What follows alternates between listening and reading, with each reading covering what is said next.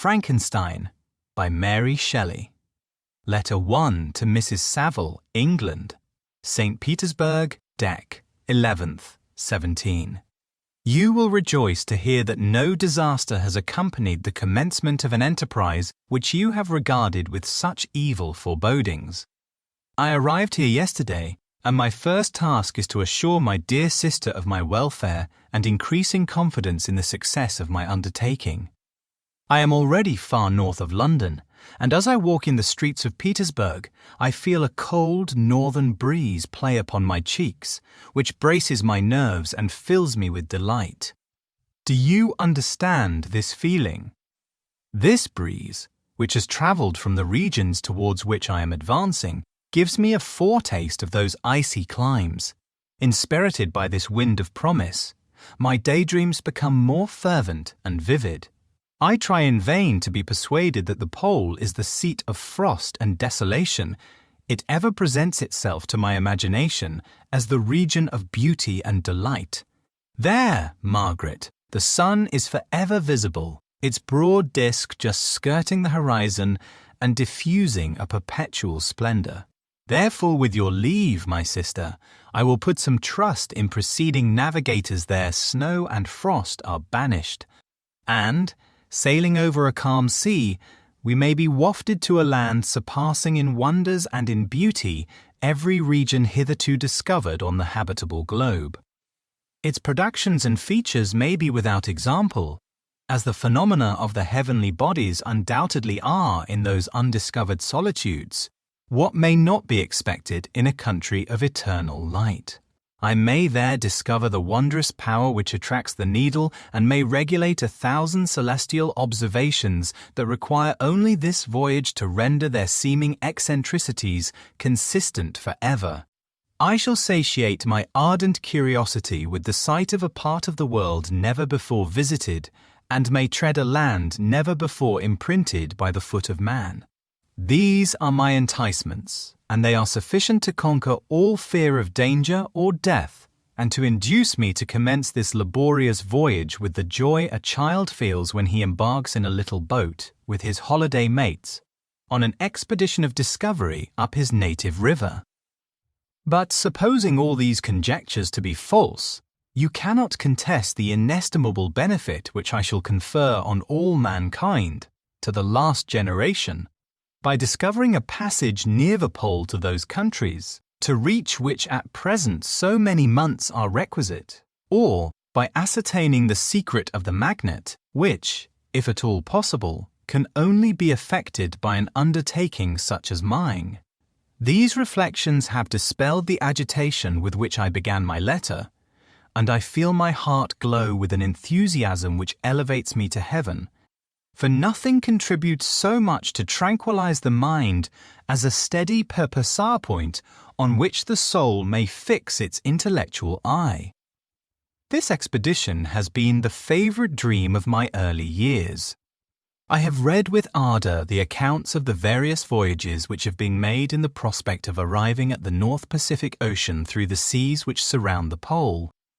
You may remember that a history of all the voyages made for purposes of discovery composed the whole of our good Uncle Thomas' library.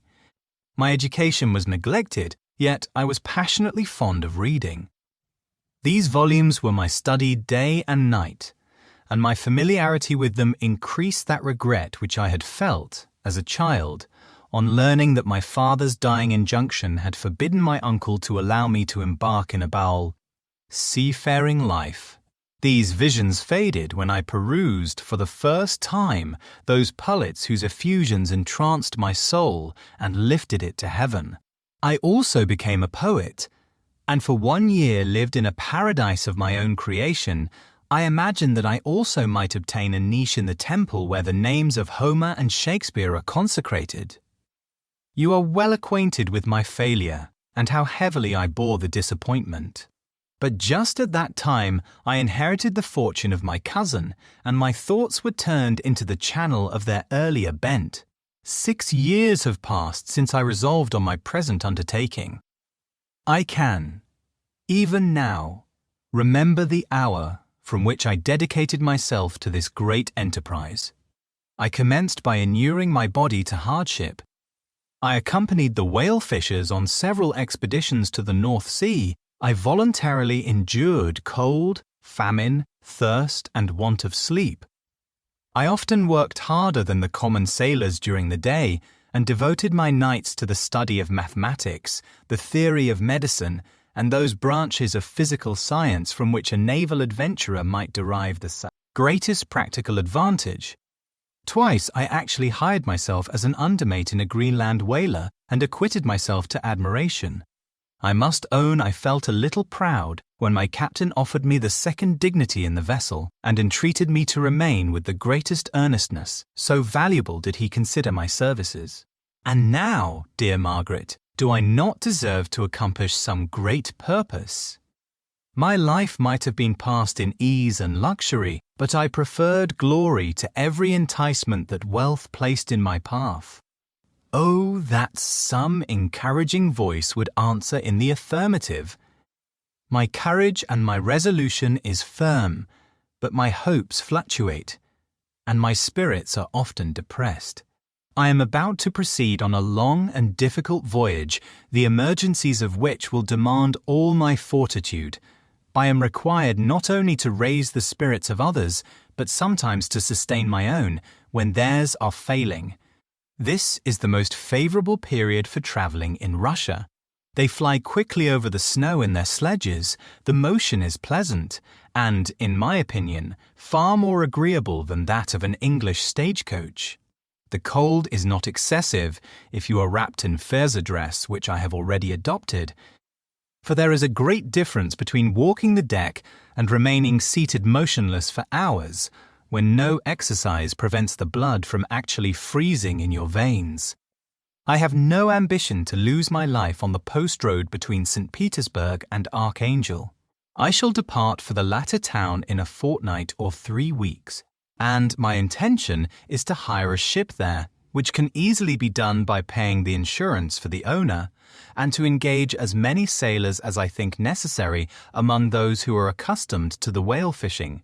I do not intend to sail until the month of June, and when shall I return? Ah, dear sister, how can I answer this question? If I succeed, many, many months, perhaps years will pass before you and I may meet. If I fail, you will see me again soon, or never. Farewell, my dear, excellent Margaret. Heaven shower down blessings on you, and save me, that I may again and again testify my gratitude for all your love and kindness. Your affectionate brother, R. Walton. Letter 2 to Mrs. Saville, England. Archangel, 28th March, 17. How slowly the time passes here, encompassed as I am by frost and snow. Yet a second step is taken towards my enterprise. I have hired a vessel and am occupied in collecting my sailors. Those whom I have already engaged appear to be men on whom I can depend and are certainly possessed of dauntless courage. But I have one want which I have never yet been able to satisfy, and the absence of the object of which I now feel as a most severe evil. I have no friend, Margaret. When I am glowing with the enthusiasm of success, there will be none to participate my joy if I am assailed by disappointment. No one will endeavour to sustain me in dejection. I shall commit my thoughts to paper, it is true, but that is a poor medium for the communication of feeling. I desire the company of a man who could sympathize with me, whose eyes would reply to mine. You may deem me romantic, my dear sister, but I bitterly feel the want of a friend. I have no one near me, gentle yet courageous, possessed of a cultivated as well as of a capacious mind, whose tastes are like my own, to approve or amend my plans. How would such a friend repair the faults of your poor brother? I am too ardent in execution and too impatient of difficulties. But it is a still greater evil to me that I am self-educated. For the first 14 years of my life, I ran wild on a common and read nothing but our Uncle Thomas books of voyages. At that age, I became acquainted with the celebrated poets of our own country, but it was only when it had ceased to be in my power to derive its most important benefits from such a conviction that I perceived the necessity of becoming acquainted with more languages than that of my native country. Now I am 28, and am in reality more illiterate than many schoolboys of 15. It is true that I have thought more and that my daydreams are more extended and magnificent, but they want, as the painters call it, keeping, and I greatly need a friend who would have sense enough not to despise me as romantic, and affection enough for me to endeavour to regulate my mind. Well, these are useless complaints. I shall certainly find no friend on the wide ocean, nor even here in Archangel, among merchants and seamen. Yet some feelings, unallied to the dross of human nature, beat even in these rugged bosoms. My lieutenant, for instance, is a man of wonderful courage and enterprise. He is madly desirous of glory, or rather, to word my phrase more characteristically, of advancement in his profession. He is an Englishman, and in the midst of national and professional prejudices, unsoftened by cultivation, retains some of the noblest endowments of humanity. I first became acquainted with him on board a whale vessel. Finding that he was unemployed in this city, I easily engaged him to assist in my enterprise. The master is a person of an excellent disposition, and is remarkable in the ship for his gentleness and the mildness of his discipline. This circumstance, added to his well-known integrity and dauntless courage, made me very desirous to engage him. A youth passed in solitude, my best years spent under your gentle and feminine fosterage, has so refined the groundwork of my character that I cannot overcome an intense distaste to the usual brutality exercised on board ship. I have never believed it to be necessary, and when I heard of a mariner equally noted for his kindliness of heart and the respect and obedience paid to him by his crew, I felt myself peculiarly fortunate in being able to secure his services. I heard of him first in rather a romantic manner, from a lady who owes to him the happiness of her life. This, briefly, is his story. Some years ago he loved a young Russian lady of moderate fortune, and having amassed a considerable sum in prize money, the father of the girl consented to the match. He saw his mistress once before the destined ceremony, but she was bathed in tears, and throwing herself at his feet, entreated him to spare her, confessing at the same time that she loved another, but that he was poor, and that her father would never consent to the union. My generous friend reassured the suppliant, and on being informed of the name of her lover, instantly abandoned his pursuit. He had already bought a farm with his money, on which he had designed to pass the remainder of his life, but he bestowed the whole on his rival, together with the remains of his prize money to purchase stock, and then himself solicited the young woman's father to consent to her marriage with her lover. But the old man decidedly refused, thinking himself bound in honour to my friend, who, when he found the father inexorable, quitted his country, nor returned until he heard that his former mistress was married according to her inclinations. What a noble fellow, you will exclaim. He is so, but then he is wholly uneducated. He is as silent as a Turk, and a kind of ignorant carelessness attends him, which, while it renders his conduct the more astonishing, detracts from the interest and sympathy which otherwise he would command. Yet do not suppose, because I complain a little, or because I can conceive a consolation for my toils which I may never know, that I am wavering in my resolutions. Those are as fixed as fate, and my voyage is only now delayed until the weather shall permit my embarkation. The winter has been dreadfully severe, but the spring promises well, and it is considered as a remarkably early season, so that perhaps I may sail sooner than I expected. I shall do nothing rashly. You know me sufficiently to confide in my prudence and considerateness whenever the safety of others is committed to my care. I cannot describe to you my sensations on the near prospect of my undertaking. It is impossible to communicate to you a conception of the trembling sensation, half pleasurable and half fearful, with which I am preparing to depart. I am going to unexplored regions, to the land of mist and snow, but I shall kill no albatross. Therefore do not be alarmed for my safety, or if I should come back to you as worn and woeful as the ancient mariner.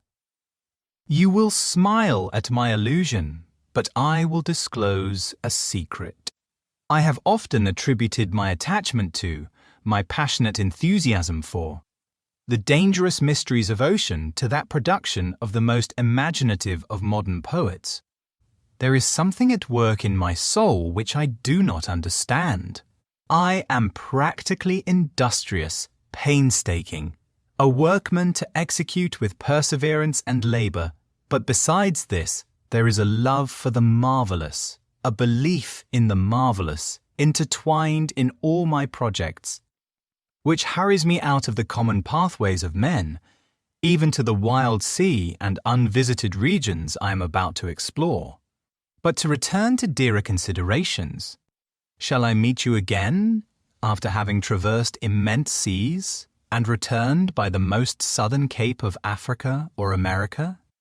I dare not expect such success, yet I cannot bear to look on the reverse of the picture. Continue for the present to write to me by every opportunity. I may receive your letters on some occasions when I need them most to support my spirits. I love you very tenderly. Remember me with affection should you never hear from me again. Your affectionate brother, Robert Walton, Letter 3 to Mrs. Saville, England. July 7th, 17. My dear sister, I write a few lines in haste to say that I am safe and well advanced on my voyage. This letter will reach England by a merchantman now on its homeward voyage from Archangel, more fortunate than I, who may not see my native land perhaps for many years. I am, however, in good spirits. My men are bold and apparently firm of purpose, nor do the floating sheets of ice that continually pass us, indicating the dangers of the region towards which we are advancing, appear to dismay them. We have already reached a very high latitude, but it is the height of summer, and although not so warm as in England, the southern gales which blow us speedily towards those shores which I so ardently desire to attain breathe a degree of renovating warmth which I had not expected. No incidents have hitherto befallen us that would make a figure in a letter. One or two stiff gales and the springing of a leak are accidents which experienced navigators scarcely remember to record, and I shall be well content if nothing worse happen to us during our voyage. Adieu, my dear Margaret. Be assured that for my own sake, as well as yours, I will not rashly encounter danger. I will be cool, persevering, and prudent. But success shall crown my endeavours. Wherefore not? Thus far I have gone, tracing a secure way over the pathless seas, the very stars themselves being witnesses and testimonies of my triumph. Why not still proceed over the untamed yet obedient element? What can stop the determined heart and resolved will of man? My swelling heart involuntarily pours itself out thus. But I must finish. Heaven bless my beloved sister. R.W. Letter 4 to Mrs. Saville, England, August 5th, 17. So strange an accident has happened to us that I cannot forbear recording it, although it is very probable that you will see me before these papers can come into your possession. Last Monday, July 31st, we were nearly surrounded by ice, which closed in the ship on all sides, scarcely leaving her the sea room in which she floated. Our situation was somewhat dangerous, especially as we were compassed round by a very thick fog. We accordingly lay to, hoping that some change would take place in the atmosphere and weather. About 2 o'clock the mist cleared away, and we beheld, stretched out in every direction, vast and irregular plains of ice which seemed to have no end. Some of my comrades groaned, and my own mind began to grow watchful with anxious thoughts, when a strange sight suddenly attracted our attention and diverted our solicitude from our own situation. We perceived a low carriage, fixed on a sledge and drawn by dogs, pass on towards the north. At the distance of half a mile, a being which had the shape of a man, but apparently of gigantic stature, sat in the sledge and guided she. The dogs! We watched the rapid progress of the traveller with our telescopes until he was lost among the distant inequalities of the ice. This appearance excited our unqualified wonder. We were, as we believed, many hundred miles from any land, but this apparition seemed to denote that it was not, in reality, so distant as we had supposed. Shut in, however, by ice, it was impossible to follow his track, which we had observed with the greatest attention. About 2 hours after this occurrence, we heard the ground sea, and before night, the ice broke and freed our ship. We, however, lay to until the morning, fearing to encounter in the dark those large, loose masses which float about after the breaking up of the ice. I profited of this time to rest for a few hours. In the morning, however, as soon as it was light, I went upon deck and found all the sailors busy on one side of the vessel, apparently talking to someone in the sea. It was, in fact, a sledge, like that we had seen before, which had drifted towards us in the night on a large fragment of ice. Only one dog remained alive, but there was a human being within it whom the sailors were persuading to enter the vessel. He was not, as the other traveller seemed to be, a savage inhabitant of some undiscovered island, but a European. When I appeared on deck, the master said, "Here is our captain, and he will not allow you to perish on the open sea." On perceiving me, the stranger addressed me in English, although with a foreign accent. "Before I come on board your vessel," said he, "will you have the kindness to inform me whither you are bound?" You may conceive my astonishment on hearing such a question addressed to me from a man on the brink of destruction, and to whom I should have supposed that my vessel would have been a resource which he would not have exchanged for the most precious wealth the earth can afford. I replied, however, that we were on a voyage of discovery towards the northern pole. Upon hearing this, he appeared satisfied and consented to come on board. Good God! Margaret, if you had seen the man who thus capitulated for his safety, your surprise would have been boundless. His limbs were nearly frozen, and his body dreadfully emaciated by fatigue and suffering. I never saw a man in so wretched a condition. We attempted to carry him into the cabin, but as soon as he had quitted the fresh air, he fainted. We accordingly brought him back to the deck and restored him to animation by rubbing him with brandy and forcing him to swallow a small quantity. As soon as he showed signs of life, we wrapped him up in blankets and placed him near the chimney of the kitchen stove. By slow degrees he recovered and ate a little soup, which restored him wonderfully. 2 days passed in this manner before he was able to speak, and I often feared that his sufferings had deprived him of understanding. When he had in some measure recovered, I removed him to my own cabin and attended on him as much as my duty would permit. I never saw a more interesting creature. His eyes have generally an expression of wildness and even madness, but there are moments when, if anyone performs an act of kindness towards him or does him any the most trifling service, his whole countenance is lighted up, as it were, with a beam of benevolence and sweetness that I never saw equalled. But he is generally melancholy and despairing, and sometimes he gnashes his teeth, as if impatient of the weight of woes that oppresses him. When my guest was a little recovered, I had great trouble to keep off the men who wished to ask him 1,000 questions, but I would not allow him to be tormented by their idle curiosity, in a state of body and mind whose restoration evidently depended upon entire repose.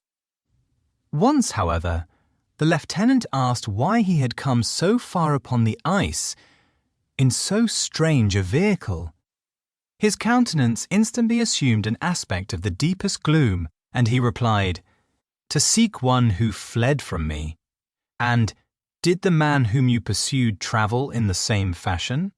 Yes, yes. Then I fancy we have seen him, for the day before we picked you up, we saw some dogs drawing a sledge with a man in it across the ice.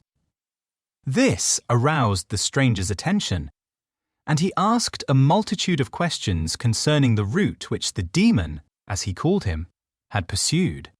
Soon after, when he was alone with me, he said, "I have doubtless excited your curiosity as well as that of these good people, but you are too considerate to make inquiries. Certainly say, it would indeed be very impertinent and inhuman in me to trouble you with any inquisitiveness of mine. And yet, you rescued me from a strange and perilous situation. You have benevolently restored me to life." Soon after this, he inquired if I thought that the breaking up of the ice had destroyed the other sledge. I replied that I could not answer with any degree of certainty, for the ice had not broken until near midnight, and the traveller might have arrived at a place of safety before that time, but of this I could not judge. From this time, a new spirit of life animated the decaying frame of the stranger. He manifested the greatest eagerness to be upon deck, to watch for the sledge which had before appeared, but I have persuaded him to remain in the cabin, for he is far too weak to sustain the rawness of the atmosphere.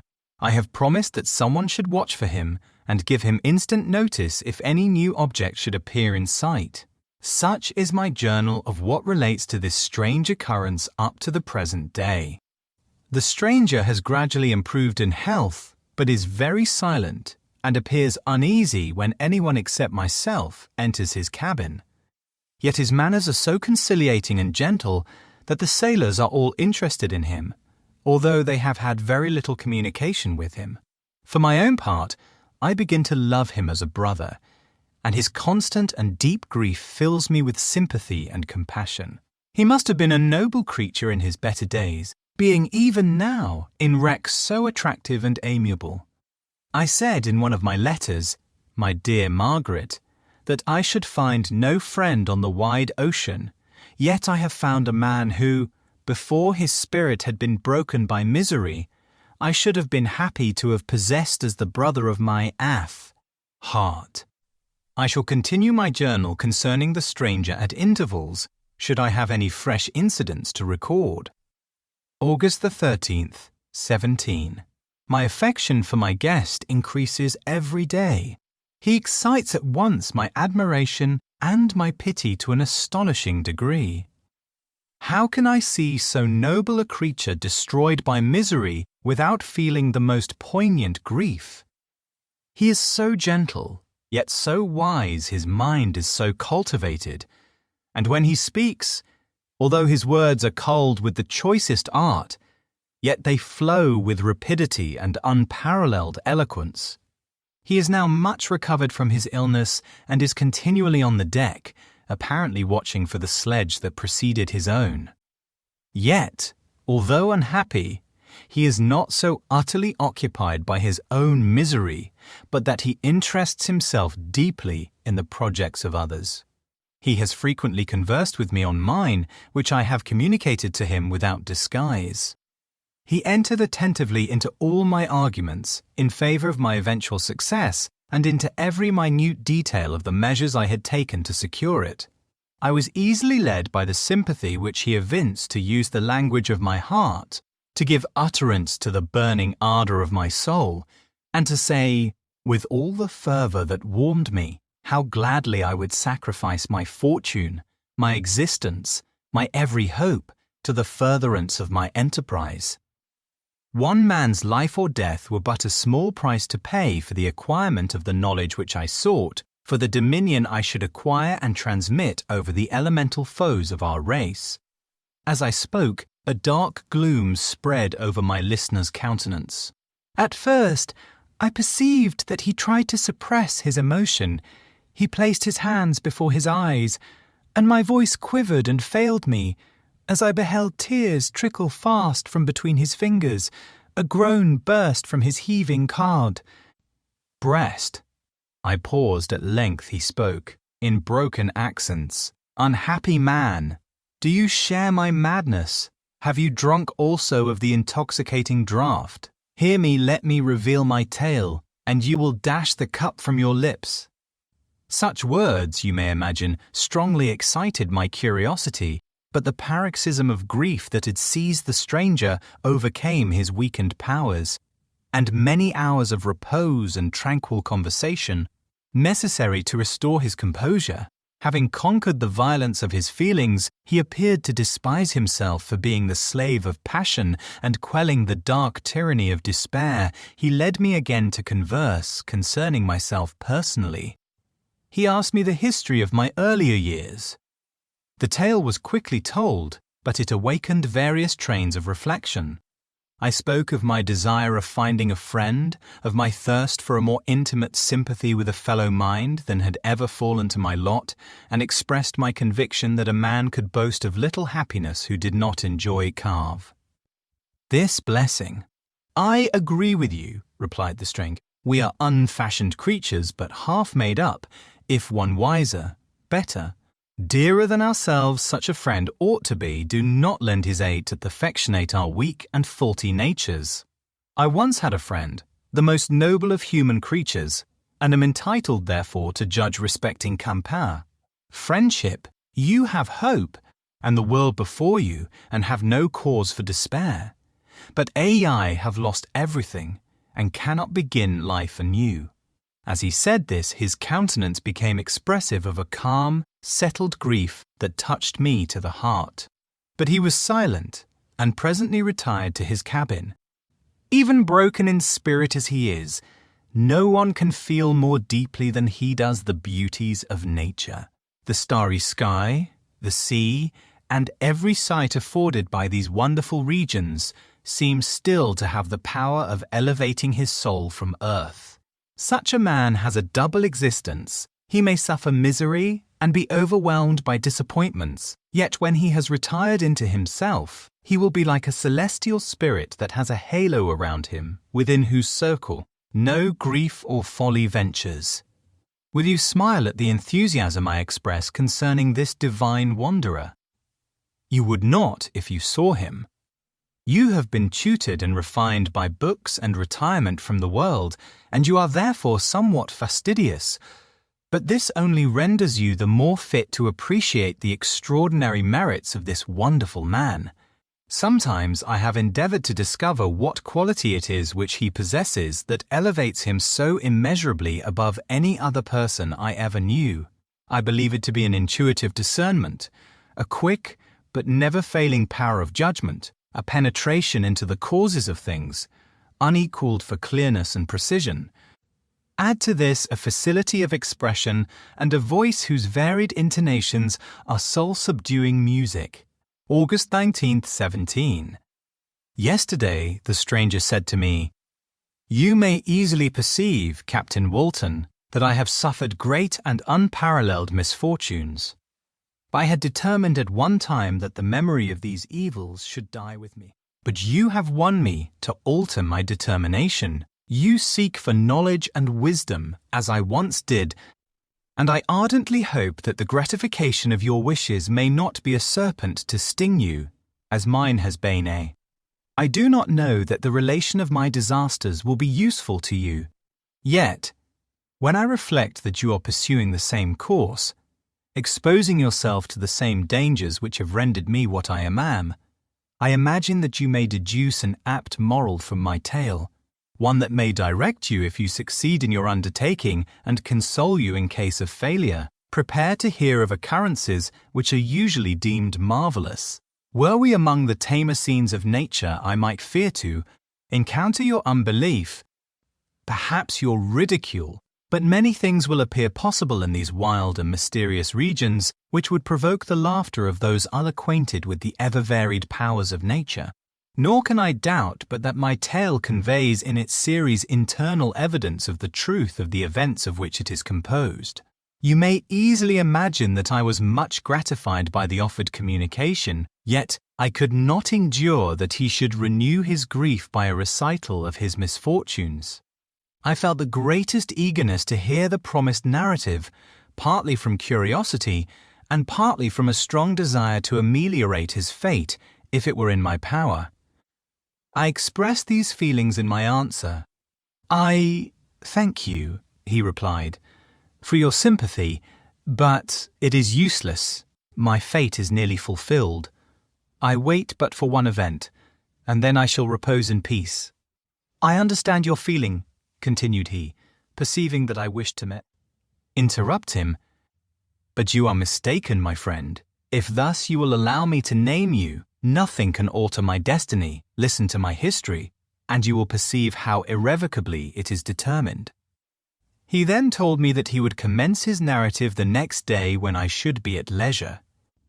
This promise drew from me the warmest thanks.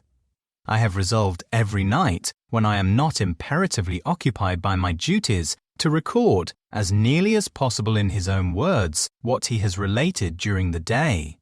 If I should be engaged, I will at least make notes. This manuscript will doubtless afford you the greatest pleasure.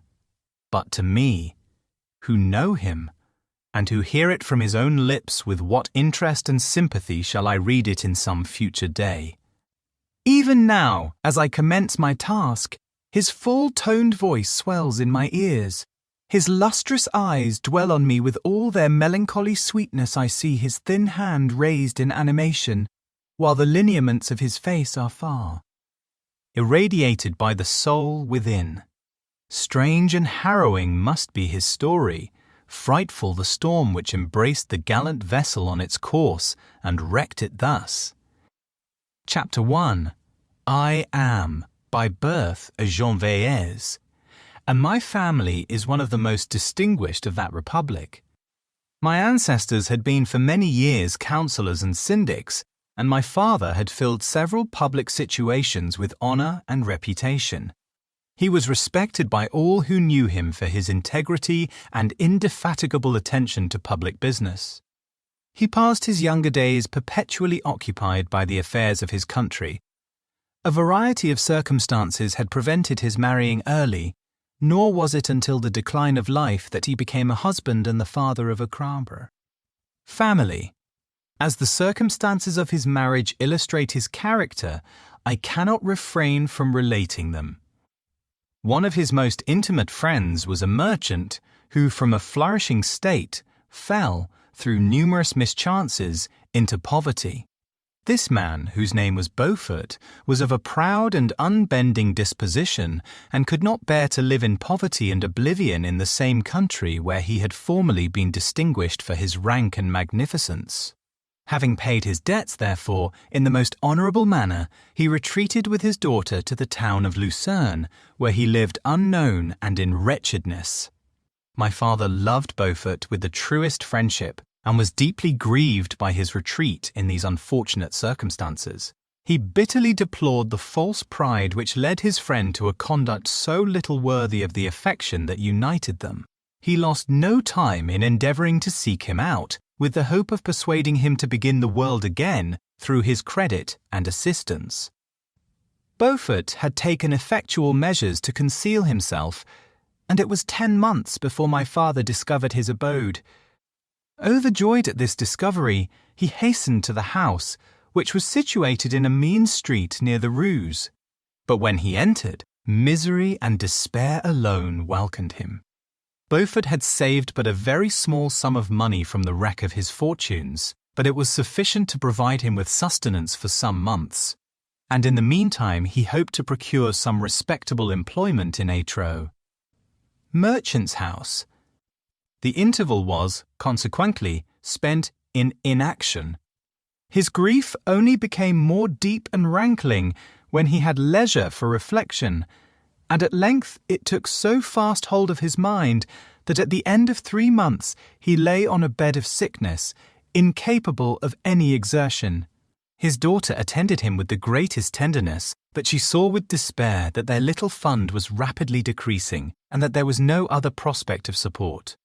But Caroline Beaufort possessed a mind of an uncommon mould, and her courage rose to support her in her adversity. She procured plain work, she plaited straw, and by various means contrived to earn a pittance scarcely sufficient to support life. Several months passed in this manner. Her father grew worse. Her time was more entirely occupied in attending him. Her means of subsistence decreased, and in the 10th month her father died in her arms, leaving her an orphan and a beggar.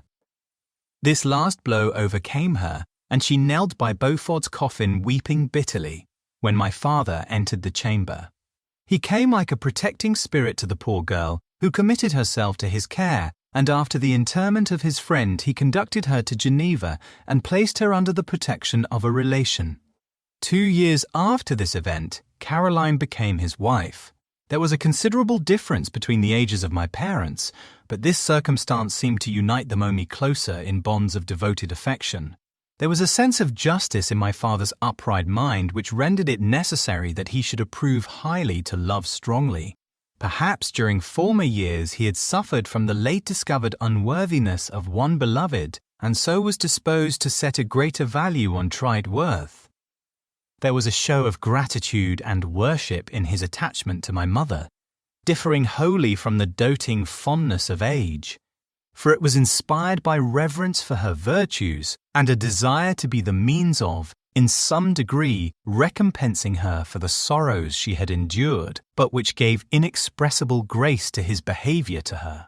Everything was made to yield to her wishes and her convenience. He strove to shelter her, as a fair exotic is sheltered by the gardener, from every rougher wind, and to surround her with all that could tend to excite pleasurable emotion in her soft and benevolent mind. Her health, and even the tranquillity of her hitherto constant spirit, had been shaken by what she had gone through.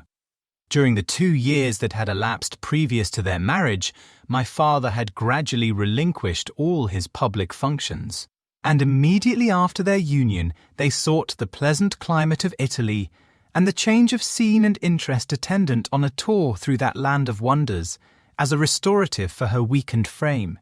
From Italy they visited Germany and France. I, their eldest child, was born at Naples, and as an infant accompanied them in their rambles. I remained for several years their only child. Much as they were attached to each other, they seemed to draw inexhaustible stores of affection from a very mine of love to bestow them upon me. My mother's tender caresses and my father's smile of benevolent pleasure while regarding me are my first recollections. I was their plaything and their idol, and something better their child, the innocent and helpless creature bestowed on them by heaven, whom to bring up to good, and whose future lot it was in their hands to direct to happiness or misery, according as they fulfilled their duties towards me.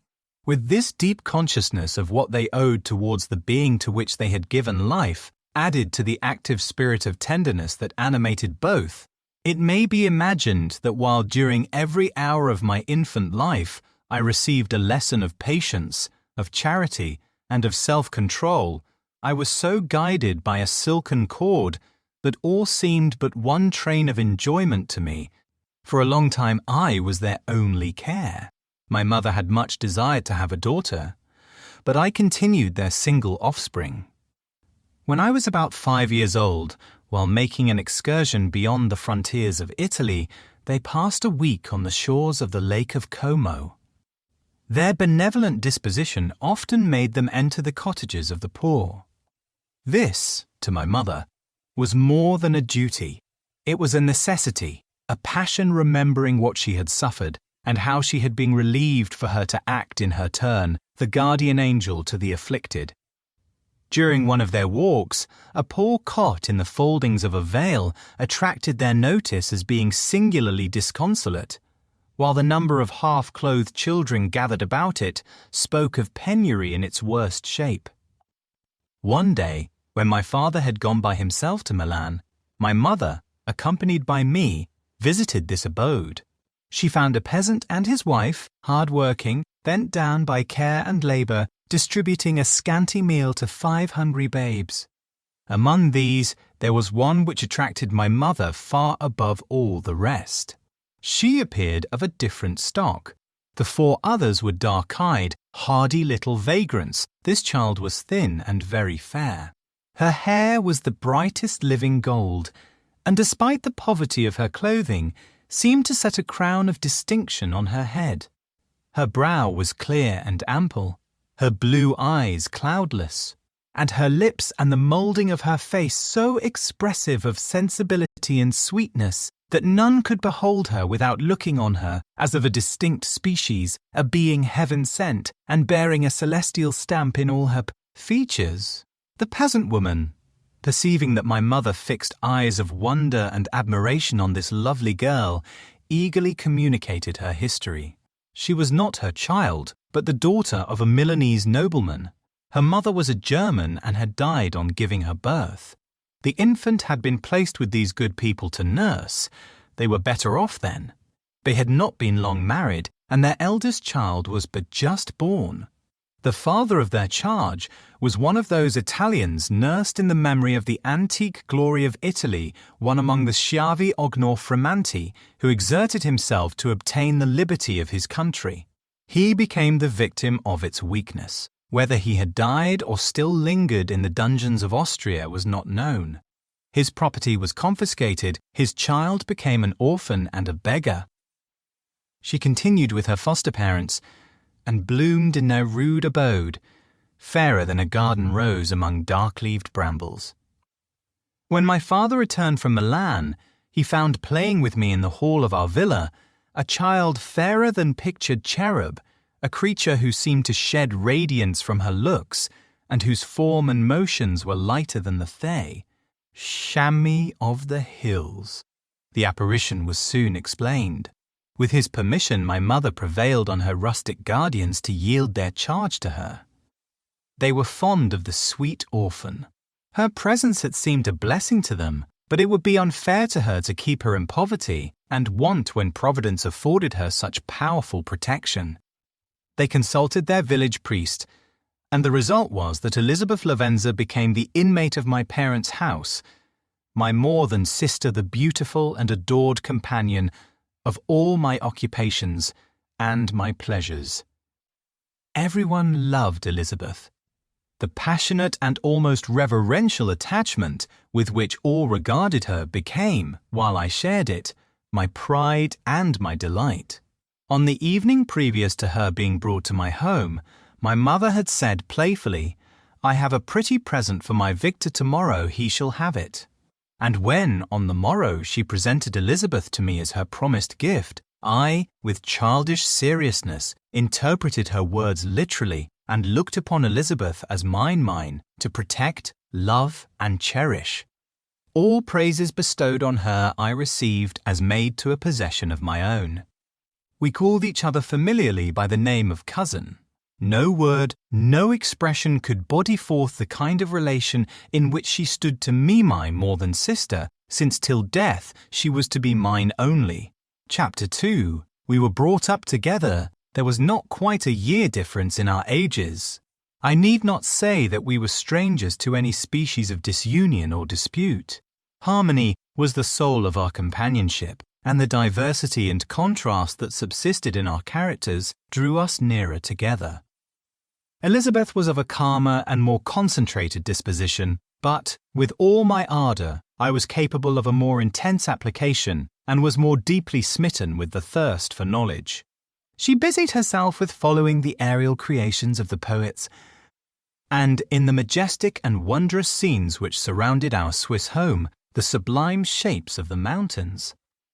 The changes of the seasons, tempest and calm, the silence of winter, and the life and turbulence of our alpine Semurshi found ample scope for admiration and delight. While my companion contemplated with a serious and satisfied spirit the magnificent appearances of things, I delighted in investigating their causes. The world was to me a secret which I desired to divine. Curiosity, earnest research to learn the hidden laws of nature, gladness akin to rapture, as they were unfolded to me, are among the earliest sensations I can remember. On the birth of a second son, my junior by 7 years, my parents gave up entirely their wandering life and fixed themselves in their native country. We possessed a house in Geneva and a campani on Belle Rive, the eastern shore of the lake, at the distance of rather more than a league from the city. We resided principally in the latter, and the lives of my parents were passed in considerable seclusion. It was my temper to avoid a crowd and to attach myself fervently to a few. I was indifferent, therefore, to my schoolfellows in general, but I united myself in the bonds of the closest friendship to one among them. Henry Clerval was the son of a merchant of Geneva. He was a boy of singular talent and fancy. He loved enterprise, hardship, and even danger for its own sake. He was deeply read in books of chivalry and romance. He composed heroic songs and began to write many a tale of enchantment and knightly adventure. He tried to make us act plays and to enter into masquerades, in which the characters were drawn from the heroes of Roncesvalles, of the Round Table of King Arthur, and the chivalrous train who shed their blood to redeem the Holy Sepulchre from the hands of the infidels. No human being could have passed a happier childhood than myself. My parents were possessed by the very spirit of kindness and indulgence. We felt that they were not the tyrants to rule our lot according to their caprice, but the agents and creators of all the many delights which we enjoyed. When I mingled with other families, I distinctly discerned how peculiarly fortunate my lot was, and gratitude assisted the development of filial love. My temper was sometimes violent, and my passions vehement, but by some law in my temperature they were turned not towards childish pursuits, but to an eager desire to learn, and not to learn all things indiscriminately. I confess that neither the structure of languages, nor the code of governments, nor the politics of various states possessed attractions for me. It was the secrets of heaven and earth that I desired to learn, and whether it was the outward substance of things, or the inner spirit of nature, and the mysterious soul of man that occupied me, still my inquiries were directed to the metaphysical, or, in its highest sense, the physical secrets of the world. Meanwhile, Clerval occupied himself, so to speak, with the moral relations of things. The busy stage of life, the virtues of heroes, and the actions of men were his theme, and his hope and his dream was to become one among those whose names are recorded in story as the gallant and adventurous benefactors of our species. The saintly soul of Elizabeth shone like a shrine-dedicated lamp in our peaceful home. Her sympathy was ours, her smile, her soft voice, the sweet glance of her celestial eyes were ever there to bless and animate us. She was the living spirit of love to soften and attract. I might have become sullen in my study, rough through the ardour of my nature, but that she was there to subdue me to a semblance of her own gentleness. And Clerval could, aught ill entrench on the noble spirit of Clerval. Yet he might not have been so perfectly humane, so thoughtful in his generosity, so full of kindness and tenderness amidst his passion for adventurous exploit, had she not unfolded to him the real loveliness of beneficence and made the doing good the end and aim of his soaring ambition. I feel exquisite pleasure in dwelling on the recollections of childhood, before misfortune had tainted my mind and changed its bright visions of extensive usefulness into gloomy and narrow reflections upon self. Besides, in drawing the picture of my early days, I also record those events which led, by insensible steps, to my after tale of misery. For when I would account to myself for the birth of that passion which afterwards ruled my destiny, I find it arise, like a mountain river, from ignoble and almost forgotten sources. But, swelling as it proceeded, it became the torrent which, in its course, has swept away all my hopes and joys. Natural philosophy is the genius that has regulated my fate. I desire, therefore, in this narration, to state those facts which led to my predilection for that science. When I was 13 years of age, we all went on a party of pleasure to the baths near Thonon. The inclemency of the weather obliged us to remain a day confined to the inn. In this house, I chanced to find a volume of the works of Cornelius Agrippa. I opened it with apathy. The theory which he attempts to demonstrate and the wonderful facts which he relates soon changed this feeling into enthusiasm. A new light seemed to dawn upon my mind, and bounding with joy, I communicated my discovery to my father. My father looked carelessly at the title page of my book and said, "Ah, Cornelius Agrippa! My dear Victor, do not waste your time upon this. It is sad trash." If, instead of this remark, my father had taken the pains to explain to me that the principles of Agrippa had been entirely exploded, and that a modern system of science had been introduced which possessed much greater powers than the ancient, because the powers of the latter were chimerical, while those of the former were real and practical, under such circumstances I should certainly have thrown Agrippa aside and have contented my imagination, warmed as it was, by returning with greater ardour to my former studies.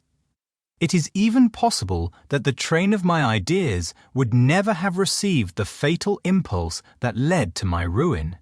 But the cursory glance my father had taken of my volume by no means assured me that he was acquainted with its contents, and I continued to read with the greatest avidity. When I returned home, my first care was to procure the whole works of this author, and afterwards of Paracelsus and Albertus Magnus. I read and studied the wild fancies of these writers with delight. They appeared to me treasures known to few besides myself. I have described myself as always having been imbued with a fervent longing to penetrate the secrets of nature. In spite of the intense labour and wonderful discoveries of modern philosophers, I always came from my studies discontented and unsatisfied. Sir Isaac Newton is said to have avowed that he felt like a child picking up shells beside the great and unexplored ocean of truth. Those of his successors in each branch of natural philosophy with whom I was acquainted appeared even to my boy's apprehensions as tyros engaged in the same pursuit. The untaught peasant beheld the elements around him and was acquainted with their practical uses.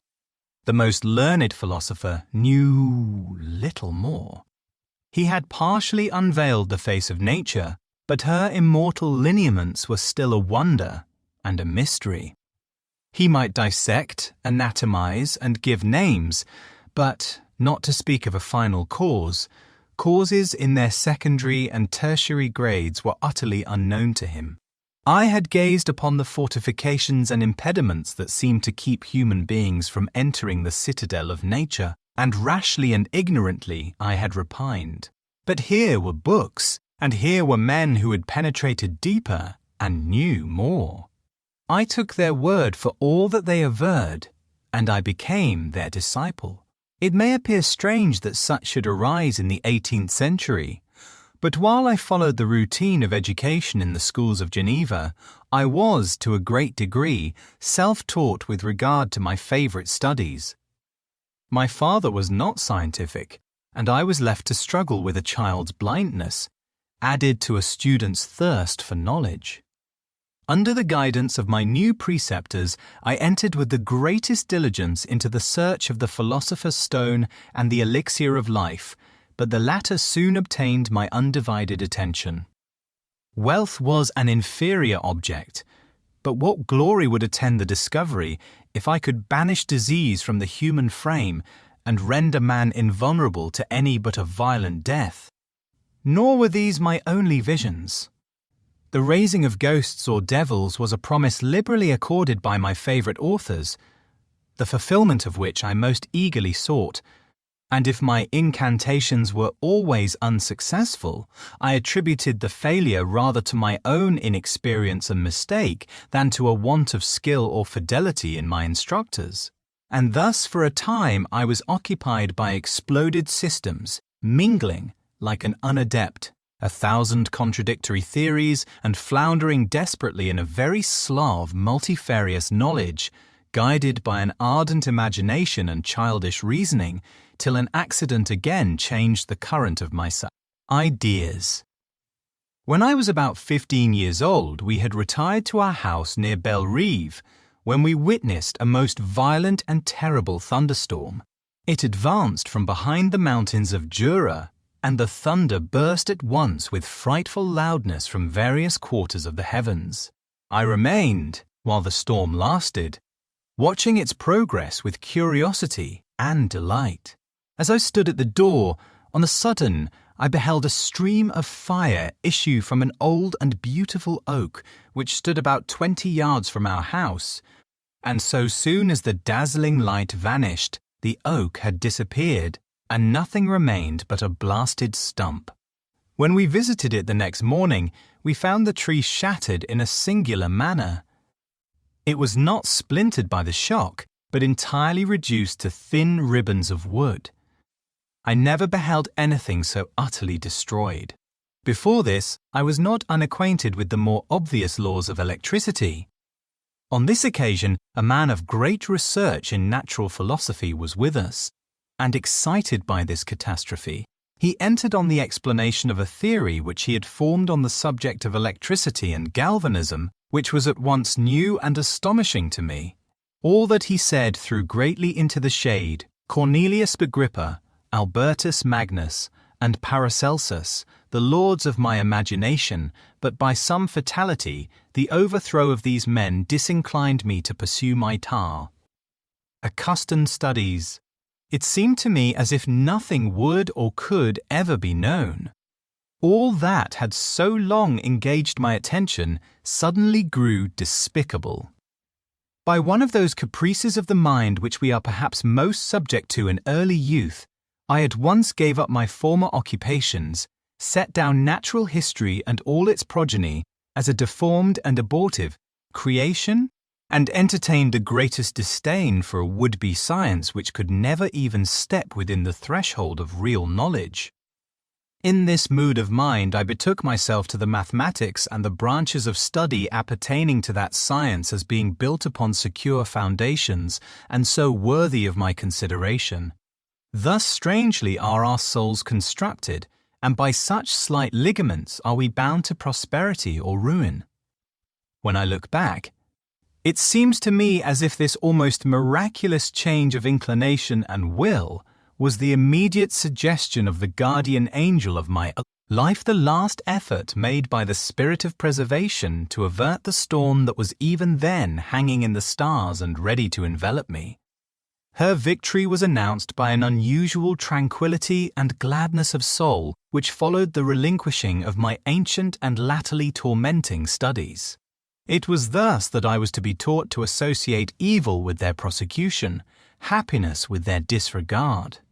It was a strong effort of the spirit of good, but it was ineffectual. Destiny was too potent, and her immutable laws had decreed my utter and terrible destruction. Chapter 3. When I had attained the age of 17, my parents resolved that I should become a student at the University of Ingolstadt. I had hitherto attended the schools of Geneva, but my father thought it necessary for the completion of my education that I should be made acquainted with other customs than those of my native country. My departure was therefore fixed at an early date, but before the day resolved upon could arrive, the first misfortune of my life occurred, an omen, as it were, of my future misery. Elizabeth had caught the scarlet fever. Her illness was severe, and she was in the greatest danger. During her illness, many arguments had been urged to persuade my mother to refrain from attending upon her.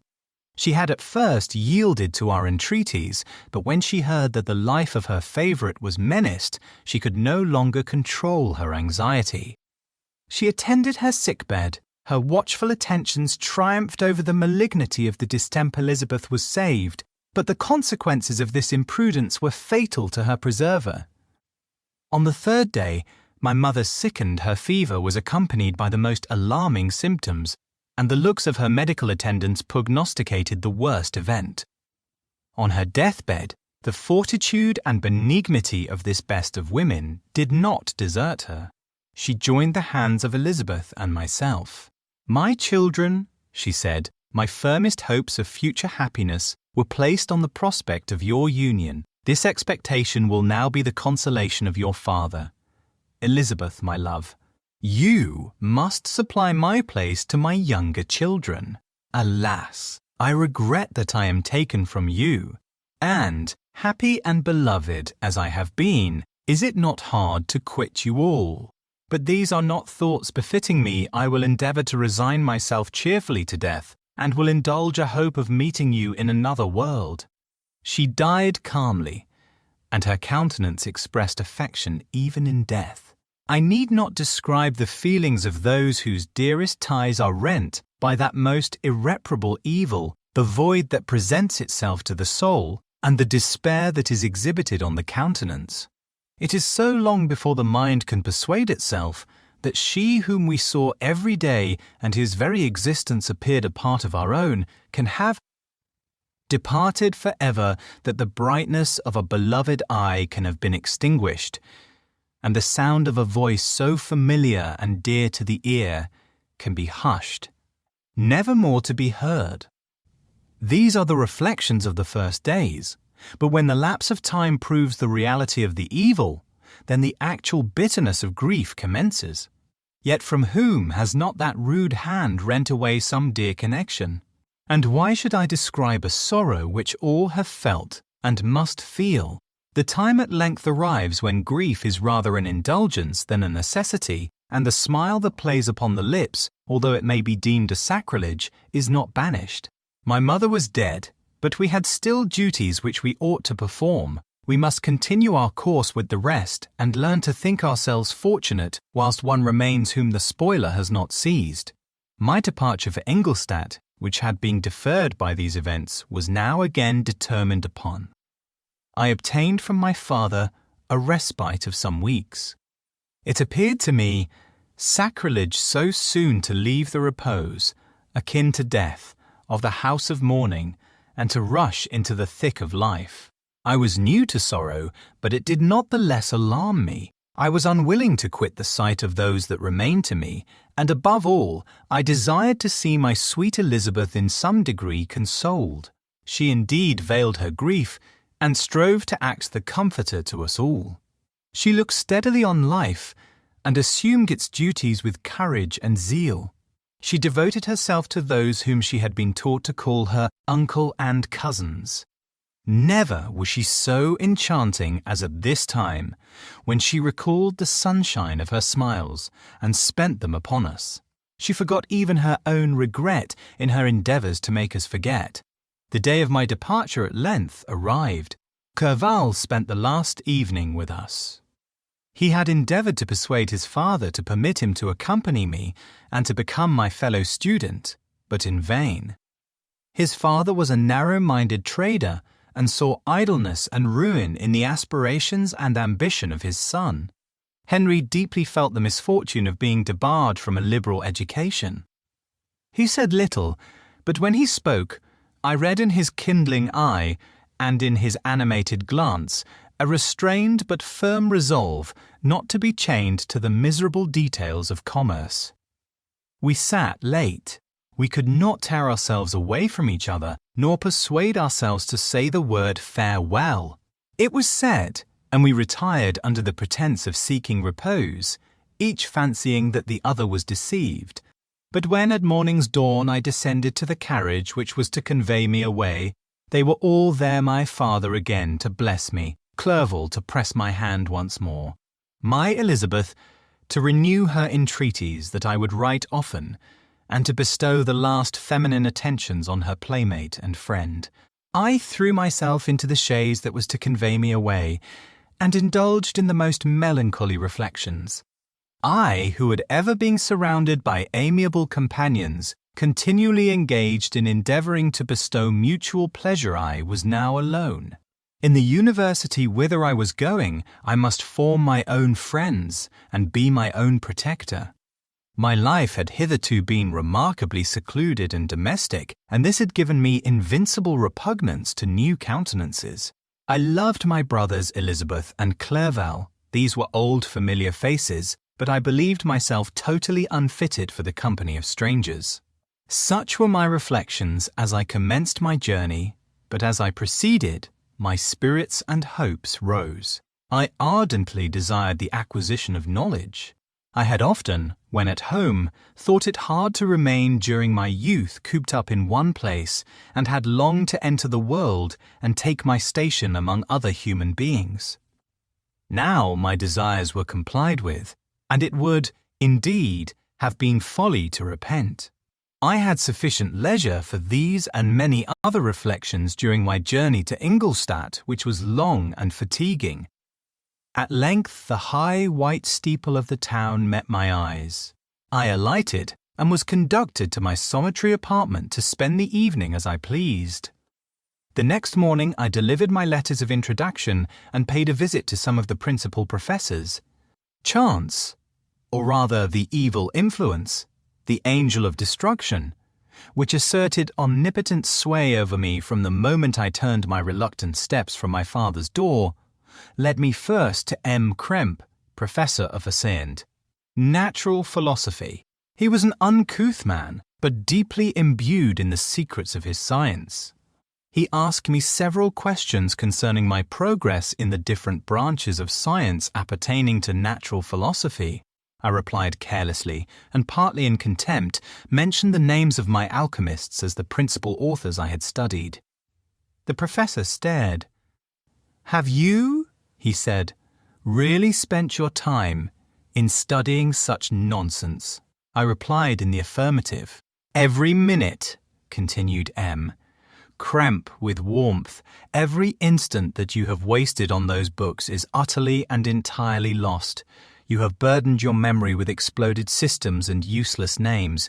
Good God, in what desert land have you lived, where no one was kind enough to inform you that these fancies which you have so greedily imbibed are 1,000 years old and as musty as they are ancient?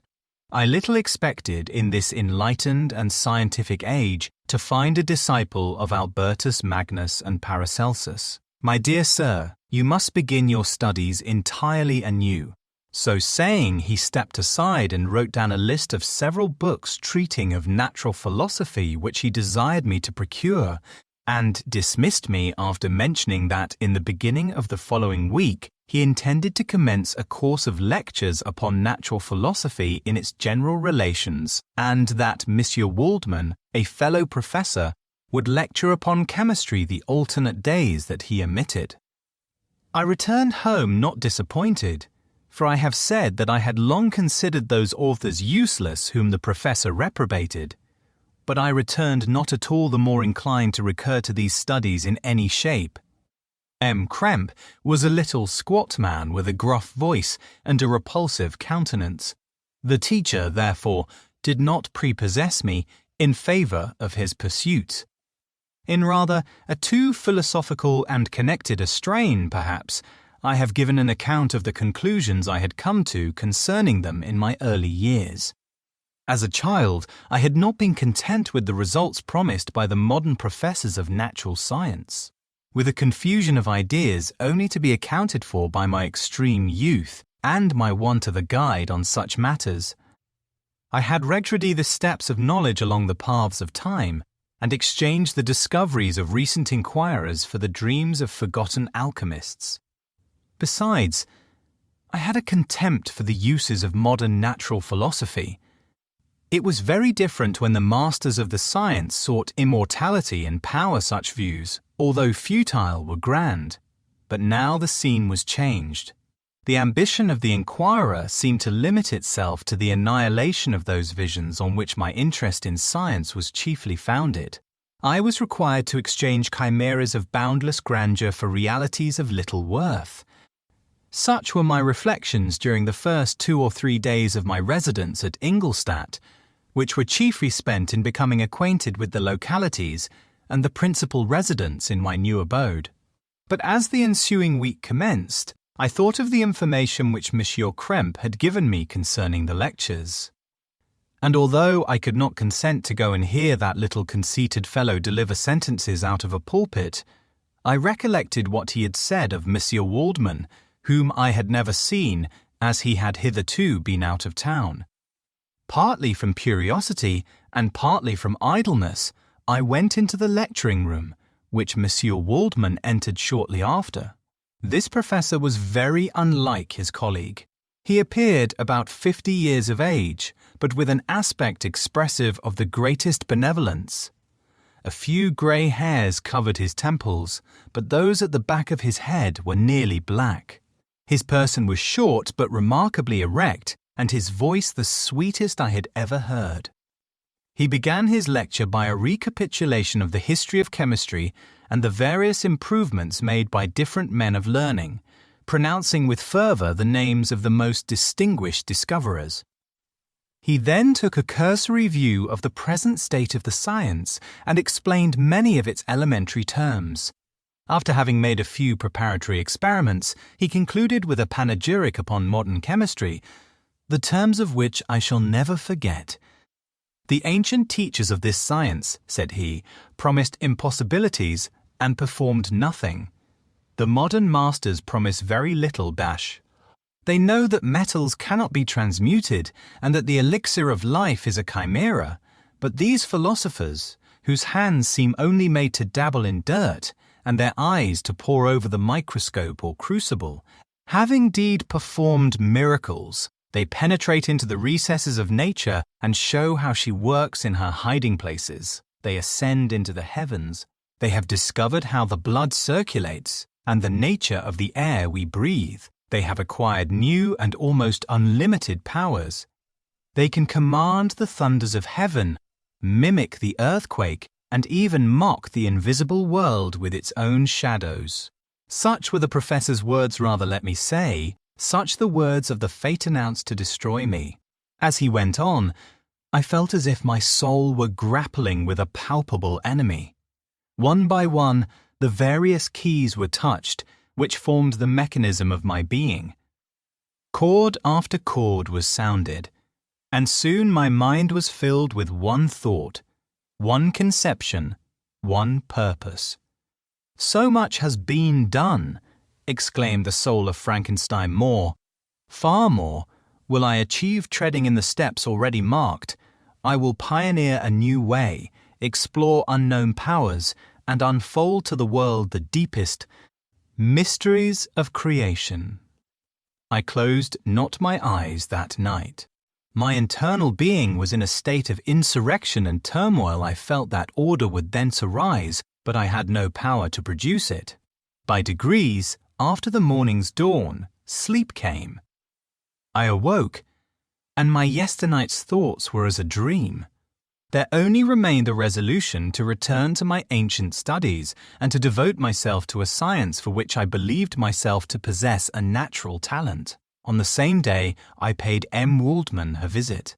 His manners in private were even more mild and attractive than in public, for there was a certain dignity in his mien during his lecture, which in his own house was replaced by the greatest affability and kindness. I gave him pretty nearly the same account of my former pursuits as I had given to his fellow professor. He heard with attention the little narration concerning my studies, and smiled at the names of Cornelius Agrippa and Paracelsus, but without the contempt that Monsieur Krempe had exhibited. He said that these were men to whose indefatigable zeal modern philosophers were indebted for most of the foundations of their knowledge. They had left to us, as an easier task, to give new names and arrange in connected classifications the facts which they, in a great degree, had been the instruments of bringing to light. The labours of men of genius, however erroneously directed, scarcely ever fail in ultimately turning to the solid advantage of mankind. I listened to his statement, which was delivered without any presumption or affectation, and then added that his lecture had removed my prejudices against modern chemists. I expressed myself in measured terms, with the modesty and deference due from a youth to his instructor, without letting escape. Inexperience in life would have made me ashamed any of the enthusiasm which stimulated my intended labours. I requested his advice concerning the books I ought to procure. I am happy, said M. Waldman, to have gained a disciple, and if your application equals your ability, I have no doubt of your success. Chemistry is that branch of natural philosophy in which the greatest improvements have been made, and may be made. It is on that account that I have made it my peculiar study. But at the same time, I have not neglected the other branches of science. A man would make but a very sorry chemist if he attended to that department of human knowledge alone. If your wish is to become really a man of science and not merely a petty experimentalist, I should advise you to apply to every branch of natural philosophy, including mathematics. He then took me into his laboratory and explained to me the uses of his various machines, instructing me as to what I ought to procure and promising me the use of his own when I should have advanced far enough in the science not to derange their mechanism. He also gave me the list of books which I had requested, and I took my leave. Thus ended a day memorable to me. It decided my future destiny. Chapter 4. From this day natural philosophy, and particularly chemistry, in the most comprehensive sense of the term, became nearly my sole occupation. I read with ardour those works, so full of genius and discrimination, which modern inquirers have written on these subjects. I attended the lectures and cultivated the acquaintance of the men of science of the university, and I found even in M. Krempe a great deal of sound sense and real information, combined, it is true, with a repulsive physiognomy and manners, but not on that account the less valuable. In M. Waldman I found a true friend. His gentleness was never tinged by dogmatism, and his instructions were given with an air of frankness and good nature that banished every idea of pedantry. In 1,000 ways he smoothed for me the path of knowledge and made the most abstruse inquiries clear and facile to my apprehension. My application was at first fluctuating and uncertain. It gained strength as I proceeded, and soon became so ardent and eager that the stars often disappeared in the light of morning whilst I was yet engaged in my laboratory. As I applied so closely, it may be easily conceived that my progress was rapid. My ardour was indeed the astonishment of the students, and my proficiency that of the masters. Professor Krempe often asked me, with a sly smile, how Cornelius Agrippa went on, whilst M. Waldman expressed the most heartfelt exultation in my progress. 2 years passed in this manner, during which I paid no visit to Geneva, but was engaged, heart and soul, in the pursuit of some discoveries which I hope to make. None but those who have experienced them can conceive of the enticements of science. In other studies you go as far as others have gone before you, and there is nothing more to know, but in a scientific pursuit there is continual food for discovery and wonder. A mind of moderate capacity which closely pursues one study must infallibly arrive at great proficiency in that study, and I, who continually sought the attainment of one object of pursuit and was solely wrapped up in this, improved so rapidly that at the end of 2 years I made some discoveries in the improvement of some chemical instruments, which procured me great esteem and admiration at the university. When I had arrived at this point, and had become as well acquainted with the theory and practice of natural philosophy as depended on the lessons of any of the professors at Ingolstadt, my residence there being no longer conducive to my improvements, I thought of returning to my friends and my native town, when an incident happened that protracted my stay. One of the phenomena which had peculiarly attracted my attention was the structure of the human frame, and, indeed, any animal endued with life. Whence, I often asked myself, did the principle of life proceed? It was a bold question, and one which has ever been considered as a mystery yet. With how many things are we upon the brink of becoming acquainted, if cowardice or carelessness did not restrain our inquiries? I revolved these circumstances in my mind, and determined thenceforth to apply myself more particularly to those branches of natural philosophy which relate to physiology. Unless I had been animated by an almost supernatural enthusiasm, my application to this study would have been irksome and almost intolerable. To examine the causes of life, we must first have recourse to death. I became acquainted with the science of anatomy, but this was not sufficient. I must also observe the natural decay and corruption of the human body. In my education, my father had taken the greatest precautions that my mind should be impressed with no supernatural horrors.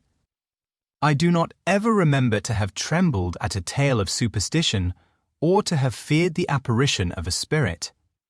Darkness had no effect upon my fancy, and a churchyard was to me merely the receptacle of bodies deprived of life, which, from being the seat of beauty and strength, had become food for the worm. Now I was led to examine the cause and progress of this decay, and forced to spend days and nights in vaults and charnel houses. My attention was fixed upon every object the most insupportable to the delicacy of the human feelings. I saw how the fine form of man was degraded and wasted. I beheld the corruption of death succeed to the blooming cheek of life. I saw how the worm inherited the wonders of the eye and brain. I paused, examining and analyzing all the minutiae of causation, as exemplified in the change from life to death and death to life, until from the midst of this darkness a sudden light broke in upon me, a light so brilliant and wondrous, yet so simple, that while I became dizzy with the immensity of the prospect which it illustrated, I was surprised that among so many men of genius who had directed their inquiries towards the same science, that I alone should be reserved to discover so astonishing a secret. Remember, I am not recording the vision of a madman. The sun does not more certainly shine in the heavens than that which I now affirm is true. Some miracle might have produced it, yet the stages of the discovery were distinct and probable. After days and nights of incredible labor and fatigue, I succeeded in discovering the cause of generation and life. Nay, more, I became myself capable of bestowing animation upon lifeless matter. The astonishment which I had at first experienced on this discovery soon gave place to delight and rapture. After so much time spent in painful labor, to arrive at once at the summit of my desires was the most gratifying consummation of my toils. But this discovery was so great and overwhelming that all the steps by which I had been progressively led to it were obliterated, and I beheld only the result. What had been the study and desire of the wisest men since the creation of the world was now within my grasp. Not that, like a magic scene, it all opened upon me at once. The information I had obtained was of a nature rather to direct my endeavors so soon as I should point them towards the object of my search than to Frankenstein by Mary Shelley. Chapter 1. I am by birth a Genevese, and my family is one of the most distinguished of that republic. My ancestors had been for many years councillors and syndics, and my father had filled several public situations with honor and reputation. He was respected by all who knew him for his integrity and indefatigable attention to public business. He passed his younger days perpetually occupied by the affairs of his country. A variety of circumstances had prevented his marrying early, nor was it until the decline of life that he became a husband and the father of a crowber. Family. As the circumstances of his marriage illustrate his character, I cannot refrain from relating them. One of his most intimate friends was a merchant who, from a flourishing state, fell, through numerous mischances, into poverty. This man, whose name was Beaufort, was of a proud and unbending disposition, and could not bear to live in poverty and oblivion in the same country where he had formerly been distinguished for his rank and magnificence. Having paid his debts, therefore, in the most honourable manner, he retreated with his daughter to the town of Lucerne, where he lived unknown and in wretchedness. My father loved Beaufort with the truest friendship, and was deeply grieved by his retreat in these unfortunate circumstances. He bitterly deplored the false pride which led his friend to a conduct so little worthy of the affection that united them. He lost no time in endeavouring to seek him out, with the hope of persuading him to begin the world again through his credit and assistance. Beaufort had taken effectual measures to conceal himself, and it was 10 months before my father discovered his abode. Overjoyed at this discovery, he hastened to the house, which was situated in a mean street near the Ruse. But when he entered, misery and despair alone welcomed him. Beaufort had saved but a very small sum of money from the wreck of his fortunes, but it was sufficient to provide him with sustenance for some months, and in the meantime he hoped to procure some respectable employment in Étreux. Merchant's house. The interval was, consequently, spent in inaction. His grief only became more deep and rankling when he had leisure for reflection, and at length it took so fast hold of his mind that at the end of 3 months he lay on a bed of sickness, incapable of any exertion. His daughter attended him with the greatest tenderness, but she saw with despair that their little fund was rapidly decreasing and that there was no other prospect of support. But Caroline Beaufort possessed a mind of an uncommon mould, and her courage rose to support her in her adversity. She procured plain work, she plaited straw, and by various means contrived to earn a pittance scarcely sufficient to support life. Several months passed in this manner. Her father grew worse, her time was more entirely occupied in attending him, her means of subsistence decreased, and in the 10th month her father died in her arms, leaving her an orphan and a beggar. This last blow overcame her, and she knelt by Beaufort's coffin weeping bitterly, when my father entered the chamber. He came like a protecting spirit to the poor girl, who committed herself to his care, and after the interment of his friend he conducted her to Geneva and placed her under the protection of a relation. 2 years after this event, Caroline became his wife. There was a considerable difference between the ages of my parents, but this circumstance seemed to unite them only closer in bonds of devoted affection. There was a sense of justice in my father's upright mind which rendered it necessary that he should approve highly to love strongly. Perhaps during former years he had suffered from the late-discovered unworthiness of one beloved, and so was disposed to set a greater value on tried worth. There was a show of gratitude and worship in his attachment to my mother, differing wholly from the doting fondness of age, for it was inspired by reverence for her virtues and a desire to be the means of, in some degree, recompensing her for the sorrows she had endured, but which gave inexpressible grace to his behaviour to her. Everything was made to yield to her wishes and her convenience. He strove to shelter her, as a fair exotic is sheltered by the gardener, from every rougher wind, and to surround her with all that could tend to excite pleasurable emotion in her soft and benevolent mind. Her health, and even the tranquillity of her hitherto constant spirit, had been shaken by what she had gone through. During the 2 years that had elapsed previous to their marriage, my father had gradually relinquished all his public functions, and immediately after their union they sought the pleasant climate of Italy, and the change of scene and interest attendant on a tour through that land of wonders, as a restorative for her weakened frame. From Italy they visited Germany and France. I, their eldest child, was born at Naples, and as an infant accompanied them in their rambles. I remained for several years their only child. Much as they were attached to each other, they seemed to draw inexhaustible stores of affection from a very mine of love to bestow them upon me.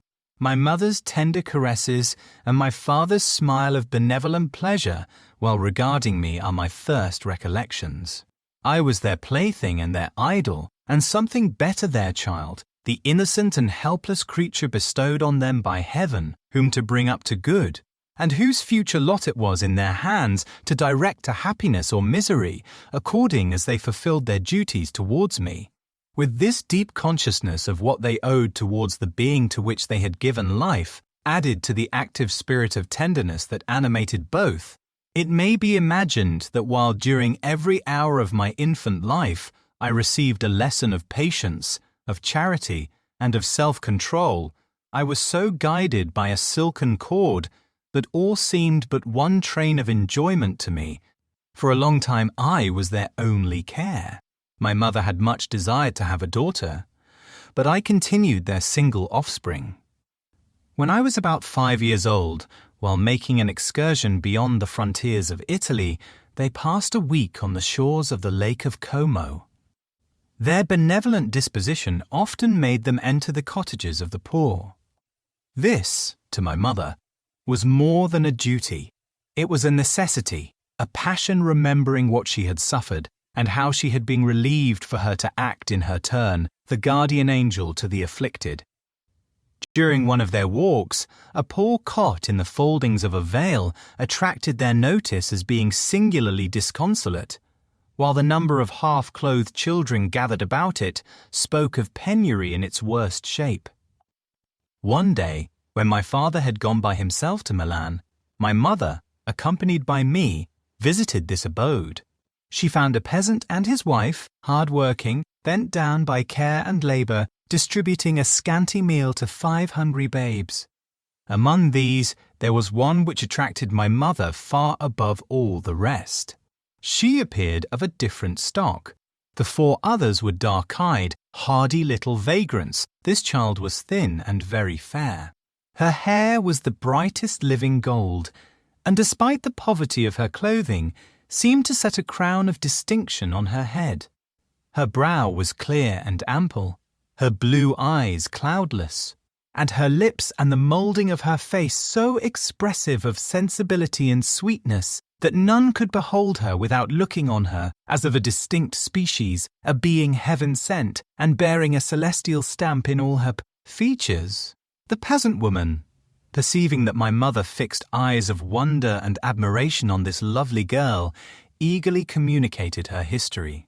She was not her child, but the daughter of a Milanese nobleman. Her mother was a German and had died on giving her birth.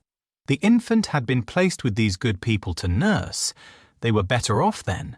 They had not been long married, and their eldest child was but just born.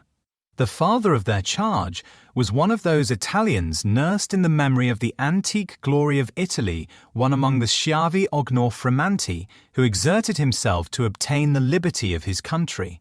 He became the victim of its weakness. Whether he had died or still lingered in the dungeons of Austria was not known. His property was confiscated, his child became an orphan and a beggar.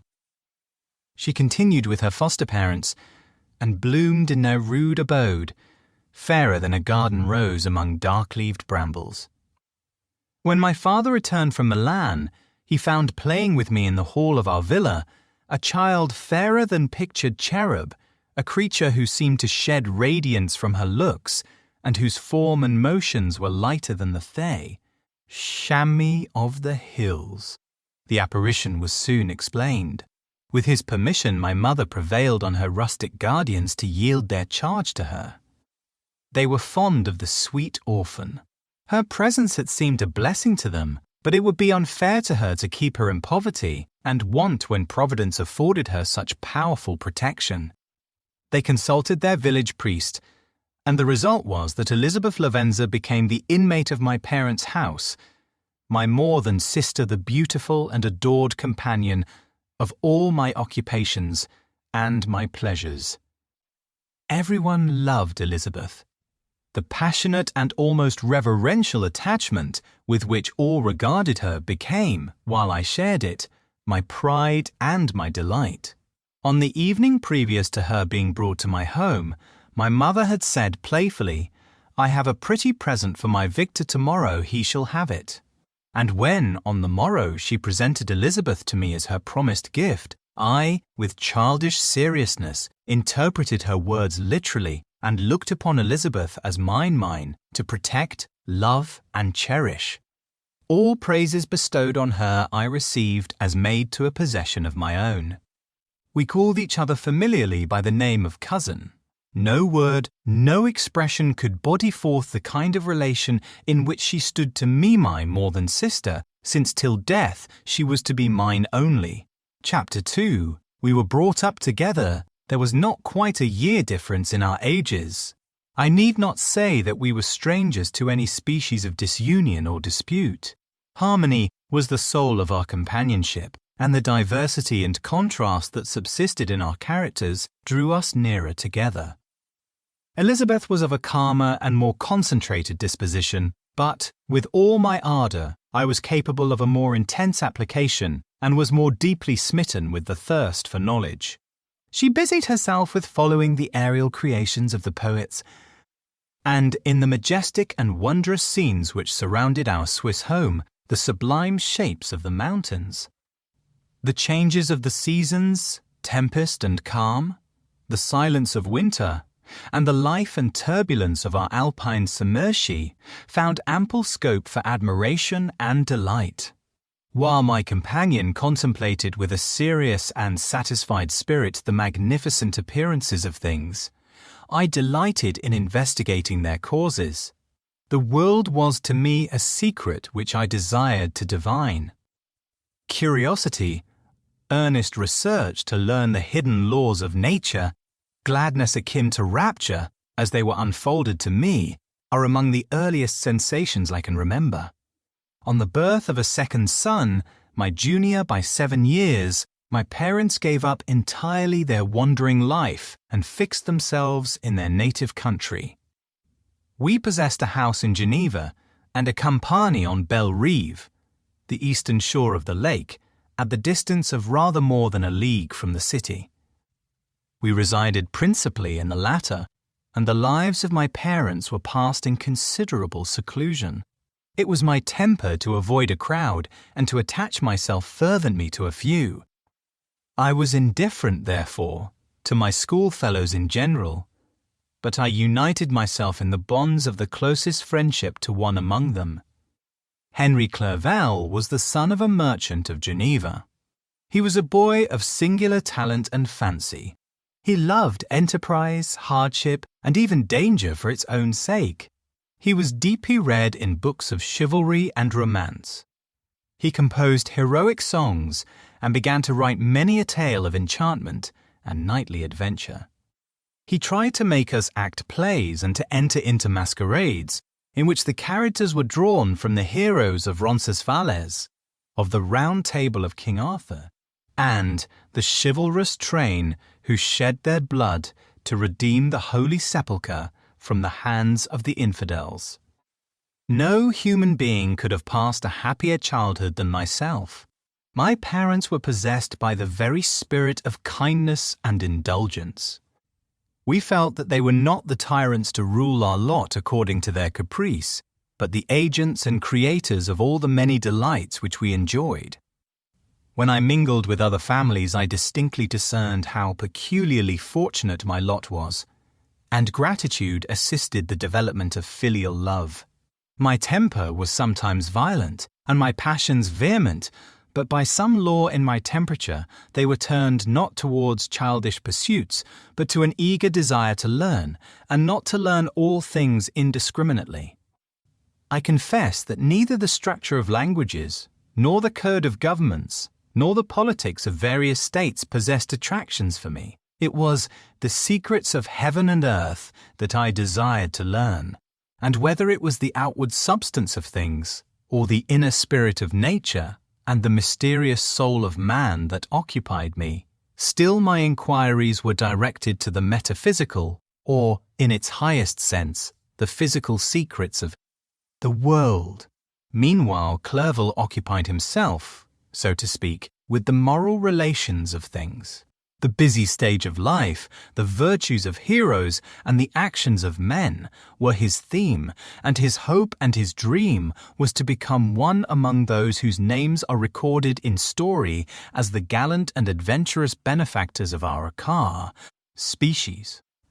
The saintly soul of Elizabeth shone like a shrine-dedicated lamp in our peaceful home.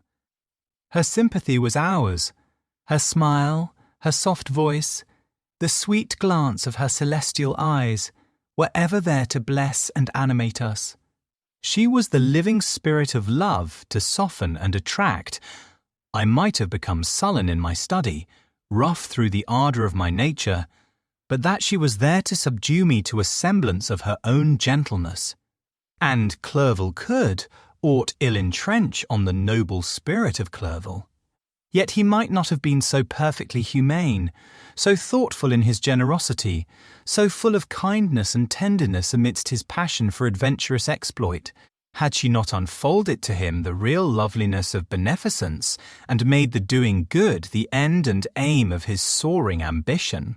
I feel exquisite pleasure in dwelling on the recollections of childhood, before misfortune had tainted my mind and changed its bright visions of extensive usefulness into gloomy and narrow reflections upon self. Besides, in drawing the picture of my early days, I also record those events which led, by insensible steps, to my after-tale of misery. For when I would account to myself for the birth of that passion which afterwards ruled my destiny, I find it arise, like a mountain river, from ignoble and almost forgotten sources. But, swelling as it proceeded, it became the torrent which, in its course, has swept away all my hopes and joys. Natural philosophy is the genius that has regulated my fate. I desire, therefore, in this narration, to state those facts which led to my predilection for that science. When I was 13 years of age, we all went on a party of pleasure to the baths near Thonon. The inclemency of the weather obliged us to remain a day confined to the inn. In this house, I chanced to find a volume of the works of Cornelius Agrippa. I opened it with apathy. The theory which he attempts to demonstrate and the wonderful facts which he relates soon changed this feeling into enthusiasm. A new light seemed to dawn upon my mind, and bounding with joy, I communicated my discovery to my father.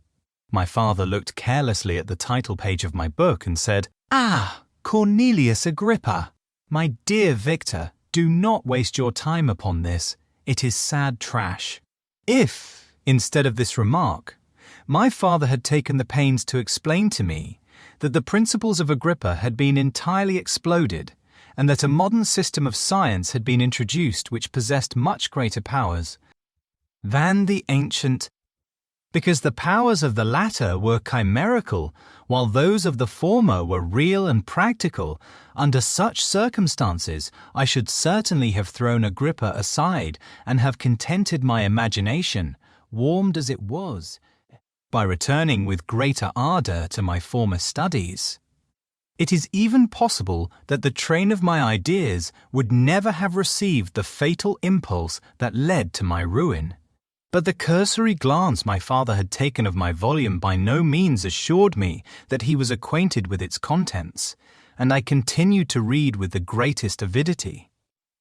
When I returned home, my first care was to procure the whole works of this author, and afterwards of Paracelsus and Albertus Magnus.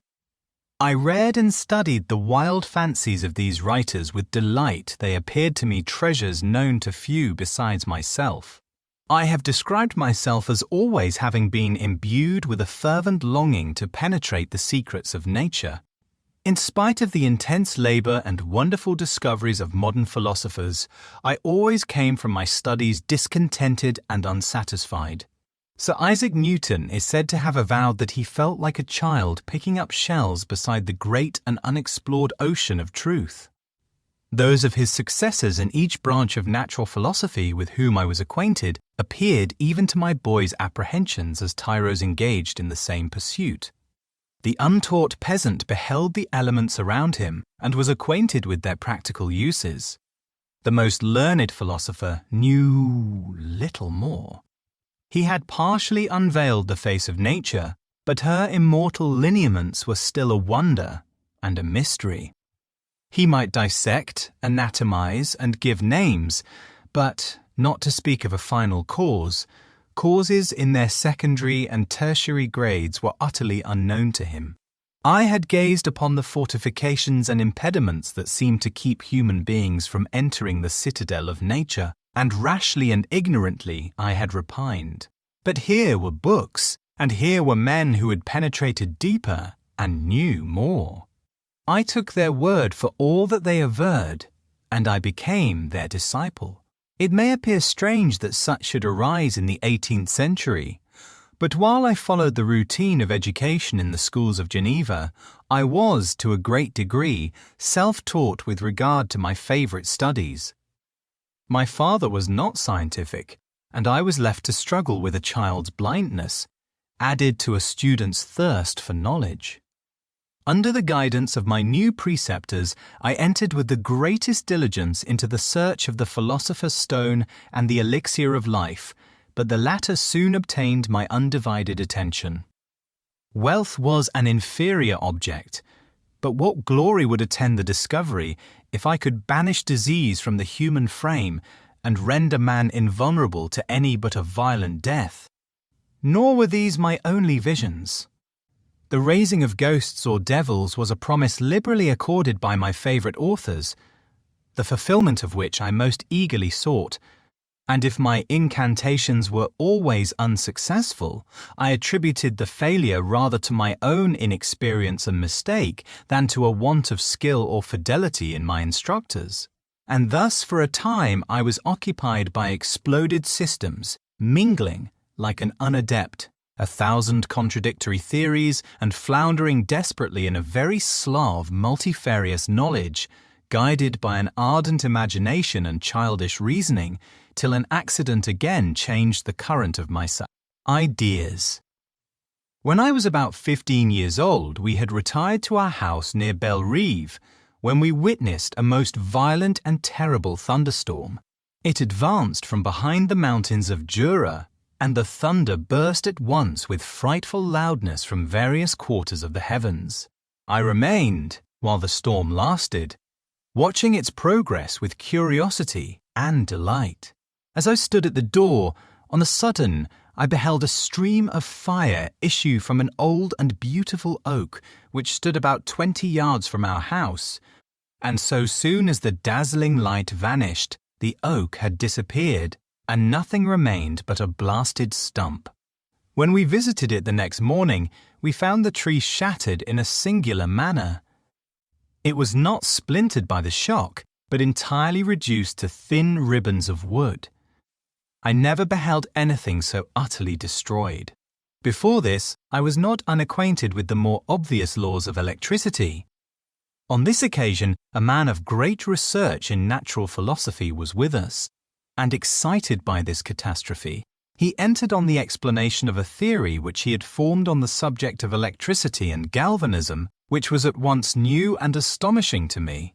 All that he said threw greatly into the shade Cornelius Agrippa, Albertus Magnus, and Paracelsus, the lords of my imagination, but by some fatality, the overthrow of these men disinclined me to pursue my tar. Accustomed studies. It seemed to me as if nothing would or could ever be known. All that had so long engaged my attention suddenly grew despicable. By one of those caprices of the mind which we are perhaps most subject to in early youth, I at once gave up my former occupations, set down natural history and all its progeny as a deformed and abortive creation, and entertained the greatest disdain for a would-be science which could never even step within the threshold of real knowledge.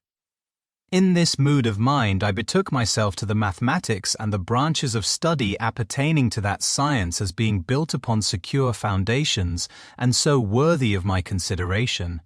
Thus strangely are our souls constructed, and by such slight ligaments are we bound to prosperity or ruin.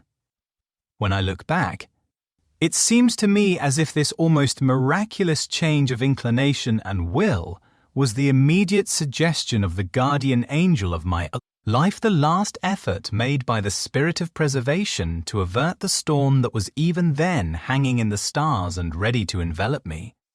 Her victory was announced by an unusual tranquillity and gladness of soul which followed the relinquishing of my ancient and latterly tormenting studies.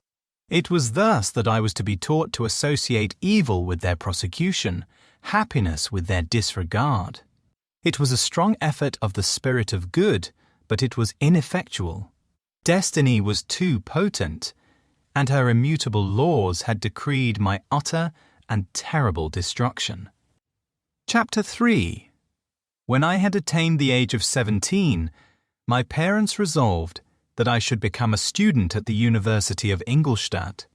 I had hitherto attended the schools of Geneva, But my father thought it necessary for the completion of my education that I should be made acquainted with other customs than those of my native country. My departure was therefore fixed at an early date, but before the day resolved upon could arrive, the first misfortune of my life occurred, an omen, as it were, of my future misery. Elizabeth had caught the scarlet fever, her illness was severe, and she was in the greatest danger. During her illness, many arguments had been urged to persuade my mother to refrain from attending upon her. She had at first yielded to our entreaties, but when she heard that the life of her favourite was menaced, she could no longer control her anxiety. She attended her sick-bed. Her watchful attentions triumphed over the malignity of the distemper. Elizabeth was saved, but the consequences of this imprudence were fatal to her preserver. On the third day, my mother sickened. Her fever was accompanied by the most alarming symptoms, and the looks of her medical attendants prognosticated the worst event. On her deathbed, the fortitude and benignity of this best of women did not desert her. She joined the hands of Elizabeth and myself. "My children," she said, "my firmest hopes of future happiness were placed on the prospect of your union. This expectation will now be the consolation of your father. Elizabeth, my love, you must supply my place to my younger children. Alas, I regret that I am taken from you, and, happy and beloved as I have been, is it not hard to quit you all? But these are not thoughts befitting me. I will endeavour to resign myself cheerfully to death, and will indulge a hope of meeting you in another world." She died calmly, and her countenance expressed affection even in death. I need not describe the feelings of those whose dearest ties are rent by that most irreparable evil, the void that presents itself to the soul, and the despair that is exhibited on the countenance. It is so long before the mind can persuade itself that she whom we saw every day and whose very existence appeared a part of our own can have departed for ever, that the brightness of a beloved eye can have been extinguished, and the sound of a voice so familiar and dear to the ear can be hushed, never more to be heard. These are the reflections of the first days, but when the lapse of time proves the reality of the evil, then the actual bitterness of grief commences. Yet from whom has not that rude hand rent away some dear connection? And why should I describe a sorrow which all have felt and must feel? The time at length arrives when grief is rather an indulgence than a necessity, and the smile that plays upon the lips, although it may be deemed a sacrilege, is not banished. My mother was dead, but we had still duties which we ought to perform. We must continue our course with the rest, and learn to think ourselves fortunate whilst one remains whom the spoiler has not seized. My departure for Ingolstadt, which had been deferred by these events, was now again determined upon. I obtained from my father a respite of some weeks. It appeared to me sacrilege so soon to leave the repose, akin to death, of the house of mourning, and to rush into the thick of life. I was new to sorrow, but it did not the less alarm me. I was unwilling to quit the sight of those that remained to me, and above all, I desired to see my sweet Elizabeth in some degree consoled. She indeed veiled her grief, and strove to act the comforter to us all. She looked steadily on life, and assumed its duties with courage and zeal. She devoted herself to those whom she had been taught to call her uncle and cousins. Never was she so enchanting as at this time, when she recalled the sunshine of her smiles, and spent them upon us. She forgot even her own regret in her endeavours to make us forget. The day of my departure at length arrived. Clerval spent the last evening with us. He had endeavoured to persuade his father to permit him to accompany me and to become my fellow student, but in vain. His father was a narrow-minded trader and saw idleness and ruin in the aspirations and ambition of his son. Henry deeply felt the misfortune of being debarred from a liberal education. He said little, but when he spoke, I read in his kindling eye and in his animated glance a restrained but firm resolve not to be chained to the miserable details of commerce. We sat late. We could not tear ourselves away from each other, nor persuade ourselves to say the word farewell. It was said, and we retired under the pretense of seeking repose, each fancying that the other was deceived. But when at morning's dawn I descended to the carriage which was to convey me away, they were all there, my father again to bless me, Clerval to press my hand once more, my Elizabeth to renew her entreaties that I would write often, and to bestow the last feminine attentions on her playmate and friend. I threw myself into the chaise that was to convey me away, and indulged in the most melancholy reflections. I, who had ever been surrounded by amiable companions, continually engaged in endeavouring to bestow mutual pleasure, I was now alone. In the university whither I was going, I must form my own friends and be my own protector. My life had hitherto been remarkably secluded and domestic, and this had given me invincible repugnance to new countenances. I loved my brothers Elizabeth and Clerval. These were old familiar faces, but I believed myself totally unfitted for the company of strangers. Such were my reflections as I commenced my journey, but as I proceeded, my spirits and hopes rose. I ardently desired the acquisition of knowledge. I had often, when at home, thought it hard to remain during my youth cooped up in one place, and had longed to enter the world and take my station among other human beings. Now my desires were complied with, and it would, indeed, have been folly to repent. I had sufficient leisure for these and many other reflections during my journey to Ingolstadt, which was long and fatiguing. At length the high white steeple of the town met my eyes. I alighted and was conducted to my solitary apartment to spend the evening as I pleased. The next morning I delivered my letters of introduction and paid a visit to some of the principal professors. Chance, or rather the evil influence, the angel of destruction, which asserted omnipotent sway over me from the moment I turned my reluctant steps from my father's door, led me first to M. Krempe, professor of Assayendt. Natural philosophy. He was an uncouth man, but deeply imbued in the secrets of his science. He asked me several questions concerning my progress in the different branches of science appertaining to natural philosophy. I replied carelessly, and partly in contempt, mentioned the names of my alchemists as the principal authors I had studied. The professor stared. "Have you," he said, "really spent your time in studying such nonsense?" I replied in the affirmative. "Every minute," continued M. Krempe with warmth, "every instant that you have wasted on those books is utterly and entirely lost. You have burdened your memory with exploded systems and useless names. Good God, in what desert land have you lived, where no one was kind enough to inform you that these fancies which you have so greedily imbibed are 1,000 years old and as musty as they are ancient?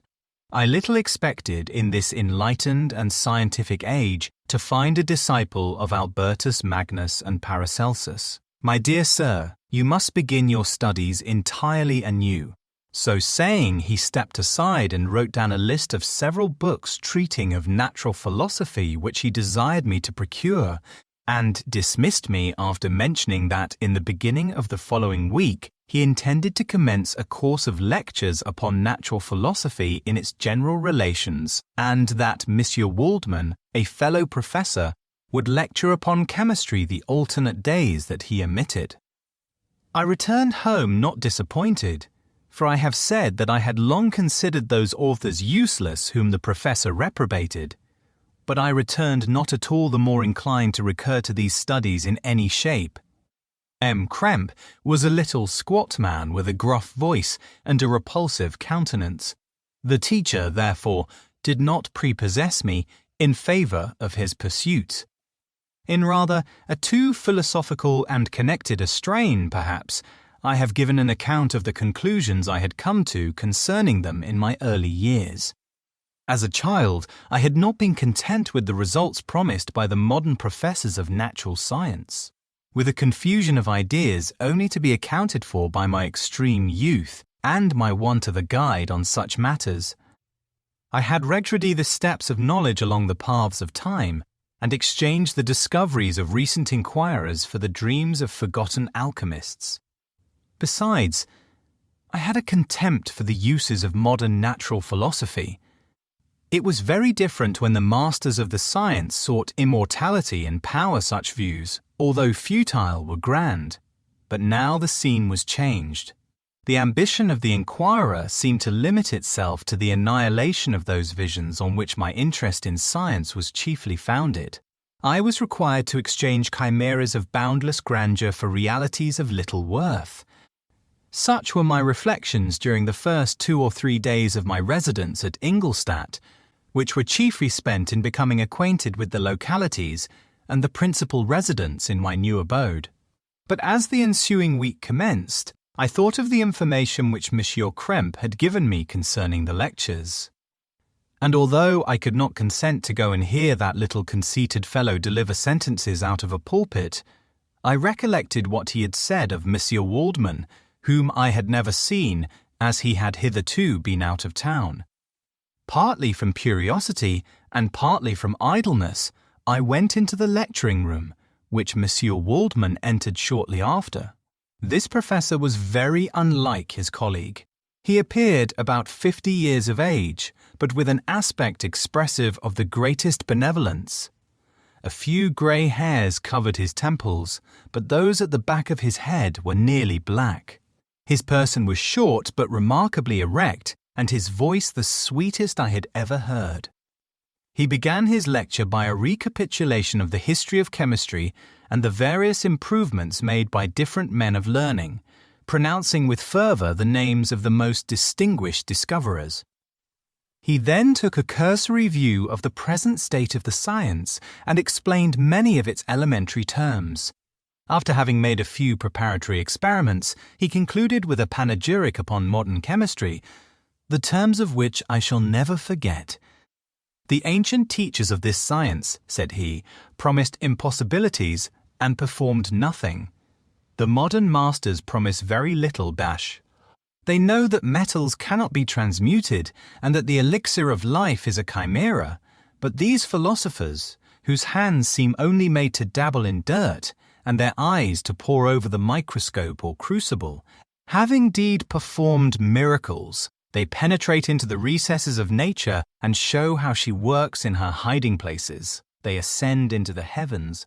They have discovered how the blood circulates and the nature of the air we breathe. They have acquired new and almost unlimited powers. They can command the thunders of heaven, mimic the earthquake, and even mock the invisible world with its own shadows. Such were the professor's words, rather let me say, such the words of the fate announced to destroy me. As he went on, I felt as if my soul were grappling with a palpable enemy. One by one, the various keys were touched, which formed the mechanism of my being. Chord after chord was sounded, and soon my mind was filled with one thought, one conception, one purpose. So much has been done, exclaimed the soul of Frankenstein. More, far more, will I achieve treading in the steps already marked. I will pioneer a new way, explore unknown powers, and unfold to the world the deepest mysteries of creation. I closed not my eyes that night. My internal being was in a state of insurrection and turmoil. I felt that order would thence arise, but I had no power to produce it. By degrees, after the morning's dawn, sleep came. I awoke, and my yesternight's thoughts were as a dream. There only remained the resolution to return to my ancient studies and to devote myself to a science for which I believed myself to possess a natural talent. On the same day, I paid M. Waldman a visit. His manners in private were even more mild and attractive than in public, for there was a certain dignity in his mien during his lecture, which in his own house was replaced by the greatest affability and kindness. I gave him pretty nearly the same account of my former pursuits as I had given to his fellow professor. He heard with attention the little narration concerning my studies, and smiled at the names of Cornelius Agrippa and Paracelsus, but without the contempt that Monsieur Krempe had exhibited. He said that these were men to whose indefatigable zeal modern philosophers were indebted for most of the foundations of their knowledge. They had left to us, as an easier task, to give new names and arrange in connected classifications the facts which they, in a great degree, had been the instruments of bringing to light. The labours of men of genius, however erroneously directed, scarcely ever fail in ultimately turning to the solid advantage of mankind. I listened to his statement, which was delivered without any presumption or affectation, and then added that his lecture had removed my prejudices against modern chemists. I expressed myself in measured terms, with the modesty and deference due from a youth to his instructor, without letting escape. Inexperience in life would have made me ashamed any of the enthusiasm which stimulated my intended labours. I requested his advice concerning the books I ought to procure. "I am happy," said M. Waldman, "to have gained a disciple, and if your application equals your ability, I have no doubt of your success. Chemistry is that branch of natural philosophy in which the greatest improvements have been made, and may be made. It is on that account that I have made it my peculiar study. But at the same time, I have not neglected the other branches of science. A man would make but a very sorry chemist if he attended to that department of human knowledge alone. If your wish is to become really a man of science, and not merely a petty experimentalist, I should advise you to apply to every branch of natural philosophy, including mathematics." He then took me into his laboratory and explained to me the uses of his various machines, instructing me as to what I ought to procure and promising me the use of his own when I should have advanced far enough in the science not to derange their mechanism. He also gave me the list of books which I had requested, and I took my leave. Thus ended a day memorable to me. It decided my future destiny. Chapter 4. From this day natural philosophy, and particularly chemistry, in the most comprehensive sense of the term, became nearly my sole occupation. I read with ardour those works, so full of genius and discrimination, which modern inquirers have written on these subjects. I attended the lectures and cultivated the acquaintance of the men of science of the university, and I found even in M. Krempe a great deal of sound sense and real information, combined, it is true, with a repulsive physiognomy and manners, but not on that account the less valuable. In M. Waldman I found a true friend. His gentleness was never tinged by dogmatism, and his instructions were given with an air of frankness and good nature that banished every idea of pedantry. In 1,000 ways he smoothed for me the path of knowledge and made the most abstruse inquiries clear and facile to my apprehension. My application was at first fluctuating and uncertain. It gained strength as I proceeded, and soon became so ardent and eager that the stars often disappeared in the light of morning whilst I was yet engaged in my laboratory. As I applied so closely, it may be easily conceived that my progress was rapid. My ardour was indeed the astonishment of the students, and my proficiency that of the masters. Professor Krempe often asked me, with a sly smile, how Cornelius Agrippa went on, whilst M. Waldman expressed the most heartfelt exultation in my progress. 2 years passed in this manner, during which I paid no visit to Geneva, but was engaged, heart and soul, in the pursuit of some discoveries which I hope to make. None but those who have experienced them can conceive of the enticements of science. In other studies you go as far as others have gone before you, and there is nothing more to know, but in a scientific pursuit there is continual food for discovery and wonder. A mind of moderate capacity which closely pursues one study must infallibly arrive at great proficiency in that study, and I, who continually sought the attainment of one object of pursuit and was solely wrapped up in this, improved so rapidly that at the end of 2 years I made some discoveries in the improvement of some chemical instruments, which procured me great esteem and admiration at the university. When I had arrived at this point and had become as well acquainted with the theory and practice of natural philosophy as depended on the lessons of any of the professors at Ingolstadt, my residence there being no longer conducive to my improvements, I thought of returning to my friends and my native town when an incident happened that protracted my stay. One of the phenomena which had peculiarly attracted my attention was the structure of the human frame, and, indeed, any animal endued with life. Whence, I often asked myself, did the principle of life proceed? It was a bold question, and one which has ever been considered as a mystery yet. With how many things are we upon the brink of becoming acquainted, if cowardice or carelessness did not restrain our inquiries? I revolved these circumstances in my mind, and determined thenceforth to apply myself more particularly to those branches of natural philosophy which relate to physiology. Unless I had been animated by an almost supernatural enthusiasm, my application to this study would have been irksome and almost intolerable. To examine the causes of life, we must first have recourse to death.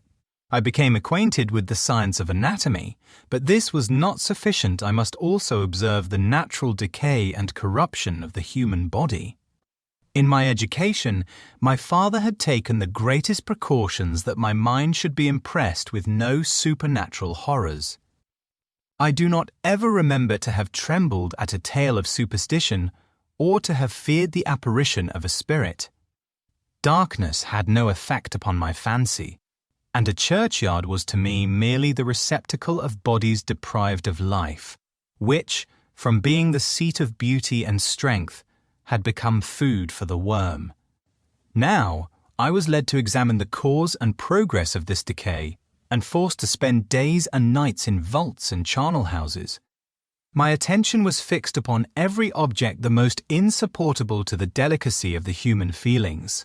I saw how the fine form of man was degraded and wasted. I beheld the corruption of death succeed to the blooming cheek of life. I saw how the worm inherited the wonders of the eye and brain.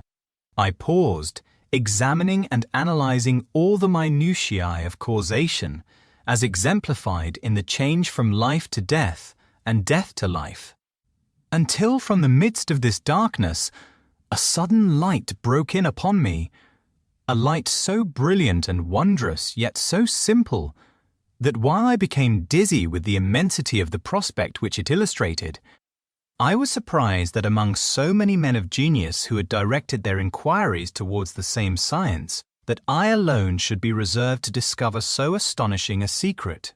Remember, I am not recording the vision of a madman. The sun does not more certainly shine in the heavens than that which I now affirm is true. Some miracle might have produced it, yet the stages of the discovery were distinct and probable.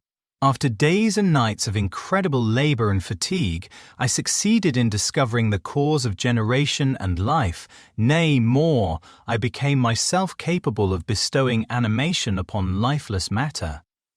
The astonishment which I had at first experienced on this discovery soon gave place to delight and rapture. After so much time spent in painful labor, to arrive at once at the summit of my desires was the most gratifying consummation of my toils. But this discovery was so great and overwhelming that all the steps by which I had been progressively led to it were obliterated, and I beheld only the result. What had been the study and desire of the wisest men since the creation of the world was now within my grasp. Not that, like a magic scene, it all opened upon me at once. The information I had obtained was of a nature rather to direct my endeavors so soon as I should point them towards the object of my search than to exhibit that object already accomplished. I was like the Arabian who had been buried with the dead and found a passage to life, aided only by one glimmering and seemingly ineffectual light. I see by your eagerness and the wonder and hope which your eyes express, my friend, that you expect to be informed of the secret with which I am acquainted, that cannot be listen patiently until the end of my story, and you will easily perceive why I am reserved upon that subject. I will not lead you on, unguarded and ardent as I then was, to your destruction and infallible misery. Learn from me, if not by my precepts, at least by my example, how dangerous is the acquirement of knowledge, and how much happier that man is who believes his native town to be the world, than he who aspires to become greater than his nature will allow. When I found so astonishing a power placed within my hands, I hesitated a long time concerning the manner in which I should employ it. Although I possessed the capacity of bestowing animation, yet to prepare a frame for the reception of it, with all its intricacies of fibers, muscles, and veins, still remained a work of inconceivable difficulty and labor. I doubted at first whether I should attempt the creation of a being like myself, or one of simpler organization, but my imagination was too much exalted by my first success to permit me to doubt of my ability to give life to an animal as complex and wonderful as man. The materials at present within my command hardly appeared adequate to so arduous an undertaking, but I doubted not that I should ultimately succeed. I prepared myself for a multitude of reverses. My operations might be incessantly baffled, and at last my work be imperfect. Yet when I considered the improvement which every day takes place in science and mechanics, I was encouraged to hope my present attempts would at least lay the foundations of future success. Nor could I consider the magnitude and complexity of my plan as any argument of its impracticability. It was with these feelings that I began the creation of a human being. As the minuteness of the parts formed a great hindrance to my speed, I resolved, contrary to my first intention, to make the being of a gigantic stature, that is to say, about 8 feet in height, and proportionably piché, large. After having formed this determination, and having spent some months in successfully collecting and arranging my materials, I began. No one can conceive the variety of feelings which bore me onwards, like a hurricane, in the first enthusiasm of success.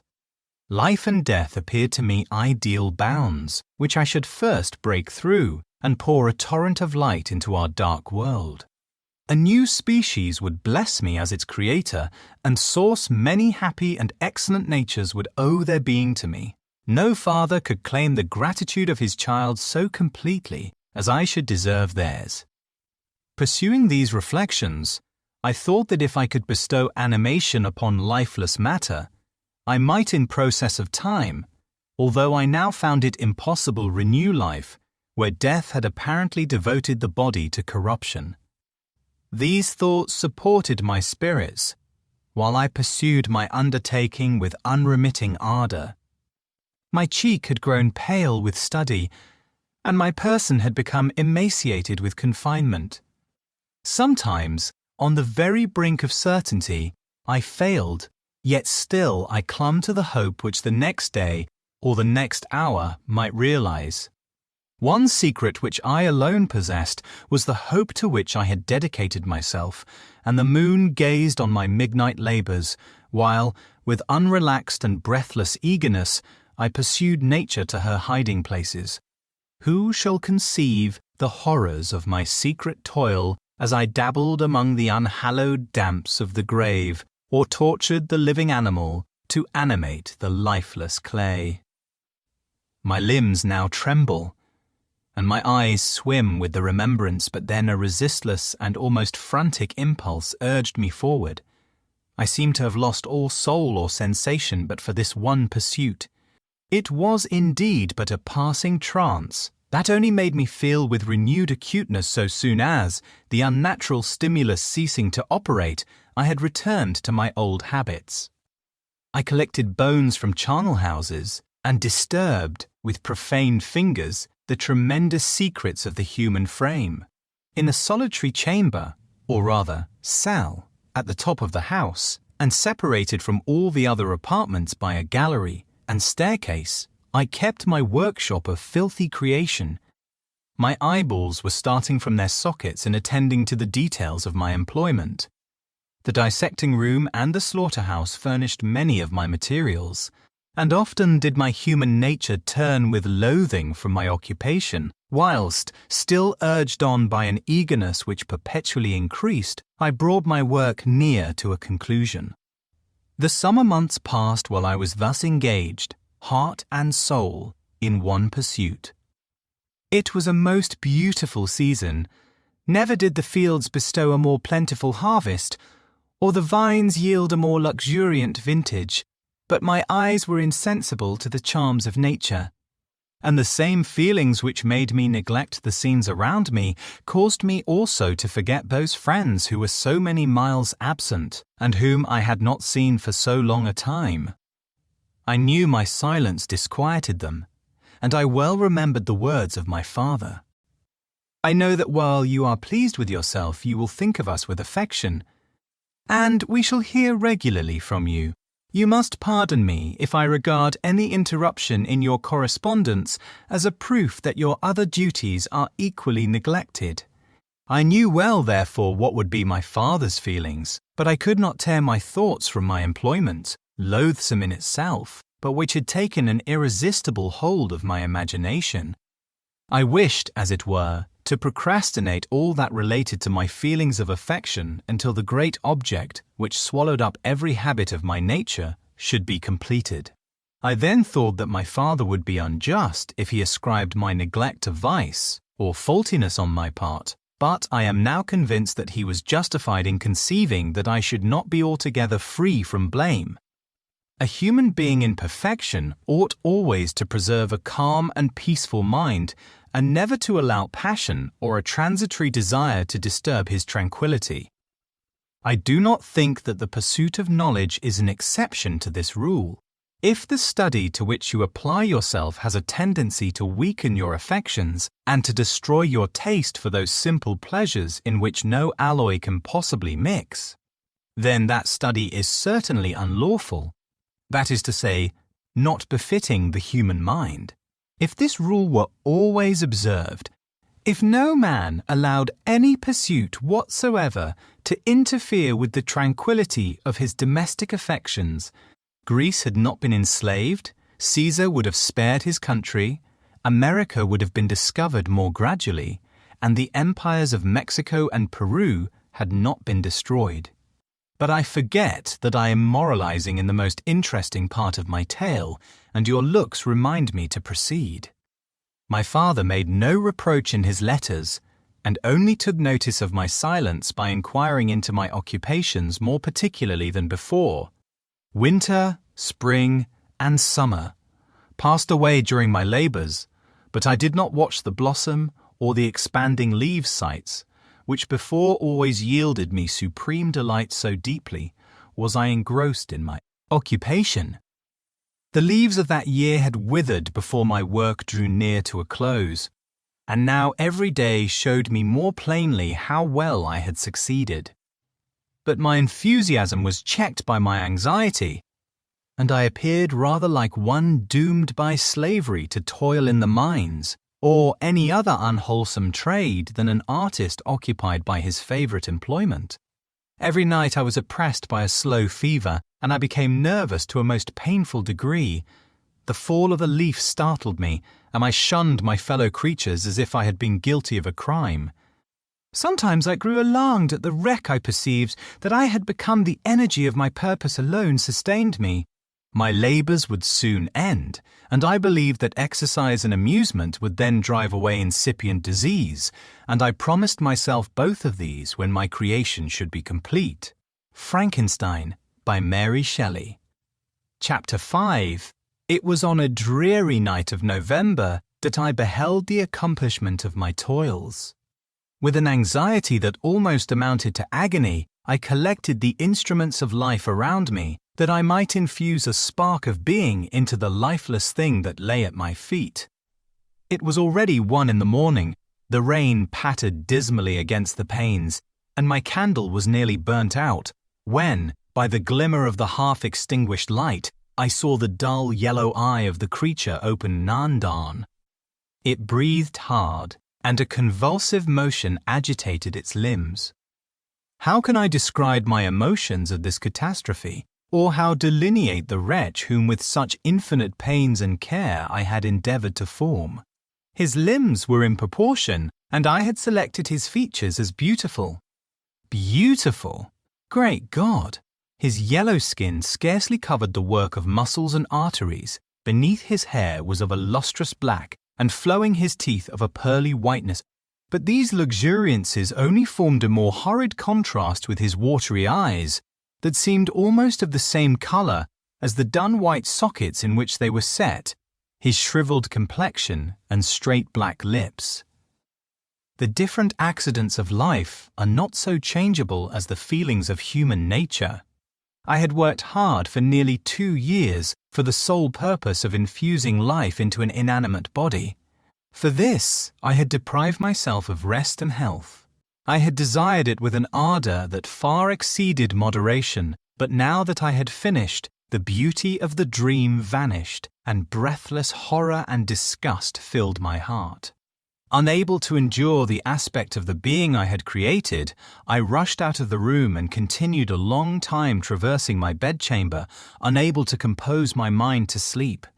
At length, lassitude succeeded to the tumult I had before endured, and I threw myself on the bed in my clothes, endeavouring to seek a few moments of forgetfulness. But it was in vain I slept, indeed, but I was disturbed by the wildest dreams. I thought I saw Elizabeth, in the bloom of health, walking in the streets of Ingolstadt. Delighted and surprised, I embraced her. But as I imprinted the first kiss on her lips, they became livid with the hue of death. Her features appeared to change, and I thought that I held the corpse of my dead mother in my arms. A shroud enveloped her form, and I saw the grave worms crawling in the folds of the flannel. I started from my sleep with horror. A cold dew covered my forehead, my teeth chattered, and every limb became convulsed, when, by the dim and yellow light of the moon, as it forced its way through the window shutters, I beheld the wretch, the miserable monster whom I had created.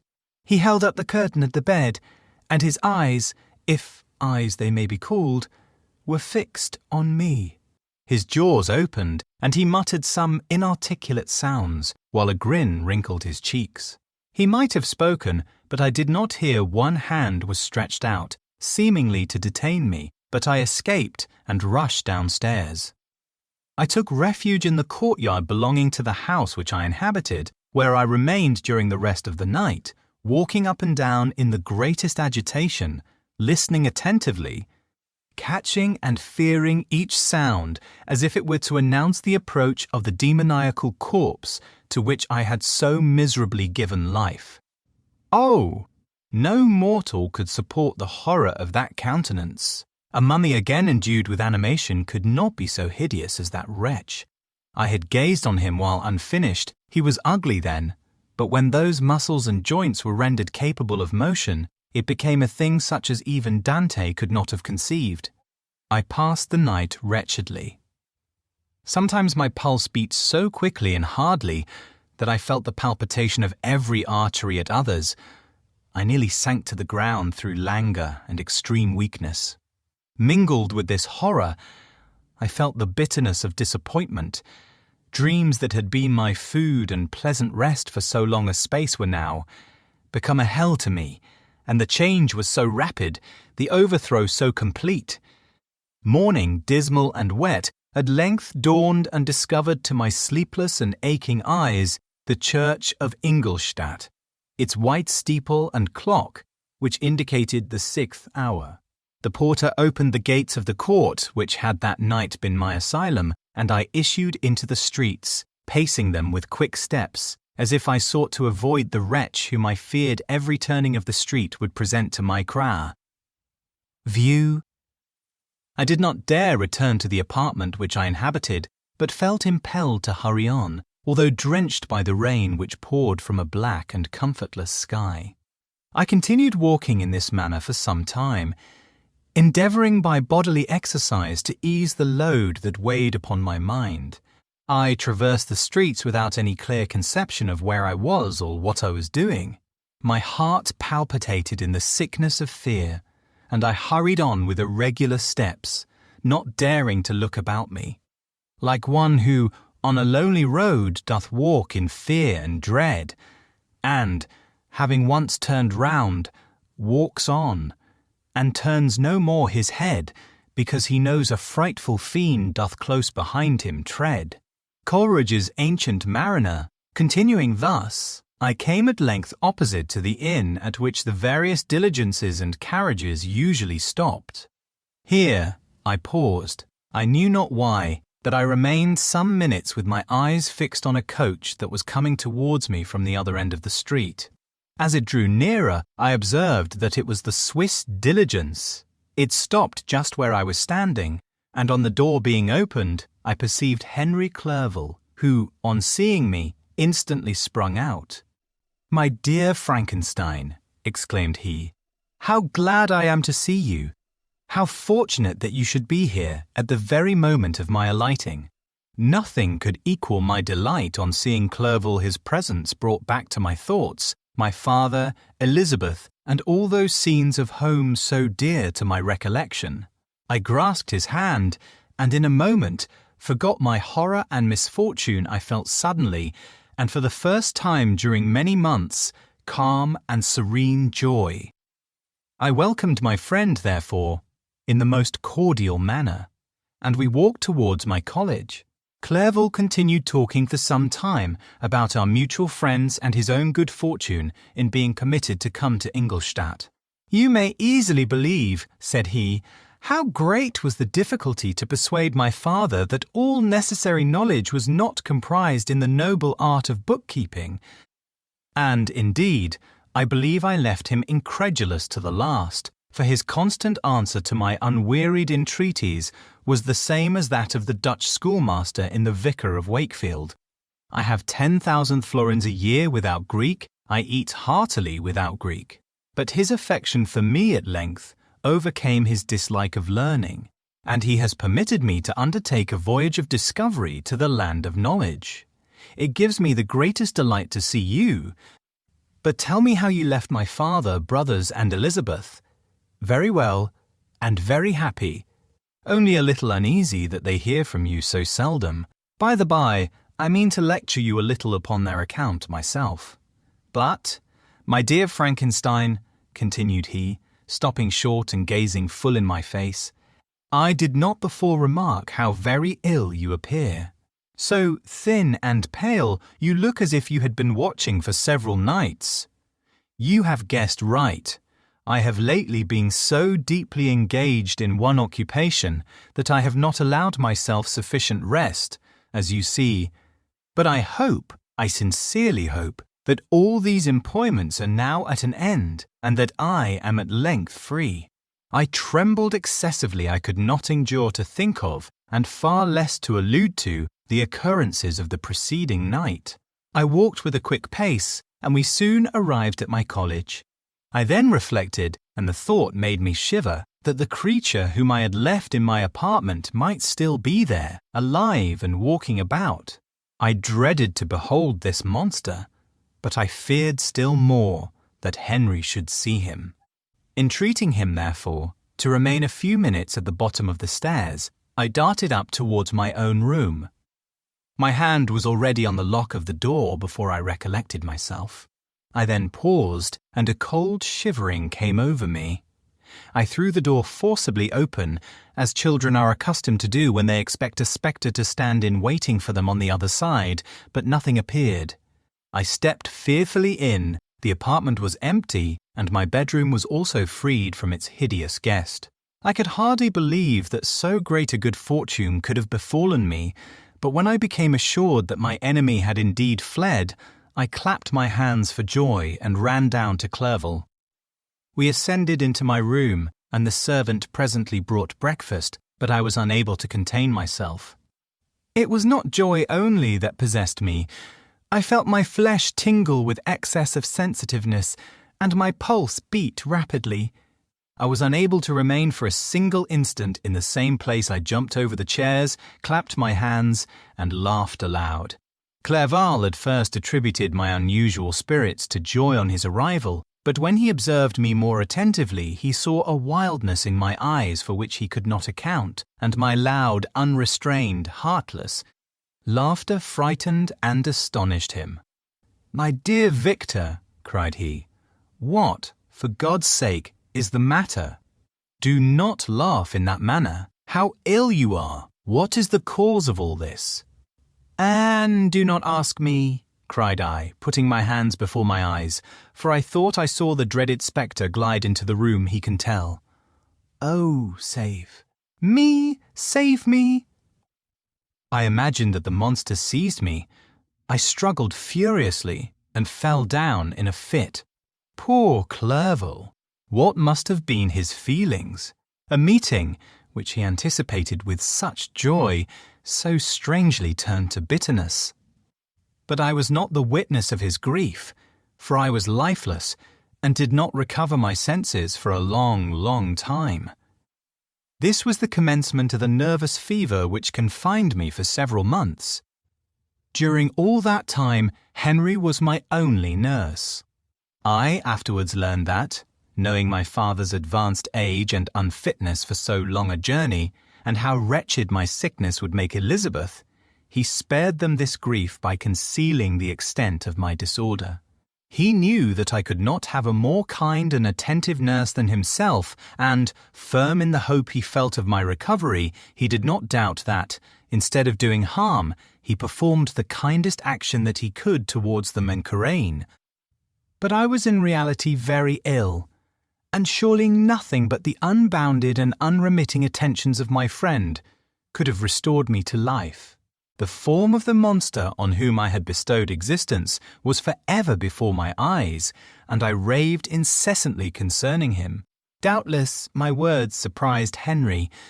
He at first believed them to be the wanderings of my disturbed imagination, but the pertinacity with which I continually recurred to the same subject persuaded him that my disorder indeed owed its origin to some uncommon and terrible event.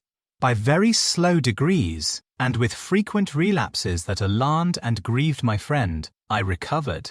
I remember the first time I became capable of observing outward objects with any kind of pleasure, I perceived that the fallen leaves had disappeared and that the young buds were shooting forth from the trees that shaded my window. It was a divine spring, and the season contributed greatly to my convalescence. I felt also sentiments of joy and affection reviving my bosom.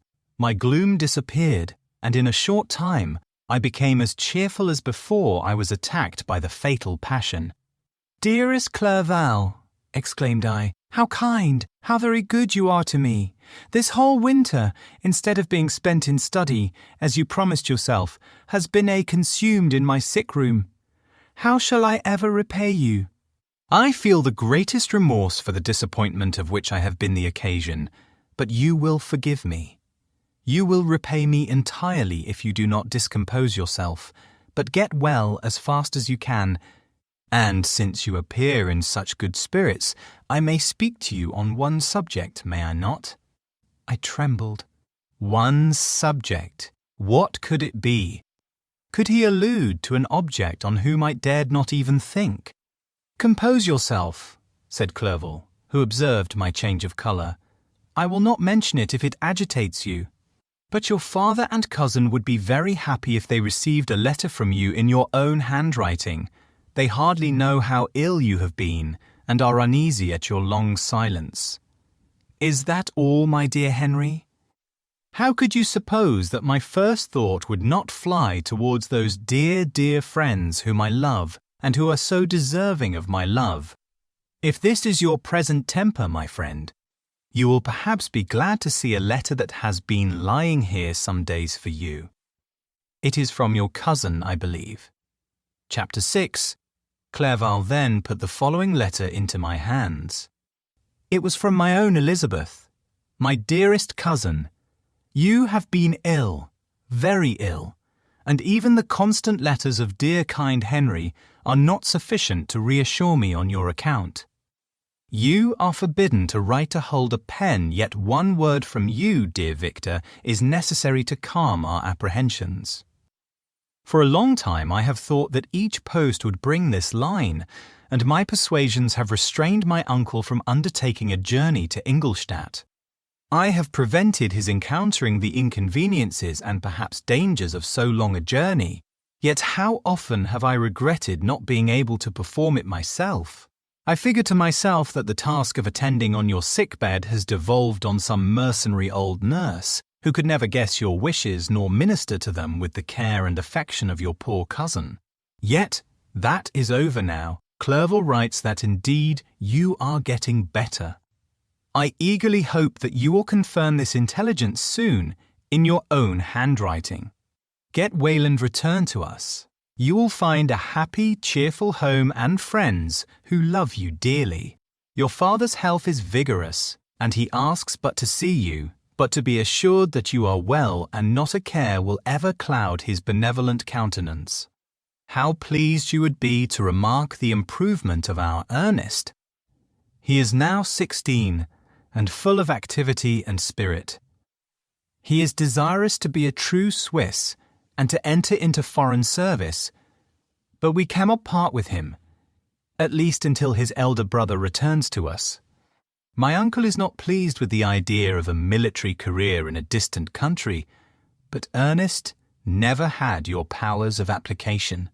He looks upon study as an odious fetter. His time is spent in the open air, climbing the hills or rowing on the lake. I fear that he will become an idler unless we yield the point and permit him to enter on the profession which he has selected. Little alteration, except the growth of our dear children, has taken place since you left us. The blue lake and snow-clad mountains, they never change, and I think our placid home and our contented hearts are regulated by the same immutable laws. My trifling occupations take up my time and amuse me, and I am rewarded for any exertions by seeing none but happy, kind faces around me. Since you left us, but one change has taken place in our little household. Do you remember on what occasion Justine Moritz entered our family? Probably you do not. I will relate her history, therefore in a few words. Madame Moritz, her mother, was a widow with 4 children, of whom Justine was the 3rd. This girl had always been the favourite of her father, but through a strange perversity, her mother could not endure her, and after the death of Monsieur Moritz, treated her very ill. My aunt observed this, and when Justine was 12 years of age, prevailed on her mother to allow her to live at our house. The republican institutions of our country have produced simpler and happier manners than those which prevail in the great monarchies that surround it. Hence there is less distinction between the several classes of its inhabitants, and the lower orders, being neither so poor nor so despised, their manners are more refined and moral. A servant in Geneva does not mean the same thing as a servant in France and England. Justine, thus received in our family, learned the duties of a servant, a condition which, in our fortunate country, does not include the idea of ignorance and a sacrifice of the dignity of a human being. Justine, you may remember, was a great favourite of yours, and I recollect you once remarked that if you were in an ill humour, one glance from Justine could dissipate it. For the same reason that Ariosto gives concerning the beauty of Angelica, she looked so frank-hearted, happy. My aunt conceived a great attachment for her, by which she was induced to give her an education superior to that which she had at first intended. This benefit was fully repaid. Justine was the most grateful little creature in the world. I do not mean that she made any professions. I never heard one pass her lips, but you could see by her eyes that she almost adored her protectress. Although her disposition was gay and in many respects inconsiderate, yet she paid the greatest attention to every gesture of my aunt. She thought her the model of all excellence, and endeavoured to imitate her phraseology and manners, so that even now she often reminds me of her. When my dearest aunt died, everyone was too much occupied in their own grief to notice poor Justine, who had attended her during her illness with the most anxious affection. Poor Justine was very ill, but other trials were reserved for her. One by one, her brothers and sister died, and her mother, with the exception of her neglected daughter, was left childless. The conscience of the woman was troubled. She began to think that the deaths of her favourites was a judgment from heaven to chastise her partiality. She was a Roman Catholic, and I believe her confessor confirmed the idea which she had conceived. Accordingly, a few months after your departure for Ingolstadt, Justine was called home by her repentant mother. Poor girl! She wept when she quitted our house. She was much altered since the death of my aunt. Grief had given softness and a winning mildness to her manners, which had before been remarkable for vivacity. Nor was her residence at her mother's house of a nature to restore her gaiety. The poor woman was very vacillating in her repentance. She sometimes begged Justine to forgive her unkindness, but much oftener accused her of having caused the deaths of her brothers and sister. Perpetual fretting at length threw Madame Moritz into a decline, which at first increased her irritability, but she is now at peace for ever. She died on the first approach of cold weather, at the beginning of this last winter. Justine has just returned to us, and I assure you I love her tenderly.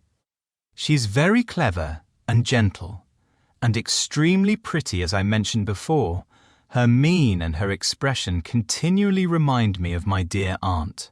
I must say also a few words to you, my dear cousin, of little darling William. I wish you could see him. He is very tall of his age, with sweet, laughing blue eyes, dark eyelashes, and curling hair.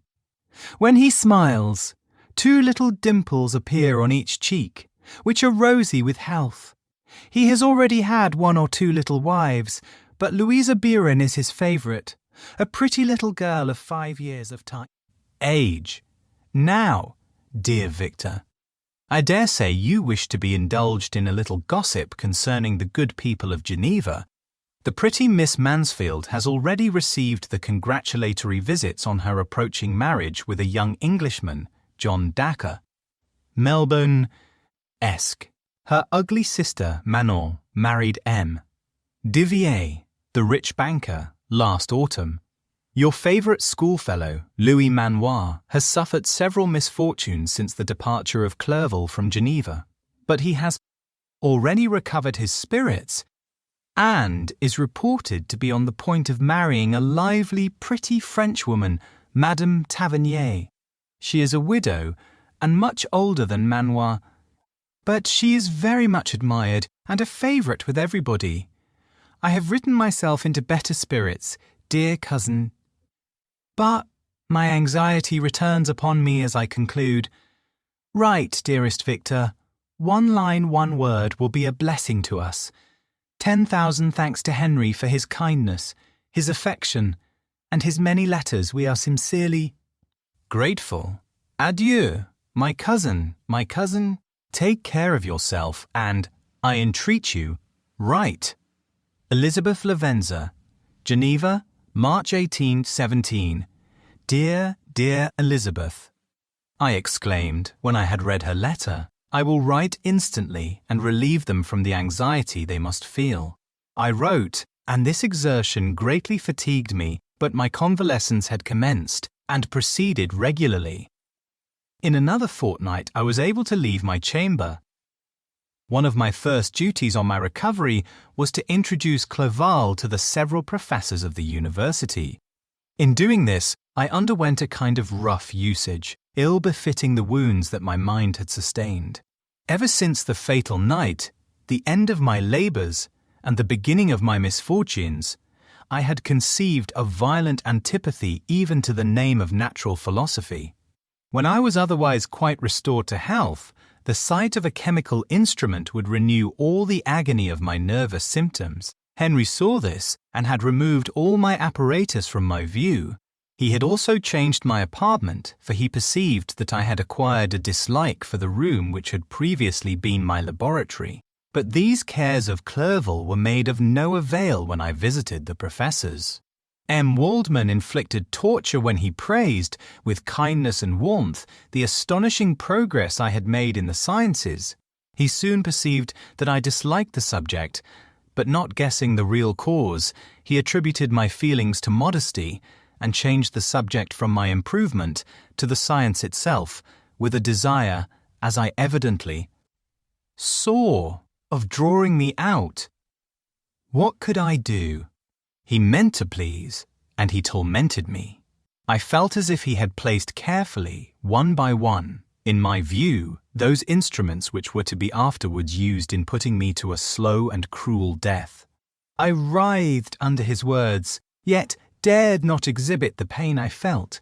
Clerval, whose eyes and feelings were always quick in discerning the sensations of others, declined the subject, alleging, in excuse, his total ignorance, and the conversation took a more general turn. I thanked my friend from my heart, but I did not speak. I saw plainly that he was surprised, but he never attempted to draw my secret from me. And, although I loved him with a mixture of affection and reverence that knew no bounds, yet I could never persuade myself to confide in him that event which was so often present to my recollection, but which I feared the detail to another would only impress more deeply.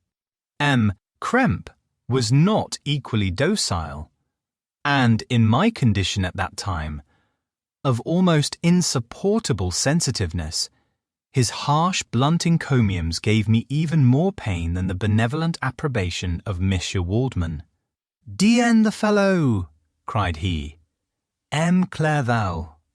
I assure you he has outstripped us all. I stare if you please. But it is nevertheless true. A youngster who but a few years ago believed in Cornelius Agrippa as firmly as in the gospel has now set himself at the head of the university, and if he is not soon pulled down, we shall all be out of countenance. I, continued he, observing my face expressive of suffering, Monsieur Frankenstein is modest tar, an excellent quality in a young man. Young men should be diffident of themselves, you know. M. Clerval. I was myself when young, but that wears out in a very short time. M. Krempe had now commenced an eulogy on himself, which happily turned the conversation from a subject that was so annoying to me. Clerval had never sympathized in my tastes for natural science, and his literary pursuits differed wholly from those which had occupied me. He came to the university with the design of making himself complete master of the Oriental languages, and thus he should open a field for the plan of life he had marked out for himself. Resolved to pursue no inglorious career, he turned his eyes toward the east, as affording scope for his spirit of enterprise. The Persian, Arabic, and Sanskrit languages engaged his attention, and I was easily induced to enter on the same studies.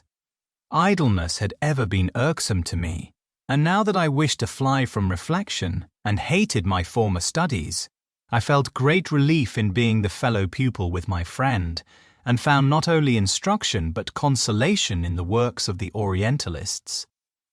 I did not, like him, attempt a critical knowledge of their dialects, for I did not contemplate making any other use of them than temporary amusement.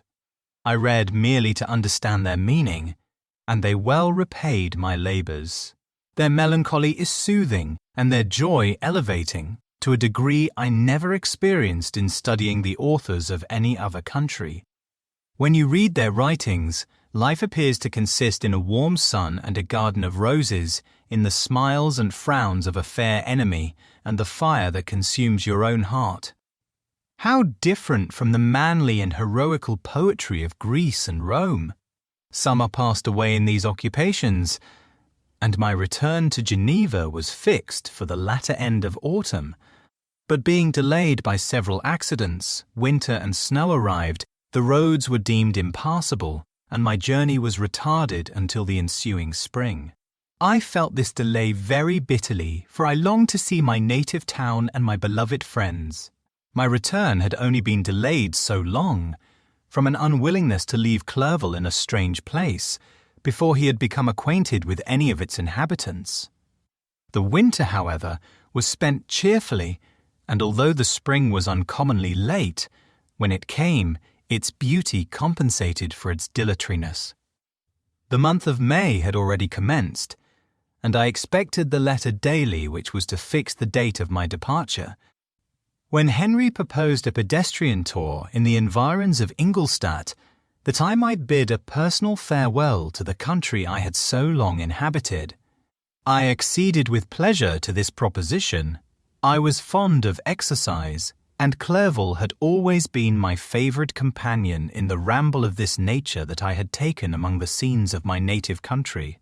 We passed a fortnight in these perambulations. My health and spirits had long been restored, and they gained additional strength from the salubrious air I breathed, the natural incidents of our progress, and the conversation of my friend. Study had before secluded me from the intercourse of my fellow creatures, and rendered me unsocial, but Clerval called forth the better feelings of my heart. He again taught me to love the aspect of nature and the cheerful trend. Faces of children. Excellent friend! How sincerely you did love me, and endeavour to elevate my mind until it was on a level with your own.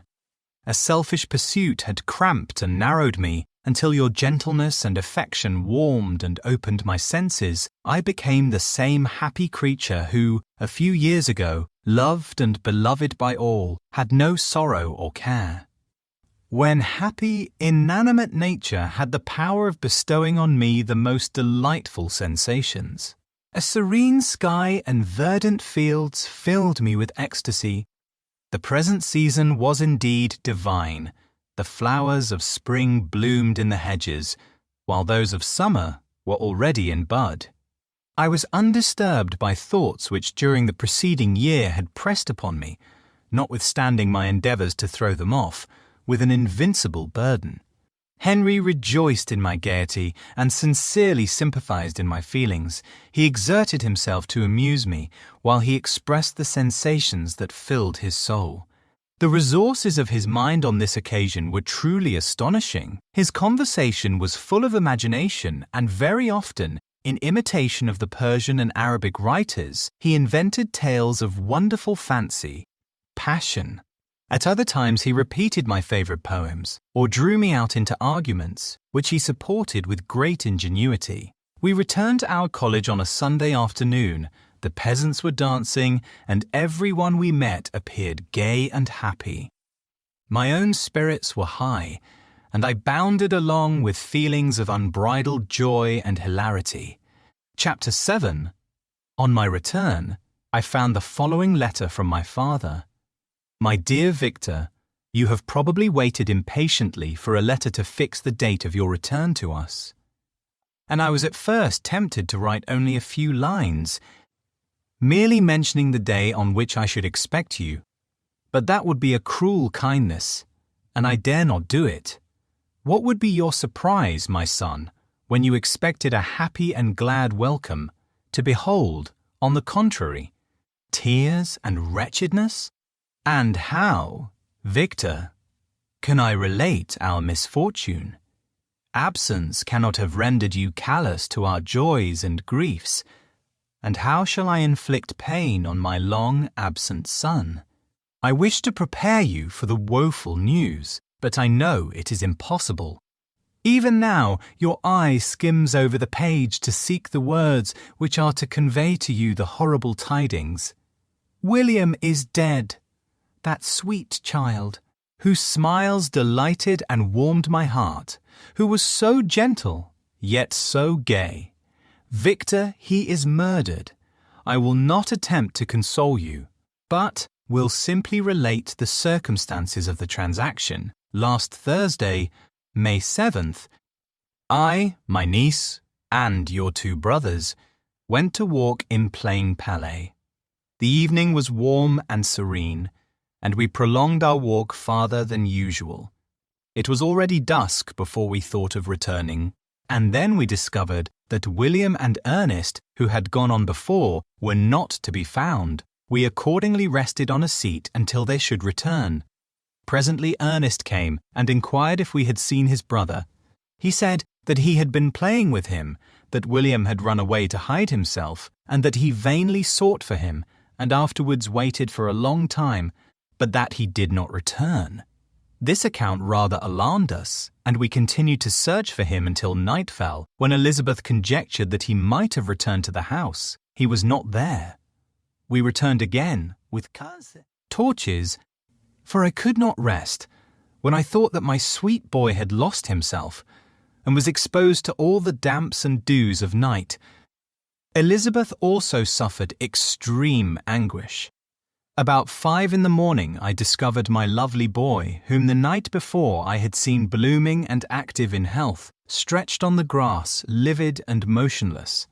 The print of the murderer's finger was on his neck. He was conveyed home, and the anguish that was visible in my countenance betrayed the secret to Elizabeth.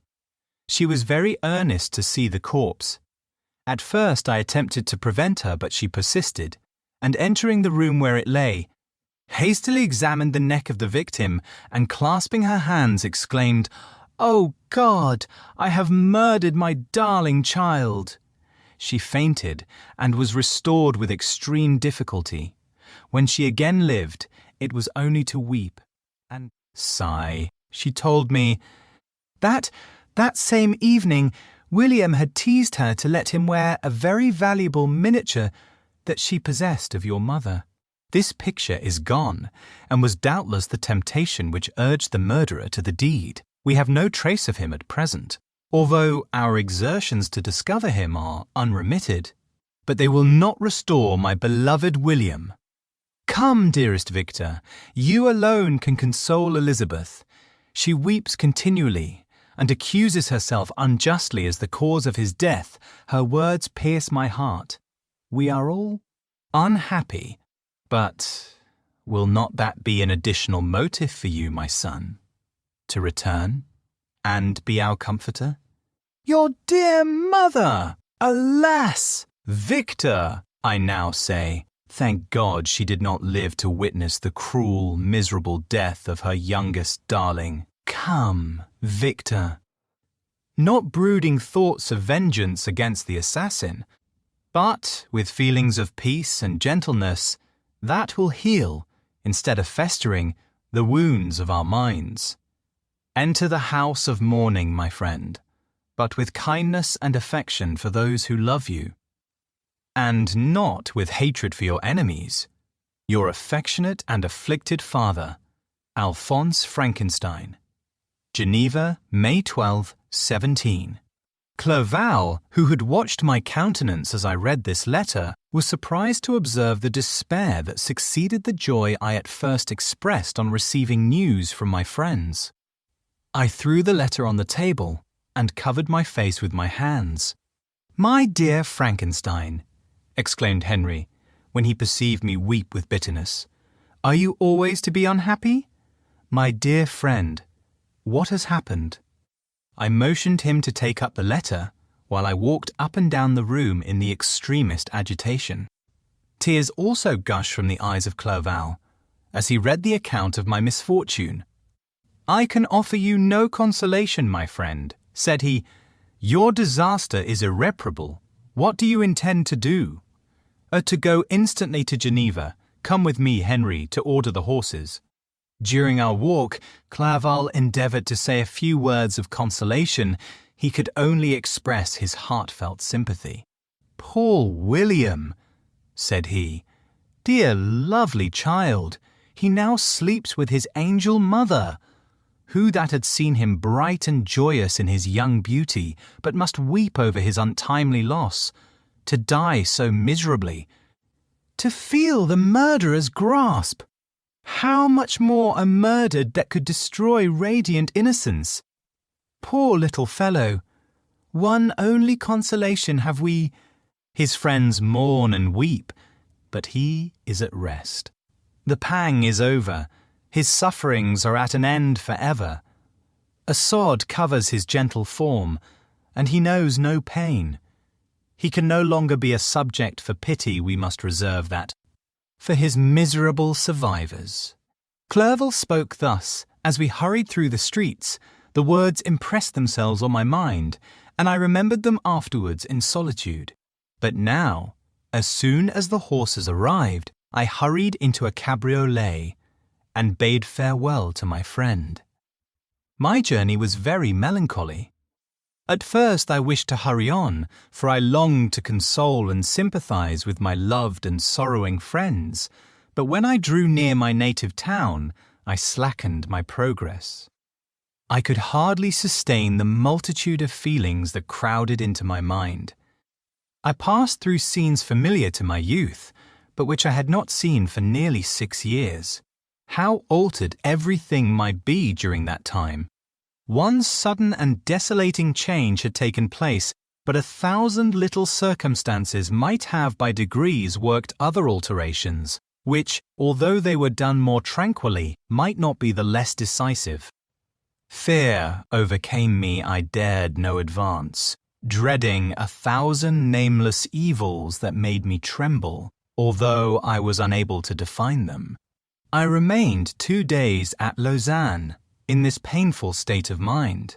I contemplated the lake. The waters were placid, all around was calm, and the snowy mountains, the palaces of nature, were not changed.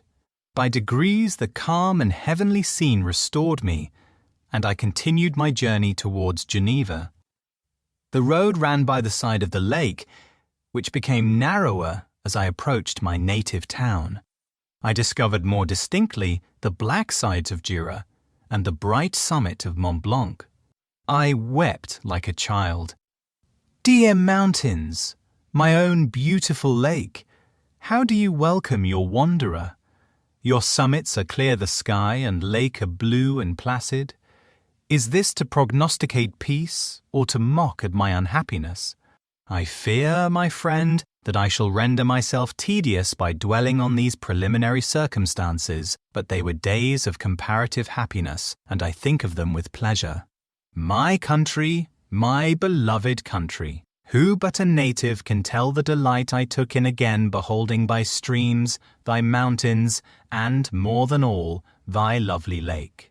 Yet, as I drew nearer home, grief and fear again overcame me. Night also closed around, and when I could hardly see the dark mountains, I felt still more gloomily. The picture appeared a vast and dim scene of evil, and I foresaw obscurely that I was destined to become the most wretched of human beings. Alas! I prophesied truly, and failed only in one single circumstance, that in all the misery I imagined and dreaded, I did not conceive the 100th part of the anguish I was destined to endure. It was completely dark when I arrived in the environs of Geneva. The gates of the town were already shut, and I was obliged to pass the night at Secheron, a village at the distance of half a league from the city. The sky was serene, and, as I was unable to rest, I resolved to visit the spot where my poor William had been murdered. As I could not pass through the town, I was obliged to cross the lake in a boat to arrive at Plain Palais. During this short voyage, I saw the lightning playing on the summit of Mont Blanc in the most beautiful figures. The storm appeared to approach rapidly, and, on landing, I ascended a low hill that I might observe its progress. It advanced, the heavens were clouded, and I soon felt the rain coming slowly in large drops, but its violence quickly increased. I quitted my seat and walked on, although the darkness and storm increased every minute, and the thunder burst with a terrific crash over my head. It was echoed from Salarev, the Juras, and the Alps of Savoy. Vivid flashes of lightning dazzled my eyes, illuminating the lake, making it appear like a vast sheet of fire. Then, for an instant, everything seemed of a pitchy darkness, until the eye recovered itself from the preceding flash. The storm, as is often the case in Switzerland, appeared at once in various parts of the heavens. The most violent storm hung exactly north of the town, over the part of the lake which lies between the promontory of Belle Rive and the village of Copperate. Another storm enlightened Jura with faint flashes, and another darkened and sometimes disclosed the mole, a peaked mountain to the east of the lake. While I watched the tempest, so beautiful yet terrific, I wandered on with a hasty step. This noble war in the sky elevated my spirits. I clasped my hands and exclaimed aloud, "William, dear angel, this is thy funeral, this thy dirge." As I said these words, I perceived in the gloom a figure which stole from behind a clump of trees near me. I stood fixed, gazing intently. I could not be mistaken. A flash of lightning illuminated the object and discovered its shape plainly to me. Its gigantic stature and the deformity of its aspect, more hideous than belongs to humanity, instantly informed me that it was the wretch, the filthy demon, to whom I had given life. What did he there? Could he be? I shuddered at the conception, the murderer of my brother. No sooner did that idea cross my imagination than I became convinced of its truth. My teeth chattered, and I was forced to lean against a tree for support. The figure passed me quickly, and I lost it in the gloom. Nothing in human shape could have destroyed the fair child. He was the murderer. I could not doubt it. The mere presence of the idea was an irresistible proof of the fact. I thought of pursuing the devil, but it would have been in vain, for another flash discovered him to me hanging among the rocks of the nearly perpendicular ascent of Mont Salarev, a hill that bounds Plainpalais on the south. He soon reached the summit and disappeared. I remained motionless. The thunder ceased, but the rain still continued, and the scene was enveloped in an impenetrable darkness. I revolved in my mind the events which I had until now sought to forget, the whole train of my progress toward the creation, the appearance of the works of my own hands, at my bedside its departure. 2 years had now nearly elapsed since the night on which he first received life, and was this his first crime? Alas! I had turned loose into the world a depraved wretch, whose delight was in carnage and misery had he not murdered my brother. No one can conceive the anguish I suffered during the remainder of the night, which I spent, cold and wet, in the open air. But I did not feel the inconvenience of the weather. My imagination was busy in scenes of evil and despair. I considered the being whom I had cast among mankind, and endowed with the will and power to effect purposes of horror, such as the deed which he had now done, nearly in the light of my own vampire, my own spirit let loose from the grave, and forced to destroy all that was dear to me. Day dawned, and I directed my steps towards the town.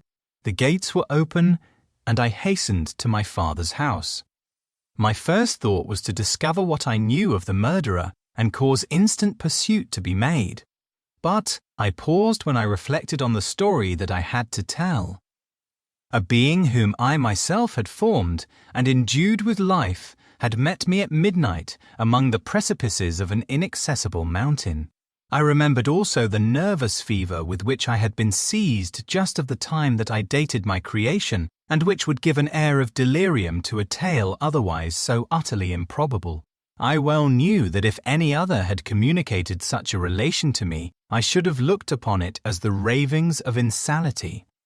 Besides, the strange nature of the animal would elude all pursuit, even if I was so far credited as to persuade my relatives to commence it. And then, of what use would be pursuit? Who could arrest a creature capable of scaling the overhanging sides of Mont Salarev? These reflections determined me, and I resolved to remain silent. It was about 5 in the morning when I entered my father's house. I told the servants not to disturb the family and went into the library to attend their usual hour of rising. 6 years had elapsed, passed in a dream but for one indelible trace, and I stood in the same place where I had last embraced my father before my departure for Ingolstadt. Beloved and venerable parent, he still remained to me. I gazed on the picture of my mother, which stood over the mantelpiece. It was an historical subject, painted at my father's desire, and represented Caroline Beaufort in an agony of despair, kneeling by the coffin of her dead father. Her garb was rustic, and her cheek pale, but there was an air of dignity and beauty that hardly permitted the sentiment of pity. Below this picture was a miniature of William, and my tears flowed when I looked upon it. While I was thus engaged, Ernest entered. He had heard me arrive and hastened to welcome me. "Welcome, my dearest Victor," said he.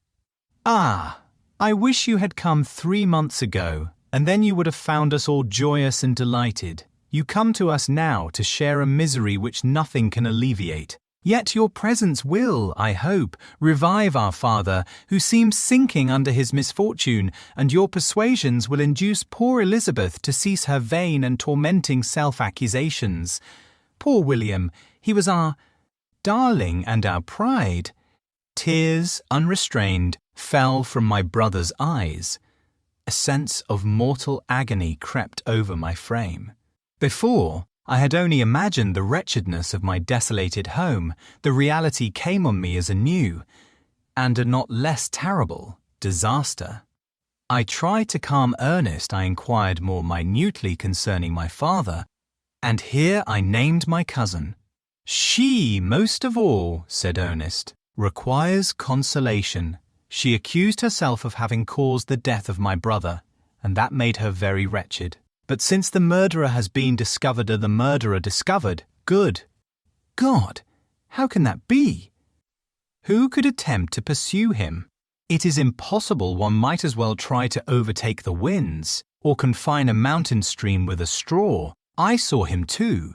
He was free last night." "Ah, I do not know what you mean," replied my brother in accents of wonder. "But to us, the discovery we have made completes our misery. No one would believe it at first.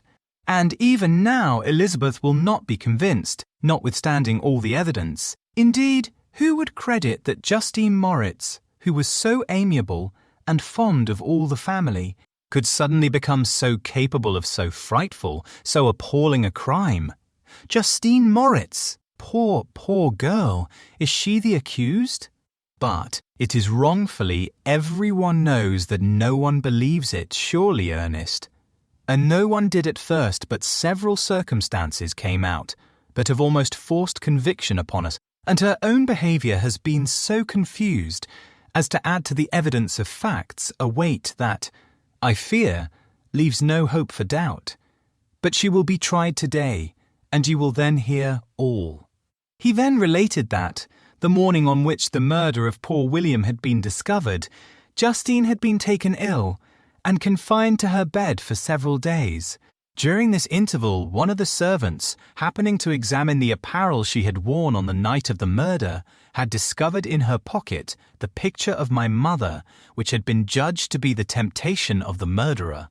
The servant instantly showed it to one of the others, who, without saying a word to any of the family, went to a magistrate, and, upon their deposition, Justine was apprehended. On being charged with the fact, the poor girl confirmed the suspicion in a great measure by her extreme confusion of manner. This was a strange tale, but it did not shake my faith, and I replied earnestly, "You are all mistaken. I know the murderer. Justine, poor, good Justine, is innocent." At that instant, my father entered. I saw unhappiness deeply impressed on his countenance, but he endeavoured to welcome me cheerfully, and, after we had exchanged our mournful greeting, would have introduced some other topic than that of our disaster, had not Ernest exclaimed, "Good God! Papa! Victor says that he knows who was the murderer of poor William." "We do also, unfortunately," replied my father. "For indeed I had rather have been forever ignorant than have discovered so much depravity and ungratitude in one I valued so highly. My dear father, you are mistaken. Justine is innocent. If she is, God forbid that she should suffer as guilty. She is to be tried today, and I sincerely hope, that she will be acquitted." This speech calmed me. I was firmly convinced in my own mind that Justine, and indeed every human being, was guiltless of this murder. I had no fear, therefore, that any circumstantial evidence could be brought forward strong enough to convict her. My tale was not one to announce publicly its astounding horror would be looked upon as madness by the vulgar. Did anyone indeed exist, except I, the creator, who would believe, unless his senses convinced him, in the existence of the living monument of presumption and rash ignorance which I had let loose upon the world? We were soon joined by Elizabeth. Time had altered her since I last beheld her. It had endowed her with loveliness surpassing the beauty of her childish years. There was the same candour, the same vivacity, but it was allied to an expression more full of sensibility and intellect. She welcomed me with the greatest affection. "Your arrival, my dear cousin," said she, "fills me with hope. You perhaps will find some means to justify my poor guiltless Justine. Alas, who is safe, if she be convicted of crime? I rely on her innocence as certainly as I do upon my own. Our misfortune is doubly hard to us. We have not only lost that lovely darling boy, but this poor girl, whom I sincerely love, is to be torn away by even a worse fate. If she is condemned, I never shall know joy more, but she will not, I am sure she will not, Kamar. And then I shall be happy again, even after the sad death of my little William." "She is innocent, my Elizabeth," said I, "and that shall be proved." "Fear nothing, but let your spirits be cheered by the assurance of her acquittal. How kind and generous you are! Everyone else believes in her guilt, and that made me wretched, for I knew that it was impossible. And to see everyone else prejudiced in so deadly a manner rendered me hopeless and despairing." She wept. "Dearest niece," said my father, "dry your tears. If she is, as you believe, innocent, rely on the justice of our laws and the activity with which I shall prevent the slightest shadow of partiality." Chapter 8. We passed a few sad hours until 11 o'clock, when the trial was to commence. My father and the rest of the family being obliged to attend as witnesses, I accompanied them to the court. During the whole of this wretched mockery of justice I suffered living torture. It was to be decided whether the result of my curiosity and lawless devices would cause the death of two of my fellow beings, one a smiling babe full of innocence and joy, the other far more dreadfully murdered, with every aggravation of infamy that could make the murder memorable in horror. Justine also was a girl of merit, and possessed qualities which promised to render her life happy. Now all was to be obliterated in an ignominious grave, and I the cause. 1,000 times rather would I have confessed myself guilty of the crime ascribed to Justine, but I was absent when it was committed, and such a declaration would have been considered as the ravings of a madman, and would not have exculpated her who suffered through me. The appearance of Justine was calm. She was dressed in mourning, and her countenance, always engaging, was rendered, by the solemnity of her feelings, exquisitely beautiful. Yet she appeared confident in innocence, and did not tremble, although gazed on and execrated by thousands. For all the kindness which her beauty might otherwise have excited was obliterated in the minds of the spectators by the imagination of the enormity she was supposed to have committed. She was tranquil, yet her tranquillity was evidently constrained, and as her confusion had before been adduced as a proof of her guilt, she worked up her mind to an appearance of courage. When she entered the court, she threw her eyes round it and quickly discovered where we were seated. A tear seemed to dim her eye when she saw us, but she quickly recovered herself, and a look of sorrowful affection seemed to attest her utter guiltlessness. The trial began, and after the advocate against her had stated the charge, several witnesses were called. Several strange facts combined against her, which might have staggered anyone who had not such proof of her innocence as I had. She had been out the whole of the night on which the murder had been committed, and towards morning had been perceived by a market woman not far from the spot where the body of the murdered child had been afterwards found. The woman asked her what she did there, but she looked very strangely and only returned a confused and unintelligible answer. She returned to the house about 8 o'clock, and when one inquired where she had passed the night, she replied that she had been looking for the child and demanded earnestly if anything had been heard concerning him. When shown the body, she fell into violent hysterics and kept her bed for several days. The picture was then produced which the servant had found in her pocket, and when Elizabeth, in a faltering voice, proved that it was the same witch, an hour before the child had been missed, she had placed round his neck. A murmur of horror and indignation filled the court. Justine was called on for her defence. As the trial had proceeded, her countenance had altered. Surprise, horror, and misery were strongly expressed. Sometimes she struggled with her tears, but when she was desired to plead, she collected her powers and spoke in an audible although variable voice. "God knows," she said, "how entirely I am innocent, but I do not pretend that my protestations should acquit me. I rest my innocence on a plain and simple explanation of the facts which have been adduced against me, and I hope the character I have always borne will incline my judges to a favourable interpretation where any circumstance appears doubtful or suspicious." She then related that, by the permission of Elizabeth, she had passed the evening of the night on which the murder had been committed at the house of an aunt at Chêne, a village situated at about a league from Geneva. On her return, at about 9 o'clock, she met a man who asked her if she had seen anything of the child who was lost. She was alarmed by this account and passed several hours in looking for him when the gates of Geneva were shut, and she was forced to remain several hours of the night in a barn belonging to a cottage, being unwilling to call up the inhabitants, to whom she was well known. Most of the night she spent here watching towards morning. She believed that she slept for a few minutes. Some steps disturbed her, and she awoke. It was dawn, and she quitted her asylum, that she might again endeavour to find my brother. If she had gone near the spot where his body lay, it was without her knowledge. That she had been bewildered when questioned by the market woman was not surprising, since she had passed a sleepless night and the fate of poor William was yet uncertain. Concerning the picture, she could give no account.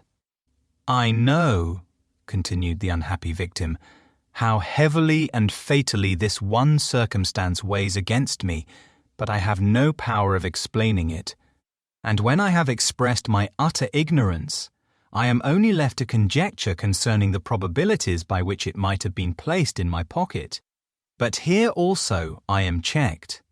I believe that I have no enemy on earth, and none surely would have been so wicked as to destroy me wantonly. Did the murderer place it there?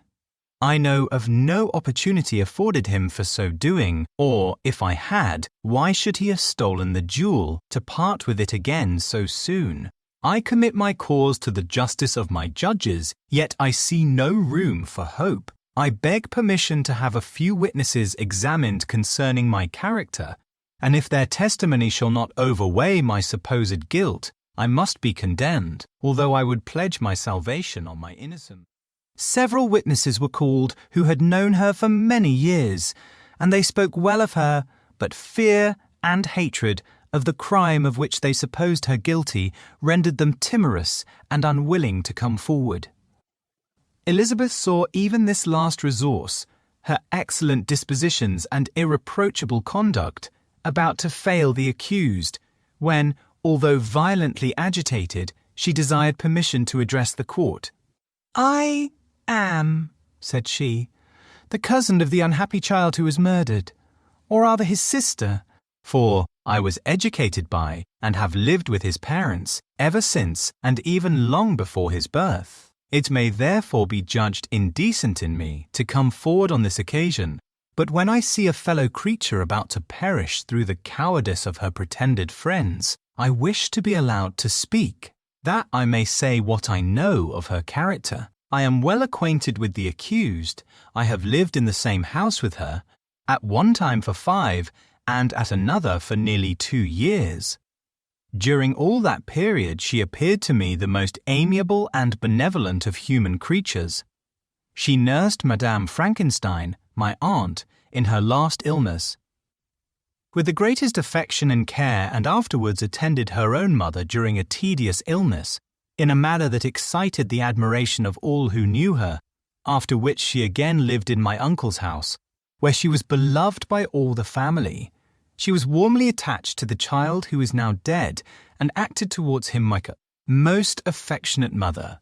For my own part, I do not hesitate to say that, notwithstanding all the evidence produced against her, I believe and rely on her perfect innocence. She had no temptation for such an action. As to the bauble on which the chief proof rests, if she had earnestly desired it, I should have willingly given it to her, so much do I esteem and value her. A murmur of approbation followed Elizabeth's simple and powerful appeal, but it was excited by her generous interference, and not in favour of poor Justine, on whom the public indignation was turned with renewed violence, charging her with the blackest ingratitude. She herself wept as Elizabeth spoke, but she did not answer. My own agitation and anguish was extreme during the whole trial. I believed in her innocence, I knew it. Could the demon who had, I did not for a minute doubt, murdered my brother, also in his hellish sport, have betrayed the innocent to death and ignominy?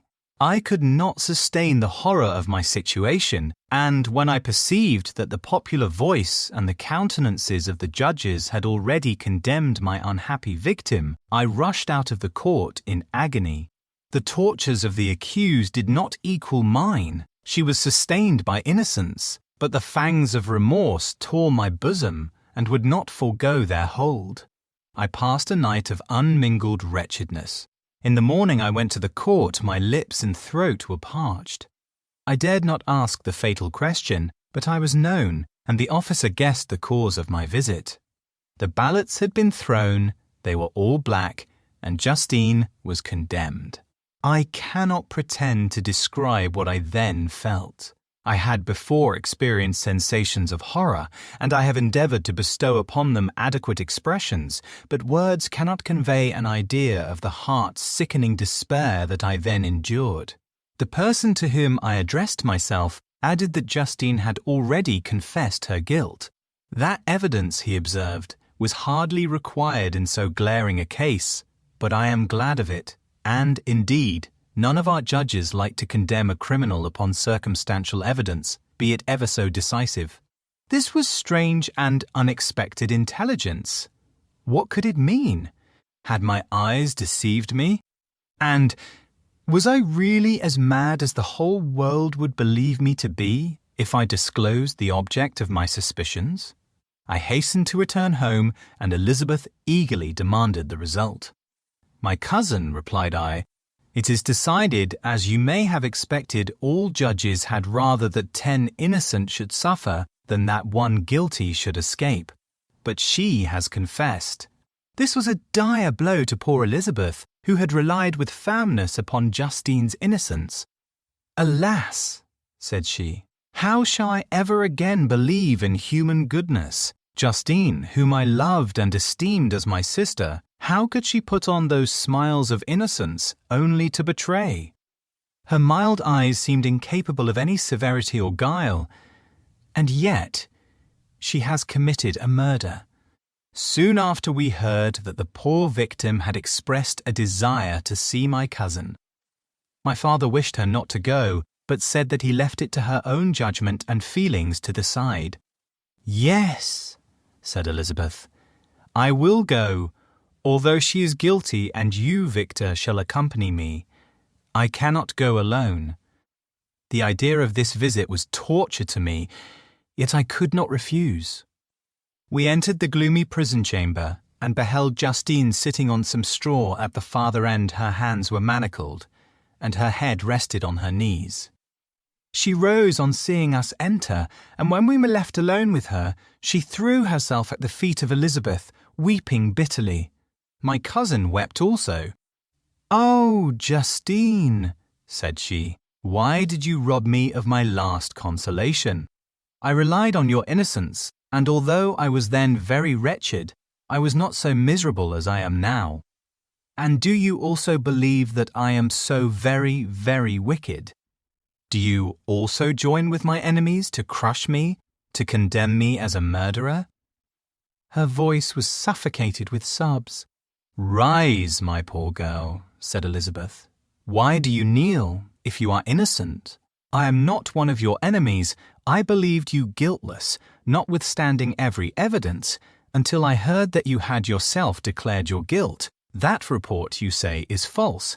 And be assured, dear Justine, that nothing can shake my confidence in you for a moment but your own confession. I did confess, but I confessed a lie. I confessed that I might obtain absolution. But now that falsehood lies heavier at my heart than all my other sins. The God of heaven forgive me. Ever since I was condemned, my confessor has besieged me. He threatened and menaced until I almost began to think that I was the monster that he said I was. He threatened excommunication and hellfire in my last moments if I continued obdurate. Dear lady, I had none to grasp. Support me. All looked on me as a wretch doomed to ignominy and perdition. What could I do? In an evil hour I subscribed to a lie, and now only am I truly miserable." She paused, weeping, and then continued, "I thought with horror, my sweet lady, that you should believe your Justine, whom your blessed aunt had so highly honoured, and whom you loved, was a creature capable of a crime which none but the devil himself could have perpetrated. Dear William, dearest blessed child, I soon shall see you again in heaven, where we shall all be happy. And that consoles me, going as I am to suffer ignominy and death. Oh, Justine, forgive me for having for one moment distrusted you. Why did you confess? But do not mourn, dear girl. Do not fear. I will proclaim, I will prove your innocence. I will melt the stony hearts of your enemies by my tears and prayers. You shall not die. You, my playfellow, my companion, my companion. Sister, perish on the scaffold. No, no. I never could survive so horrible a misfortune. Justine shook her head mournfully. I do not fear to die. She said that pang is past. God raises my weakness and gives me courage to endure the worst. I leave a sad and bitter world. And if you remember me and think of me as of one unjustly condemned, I am resigned to the fate awaiting me. Learn from me, dear lady, to submit in patience to the will of heaven. During this conversation, I had retired to a corner of the prison room where I could conceal the horrid anguish that possessed me. Despair? Who dared talk of that? The poor victim, who on the morrow was to pass the awful boundary between life and death, felt not, as I did, such deep and bitter agony. I gnashed my teeth and ground them together, uttering a groan that came from my inmost soul. Justine started. When she saw who it was, she approached me and said, "Dear sir, you are very kind to visit me. You, I hope, do not believe that I am guilty." I could not answer. "No, Justine," said Elizabeth. "He is more convinced of your innocence than I was, for even when he heard that you had confessed, he did not credit it. I truly thank him. In these last moments, I feel the sincerest gratitude towards those who think of me with kindness. How sweet is the affection of others to such a wretch as I am. It removes more than half my misfortune, and I feel as if I could die in peace now that my innocence is acknowledged by you, dear lady, and your cousin." Thus the poor sufferer tried to comfort others and herself. She indeed gained the resignation she desired. But I, the true murderer, felt the never-dying worm alive in my bosom, which allowed of no hope or consolation. Elizabeth also wept and was unhappy, but hers also was the misery of innocence, which, like a cloud that passes over the fair moon, for a while hides but cannot tarnish its brightness. Anguish and despair had penetrated into the core of my heart. I bore a hell within me which nothing could extinguish. We stayed several hours with Justine, and it was with great difficulty that Elizabeth could tear herself away. "I wish," cried she, "that I were to die with you. I cannot live in this world of misery." Justine assumed an air of cheerfulness, while she with difficulty repressed her bitter tears. She embraced Elizabeth and said in a voice of half-suppressed emotion, "Farewell, sweet lady, dearest Elizabeth, my beloved and only friend. May heaven, in its bounty, bless and preserve you. May this be the last misfortune that you will ever suffer. Live and be happy and make others so." And on the morrow, Justine died. Elizabeth's heartrending eloquence failed to move the judges from their settled conviction in the criminality of the saintly sufferer.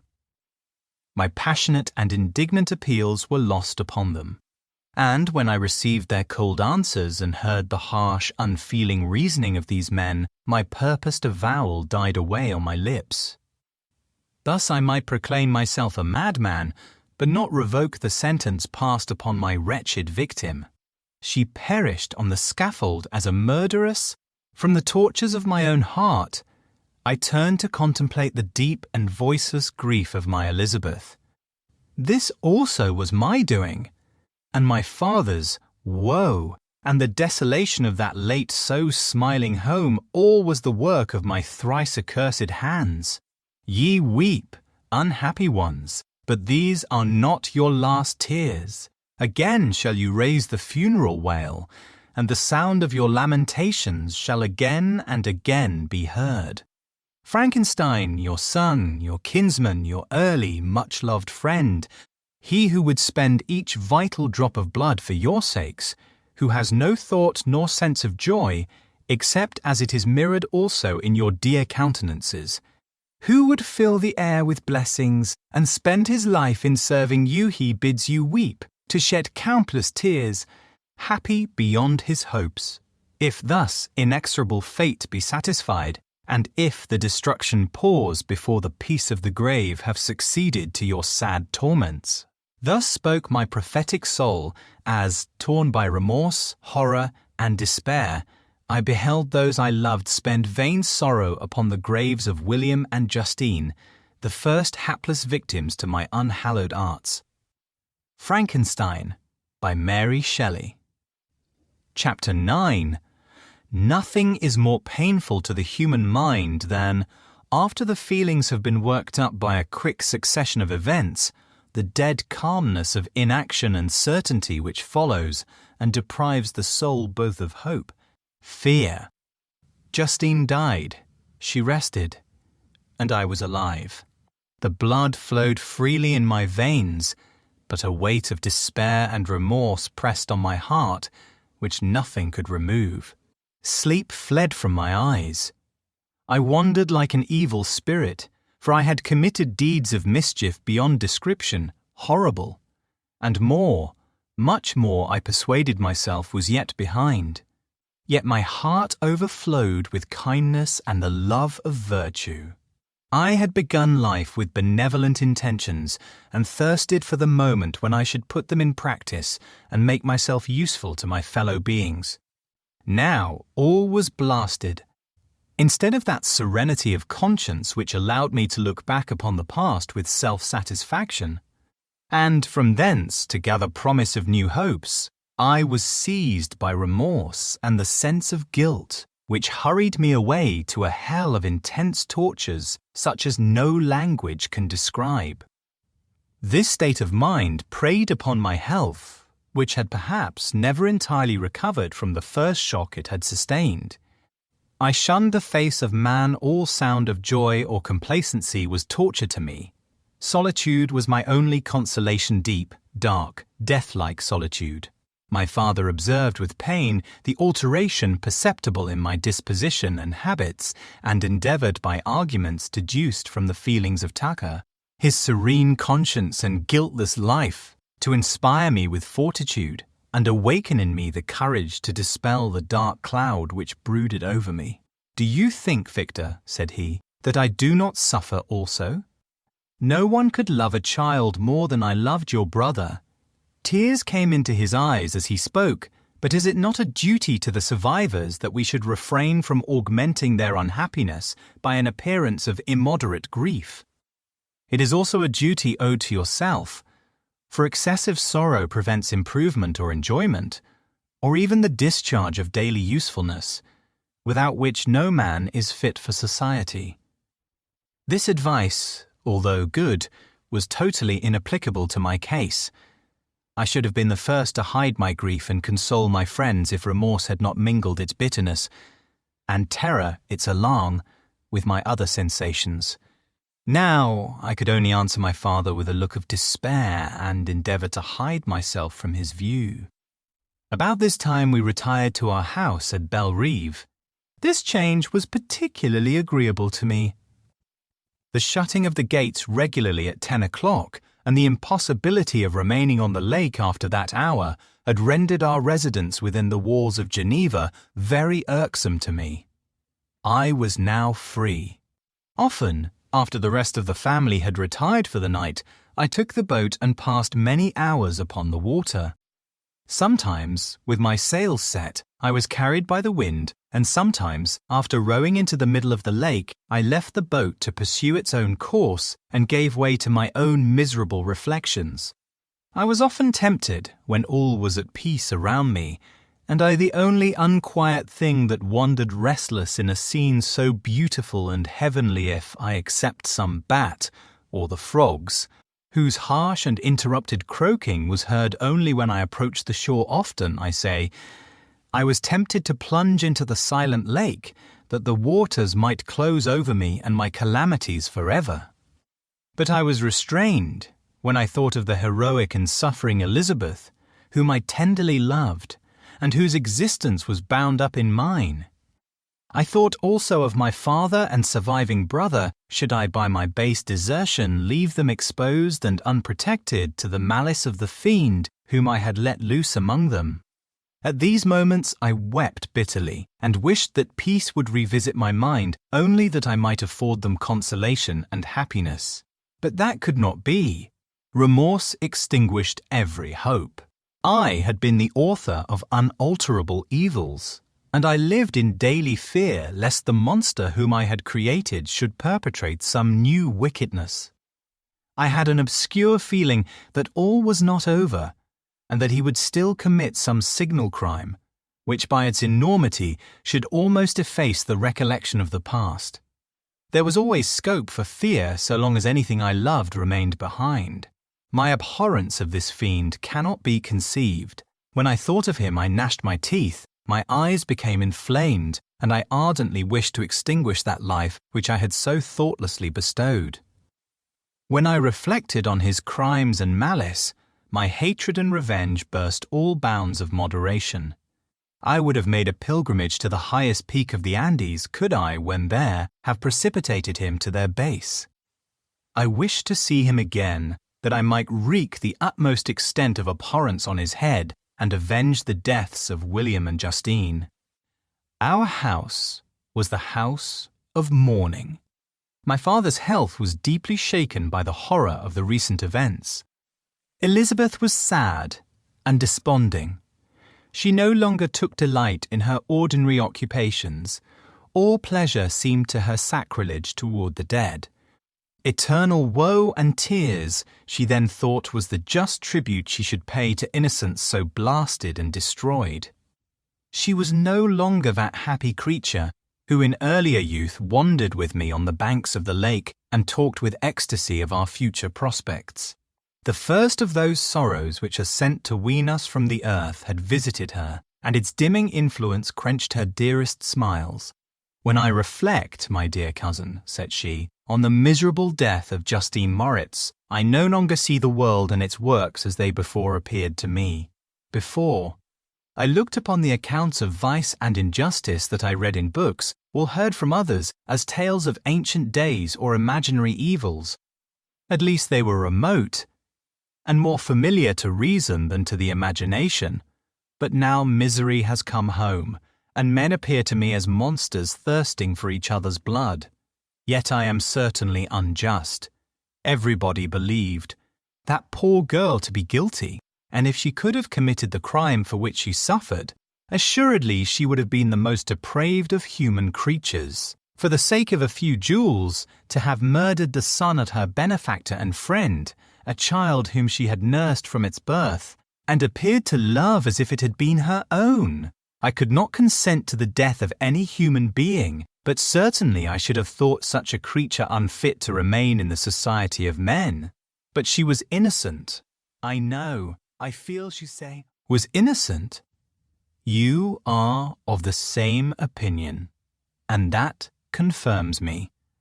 Alas! Victor, when falsehood can look so like the truth, who can assure themselves of certain happiness? I feel as if I were walking on the edge of a precipice, towards which thousands are crowding and endeavouring to plunge me into the abyss. William and Justine were assassinated, and the murderer escapes N.D. He walks about the world free, and perhaps respected.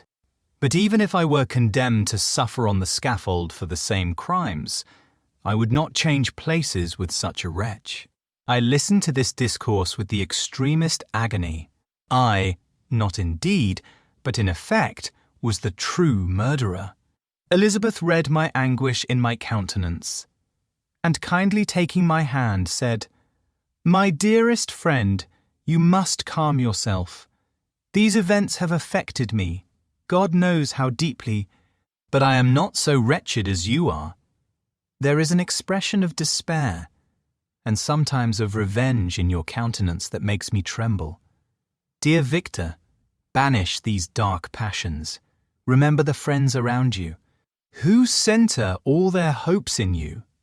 Have we lost the power of rendering you happy? Ah!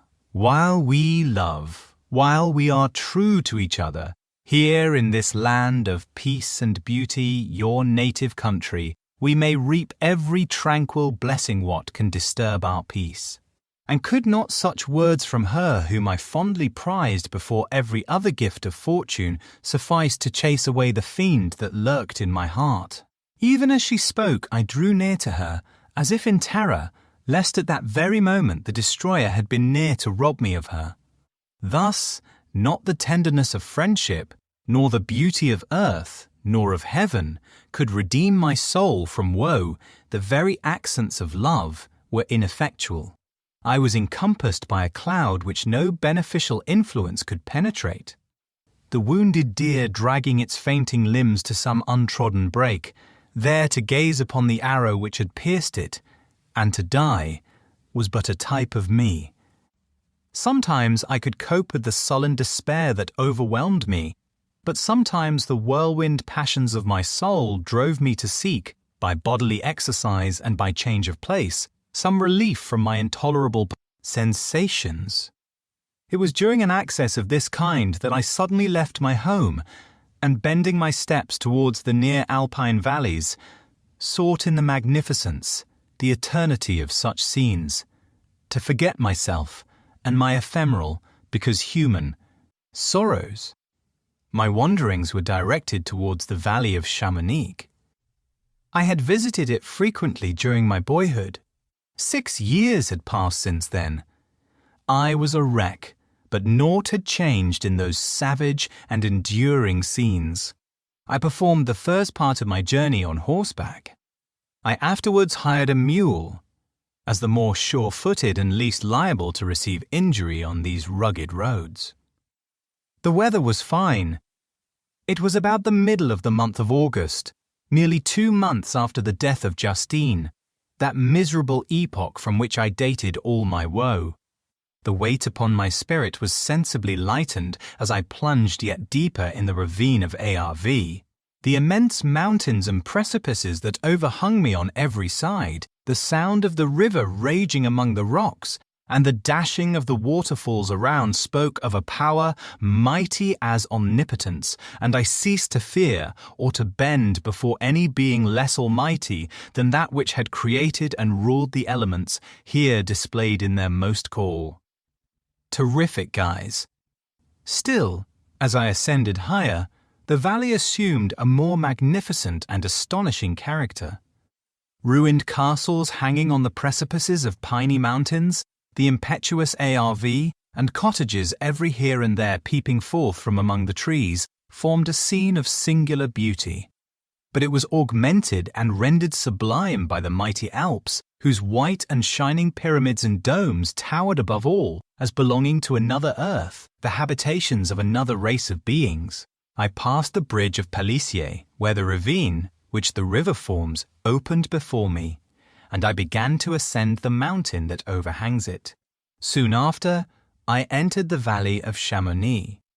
This valley is more wonderful and sublime, but not so beautiful and picturesque as that of Servox, through which I had just passed. The high and snowy mountains were its immediate boundaries, but I saw no more ruined castles and fertile fields. Immense glaciers approached the road. I heard the rumbling thunder of the falling avalanche and marked the smoke of its passage. Mont Blanc, the supreme and magnificent Mont Blanc, raised itself from the surrounding aiguilles, and its tremendous dome overlooked the valley. A tingling, long-lost sense of pleasure often came across me during this journey. Some turn in the road, some new object suddenly perceived and recognized, reminded me of days gone by and were associated with the light-hearted gaiety of boyhood. The very winds whispered in soothing accents, and maternal nature bade me weep no more. Then again, the kindly influence ceased to act. I found myself fettered again to grief and indulging in all the misery of reflection. Then I spurred on my animal, striving so to forget the world, my fears, and more than all, myself, or, in a more desperate fashion, I alighted and threw myself on the grass, weighed down by horror and despair. At length I arrived at the village of Chamonix. Exhaustion succeeded to the extreme fatigue both of body and of mind which I had endured. For a short space of time I remained at the window watching the pallid lightnings that played above Mont Blanc and listening to the rushing of the ARV which pursued its noisy way beneath. The same lulling sounds acted as a lullaby to my too keen sensations. When I placed my head upon my pillow, sleep crept over me. I felt it as it came, and blessed the giver of oblivion. Chapter 10. I spent the following day roaming through the valley. I stood beside the sources of the Arveiron, which take their rise in a glacier that with slow pace is advancing down from the summit of the hills to barricade the valley.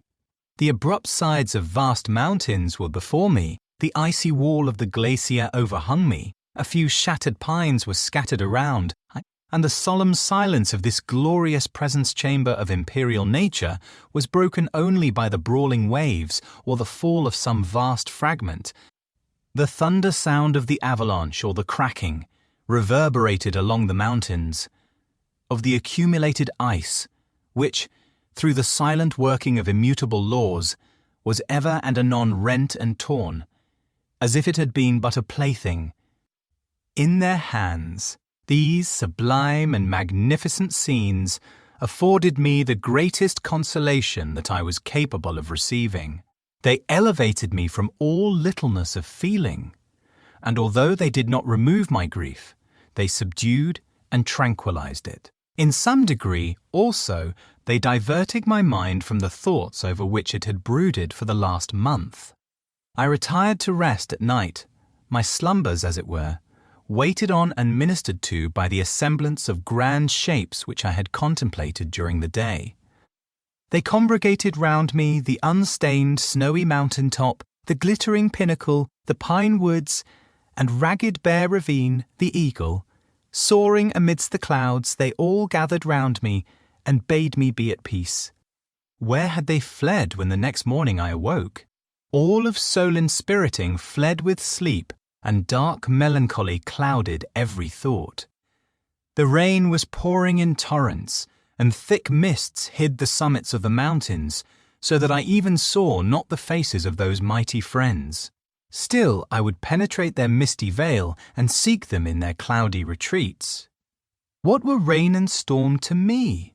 My mule was brought to the door, and I resolved to ascend to the summit of Montanvert. I remembered the effect that the view of the tremendous and ever-moving glacier had produced upon my mind when I first saw it. It had then filled me with a sublime ecstasy that gave wings to the soul and allowed it to soar from the obscure world to light and joy. The sight of the awful and majestic in nature had indeed always the effect of solemnizing my mind and causing me to forget the passing cares of life. I determined to go without a guide, for I was well acquainted with the path, and the presence of another would destroy the solitary grandeur of the scene. The ascent is precipitous, but the path is cut into continual and short windings, which enable you to surmount the perpendicularity of the mountain. It is a scene terrifically desolate. In 1,000 spots the traces of the winter avalanche may be perceived, where trees lie broken and strewed on the ground, some entirely destroyed, others bent, leaning upon the jutting rocks of the mountain or transversely. Upon other trees, the path, as you ascend higher, is intersected by ravines of snow, down which stones continually roll from above. One of them is particularly dangerous, as the slightest sound, such as even speaking in a loud voice, produces a concussion of air sufficient to draw destruction upon the head of the speaker. The pines are not tall or luxuriant, but they are sombre and add an air of severity to the scene. I looked on the valley beneath. Vast mists were rising from the rivers which ran through it, and curling in thick wreaths around the opposite mountains, whose summits were hid in the uniform clouds, while rain poured from the dark sky and added to the melancholy impression I received from the objects around me. Alas! Why does man boast of sensibilities superior to those apparent in the brute? It only renders them more necessary beings.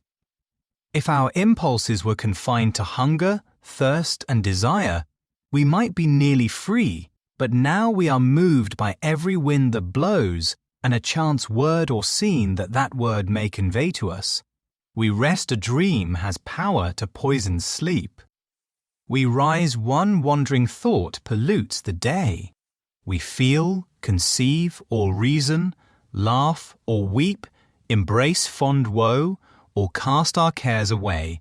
It is the same. For, be it joy or sorrow, the path of its departure still is free. Man's yesterday may ne'er be like his morrow, naught may endure but mutability. It was nearly noon when I arrived at the top of the ascent. For some time I sat upon the rock that overlooks the sea of ice. A mist covered both that and the surrounding mountains. Presently a breeze dissipated the cloud, and I descended upon the glacier. The surface is very uneven, rising like the waves of a troubled sea, descending low, and interspersed by rifts that sink deep. The field of ice is almost a league in width, but I spent nearly 2 hours in crossing it. The opposite mountain is a bare perpendicular rock. From the side where I now stood, Montanvert was exactly opposite. At the distance of a league, and above it rose Mont Blanc, in awful majesty.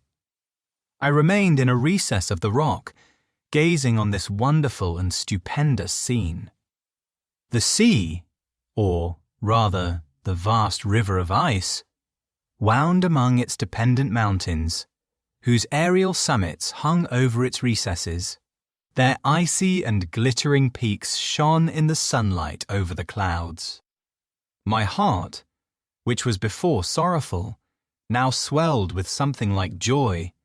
I exclaimed, "Wandering spirits, if indeed ye wander, and do not rest in your narrow beds, allow me this faint happiness, or take me, as your companion, away from the joys of life." As I said this, I suddenly beheld the figure of a man, at some distance, advancing towards me with superhuman speed. He bounded over the crevices in the ice, among which I had walked with caution. His stature, also, as he approached, seemed to exceed that of man. I was troubled. A mist came over my eyes, and I felt a faintness seize me, but I was quickly restored by the cold gale of the mountains. I perceived, as the shape came nearer sight, tremendous and abhorred, that it was the wretch whom I had created. I trembled with rage and horror, resolving to wait his approach and then close with him in mortal combat. He approached, his countenance bespoke bitter anguish, combined with disdain and malignity, while its unearthly ugliness rendered it almost too horrible for human eyes. But I scarcely observed this rage and hatred had at first deprived me of utterance, and I recovered only to overwhelm him with words expressive of furious detestation and contempt. "Devil," I exclaimed, "do you dare approach me? And do not you fear the fierce vengeance of my arm wreaked on your miserable head? Begone, vile insect, or rather, stay, that I may trample you to dust, and, oh, that I could, with the extinction of your miserable existence, restore those victims whom you have so diabolically murdered. I expected this." "Reception," said the demon. "All men hate the wretched. How then must I be hated, who am miserable beyond all living things?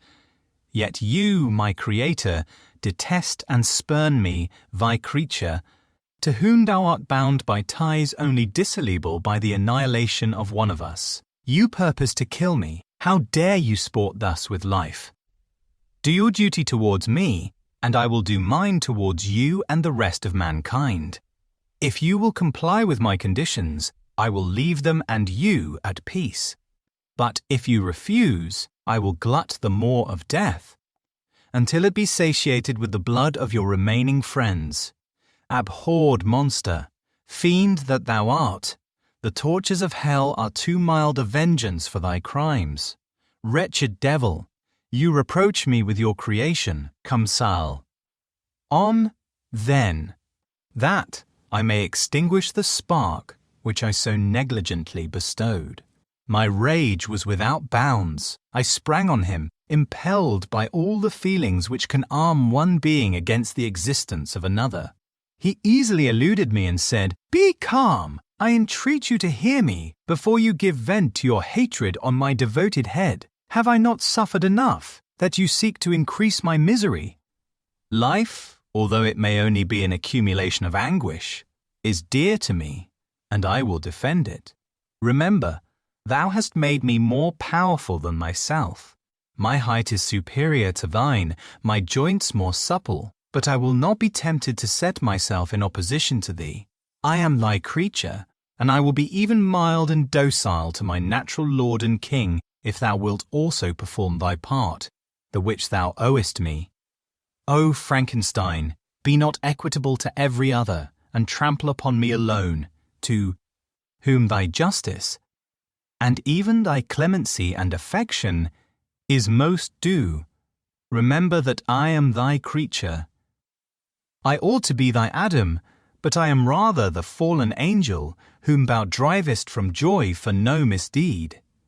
Everywhere I see bliss, from which I alone am irrevocably excluded. I was benevolent and good. Misery made me a fiend. Make me happy, and I shall again be virtuous. Begone, I will not hear you. There can be no community between you and me. We are enemies. Begone, or let us try our strength in a fight, in which one must fall. How can I move thee? Will no entreaties cause thee to turn a favourable eye upon thy creature, who implores thy goodness and compassion? Believe me, Frankenstein, I was benevolent. My soul glowed with love and humanity. But am I not alone? Miserably alone? You, my Creator, abhor me. What hope can I gather from your fellow creatures, who owe me nothing? They spurn and hate me. The desert mountains and dreary glaciers are my refuge. I have wandered here many days. The caves of ice, which I only do not fear, are a dwelling to me, and the only one which man does not grudge. These bleak skies I hail, for they are kinder to me than your fellow beings. If the multitude of mankind knew of my existence, they would do as you do, and arm themselves for my destruction. Shall I not then hate them who abhor me? I will keep no terms with my enemies. I am miserable, and they shall share my wretchedness. Yet it is in your power to recompense me, and deliver them from an evil which it only remains for you to make so great, that not only you and your family, but thousands of others, shall be swallowed up in the whirlwinds of its rage. Let your compassion be moved, and do not disdain me. Listen to my tale. When you have heard that, abandon or commiserate me, as you shall judge that I deserve. But hear me. The guilty are allowed, by human laws, bloody as they are, to speak in their own defense before they are condemned. Listen to me, Frankenstein. You accuse me of murder, and yet you would, with a satisfied conscience, destroy your own creature. Oh, praise the eternal justice of man! Yet I ask you not to spare me. Listen to me, and then, if you can, and if you will, destroy the work of your hands. Why do you call to my remembrance, I rejoined, circumstances of which I shudder to reflect, that I have been the miserable origin? Author, cursed be the day, abhorred devil, in which you first saw light. Cursed. Although I curse myself, be the hands that formed you. You have made me wretched beyond expression. You have left me no power to consider whether I am just to you or not. Begone, relieve me from the sight of your detested form. Thus I relieve thee. My Creator, he said, and placed his hated hands before my eyes, which I flung from me with violence. Thus I take from thee a sight which you abhor. Still thou canst listen to me and grant me thy compassion. By the virtues that I once possessed, I demand this from you. Hear my tale. It is long and strange, and the temperature of this place is not fitting to your fine sensations come to the hut upon the mountain. The sun is yet high in the heavens. Before it descends to hide itself behind your snowy precipices and illuminate another world, you will have heard my story and can decide. On you it rests, whether I quit forever the neighborhood of man and lead a harmless life, or become the scourge of your fellow creatures and the author of your own speedy ruin. As he said this, he led the way across the ice I followed. My heart was full, and I did not answer him, but as I proceeded, I weighed the various arguments that he had used and determined at least to listen to his tale. I was partly urged by curiosity, and compassion confirmed my resolution. I had hitherto supposed him to be the murderer of my brother, and I eagerly sought a confirmation or denial of this opinion. For the first time, also, I felt what the duties of a creator towards his creature were, and that I ought to render him happy before I complained of his wickedness. These motives urged me to comply with his demand. We crossed the ice, therefore, and ascended the opposite rock. The air was cold, and the rain again began to descend. We entered the hut, the fiend with an air of exultation, I with a heavy heart and depressed spirits. But I consented to listen, and seating myself by the fire which my odious companion had lighted, he thus began his tale. Chapter 11. It is with considerable difficulty that I remember the original era of my being. All the events of that period appear confused and indistinct. A strange multiplicity of sensations seized me, and I saw, felt, heard, and smelt at the same time, and it was, indeed, a long time before I learned to distinguish between the operations of my various senses. By degrees, I remember, a stronger light pressed upon my nerves, so that I was obliged to shut my eyes. Darkness then came over me and troubled me, But hardly had I felt this when, by opening my eyes, as I now suppose, the light poured in upon me again. I walked and, I believe, descended, but I presently found a great alteration in my sensations. Before, dark and opaque bodies had surrounded me, impervious to my touch or sight, but I now found that I could wander on at liberty, with no obstacles which I could not either surmount or avoid. The light became more and more oppressive to me, and the heat wearying me as I walked, I sought a place where I could receive shade. This was the forest near Ingolstadt, and here I lay by the side of a brook resting from my fatigue, until I felt tormented by hunger and thirst. This roused me from my nearly dormant state, and I ate some berries which I found hanging on the trees or lying on the ground. I slaked my thirst at the brook, and then lying down, was overcome by sleep. It was dark. When I awoke, I felt cold also, and half frightened, as it were, instinctively, finding myself so desolate. Before I had quitted your apartment, on the sensation of cold, I had covered myself with some clothes, but these were insufficient to secure me from the dews of night. I was a poor, helpless, miserable wretch, I knew, and could distinguish nothing but feeling pain invade me on all sides. I sat down and wept. Soon a gentle light stole over the heavens and gave me a sensation of pleasure. I started up and beheld a radiant form rise from among the trees. The moon I gazed with a kind of wonder. It moved slowly, but it enlightened my path, and I again went out in search of berries. I was still cold when under one of the trees I found a huge cloak with which I covered myself and sat down upon the ground. No distinct ideas occupied my mind, all was confused.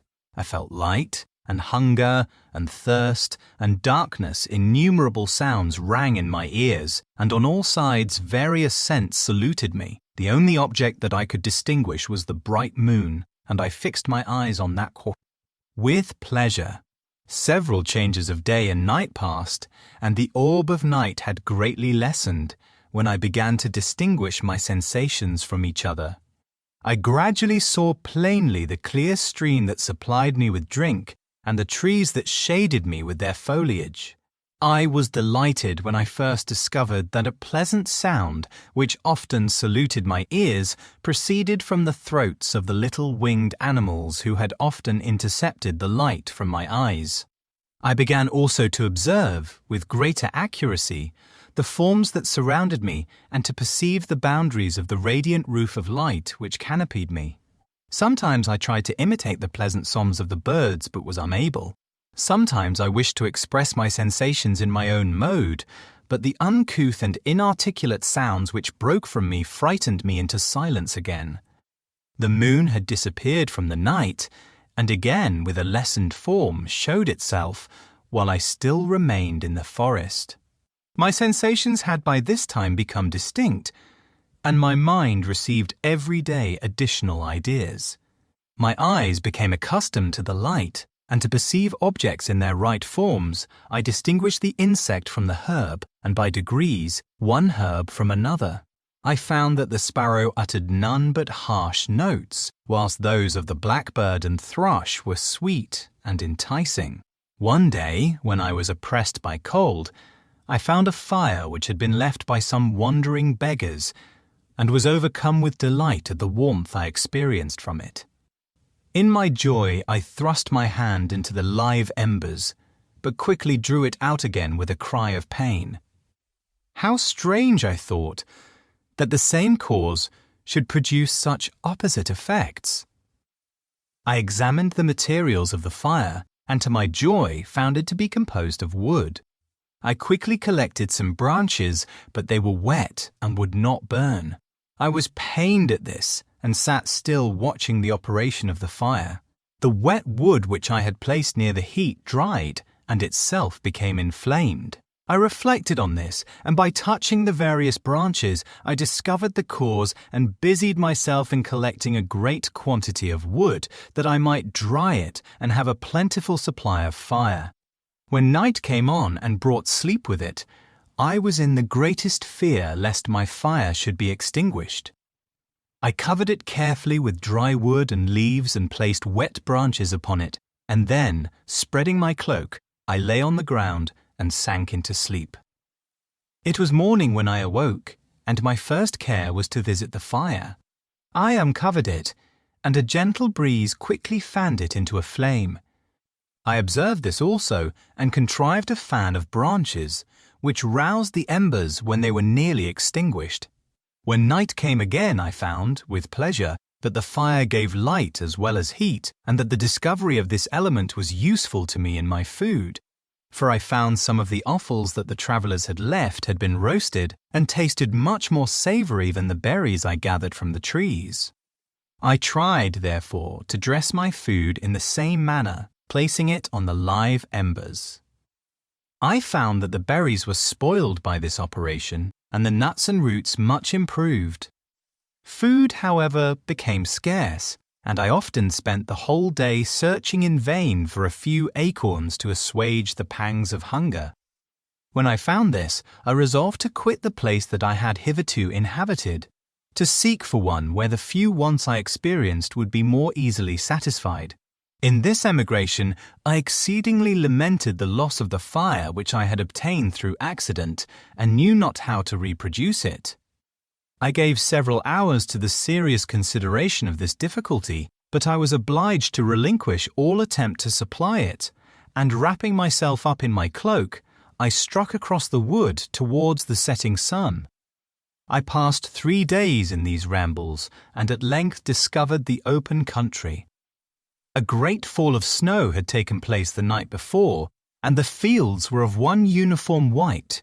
The appearance was disconsolate, and I found my feet chilled by the cold, damp substance that covered the ground.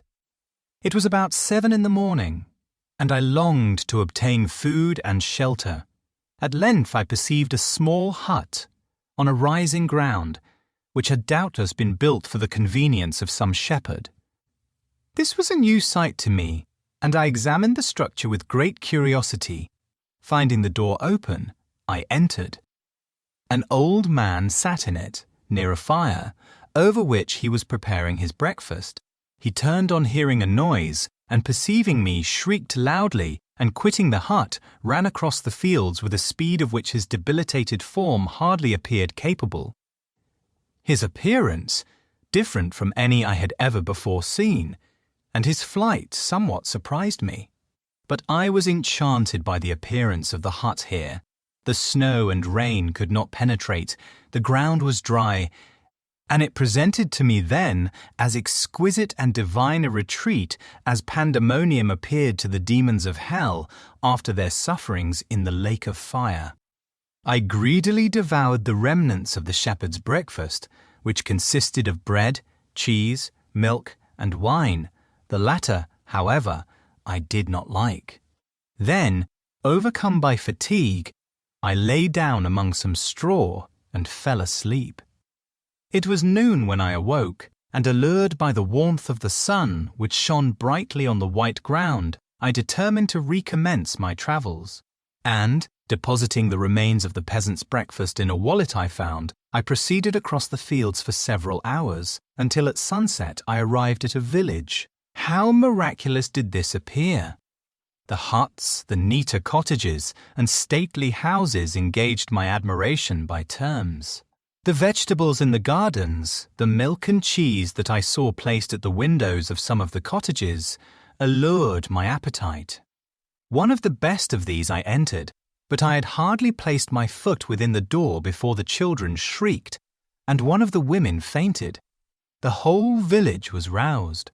Some fled, some attacked me, until, grievously bruised by stones and many other kinds of missile weapons, I escaped to the open country and fearfully took refuge in a low hovel, quite bare, and making a wretched appearance after the palaces I had beheld in the village.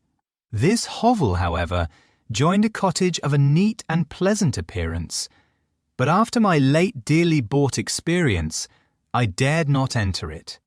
My place of refuge was constructed of wood, but so low that I could with difficulty sit upright in it. No wood, however, was placed on the earth, which formed the floor, but it was dry, and although the wind entered it by innumerable chinks, I found it an agreeable asylum from the snow and rain. Here, then, I retreated and lay down happy to have found a shelter, however miserable, from the inclemency of the season, and still more from the barbarity of man. As soon as morning dawned, I crept from my kennel, that I might view the adjacent cottage and discover if I could remain in the habitation I had found. It was situated against the back of the cottage and surrounded on the sides, which were exposed by a pigsty and a clear pool of water.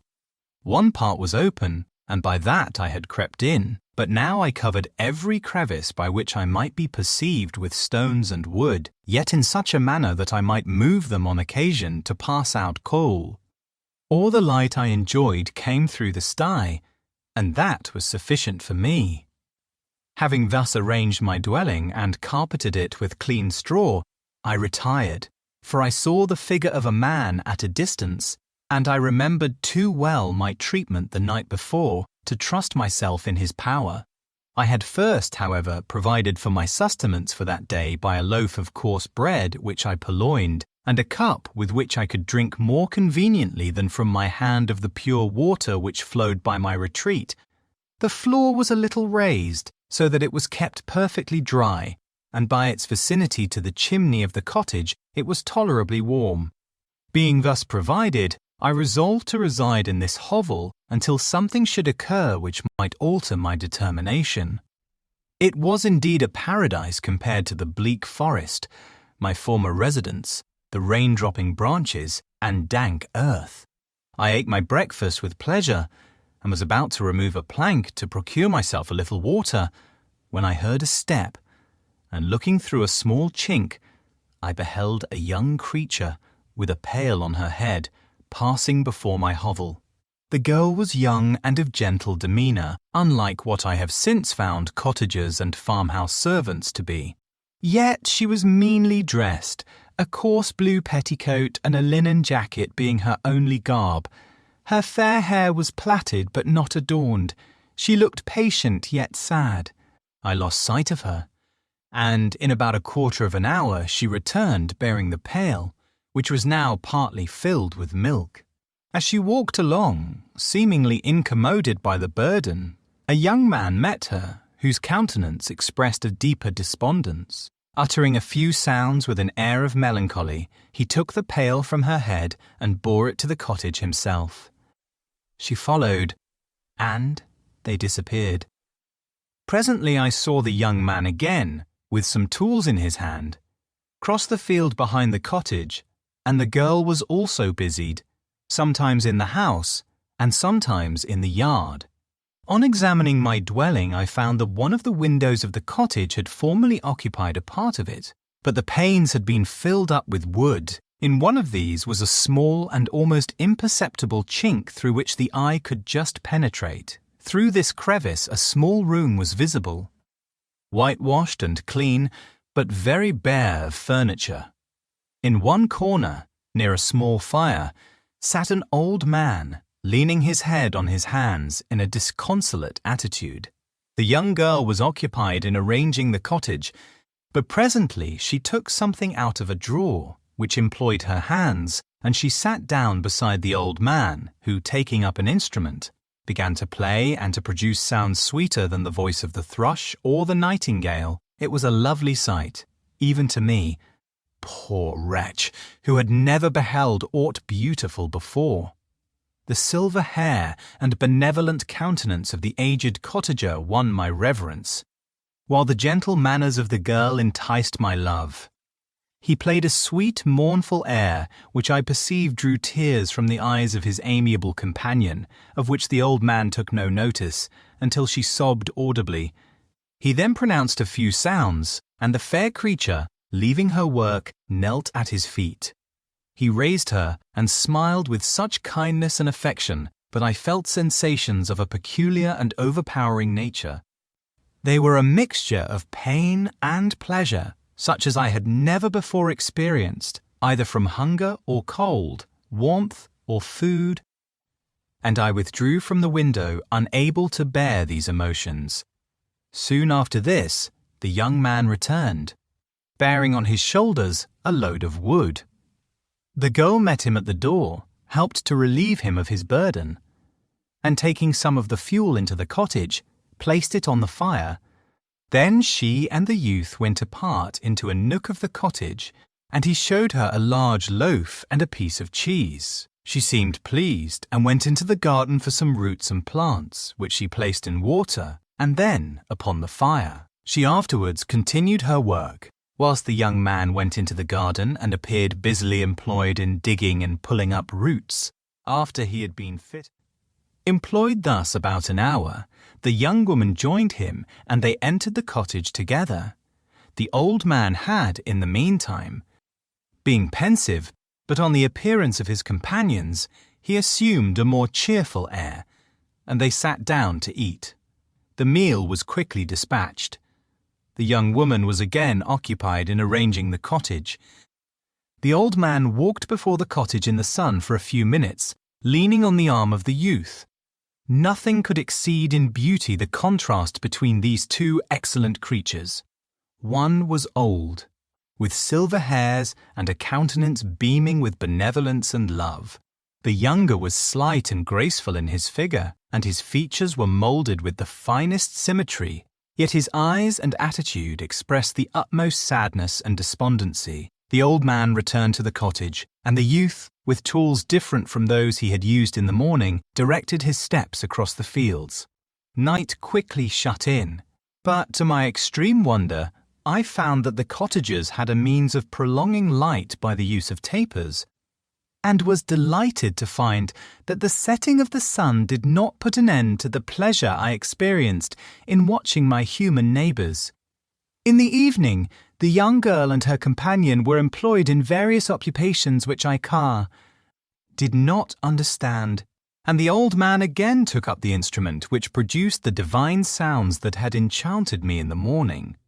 So soon as he had finished, the youth began, not to play, but to utter sounds that were monotonous, and neither resembling the harmony of the old man's instrument nor the songs of the birds. I since found that he read aloud, but at that time I knew nothing of the science of words or letters.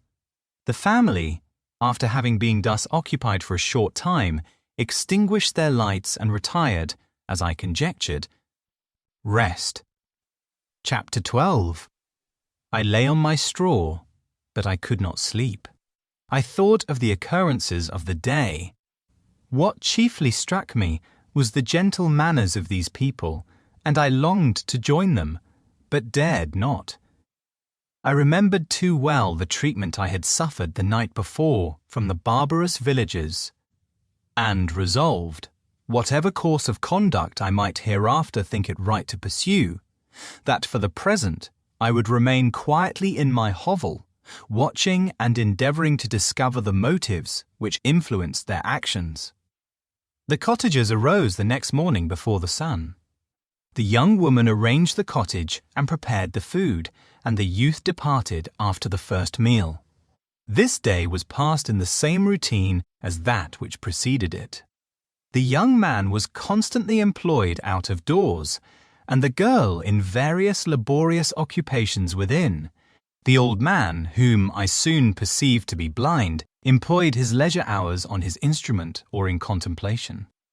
Nothing could exceed the love and respect which the younger cottagers exhibited towards their venerable companion.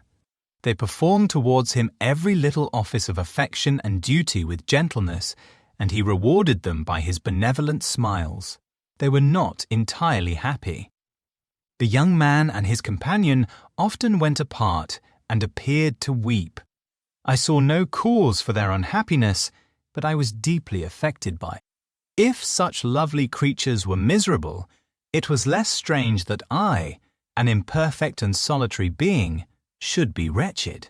Yet why were these gentle beings unhappy? They possessed a delightful house, for such it was in my eyes, and every luxury they had, a fire to warm them when chill and delicious viands. When hungry, they were dressed in excellent, clothes, and, still more, they enjoyed one another's company and speech, interchanging each day looks of affection and kindness. What did their tears imply? Did they really express pain? I was at first unable to solve these questions, but perpetual attention and time explained to me many appearances which were at first enigmatic. A considerable period elapsed before I discovered one of the causes of the uneasiness of this amiable family. It was poverty, and they suffered that evil in a very distressing degree. Their nourishment consisted entirely of the vegetables of their garden and the milk of one cow, which gave very little during the winter, when its masters could scarcely procure food to support it. They often, I believe, suffered the pangs of hunger very poignantly, especially the two younger cottagers, for several times they placed food before the old man, when they reserved none for themselves. This trait of kindness moved me sensibly. I had been accustomed during the night to steal a part of their store for my own consumption, but when I found that in doing this I inflicted pain on the cottagers, I abstained and satisfied myself with berries, nuts, and roots which I gathered from a neighbouring wood. I discovered also another means through which I was enabled to assist their labours. I found that the youth spent a great part of each day in collecting wood for the family fire, and during the night I often took his tools, the use of which I quickly discovered, and brought home firing sufficient for the consumption of several days. I remember, the first time that I did this, the young woman, when she opened the door in the morning, appeared greatly astonished on seeing a great pile of wood on the outside. She uttered some words in a loud voice, and the youth joined her, who also expressed surprise. I observed, with pleasure, that he did not go to the forest that day, but spent it in repairing the cottage and cultivating the garden. By degrees, I made a discovery of still greater moment. I found that these people possessed a method of communicating their experience and feelings to one another by articulate sounds. I perceived that the words they spoke sometimes produced pleasure or pain, smiles or sadness, in the minds and countenances of the hearers. This was indeed a godlike science, and I ardently desired to become acquainted with it. But I was baffled in every attempt I made for this purpose. Their pronunciation was quick, and the words they uttered, not having any apparent connection with visible objects, I was unable to discover any clue by which I could unravel the mystery of their reference. By great application, however, and after having remained during the space of several revolutions of the moon in my hovel, I discovered the names that were given to some of the most familiar objects of discourse. I learned and applied the words fire, milk, bread, and wood. I learned also the names of the cottagers themselves. The youth and his companion had each of them several names, but the old man had only one, which was father. The girl was called sister or Agatha, and the youth Felix, brother or son. I cannot describe the delight I felt when I learned the ideas appropriated to each of these sounds and was able to pronounce them. I distinguished several other words without being able as yet to understand or apply them, such as good, dearest, unhappy. I spent the winter in this manner. The gentle manners and beauty of the cottagers greatly endeared them to me. When they were unhappy, I felt depressed. When they rejoiced, I sympathized in their joys. I saw few human beings besides them, and if any other happened to enter the cottage, their harsh manners and rude gait only enhanced to me the superior accomplishments of my friends. The old man, I could perceive, often endeavoured to encourage his children, as sometimes I found that he called them, to cast off their melancholy. He would talk in a cheerful accent, with an expression of goodness that bestowed pleasure even upon me. Agatha listened with respect, her eyes sometimes filled with tears, which she endeavoured to wipe away. Unperceived, that I generally found that her countenance and tone were more cheerful after having listened to the exhortations of her father. It was not thus with Felix. He was always the saddest of the group, and even to my unpractised senses, He appeared to have suffered more deeply than his friends. But if his countenance was more sorrowful, his voice was more cheerful than that of his sister. Especially when he addressed the old man, I could mention innumerable instances which, although slight, marked the dispositions of these amiable cottagers. In the midst of poverty and want, Felix carried with pleasure to his sister the first little white flower that peeped out from beneath the snowy ground. Early in the morning, before she had risen, he cleared away the snow that obstructed her path to the milk house, drew water from the well, and brought the wood from the outhouse, where, to his perpetual astonishment, he found his store always replenished by an invisible hand. In the day, I believe, he worked sometimes for a neighbouring Yassi farmer, because he often went forth and did not return until dinner, yet brought no wood with him. At other times he worked in the garden, but as there was little to do in the frosty season, he read to the old man and Agatha. This reading had puzzled me extremely at first, but by degrees I discovered that he uttered many of the same sounds when he read as when he talked. I conjectured, therefore, that he found on the paper signs for speech which he understood, and I ardently longed to comprehend these also. But how was that possible when I did not even understand the sounds for which they stood as signs? I improved, however, sensibly in this science, but not sufficiently to follow up any kind of conversation, although I applied my whole mind to the endeavour, for I easily perceived that, although I eagerly longed to discover myself to the cottagers, I ought not to make the attempt until I had first become master of their language, which knowledge might enable me to make them overlook the deformity of my figure, for with this also the contrast perpetually presented to my eyes had made me acquainted. I had admired the perfect forms of my stock. Cottagers there, grace, beauty, and delicate complexions. But how was I terrified when I viewed myself in a transparent pool? At first I started back, unable to believe that it was indeed I who was reflected in the mirror. And when I became fully convinced that I was in reality the monster that I was filled with the bitterest sensations of despondence and mortification. Alas, I did not yet entirely know the fatal effects of this miserable deformity. As the sun became warmer and the light of day longer, the snow vanished, and I beheld the bare trees and the black earth. From this time Felix was more employed, and the heart-moving indications of impending famine disappeared. Their food, as I afterwards found, was coarse, but it was wholesome, and they procured a sufficiency of it. Several new kinds of plants sprang up in the garden which they dressed, and these signs of comfort increased daily as the season advanced. The old man, leaning on his son, walked each day at noon, when it did not rain, as I found it was called when the heavens poured forth its waters. This frequently took place, but a high wind quickly dried the earth, and the season became far more pleasant than it had been. My mode of life in my hovel was uniform. During the morning I attended the motions of the cottagers, and when they were dispersed in various occupations, slept. The remainder of the day was spent in observing my friends.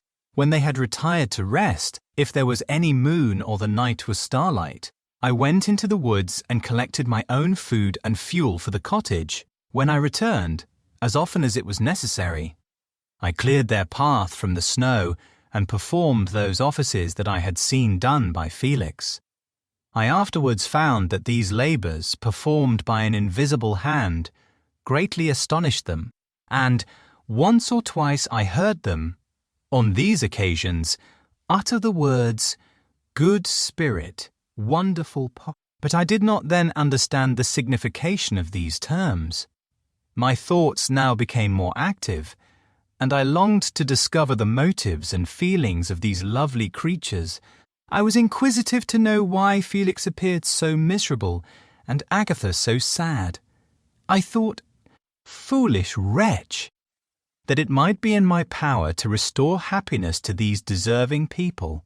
When I slept or was absent, the forms of the venerable blind father the gentle Agatha, and the excellent Felix flitted before me, I looked upon them as superior beings who would be the arbiters of my future destiny. I formed in my imagination 1,000 pictures of presenting myself to them, and their reception of me.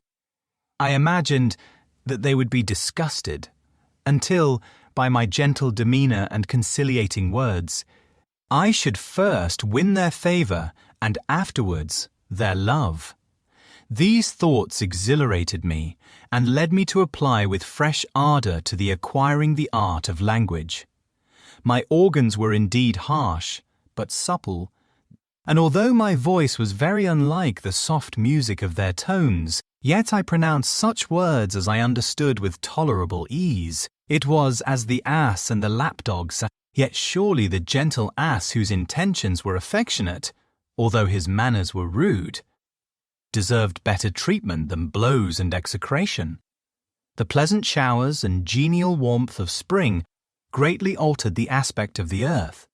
Men who, before this change, seemed to have been hid in caves dispersed themselves and were employed in various arts of cultivation. The birds sang in more cheerful notes, and the leaves began to bud forth on the trees. Happy, happy earth, fit habitation for gods, which, so short a time before, was bleak, damp, and unwholesome.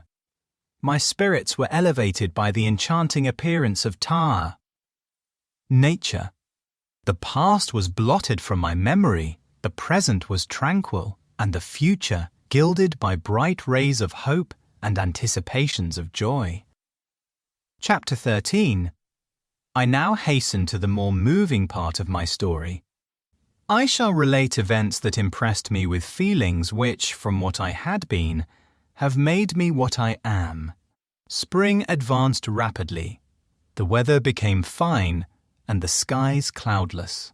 It surprised me that what before was desert and gloomy should now bloom with the most beautiful flowers and verdure.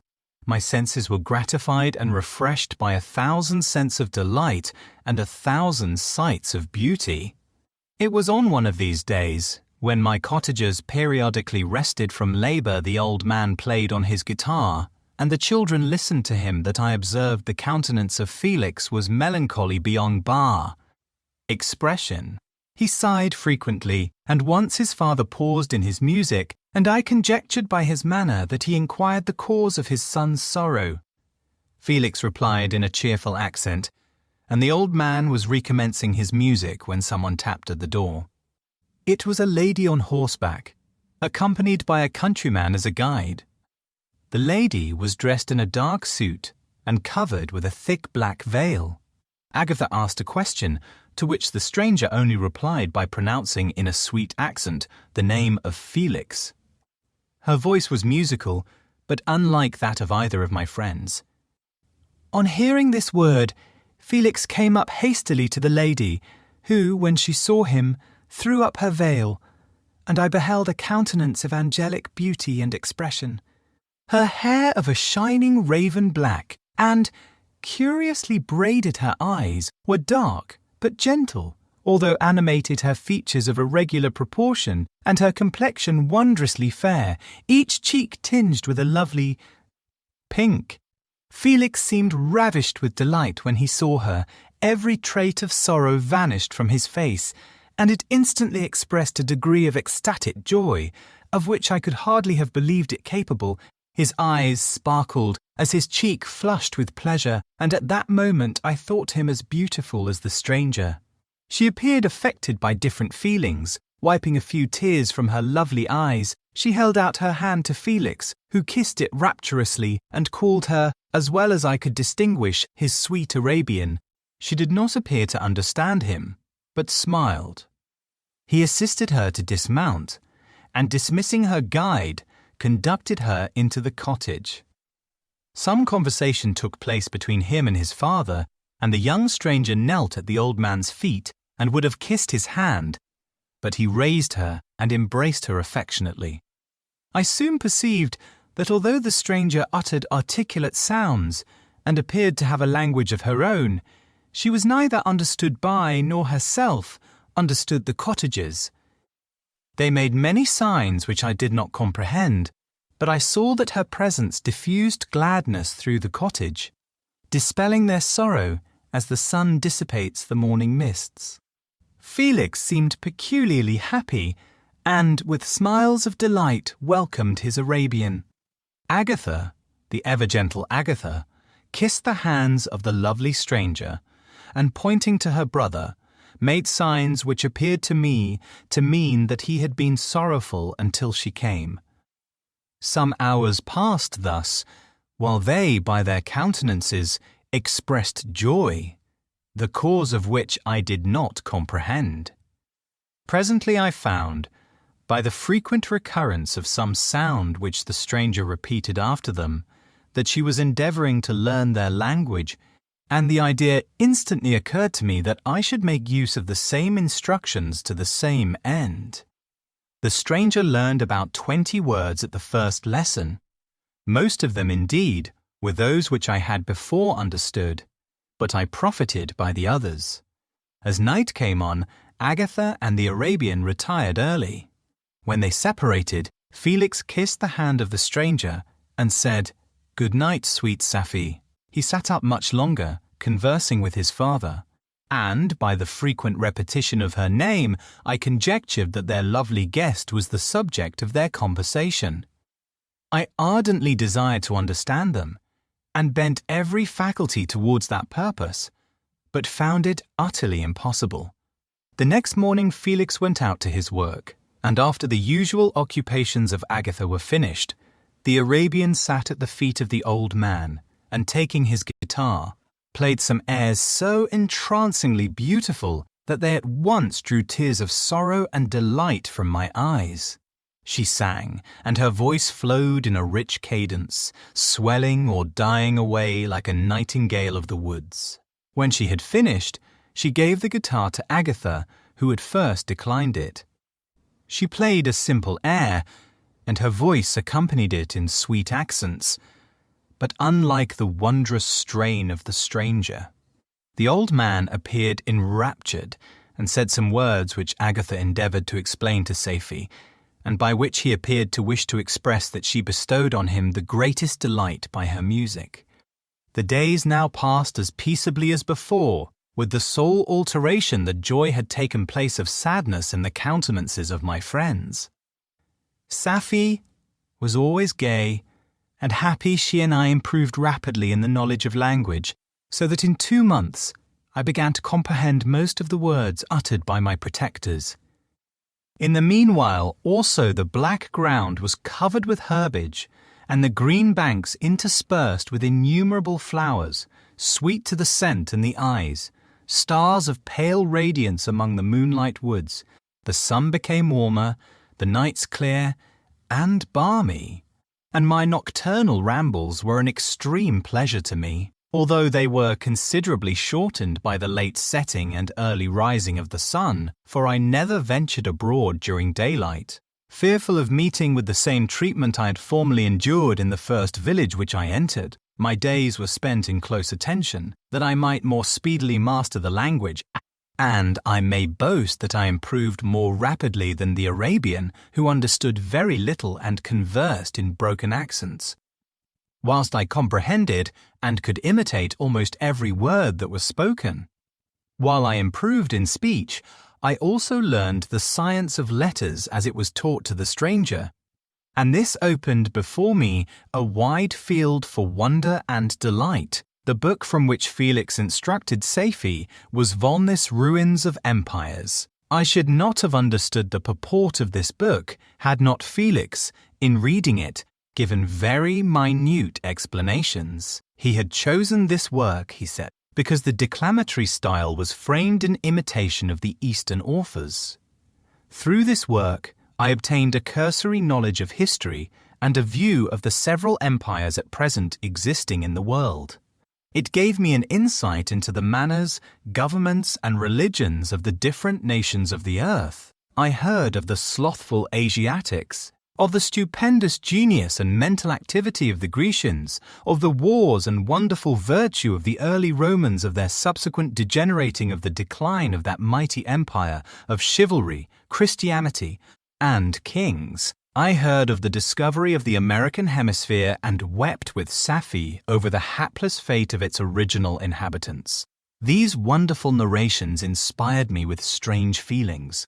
Was man indeed at once so powerful, so virtuous and magnificent, yet so vicious and base? He appeared at one time a mere scion of the evil principle, and at another as all that can be conceived of noble and godlike. To be a great and virtuous man appeared the highest honor that can befall a sensitive being.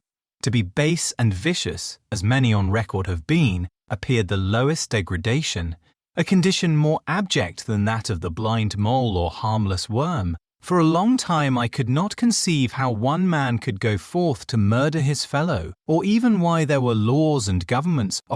But when I heard details of vice and bloodshed, my wonder ceased, and I turned away with disgust and loathing. Every conversation of the cottagers now opened new wonders to me, while I listened to the instructions which Felix bestowed upon the Arabian. The strange system of human society was explained to me.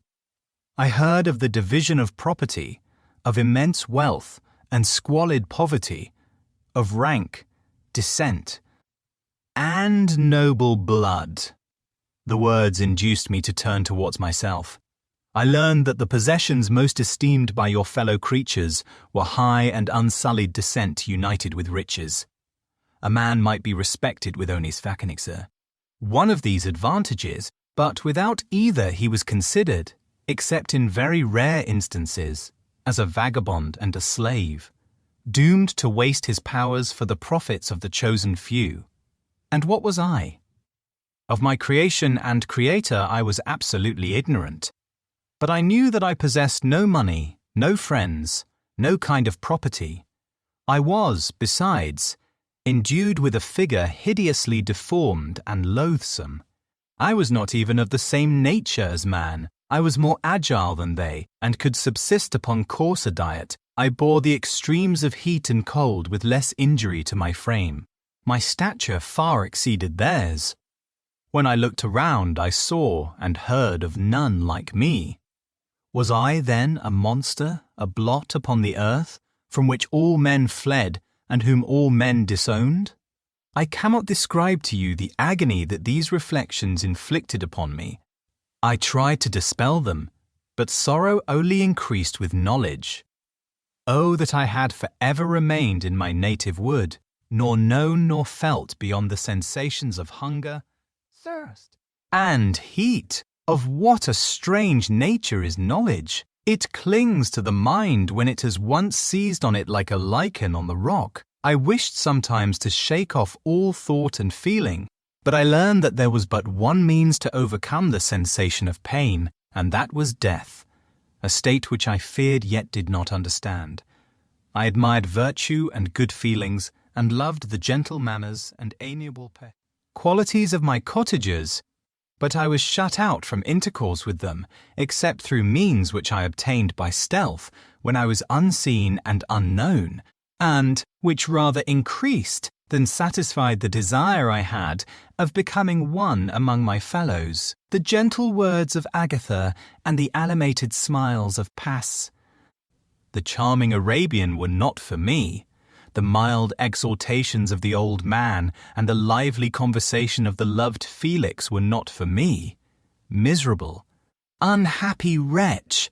Other lessons were impressed upon me even more deeply. I heard of the difference of sexes and the birth and growth of children, how the father doted on the smiles of the infant and the lively sallies of the older girl. Child! How all the life and cares of the mother were wrapped up in the precious charge, how the mind of youth expanded and gained knowledge of brother, sister, and all the various relationships which bind one human being to another in mutual bonds. But where were my friends and relations? No father had watched my infant days, no mother had blessed me with smiles and caresses, or, if they had, all my past life was now a blot, a blind vacancy in which I distinguished nothing. From my earliest remembrance, I had been as I then was in height and proportion, I had never yet seen a being resembling me or who claimed any intercourse with me. What was I? The question again recurred, to be answered only with groans. I will soon explain to what these feelings tended, but allow me now to return to the cottagers, whose story excited in me such various feelings of indignation, delight, and wonder, but which all terminated in additional love and reverence for my protectors, for so I loved, in an innocent, half-painful self-deceit, to call them. Chapter 14. Some time elapsed before I learned the history of my friends. It was one which could not fail to impress itself deeply on my mind, unfolding as it did a number of circumstances, each interesting and wonderful to one so utterly inexperienced as I was. The name of the old man was de Lacy. He was descended from a good family in France, where he had lived for many years in affluence, respected by his superiors and beloved by his equals. His son was bred in the service of his country, and Agatha had ranked with ladies of the highest distinction. A few months before my arrival, they had lived in a large and luxurious city called Paris, surrounded by friends and possessed of every enjoyment which virtue, refinement of intellect or taste, accompanied by a moderate fortune, could afford. The father of Safie had been the cause of their ruin.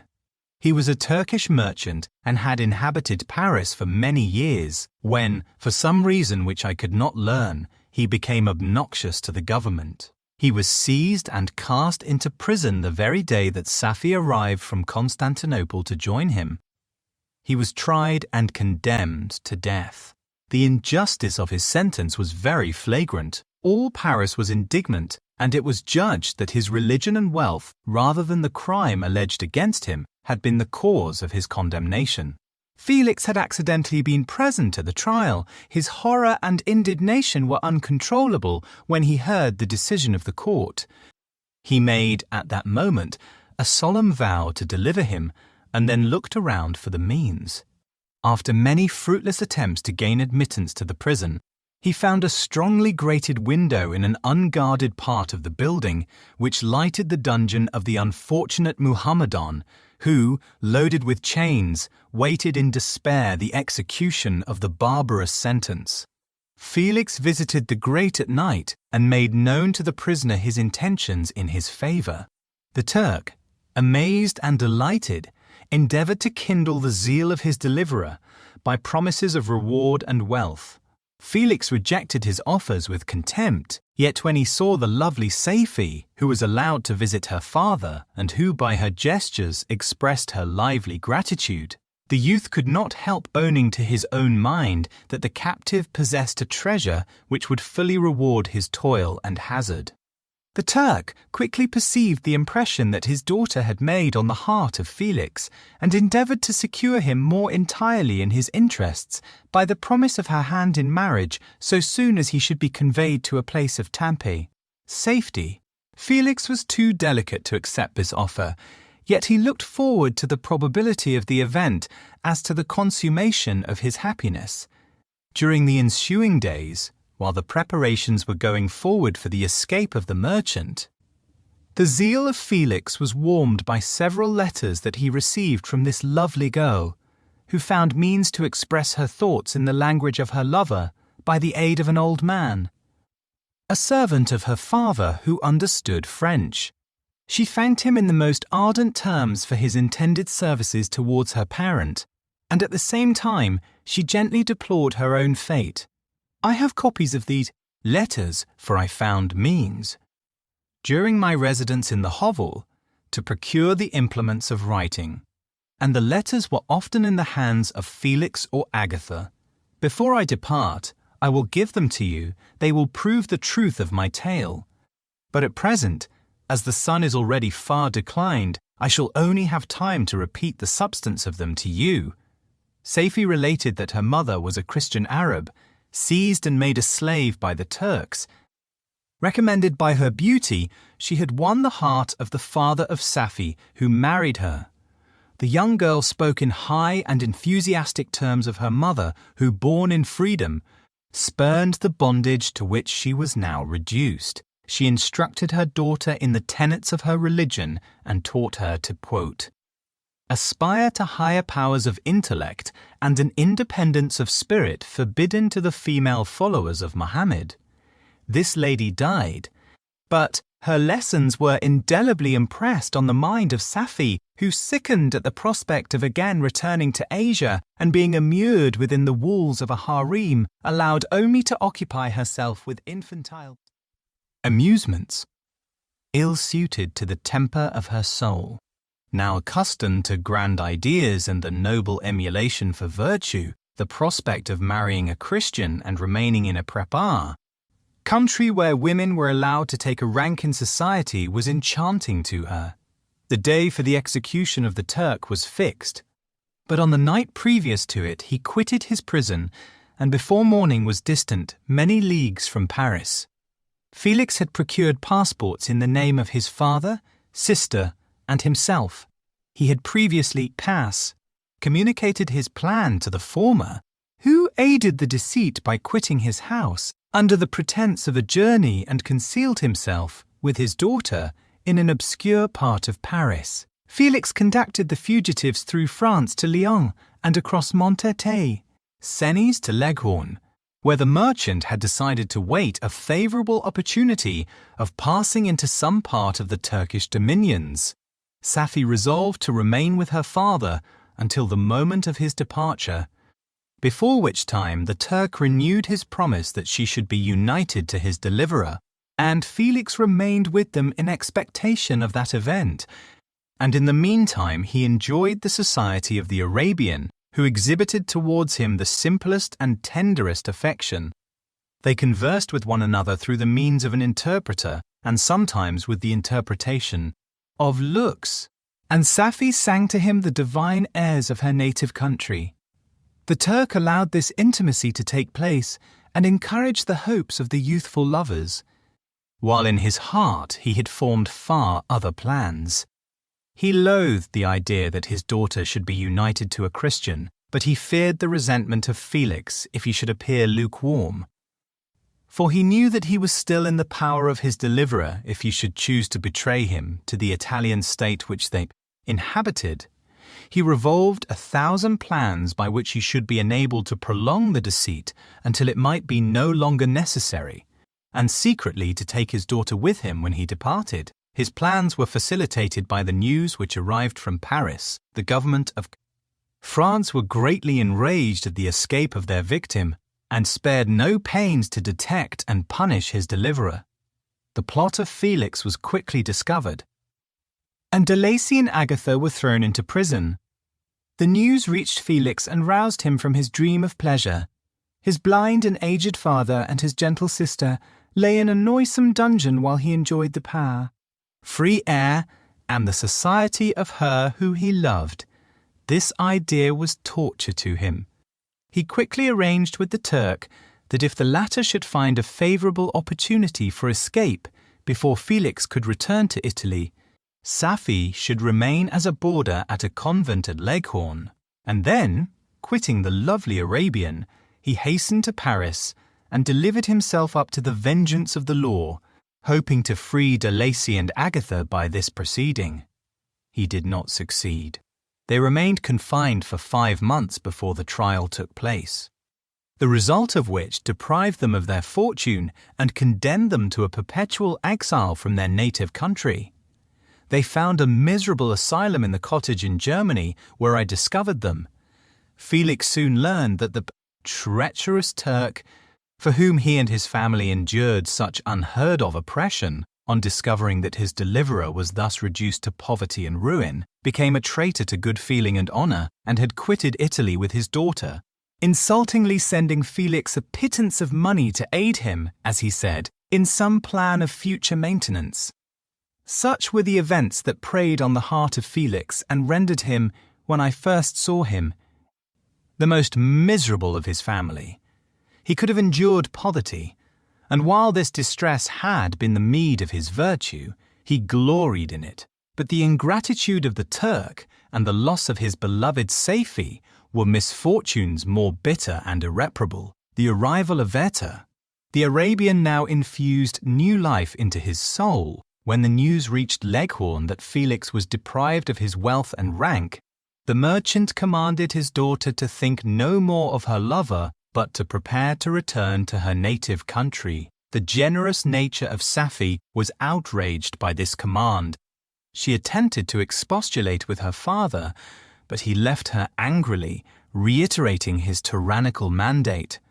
A few days after, the Turk entered his daughter's apartment and told her hastily that he had reason to believe that his residence at Leghorn had been divulged, and that he should speedily be delivered up to the French government.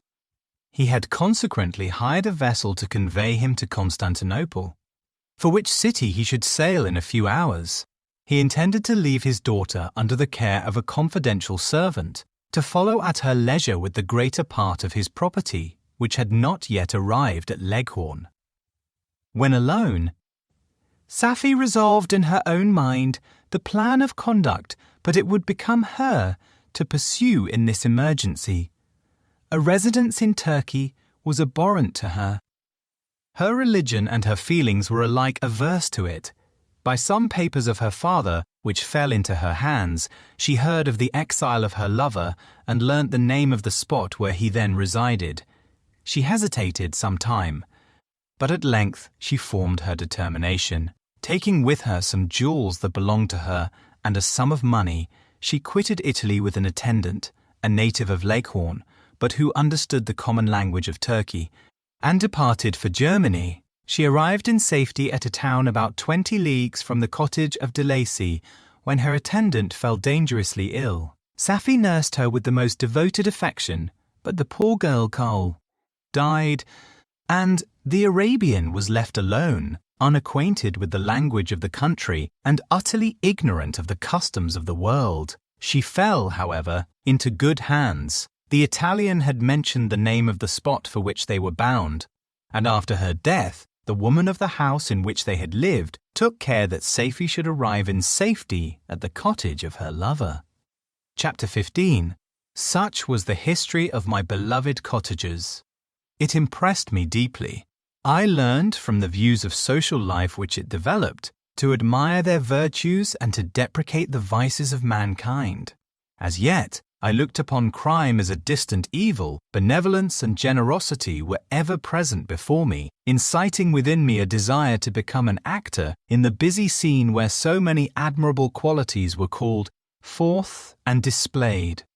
But, in giving an account of the progress of my intellect, I must not omit a circumstance which occurred in the beginning of the month of August of the same year. One night during my accustomed visit to the neighbouring wood, where I collected my own food and brought home firing for my protectors, I found on the ground 11 portmanteaux containing several articles of dress, some books. I eagerly seized the prize and returned with it to my hovel. Fortunately, the books were written in the language, the elements of which I had acquired at the cottage. They consisted of Paradise Lost, a volume of Plutarch's Lives, and the Sorrows of Werther. The possession of these treasures gave me extreme delight. I now continually studied and exercised my mind upon these histories, whilst my friends were employed in their ordinary occupations.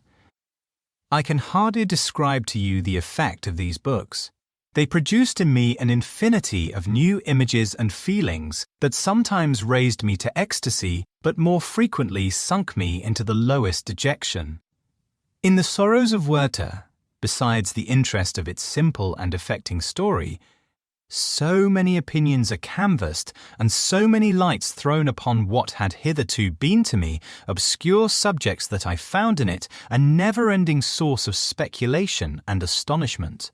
The gentle and domestic manners it described, combined with lofty sentiments and feelings, which had for their object something out of self, accorded well with my experience among my protectors and with the wants which were forever alive in my own bosom.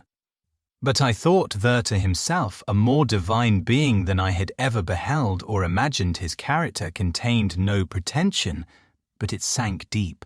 The disquisitions upon death and suicide were calculated to fill me with wonder. I did not pretend to enter into the merits of the case, yet I inclined towards the opinions of the hero, whose extinction I wept, without precisely understanding it. As I read, however, I applied much personally to my own feelings and condition. I found myself similar yet, at the same time, strangely unlike to the beings concerning whom I read and to whose conversation I was a listener.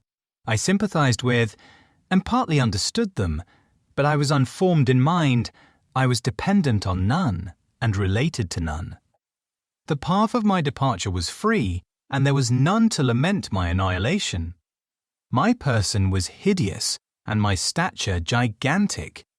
What did this mean? Who was I? What was I? Whence did I come? What was my destination? These questions continually recurred, but I was unable to solve them. The volume of Plutarch's Lives which I possessed contained the histories of the first founders of the ancient republics. This book had a far different effect upon me from the sorrows of Werther. I learned from Werther's imaginations, despondency and gloom, but Plutarch taught me high thoughts. He elevated me above the wretched sphere of my own reflections to admire and love the heroes of past ages. Many things I read surpassed my understanding and experience. I had a very confused knowledge of kingdoms, wide extents of country, mighty rivers, and boundless seas. But I was perfectly unacquainted with towns and large assemblages of men. The cottage of my protectors had been the only school in which I had studied human nature, but this book developed new and mightier scenes of action. I read of men concerned in public affairs, governing or massacring their species. I felt the greatest ardour for virtue rise within me, and abhorrence for vice, as far as I understood the signification of those terms, relative as they were, as I applied them, to pleasure and pain alone. Induced by these feelings, I was of course led to admire peaceable lawgivers, Neumer, Solon, and Lycurgus, in preference to Romulus and Theseus. The patriarchal lives of my protectors caused these impressions to take a firm hold on my mind. Perhaps, if my first introduction to humanity had been made by a young soldier, burning for glory and slaughter, I should have been imbued with different sensations. The Paradise Lost excited different and far deeper emotions. I read it, as I had read the other volumes which had fallen into my hands, as a true history. It moved every feeling of wonder and awe that the picture of an omnipotent God warring with his creatures was capable of exciting. I often referred the several situations, as their similarity struck me, to my own. Like Adam, I was apparently united by no link to any other being in existence, but his state was far different from mine in every other respect. He had come forth from the hands of God a perfect creature, happy and prosperous, guarded by the especial care of his Creator. He was allowed to converse with and acquire knowledge from beings of a superior nature, but I was wretched, helpless, and alone. Many times I considered Satan as the fitter emblem of my condition, for often, like him, when I viewed the bliss of my protectors, the bitter gall of envy rose within me. Another circumstance strengthened and confirmed these feelings. Soon after my arrival in the hovel, I discovered some papers in the pocket of the dress which I had taken from your laboratory. At first I had neglected them, but now that I was able to decipher the characters in which they were written, I began to study them with diligence. It was your journal of the 4 months that preceded my creation. You minutely described in these papers every step you took in the progress of your work. This history was mingled with accounts of domestic occurrences. You doubtless recollect these papers. Here they are. Everything is related in them which bears reference to my accursed origin. The whole detail of that series of disgusting circumstances which produced it is set in view. The minutest description of my odious and loathsome person is given, in language which painted your own horrors and rendered mine indelible. I sickened as I read. "Hateful day when I received life," I exclaimed in agony. "Cursed Creator, why did you form a monster so hideous that even you turned from me in disgust? God in pity made man beautiful and alluring, after his own image. But my form is a filthy type of yours, more horrid even from the very resemblance. Satan had his companions, fellow devils, to admire and encourage him, but I am solitary and abhorred." These were the reflections of my hours of despondency and solitude. But when I contemplated the virtues of the cottagers, their amiable and benevolent dispositions, I persuaded myself that when they should become acquainted with my admiration of their virtues, they would compassionate me and overlook my personal deformity. Could they turn from their door one, however monstrous, who solicited their compassion and friendship, I resolved, at least, not to despair, but in every way to fit myself for an interview with them which would decide my fate. I postponed this attempt for some months longer, for the importance attached to its success inspired me with a dread lest I should fail. Besides, I found that my understanding improved so much with every day's experience that I was unwilling to commence this undertaking until a few more months should have added to my sagacity. Several changes in the meantime took place in the cottage. The presence of Safie diffused happiness among its inhabitants, and I also found that a greater degree of plenty reigned there.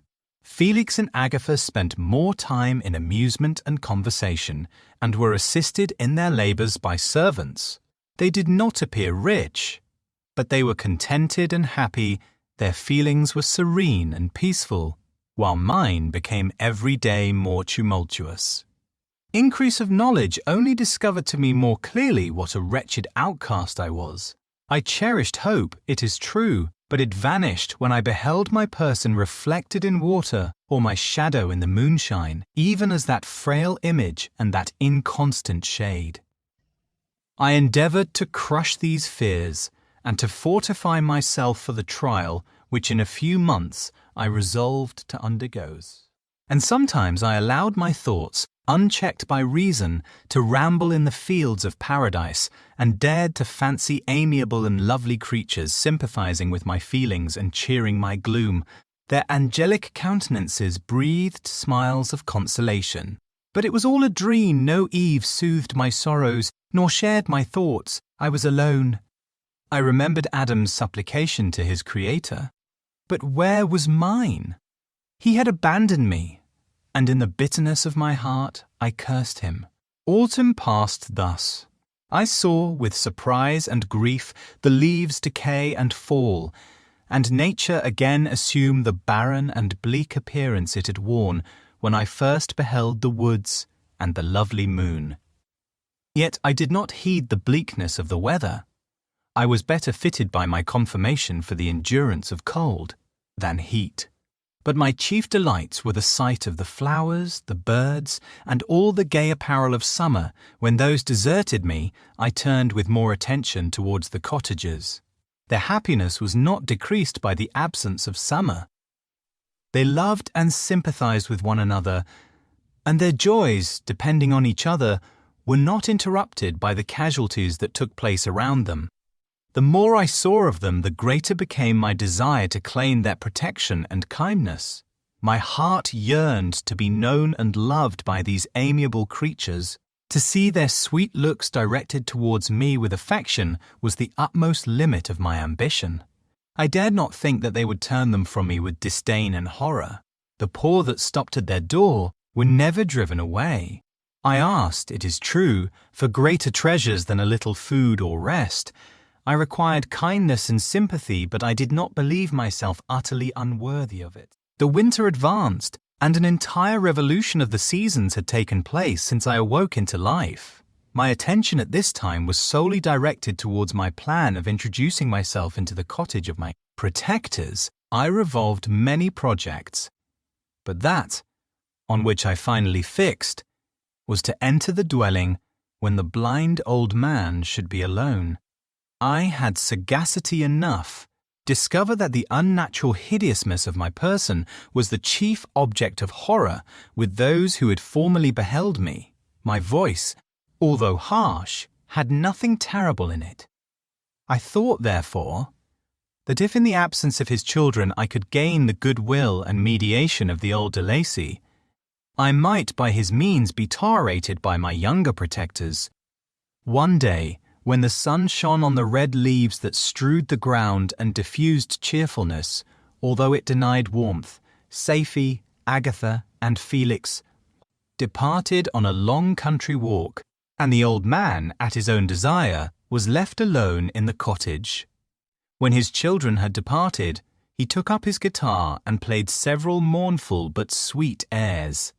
More sweet and mournful than I had ever heard him play before. At first his countenance was illuminated with pleasure, but as he continued, thoughtfulness and sadness succeeded. At length, laying aside the instrument, he sat absorbed in reflection. My heart beat quick. This was the hour and moment of trial, which would decide my hopes or realize my fears. The servants were gone to a neighboring fair. All was silent in and around the cottage. It was an excellent opportunity. Yet, when I proceeded to execute my plan, my limbs failed me, and I sank to the ground. Again I rose, and exerting all the firmness of which I was master, removed the planks which I had placed before my hovel to conceal my retreat. The fresh air revived me, and with renewed determination I approached the door of their cottage. I knocked. "Who is there?" said the old man. "Come in." I entered. "Pardon this intrusion," said I, Crow. "I am a traveller in want of a little rest. You would greatly oblige me if you would allow me to remain a few minutes before the fire." "Enter," said de Lacy, "and I will try in what manner I can to relieve your wants. But, unfortunately, my children are from home, and as I am blind, I am afraid I shall find it difficult to procure food for you. Do not trouble yourself. My kind host, I have food et fools. It is warmth and rest only that I need." I sat down, and a silence ensued. I knew that every minute was precious to me, yet I remained irresolute in what manner to commence the interview, when the old man addressed me. "By your language, stranger, I suppose you are my countrymen." "Are you French?" "No, but I was educated by a French family and understand that language only. I am now going to claim the protection of some friends, whom I sincerely love, and of whose favour I have some hopes. Are they Germans? No, they are French. But let us change the subject. I am an unfortunate and deserted creature. I look around, and I have no relation or friend upon earth. These amiable people to whom I go have never seen me, and know little of me. I am full of fears, for if I fail there, I am an outcast in the world for ever. Do not despair. To be friendless is indeed to be unfortunate, but the hearts of men, when unprejudiced by any obvious self-interest, are full of brotherly love and charity. Rely, therefore, on your hopes. And, if these friends are good and amiable, do not despair. They are kind. They are the most excellent creatures in the world, but, unfortunately, they are prejudiced against me. I have good dispositions. My life has been hitherto harmless and in some degree beneficial, but a fatal prejudice clouds their eyes, and where they ought to see a feeling and kind friend, they behold only a detestable monster. That is indeed unfortunate, but if you are really blameless, cannot you undeceive them? I am about to undertake that task, and it is on that account that I feel so many overwhelming terrors. I tenderly love these friends. I have, unknown to them, been for many months in the habits of daily kindness towards them. But they believe that I wish to injure them, and it is that prejudice which I wish to overcome. Where do these friends reside? Near this spot. The old man paused and then continued. If you will unreservedly confide to me the particulars of your tale, I perhaps may be of use in undeceiving them. I am blind and cannot judge of your countenance. But there is something in your words which persuades me that you are sincere. I am poor and an exile, but it will afford me true pleasure to be in any way serviceable to a human creature. Excellent man, I thank you and accept your generous offer. You raise me from the dust by this kindness, and I trust that, by your aid, I shall not be driven from the society and sympathy of your fellow creatures.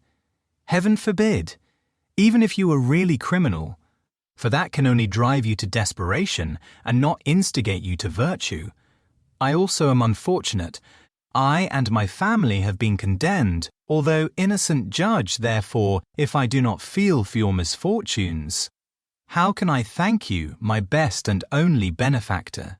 From your lips first have I heard the voice of kindness directed towards me. I shall be forever grateful. And your present humanity assures me of success with those friends whom I am on the point of meeting. May I know the names and residence of those friends? I paused. This, I thought, was the moment of decision which was to rob me of or bestow happiness on me forever. I struggled vainly for firmness sufficient to answer him, but the effort destroyed all my remaining strength. I sank on the chair and sobbed aloud. At that moment I heard the steps of my younger protectors. I had not a moment to lose, but seizing the hand of the old man, I cried, "Now is the time! Save and protect me! You and your family are the friends whom I seek. Do not you desert me in the hour of trial." "Great God!" exclaimed the old man. "Who are you?"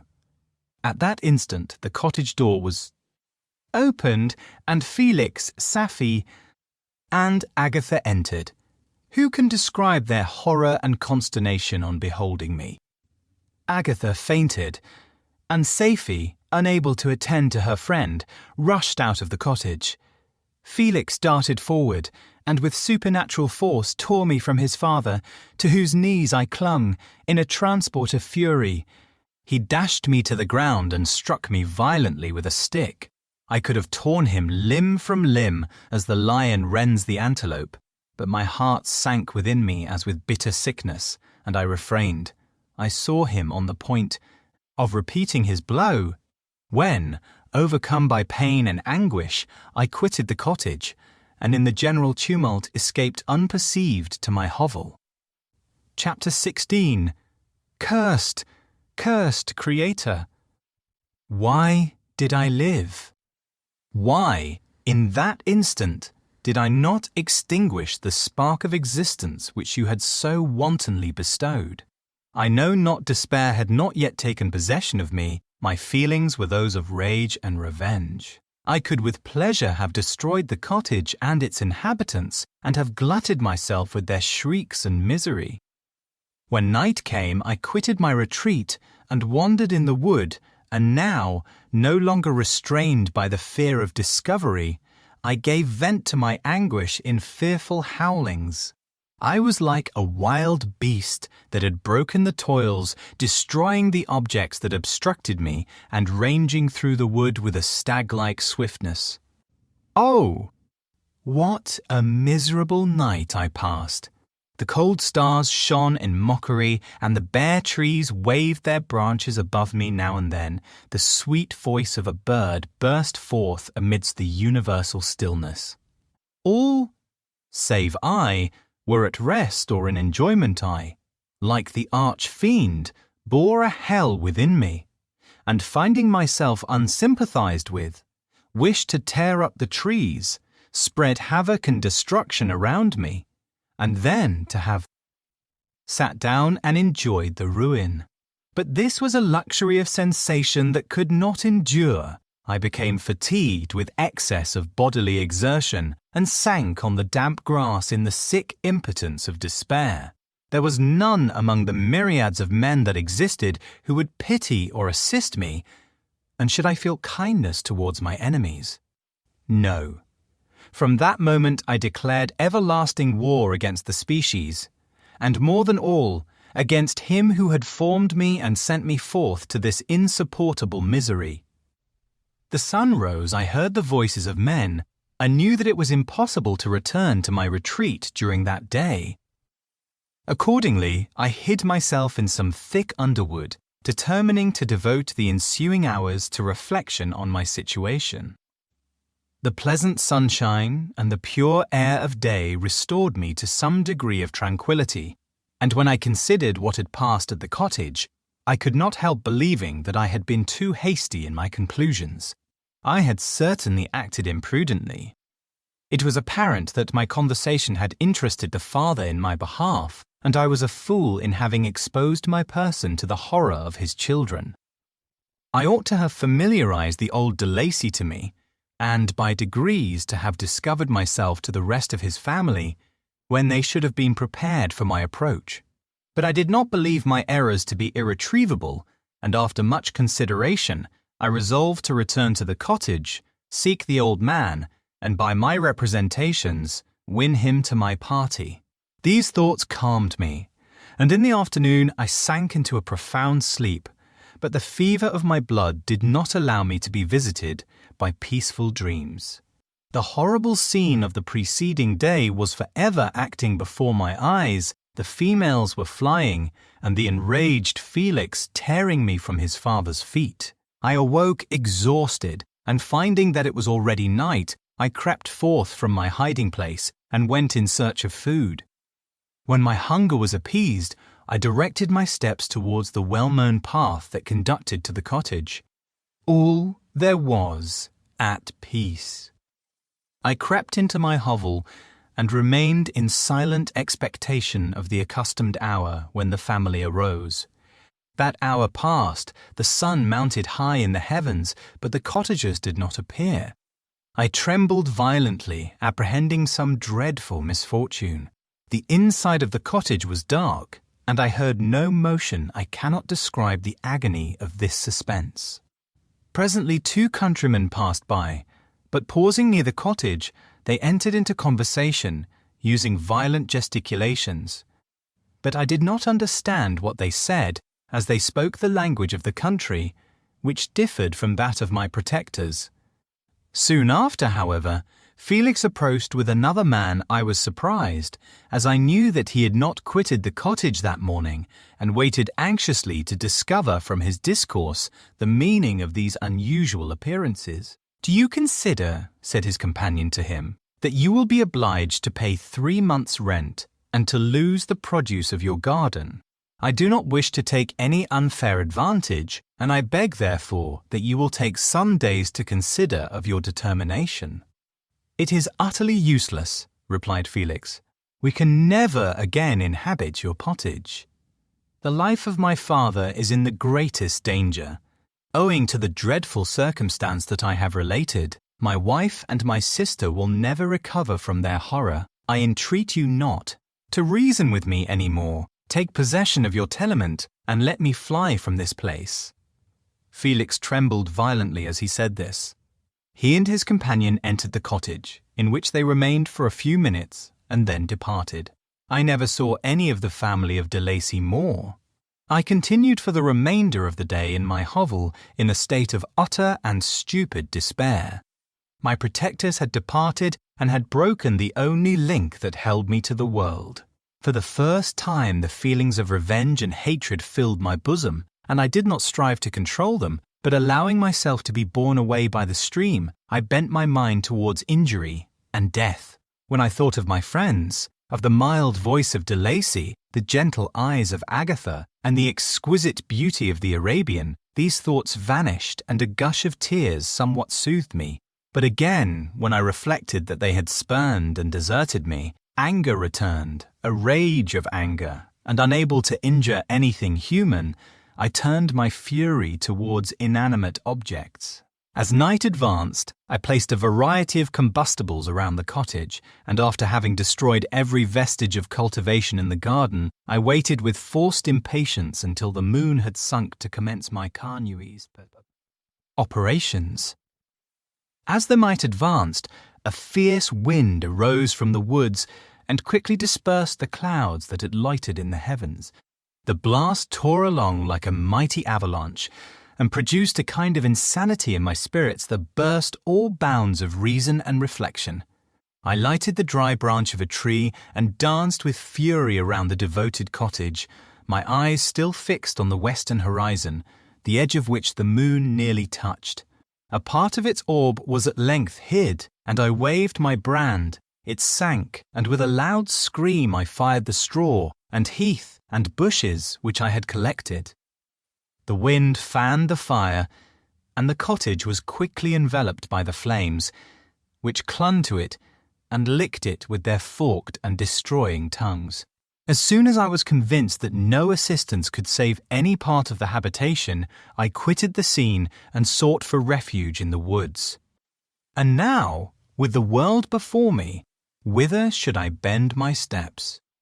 I resolved to fly far from the scene of my misfortunes, but to me, hated and despised, every country must be equally horrible. At length, the thought of you crossed my mind. I learned from your papers that you were my father, my creator, and to whom could I apply with more fitness than to him who had given me life?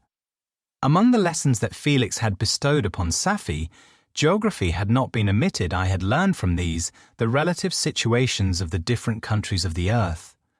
You had mentioned Geneva as the name of your native town, and towards this place I resolved to proceed. But how was I to direct myself? I knew that I must travel in a southwesterly direction to reach my destination, but the sun was my only guide.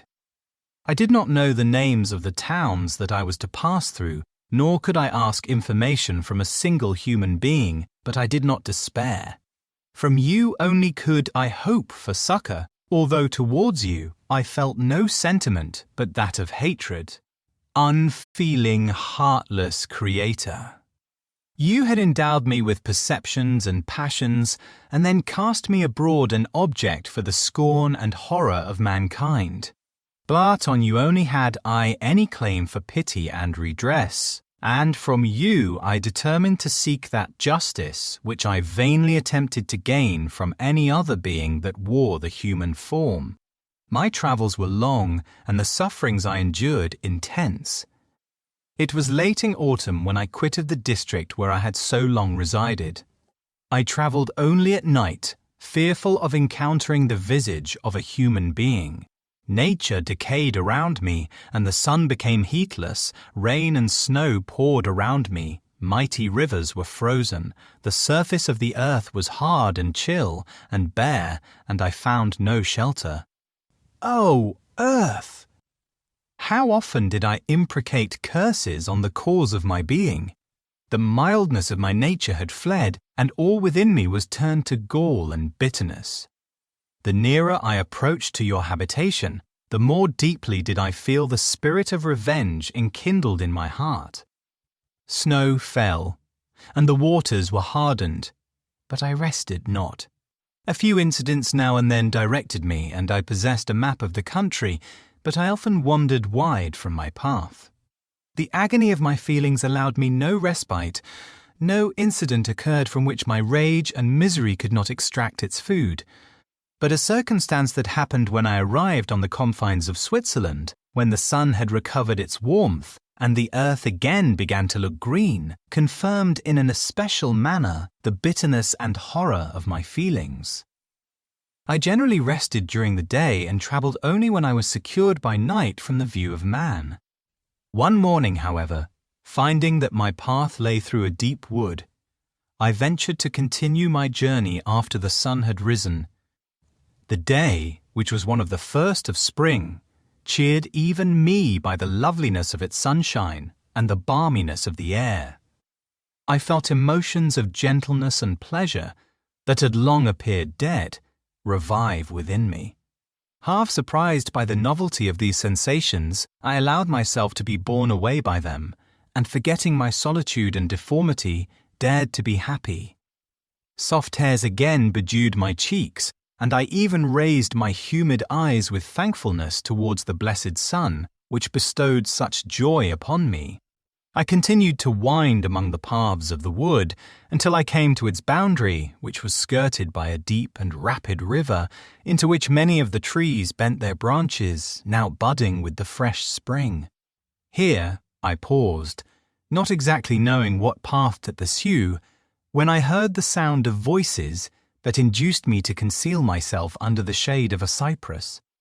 I was scarcely hid when a young girl came running towards the spot where I was concealed, laughing as if she ran from someone. She continued her course along the precipitous sides of the river, when suddenly her foot slipped and she fell into the rapid stream. I rushed from my hiding place and, with extreme labor, from the force of the current, saved her and dragged her to shore. She was senseless, and I endeavored by every means in my power to restore animation when I was suddenly interrupted by the approach of a rustic who was probably the person from whom she had playfully fled. On seeing me, he darted towards me and, tearing the girl from my arms, hastened towards the deeper parts of the wood. I followed speedily. I hardly knew why, but when the man saw me draw near, he aimed a gun, which he carried, at my body and fired. I sank to the ground, and my injurer, with increased swiftness, escaped into the wood. This was then the reward of my benevolence. I had saved a human being from destruction, and as a recompense I now writhed under the miserable pain of a wound which shattered the flesh and bone. The feelings of kindness and gentleness which I had entertained but a few moments before gave place to hellish rage and gnashing of teeth. Inflamed by pain, I vowed eternal hatred and vengeance to all mankind, but the agony of my wound overcame me.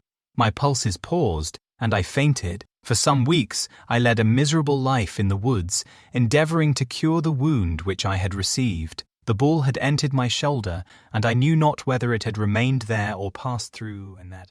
At any rate, I had no means of extracting it. My sufferings were augmented also by the oppressive sense of the injustice and ingratitude of their infliction.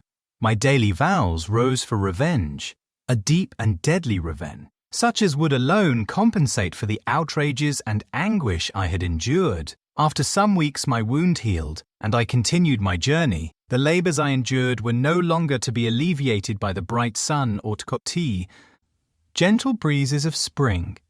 All joy was but a mockery which insulted my desolate state, and made me feel more painfully that I was not made for the enjoyment of pleasure. But my toils now drew near a close, and in 2 months from this time I reached the environs of Geneva. It was evening when I arrived, and I retired to a hiding place among the fields that surround it to meditate in what manner I should apply to you. I was oppressed by fatigue and hunger, and far too unhappy to enjoy the gentle breezes of evening or the prospect of the sun setting behind the stupendous mountains of Jura. At this time a slight sleep relieved me from the pain of reflection, which was disturbed by the approach of a beautiful child, who came running into the recess I had chosen with all the sportiveness of infancy. Suddenly, as I gazed on him, an idea seized me that this little creature was unprejudiced and had lived too short a time to have imbibed a horror of deformity. If, therefore, I could seize him and educate him as my companion and friend, I should not be so desolate in this peopled earth. Urged by this impulse, I seized on the boy as he passed and drew him towards me. As soon as he beheld my form, he placed his hands before his eyes and uttered a shrill scream. I drew his hand forcibly from his face and said, "Child, what is the meaning of this? I do not intend to hurt you. Listen to me." He struggled violently. "Let me go," he cried. "Monster! Ugly wretch! You wish to eat me and tear me to pieces. You are an ogre. Let me go, or I will tell my papa. Boy, you will never see your father again.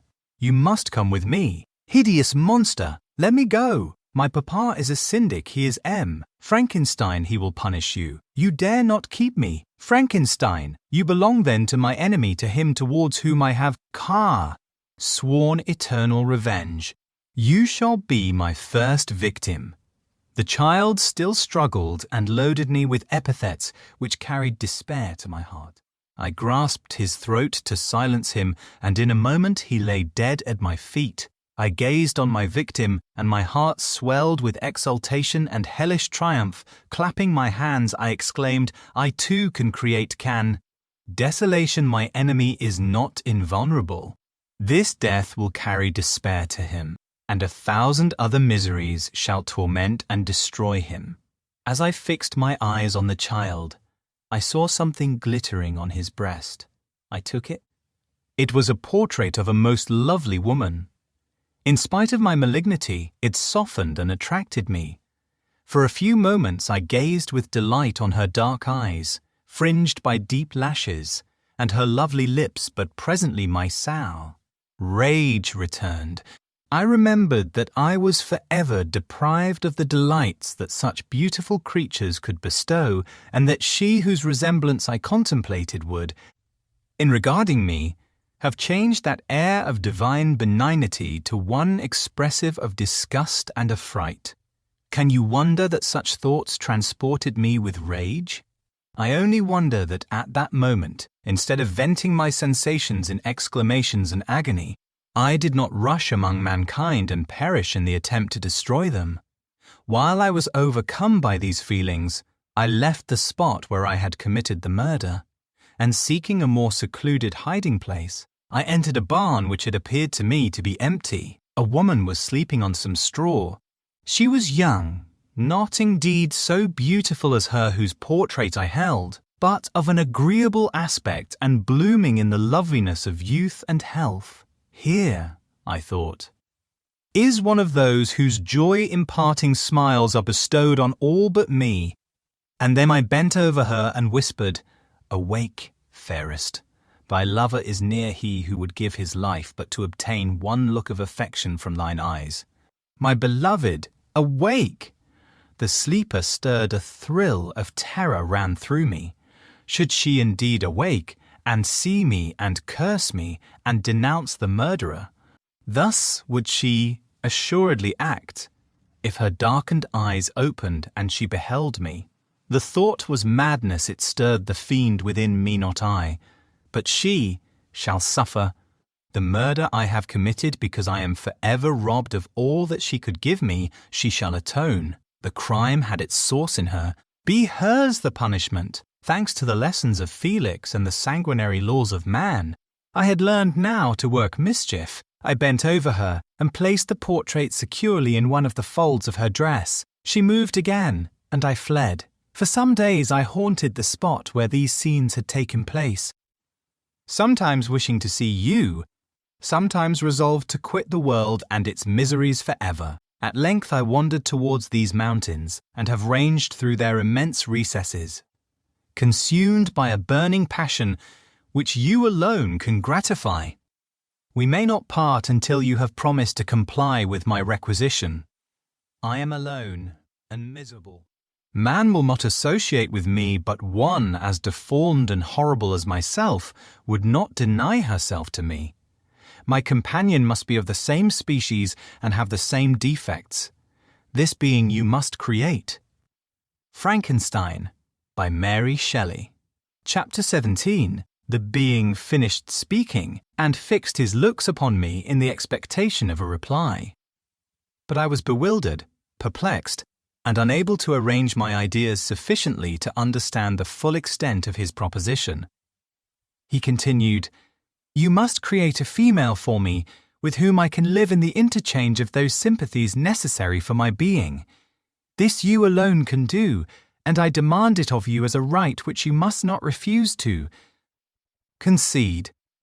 The latter part of his tale had kindled anew in me the anger that had died away while he narrated his peaceful life among the cottagers, and, as he said this, I could no longer suppress the rage that burned within me.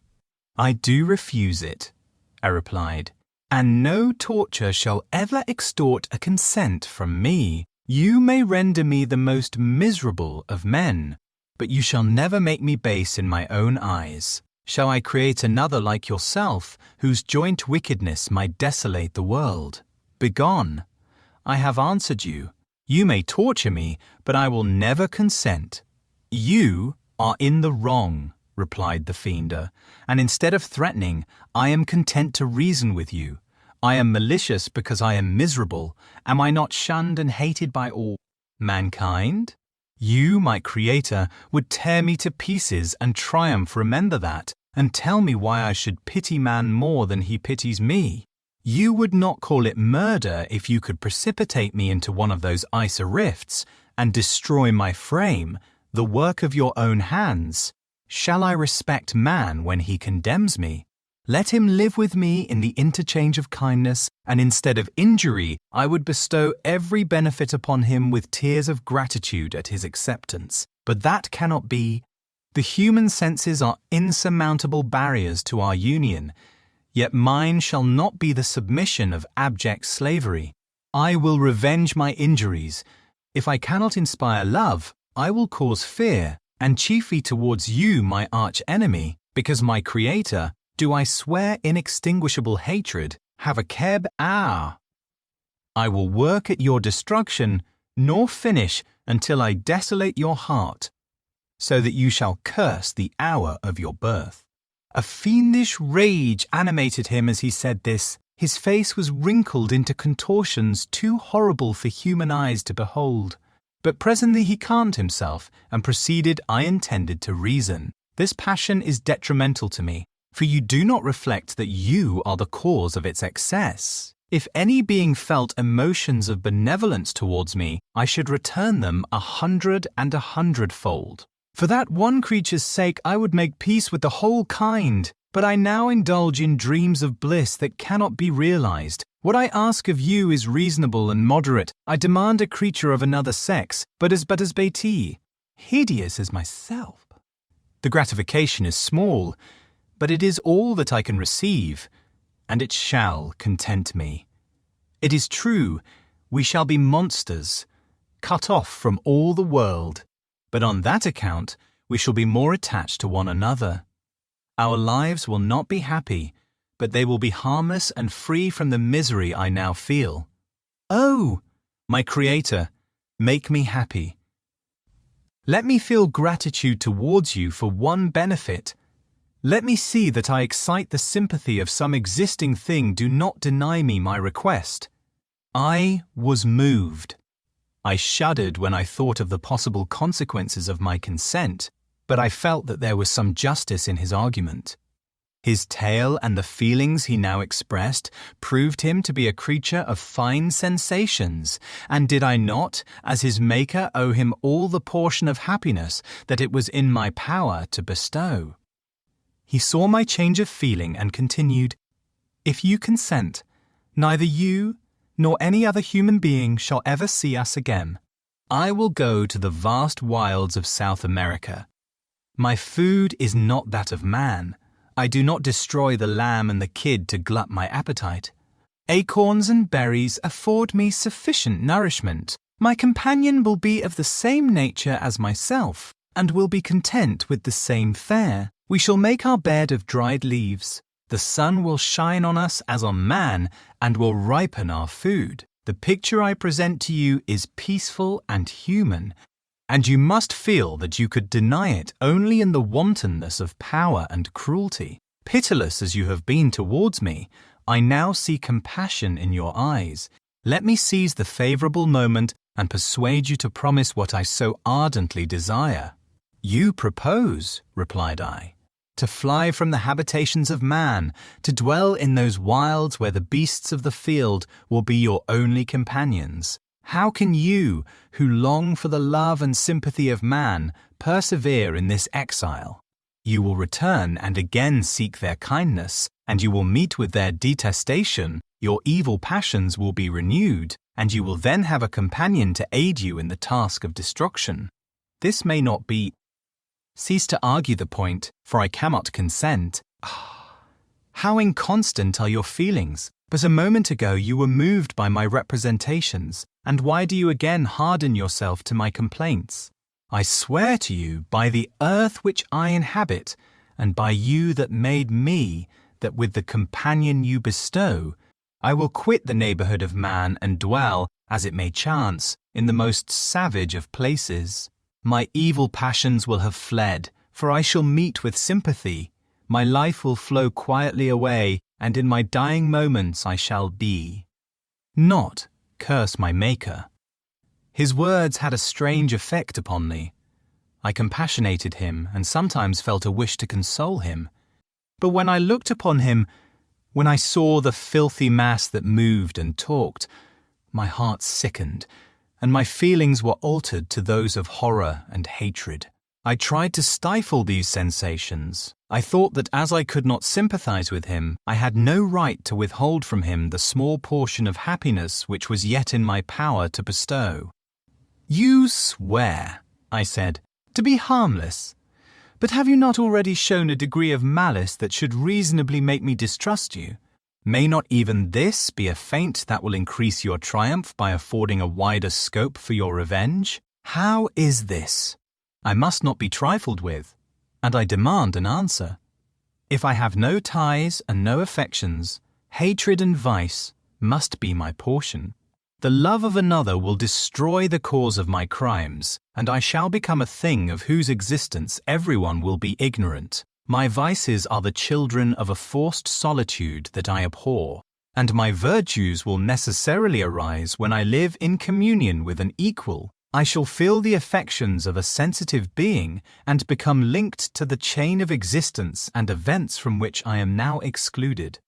I paused some time to reflect on all he had related and the various arguments which he had employed. I thought of the promise of virtues which he had displayed on the opening of his existence, and the subsequent blight of all kindly feeling by the loathing and scorn which his protectors had manifested towards him. His power and threats were not omitted in my calculations. A creature who could exist in the ice caves of the glaciers and hide himself from pursuit among the ridges of inaccessible precipices was a being possessing faculties it would be vain to cope with. After a long pause of reflection, I concluded that the justice due both to him and my fellow creatures demanded of me that I should comply with his request. Turning to him, therefore, I said, "I consent to your demand, on your solemn oath to quit Europe for ever, and every other place in the neighbourhood of man, as soon as I shall deliver into your hands a female who will accompany you in your exile." I swear," he cried, "by the sun, and by the blue sky of heaven, and by the fire of love that burns my heart, that if you grant my prayer, while they exist, you shall never behold me again. Depart to your home and commence your labours. I shall watch their progress with unutterable anxiety, and fear not, but that when you are ready, I shall appear." Saying this, he suddenly quitted me, fearful perhaps of any change in my sentiments. I saw him descend the mountain with greater speed than the flight of an eagle, and quickly lost among the undulations of the sea of ice. His tail had occupied the whole day, and the sun was upon the verge of the horizon when he departed. I knew that I ought to hasten my descent towards the valley, as I should soon be encompassed in darkness, but my heart was heavy and my steps slow. The labour of winding among the little paths of the mountain and fixing my feet firmly as I advanced perplexed me, occupied as I was by the emotions which the occurrences of the day had produced. Night was far advanced when I came to the halfway resting place and seated myself beside the fountain. The stars shone at intervals. As the clouds passed from over them, the dark pines rose before me, and every here and there a broken tree lay on the ground. It was a scene of wonderful solemnity and stirred strange thoughts within me. I wept bitterly, and clasping my hands in agony, I exclaimed, "Oh, stars and clouds and winds, ye are all about to mock me if ye really bussa. Pity me, crush sensation and memory. Let me become as naught, but if not, depart, depart, and leave me in darkness. These were wild and miserable thoughts, but I cannot describe to you how the eternal twinkling of the stars weighed upon me, and how I listened to every blast of wind as if it were a dull, ugly siroc on its way to consume me. Morning dawned before I arrived at the village of Chamonix. I took no rest, but returned immediately to Geneva. Even in my own heart I could give no expression to my sensations. They weighed on me with a mountain's weight, and their excess destroyed my agony beneath them. Thus I returned home, and entering the house, presented myself to the family. My haggard and wild appearance awoke intense alarm, but I answered no question. Scarcely did I speak. I felt as if I were placed under a ban, as if I had no right to claim their sympathies, as if never more might I enjoy companionship with them. Yet even thus I loved them to adoration, and to save them, I resolved to dedicate myself to my most abhorred task. The prospect of such an occupation made every other circumstance of existence pass before me like a dream, and that thought only had to me the reality of life. Chapter 18. Day after day, week after week, passed away on my return to Geneva, and I could not collect the courage to recommence my work. I feared the vengeance of the disappointed fiend, yet I was unable to overcome my repugnance to the task which was enjoined me. I found that I could not compose a female without again devoting several months to profound study and laborious disquisition.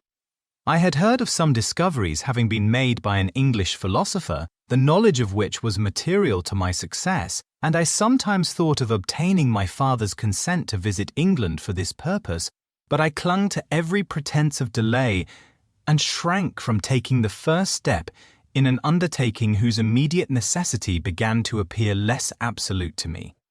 A change indeed had taken place in me. My health, which had hitherto declined, was now much restored, and my spirits, when unchecked by the memory of my unhappy promise, rose proportionably. My father saw this change with pleasure, and he turned his thoughts towards the best method of eradicating the remains of my melancholy, which every now and then would return by fits, and with a devouring blackness overcast the path. Approaching sunshine. At these moments I took refuge in the most perfect solitude. I passed whole days on the lake alone in a little boat, watching the clouds and listening to the rippling of the waves, silent and listless. But the fresh air and bright sun seldom failed to restore me to some degree of composure, and on my return I met the salutations of my friends with a readier smile and a more cheerful heart. It was after my return from one of these rambles that my father, calling me aside, thus addressed me: "I am happy to remark, my dear son, that you have resumed your former pleasures and seem to be returning to yourself, and yet you are still unhappy and still avoid our society. For some time I was lost in conjecture as to the cause of this, but yesterday an idea struck me, and if it is well founded, I conjure you to avow it. Reserve on such a point would be not only useless, but draw down treble misery on us all." I trembled violently at his exordium, and my father continued: "I confess, my son, that I have always looked forward to your marriage with our dear Elizabeth as the tie of our domestic comfort and the stay of my decline in years. You were attached to each other from your earliest infancy. You studied together and appeared, in dispositions and tastes, entirely suited to one another. But so blind is the experience of man that what I conceived to be the best assistance to my plan may have entirely destroyed it. You perhaps regard her as your sister, without any wish that she might become your wife. Nay, you may have met with another whom you may love. And considering yourself as bound in honour to Elizabeth, this struggle may occasion the poignant misery which you appear to feel. My dear father, reassure yourself. I love my cousin tenderly and sincerely. I never saw any woman who excited, as Elizabeth does, My warmest admiration and affection, my future hopes and prospects are entirely bound up in the expectation of our union. The expression of your sentiments of this subject, my dear Victor, gives me more pleasure than I have for some time experienced. If you feel thus, we shall assuredly be happy, however present events may cast a gloom over us. But it is this gloom which appears to have taken so strong a hold of your mind that I wish to dissipate. Tell me, therefore, whether you object to an immediate solemnization of the marriage. We have been unfortunate, and recent events have drawn us from that everyday tranquillity befitting my years and infirmities. You are younger, yet I do not suppose, possessed as you are of a competent fortune, that an early marriage would at all interfere with any future plans of honour and utility that you may have formed. Do not suppose, however, that I wish to dictate happiness to you, or that a delay on your part would cause me any serious uneasiness. Interpret my words with candour, and answer me, I conjure you, with confidence and sincerity. I listened to my father in silence, and remained for some time incapable of offering any reply. I revolved rapidly in my mind a multitude of thoughts, and endeavoured to arrive at some conclusion. Alas! To me the idea of an immediate union with my Elizabeth was one of horror and dismay. I was bound by a solemn promise, which I had not yet fulfilled and dared not break, or if I did, what manifold miseries might not impend over me and my devoted family. Could I enter into a festival with this deadly weight yet hanging round my neck and bowing me to the ground? I must perform my engagement and let the monster depart with his mate before I allowed myself to enjoy the delight of a union from which I expected peace. I remembered also the necessity imposed upon me of either journeying to England or entering into a long correspondence with those philosophers of that country whose knowledge and discoveries were of indispensable use to me in my present undertaking. The latter method of obtaining the desired intelligence was dilatory and unsatisfactory. Besides, I had an insurmountable aversion to the idea of engaging myself in my loathsome task in my father's house, while in habits of familiar intercourse with those I loved. I knew that 1,000 fearful accidents might occur, the slightest of which would disclose a tale to thrill all connected with me with horror. I was aware also that I should often lose all self-command, all capacity of hiding the harrowing sensations that would possess me during the progress of my unearthly occupation. I must absent myself from all I loved while thus employed.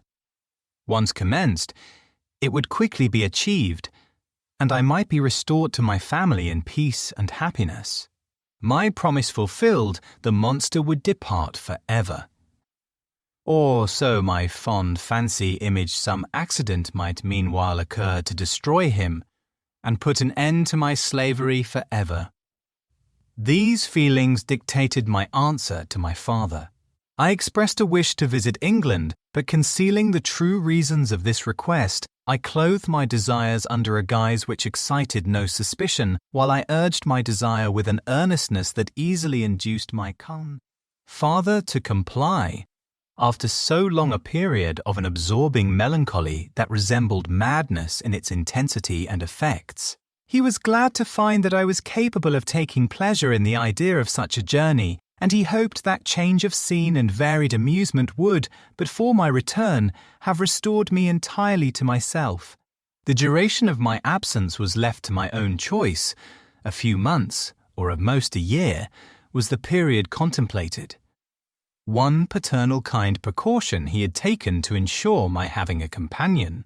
Without previously communicating with me, he had, in concert with Elizabeth, arranged that Clerval should join me at Strasbourg. This interfered with the solitude I coveted for the prosecution of my task. Yet, at the commencement of my journey, the presence of my friend could in no way be an impediment, and truly, I rejoiced that thus I should be saved many hours of lonely, maddening reflection.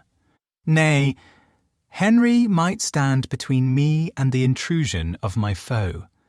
If I were alone, Would he not at times force his abhorred presence on me to remind me of my task or to contemplate its progress? To England, therefore, I was bound, and it was understood that my union with Elizabeth should take place immediately on my return. My father's age rendered him extremely averse to delay. For myself, there was one reward I promised myself from my detested toils, one consolation for my unparalleled sufferings. It was the prospect of that day when, enfranchised from my miserable slavery, I might claim Elizabeth and forget the past in my union with her. I now made arrangements for my journey, but one feeling haunted me which filled me with fear and agitation. During my absence, I should leave my friends unconscious of the existence of their enemy and unprotected from his attacks, exasperated as he might be by my departure. But he had promised to follow me wherever I might go, and would he not accompany me to England? This imagination was dreadful in itself, but soothing inasmuch as it supposed the safety of my friends. I was agonized with the idea of the possibility that the reverse of this might happen. But through the whole period during which I was the slave of my creature, I allowed myself to be governed by the impulses of the moment, and my present sensations strongly intimated that the fiend would follow me and exempt my family from the danger of his machinations. It was in the latter end of September that I again quitted my native country. My journey had been my own suggestion, and Elizabeth therefore acquiesced, but she was filled with disquiet at the idea of my suffering, away from her, the inroads of misery and grief. It had been her care which provided me a companion in Cloverland, yet a man is blind to 1,000 minute circumstances which call forth a woman's sedulous attention. She longed to bid me hasten my return. 1,000 conflicting emotions rendered her mute as she bade me a tearful, silent farewell. I threw myself into the carriage that was to convey me away, hardly knowing whither I was going, and careless of what was passing around. I remembered only, and it was with a bitter anguish that I reflected on it, to order that my chemical instruments should be packed to go with me. Filled with dreary imaginations, I passed through many beautiful and majestic scenes, but my eyes were fixed and unobserving. I could only think of the bourne of my travels, and the work which was to occupy me whilst they endured. After some days spent in listless indolence, during which I traversed many leagues, I arrived at Strasbourg, where I waited 2 days for Clerval. He came. Alas, how great was the contrast between us! He was alive to every new scene, joyful when he saw the beauties of the setting sun, and more happy when he beheld it rise and recommence a new day. He pointed out to me the shifting colours of the landscape and the appearances of the sky. "This is what it is to live," he cried. "Now I enjoy existence. But you, my dear Frankenstein, wherefore are you desponding and sorrowful?" In truth, I was occupied by gloomy thoughts, and neither saw the descent of the evening star nor the golden sunrise reflected in the Rhine. And you, my friend, would be far more amused with the journal of Clerval, who observed the scenery with an eye of feeling and delight, than in listening to my reflections. I, a miserable wretch, haunted by a curse that shut up every avenue to enjoyment. We had agreed to descend the Rhine in a boat from Strasbourg to Rotterdam, whence we might take shipping for London. During this voyage we passed many willowy islands and saw several beautiful towns. We stayed a day at Mannheim, and on the 5th from our departure from Strasbourg, arrived at Mainz. The course of the Rhine below Mainz becomes much more picturesque. The river descends rapidly and winds between hills, not high, but steep, and of beautiful forms. We saw many ruined castles standing on the edges of precipices, surrounded by black woods, high and inaccessible. This part of the Rhine indeed presents a singularly variegated landscape. In one spot you view rugged hills, ruined castles overlooking tremendous precipices, with the dark Rhine rushing beneath, and on the sudden turn of a promontory, flourishing vineyards with green sloping banks and a meandering river and populous towns occupy the scene. We travelled at the time of the vintage and heard the song of the labourers as we glided down the stream. Even I, depressed in mind, and my spirits continually agitated by gloomy feelings, even I was pleased. I lay at the bottom of the boat, and as I gazed on the cloudless blue sky, I seemed to drink in a tranquillity to which I had long been a stranger. And if these were my sensations, who can describe those of Henry? He felt as if he had been transported to fairyland and enjoyed a happiness seldom tasted by man. "I have seen," he said, "the most beautiful scenes of my own country. I have visited the lakes of Lucerne and Uri, where the snowy mountains descend almost perpendicularly to the water, casting black and impenetrable shades, which would cause a gloomy and mournful appearance were it not for the most verdant islands that relieve the eye by their gay appearance. I have seen this lake agitated by a tempest, when the wind tore up whirlwinds of water and gave you an idea of what the waterspout must be on the great ocean, and the waves dash with fury the base of the mountain, where the priest and his mistress were overwhelmed by an avalanche, and where their dying voices are still said to be heard amid the pauses of the nightly wind. I have seen the mountains of La Valais and the Pays de Vaud. But this country, Victor, pleases me more than all those wonders. The mountains of Switzerland are more majestic and strange, but there is a charm in the banks of this divine river that I never before saw equalled. Look at that castle which overhangs yon precipice, and that also on the island, almost concealed amongst the foliage of those lovely trees, and now that group of labourers coming from among their vines, and that village half hid in the recess of the mountain. Oh, surely the spirit that inhabits and guards this place has a soul more in harmony with man than those who pile the glacier or retire to the inaccessible peaks of the mountains of our own country. Clerval. Beloved friend, even now it delights me to record your words and to dwell on the praise of which you are so eminently deserving. He was a being formed in the very poetry of nature. His wild and enthusiastic imagination was chastened by the sensibility of his heart. His soul overflowed with ardent affections, and his friendship was of that devoted and wondrous nature that the worldly-minded teach us to look for only in the imagination. But even human sympathies were not sufficient to satisfy his eager mind. The scenery of external nature, which others regard only with admiration, he loved with ardour. The sounding cataract haunted him like a passion. The tall rock, the mountain, and the deep and gloomy wood, their colours and their forms, were then to him an appetite, a feeling, and a love that had no need of a remoter charm, by thought supplied, or any interest unborrowed from the borrowed.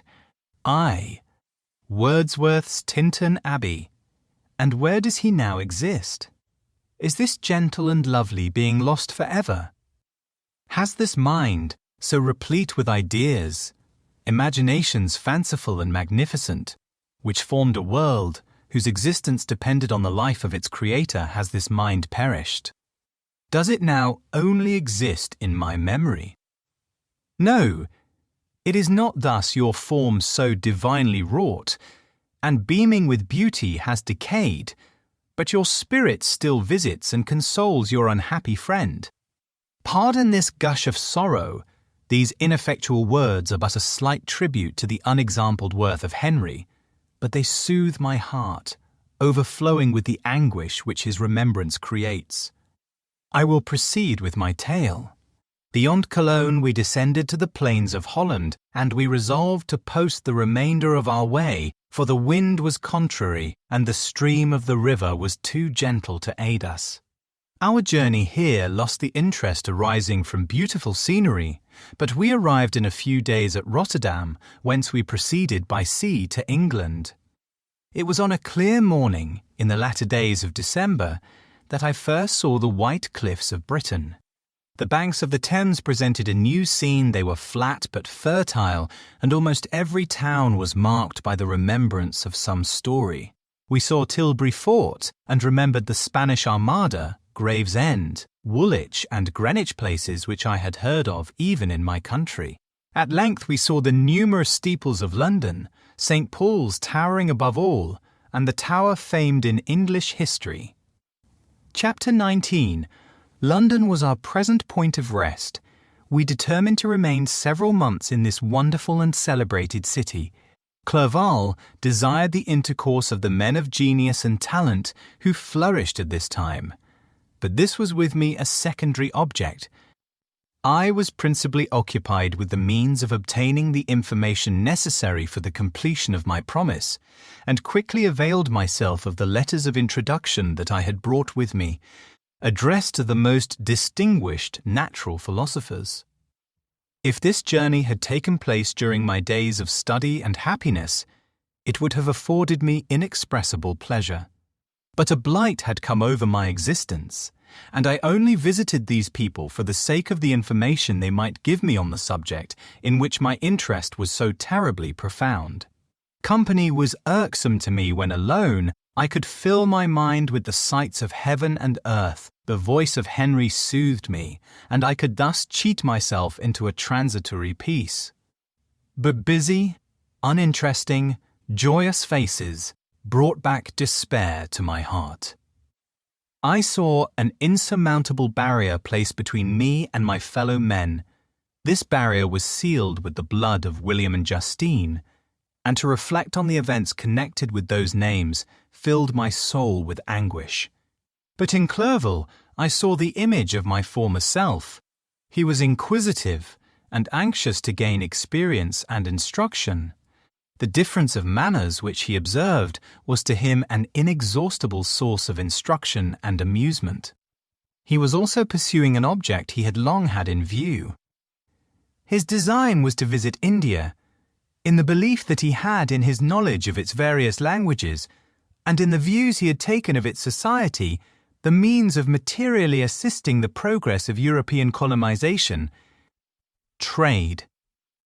In Britain, only could he further the execution of his plan. He was forever busy, and the only check to his enjoyments was my sorrowful and dejected mind. I tried to conceal this as much as possible, but I might not debar him from the pleasures natural to one who was entering on a new scene of life, undisturbed by any care or bitter recollection. I often refused to accompany him, alleging another engagement, that I might remain alone. I now also began to collect the materials necessary for my new creation, and this was to me like the torture of single drops of water continually falling on the head. Every thought that was devoted to it was an extreme anguish, and every word that I spoke in allusion to it caused my lips to quiver and my heart to palpitate. After passing some months in London, we received a letter from a person in Scotland who had formerly been our visitor at Geneva. He mentioned the beauties of his native country and asked us if those were not sufficient allurements to induce us to prolong our journey as far north as Perth, where he resided. Clerval eagerly desired to accept this invitation, and I, although I abhorred society, wished to view again mountains and streams, and all the wondrous works with which nature adorns her chosen dwelling places. We had arrived in England at the beginning of October, and it was now February. We accordingly determined to commence our journey towards the north at the expiration of another month. In this expedition we did not intend to follow the great road to Edinburgh, but to visit Windsor, Oxford, Matlock, and the Cumberland Lakes, resolving to arrive at the completion of this tour about the end of July.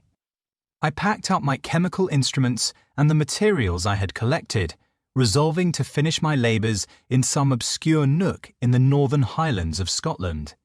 We quitted London on the 27th of March and remained a few days at Windsor, rambling in its beautiful forest. This was a new scene to us mountaineers. The majestic oaks, the quantity of game, and the herds of stately deer were all novelties to us. From thence we proceeded to Oxford. As we entered this city, our minds were filled with the remembrance of the events that had been transacted there more than a century and a half before. It was here that Charles I had collected his forces. This city had remained faithful to him after the whole nation had forsaken his cause to join the standard of Parliament and liberty. The memory of that unfortunate king and his companions, the amiable Falkland, the insolent Goring, his queen and son, gave a peculiar interest to every part of the city which they might be supposed to have inhabited. The spirit of elder days found a dwelling here, and we delighted to trace its footsteps. If these feelings had not found an imaginary gratification, the appearance of the city had yet in itself sufficient beauty to obtain our admiration. The colleges are ancient and picturesque, the streets are almost magnificent, and the lovely Isis, which flows beside it through meadows of exquisite verdure, is spread forth into a placid expanse of waters, which reflects its majestic assemblage of towers, and spires, and domes, embosomed among aged trees. I enjoyed this scene, and yet my enjoyment was embittered both by the memory of the past and the anticipation of the future. I was formed for peaceful happiness. During my youthful days, discontent never visited my mind, and if I was ever overcome by ennui, the sight of what is beautiful in nature, or the study of what is excellent and sublime in the productions of man, could always interest my heart and communicate elasticity to my spirits. But I am a blasted tree. The bolt has entered my soul, and I felt then that I should survive to exhibit what I shall soon cease to be, a miserable spectacle of wrecked humanity, pitiable to others and intolerable to myself. We passed a considerable period at Oxford, rambling among its environs and endeavouring to identify every spot which might relate to the most animating epoch of English history. Our little voyages of discovery were often prolonged by the successive objects that presented themselves. We visited the tomb of the illustrious Hampden and the field on which that patriot fell. For a moment my soul was elevated from its debasing and miserable fears to contemplate the divine ideas of liberty and self-sacrifice of which these sites were the monuments and the remembrances.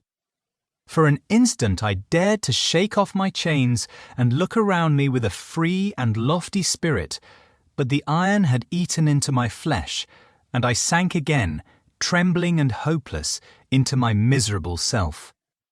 We left Oxford with regret and proceeded to Matlock, which was our next place of rest.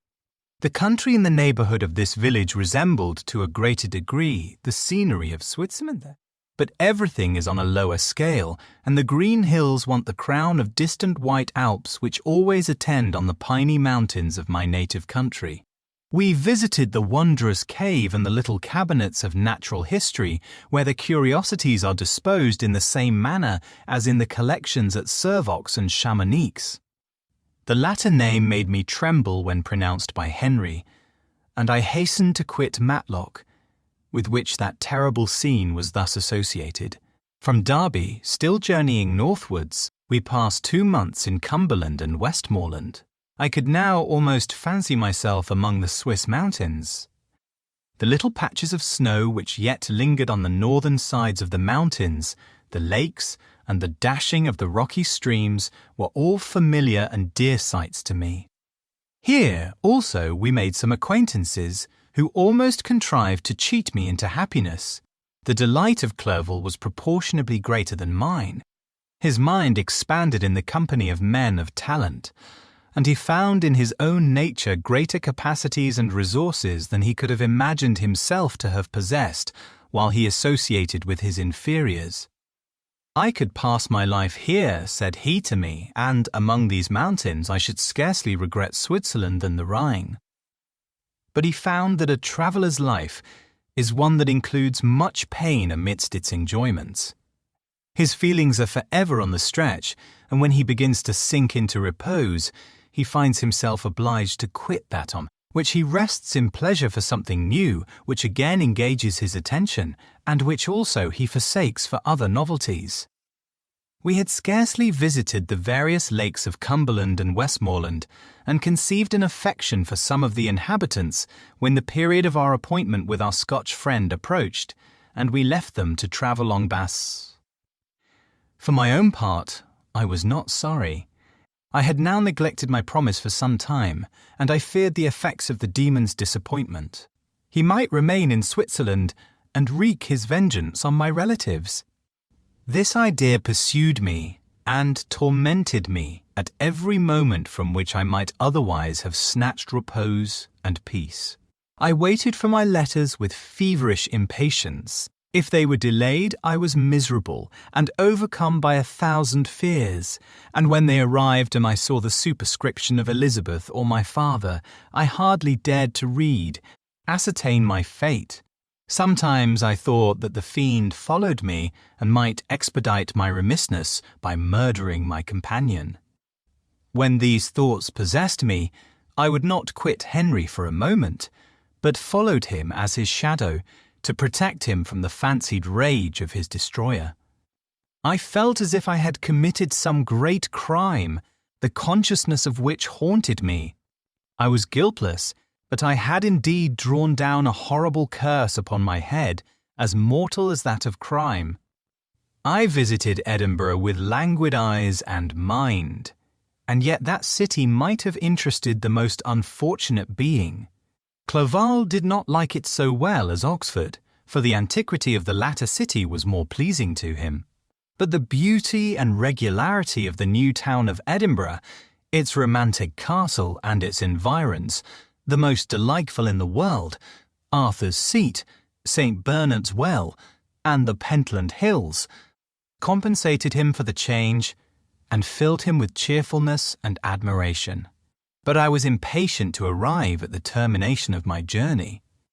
We left Edinburgh in a week, passing through Cupar, St. Andrews, and along the banks of the Tay, to Perth, where our friend expected us. But I was in no mood to laugh and talk with strangers or enter into their feelings or plans with the good humour expected from a guest, and accordingly I told Clerval that I wished to make the tour of Scotland alone. "Do you," said I, "enjoy yourself, and let this be our rendezvous. I may be absent a month or two, but do not interfere with my motions. I entreat you, leave me to peace and solitude for a short time, and when I return, I hope it will be with a lighter heart, more congenial to your own temper." Henry wished to dissuade me, but seeing me bent on this plan, ceased to remonstrate. He entreated me to write often. "I had rather be with you," he said, "in your solitary rambles, than with these Scotch people, whom I do not know Hassan. Then, my dear friend, to return, that I may again feel myself somewhat at home, which I cannot do in your absence." Having parted from my friend, I determined to visit some remote spot of Scotland and finish my work in solitude. I did not doubt but that the monster followed me and would discover himself to me when I should have finished, that he might receive his companion.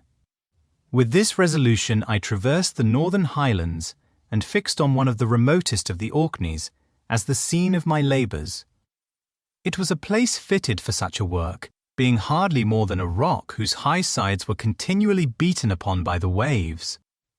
The soil was barren, scarcely affording pasture for a few miserable cows, and oatmeal for its inhabitants, which consisted of 5 persons, whose gaunt and scraggy limbs gave tokens of their miserable fare. Vegetables and bread, when they indulged in such luxuries, and even fresh water, was to be procured from the mainland, which was about 5 miles distant. On the whole island there were but 3 miserable huts, and one of these was vacant when I arrived. This I hired. It contained but 2 rooms, and these exhibited all the squalidness of the most miserable penury. The thatch had fallen in, the walls were unplastered, and the door was off its hinges. I ordered it to be repaired, bought some furniture, and took possession, an incident which would doubtless have occasioned some surprise had not all the senses of the cottagers been benumbed by want and squalid poverty.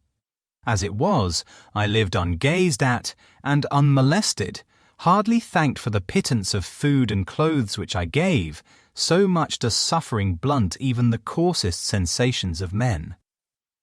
In this retreat, I devoted the morning to labour, but in the evening, when the weather permitted, I walked on the stony beach of the sea to listen to the waves as they roared and dashed at my feet.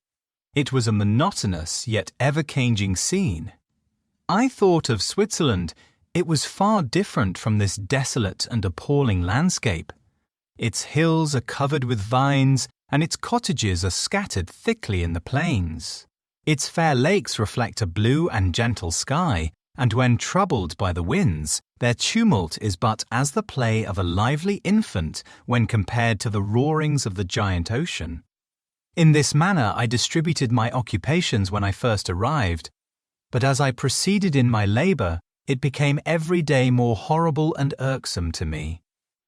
Sometimes I could not prevail on myself to enter my laboratory for several days, and at other times I toiled day and night in order to complete my work. It was, indeed, a filthy process in which I was engaged. During my first experiment, a kind of enthusiastic frenzy had blinded me to the horror of my employment. My mind was intently fixed on the consummation of my labour, and my eyes were shut to the horror of my proceedings. But now I went to it in cold blood, and my heart often sickened at the work of my hands. Thus situated, employed in the most detestable occupation, immersed in a solitude where nothing could for an instant call my attention from the actual scene in which I was engaged, my spirits became unequal grew restless and nervous. Every moment I feared to meet my persecutor. Sometimes I sat with my eyes fixed on the ground, fearing to raise them lest they should encounter the object which I so much dreaded to behold. I feared to wander from the sight of my fellow creatures lest when alone he should come to claim his companion. In the meantime I worked on, and my labour was already considerably advanced. I looked towards its completion with a tremulous and eager hope, which I dared not trust myself to question, but which was intermixed with obscure forebodings of evil that made my heart sicken in my bosom. Chapter 20. I sat one evening in my laboratory. The sun had set, and the moon was just rising from the sea.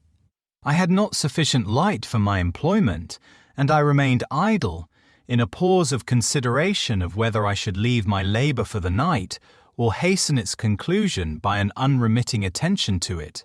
As I sat, a train of reflection occurred to me, which led me to consider the effects of what I was now doing.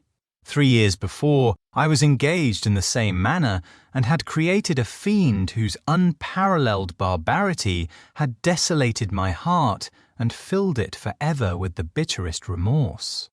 I was now about to form another being of whose dispositions I was alike, ignorant she might become 10,000 times more malignant than her mate, and delight, for its own sake, in murder and wretchedness.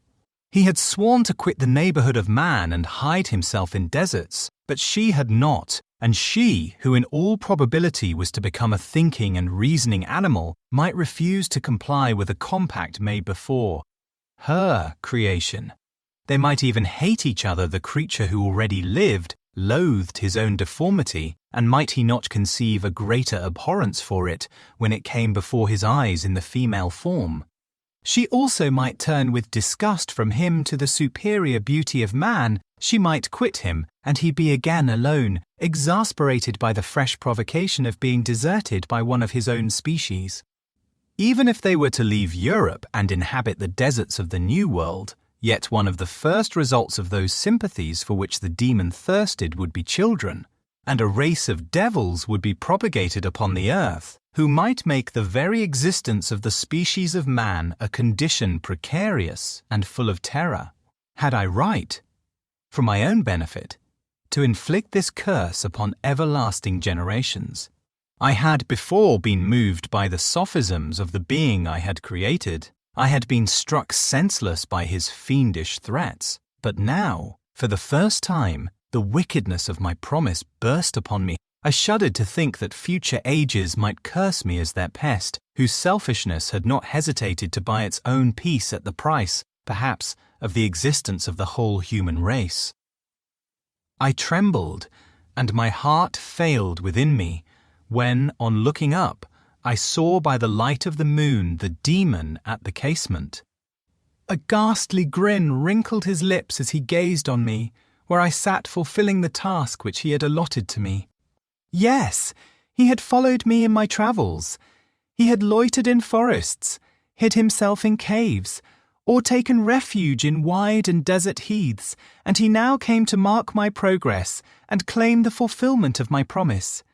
As I looked on him, his countenance expressed the utmost extent of malice and treachery. I thought with a sensation of madness on my promise of creating another like to him, and trembling with passion, tore to pieces the thing on which I was engaged. The wretch saw me destroy the creature on whose future existence he depended for happiness, and with a howl of devilish despair and revenge, withdrew. I left the room, and locking the door, made a solemn vow in my own heart never to resume my labours, and then, with trembling steps, I sought my own apartment. I was alone. None were near me to dissipate the gloom and relieve me from the sickening oppression of the most terrible reveries. Several hours passed, and I remained near my window gazing on the sea. It was almost motionless, for the winds were hushed, and all nature reposed under the eye of the quiet moon. A few fishing vessels alone specked the water, and now and then the gentle breeze wafted the sound of voices as the fishermen called to one another. I felt the silence, although I was hardly conscious of its extreme profundity, until my ear was suddenly arrested by the paddling of oars near the shore, and a person landed close to my house. In a few minutes after, I heard the creaking of my door, as if someone endeavoured to open it softly. I trembled from head to foot. I felt a presentiment of who it was, and wished to rouse one of the peasants who dwelt in a cottage not far from mine, but I was overcome by the sensation of helplessness, so often felt in frightful dreams, when you in vain endeavour to fly from an impending danger, and was rooted to the spot. Presently I heard the sound of footsteps along the passage. The door opened, and the wretch whom I dreaded appeared. Shutting the door, he approached me and said in a smothered voice, "You have destroyed the work which you began. What is it that you intend? Do you dare to break your promise? I have endured toil and misery. I left Switzerland with you. I crept along the shores of the Rhine, among its willow islands and over the summits of its hills. I have dwelt many months in the heaths of England and among the deserts of Scotland. I have endured incalculable fatigue and cold and hunger. Do you dare destroy my hopes? Begone! I do break my promise. Never will I create another like yourself, equal in deformity and wickedness. Slave I before reasoned with you, but you have proved yourself unworthy of my condescension. Remember that I have power. You believe yourself miserable, but I can make you so wretched that the light of day will be hateful to you. You are my creator, but I am your master. Obey. The hour of my irresolution is past, and the period of your power is arrived. Your threats cannot move me to do an act of wickedness, but they confirm me in a determination of not creating you a companion in vice. Shall I, in cool blood, set loose upon the earth a demon whose delight is in death and wretchedness? Begone! I am firm, and your words will only exasperate my rage. The monster saw my determination in my face and gnashed his teeth in the impotence of anger. Shall each man, cried he, find a wife for his bosom, and each beast had his mate, and I be alone? I had feelings of affection, and they were requited by detestation and scorn. Man, you may hate, but beware, your hours will pass in dread and misery. and soon the bolt will fall which must ravish from you your happiness forever. Are you to be happy while I grovel in the intensity of my wretchedness? You can blast my other passions, but revenge remains revenge, henceforth dearer than light or food. I may die, but first you, my tyrant and tormentor, shall curse the sun that gazes on your misery. Beware, for I am fearless and therefore powerful. I will watch with the wiliness of a snake, that I may sting with its venom. Man, you shall repent of the injuries you inflict. Devil, cease car, and do not poison the air with these sounds of malice. I have declared my resolution to you, and I am no coward to bend beneath words. Leave me, I am inexorable. It is well. I go, but remember, I shall be with you on your wedding night.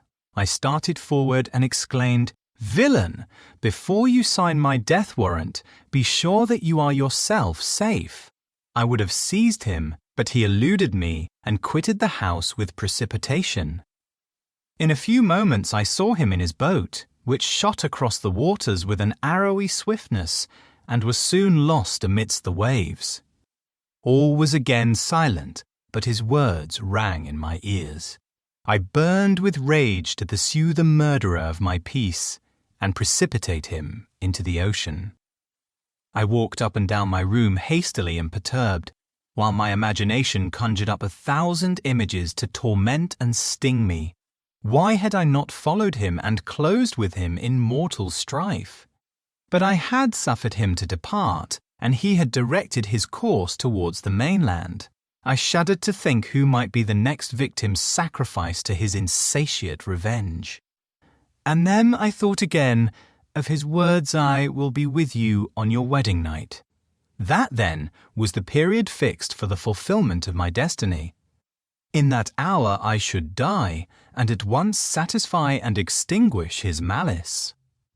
The prospect did not move me to fear, yet when I thought of my beloved Elizabeth, of her tears and endless sorrow, when she should find her lover so barbarously snatched from her, tears, the first I had shed for many months, streamed from my eyes, and I resolved not to fall before my enemy without a bitter struggle.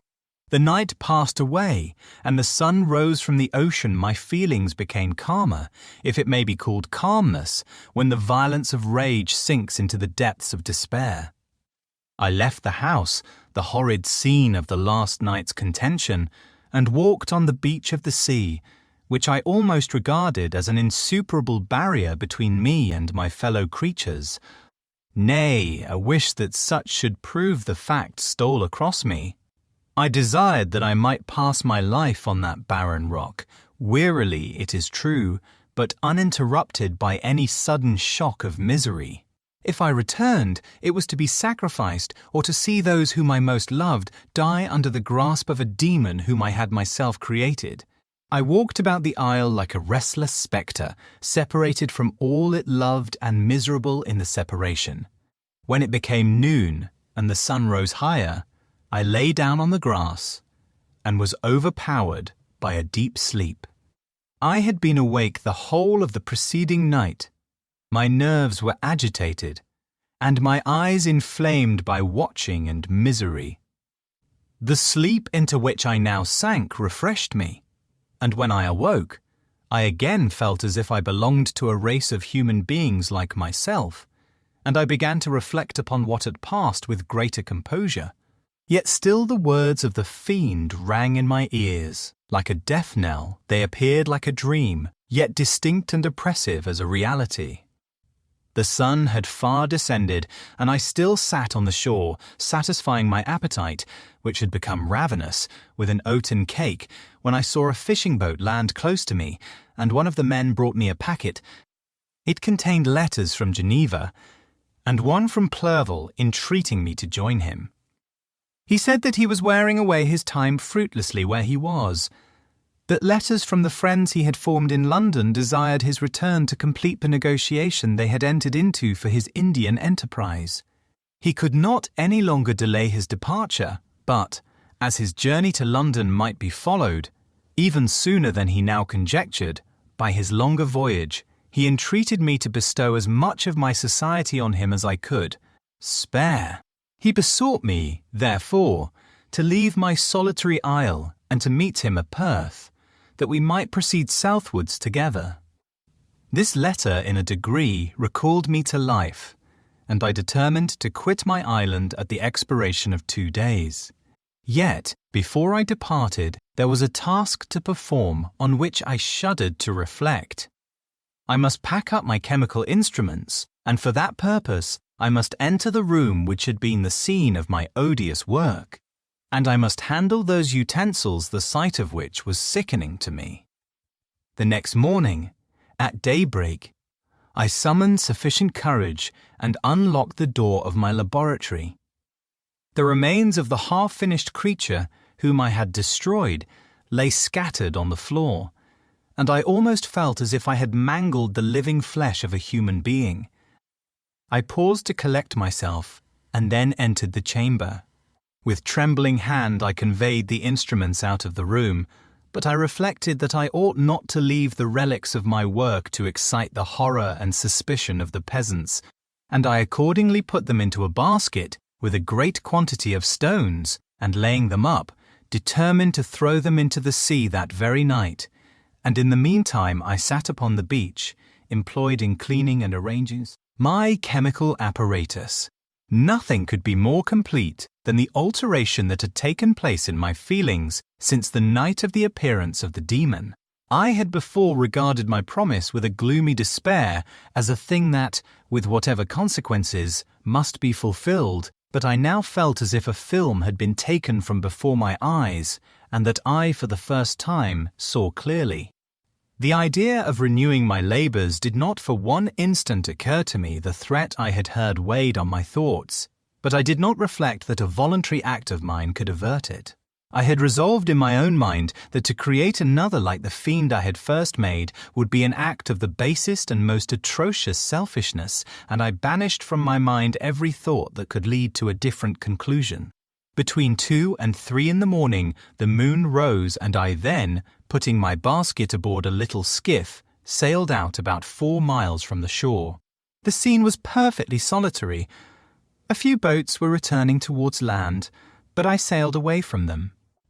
I felt as if I was about the commission of a dreadful crime, and avoided with shuddering anxiety any encounter with my fellow creatures. At one time the moon, which had before been clear, was suddenly overspread by a thick cloud, and I took advantage of the moment of darkness and cast my basket into the sea. I listened to the gurgling sound as it sank, and then sailed away from the spot. The sky became clouded, but the air was pure, although chilled by the northeast breeze that was then rising. But it refreshed me and filled me with such agreeable sensations that I resolved to prolong my stay on the water, and fixing the rudder in a direct position, stretched myself at the bottom of the boat. Clouds hid the moon, everything was obscure, and I heard only the sound of the boat as its keel cut through the waves. The murmur lulled me, and in a short time I slept soundly. I do not know how long I remained in this situation, but when I awoke, I found that the sun had already mounted considerably. The wind was high, and the waves continually threatened the safety of my little skiff. I found that the wind was northeast, and must have driven me far from the coast from which I had embarked. I endeavoured to change my course, but quickly found that if I again made the attempt, the boat would be instantly filled with water. Thus situated, my only resource was to drive before the wind. I confess that I felt a few sensations of terror. I had no compass with me, and was so slenderly acquainted with the geography of this part of the world that the sun was of little benefit to me. I might be driven into the wide Atlantic, feel all the tortures of starvation, or be swallowed up in the immeasurable waters that roared and buffeted around me. I had already been out many hours and felt the torment of a burning thirst, a prelude to my other sufferings. I looked on the heavens, which were covered by clouds that flew before the wind, only to be replaced by others. I looked upon the sea. It was to be my grave. "Fiend," I exclaimed, "your task is already fulfilled." I thought of Elizabeth, of my father, and of Clerval left behind, on whom the monster might satisfy his sanguinary and merciless passions. This idea plunged me into a reverie so despairing and frightful that even now, when the scene is on the point of closing before me forever, I shudder to reflect on it. Some hours passed thus, but by degrees, as the sun declined towards the horizon, the wind died away into a gentle breeze, and the sea became free from breakers. But these gave place to a heavy swell. I felt sick and hardly able to hold the rudder, when suddenly I saw a line of high land towards the south. Almost spent, as I was, by fatigue and the dreadful suspense I endured for several hours, this sudden certainty of life rushed like a flood of warm joy to my heart, and tears gushed from my eyes. How mutable are our feelings, and how strange is that clinging love we have of life, even in the excess of misery. I constructed another sail with a part of my dress, and eagerly steered my course towards the land. It had a wild and rocky appearance, but as I approached nearer, I easily perceived the traces of cultivation. I saw vessels near the shore and found myself suddenly transported back to the neighborhood of civilized man. I carefully traced the windings of the land and hailed a steeple which I at length saw issuing from behind a small promontory. As I was in a state of extreme debility, I resolved to sail directly towards the town, as a place where I could most easily procure nourishment. Fortunately, I had money with me. As I turned the promontory, I perceived a small, neat town and a good harbour, which I entered, my heart bounding with joy at my unexpected escape. As I was occupied in fixing the boat and arranging the sails, several people crowded towards the spot. They seemed much surprised at my appearance, but instead of offering me any assistance, whispered together with gestures that at any other time might have produced in me a slight sensation of alarm. As it was, I merely remarked that they spoke English, and I therefore addressed them in that language. "My good friends," said I, "will you be so kind as to tell me the name of this town and inform me where I am?" "You will know that soon enough," replied a man with a hoarse voice. "Maybe you will come to a place that will not prove much to your taste, but you will not be consulted as to your quarters, I promise you."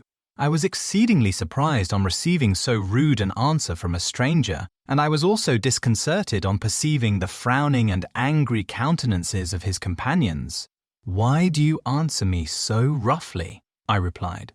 "Surely it is not the custom of Englishmen to receive strangers so inhospitably." "I do not know," said the man, "what the custom of the English may be, but it is the custom of the Irish to hate villains." While this strange dialogue continued, I perceived the crowd rapidly increase. Their faces expressed a mixture of curiosity and anger, which annoyed and in some degree alarmed me. I inquired the way to the inn, but no one replied.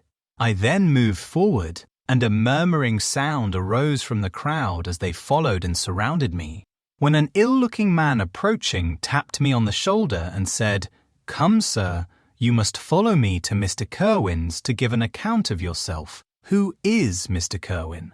"Why am I to give an account of myself? Is not this a free country?" Aye, sir, free enough for honest folks. Mr. Kerwin is a magistrate, and you are to give an account of the death of a gentleman who was found murdered here last night."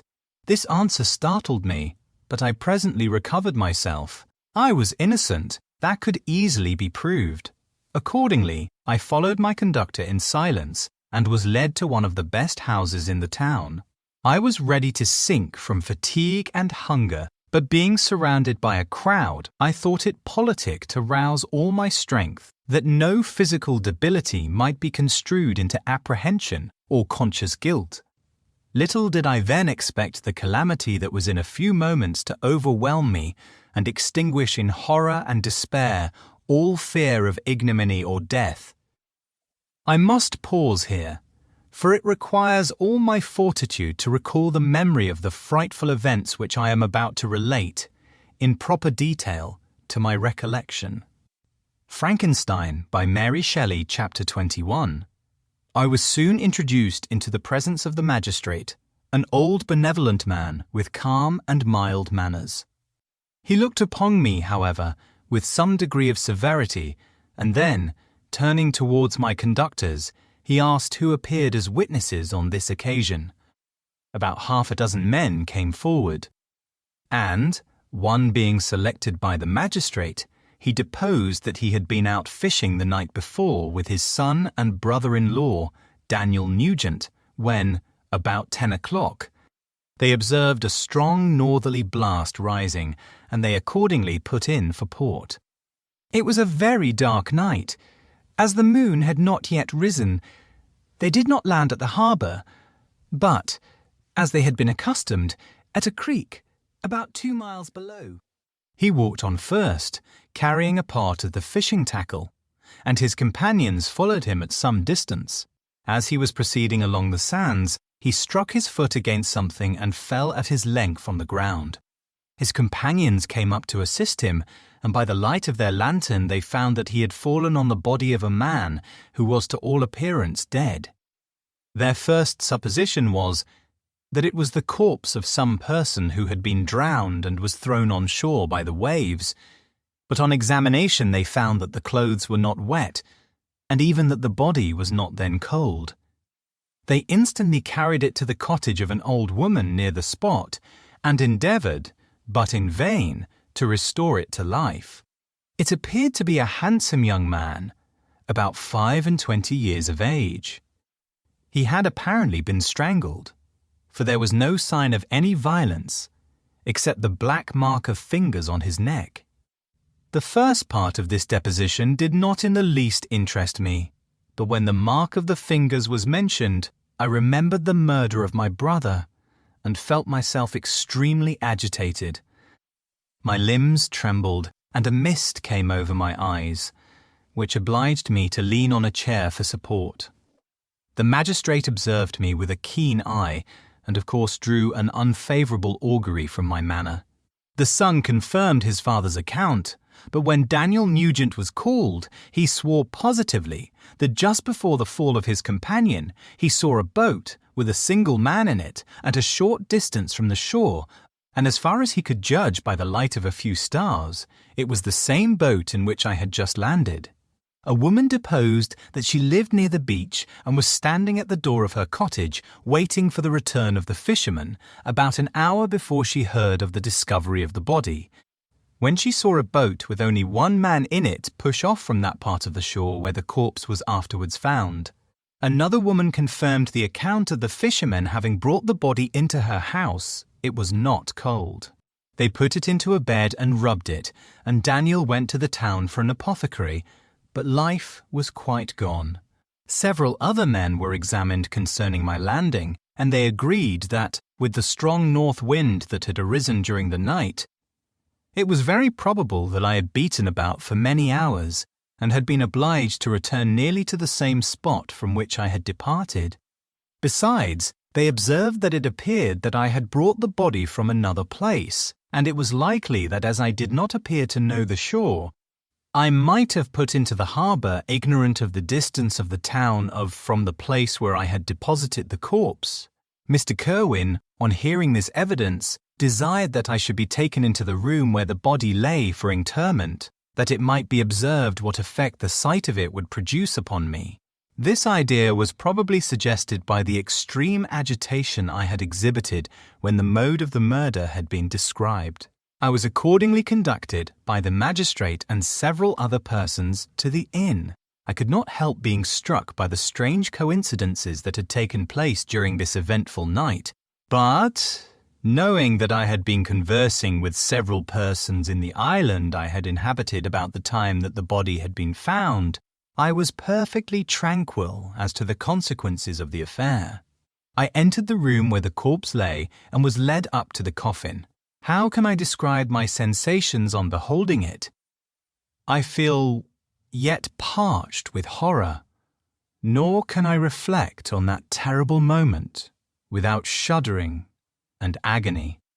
The examination, the presence of the magistrate and witnesses, passed like a dream from my memory when I saw the lifeless form of Henry Clerval stretched before me. I gasped for breath, and throwing myself on the body, I exclaimed, "Have my murderous machinations deprived you, also, my dearest Henry, of life? Too, I have already destroyed other victims await their destiny, but you, Clerval, my friend, my benefactor, the human frame, could no longer support the agonies that I endured, and I was carried out of the room in strong guang. Convulsions. A fever succeeded to this. I lay for 2 months on the point of death. My ravings, as I afterwards heard, were frightful.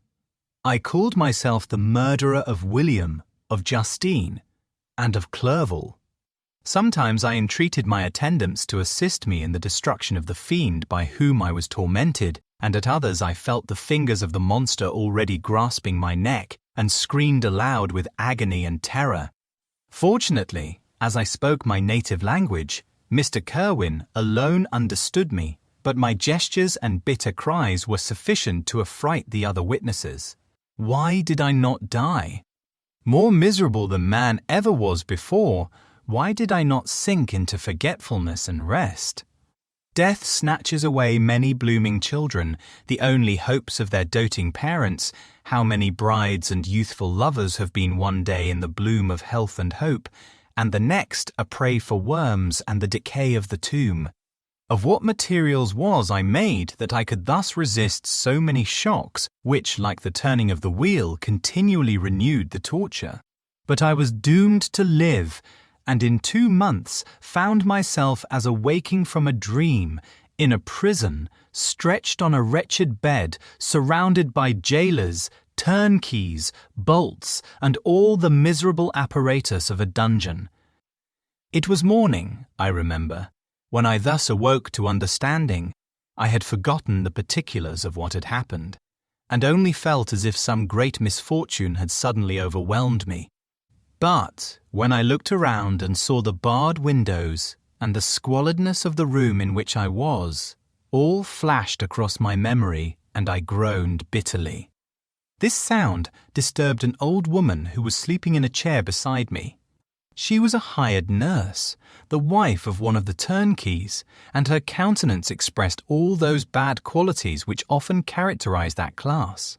The lines of her face were hard and rude, like that of persons accustomed to see without sympathizing in sights of misery. Her tone expressed her entire indifference. She addressed me in English, and the voice struck me as one that I had heard during my sufferings. "Are you better now, sir?" said she. I replied in the same language, with a feeble voice, "I believe I am, but if it be all true, if indeed I did not dream, I am sorry that I am still alive to feel this misery and horror." "Ah, for that matter," replied the old woman, "if you mean about the gentleman you murdered, I believe that it were better for you if you were dead, for I fancy it will go hard with you. However, that's none of my business. I am sent to nurse you and get you well. I do my duty with a safe conscience. It were well if everybody did the same."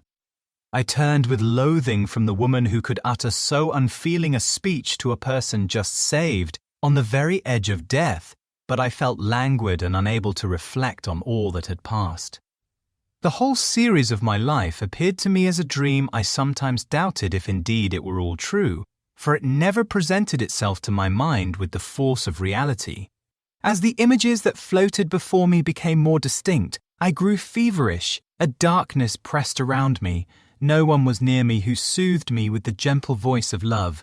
No dear hand supported me.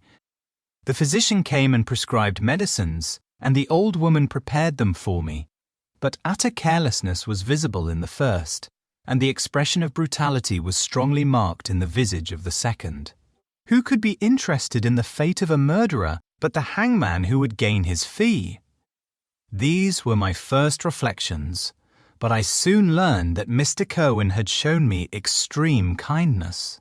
He had caused the best room in the prison to be prepared for me. Wretched indeed was the best, and it was he who had provided a physician and a nurse. It is true he seldom came to see me, for although he ardently desired to relieve the sufferings of every human creature, he did not wish to be present at the agonies and miserable ravings of a murderer. He came, therefore, sometimes to see that I was not neglected, but his visits were short and with long intervals. One day, while I was gradually recovering, I was seated in a chair, my eyes half open and my cheeks livid like those in death.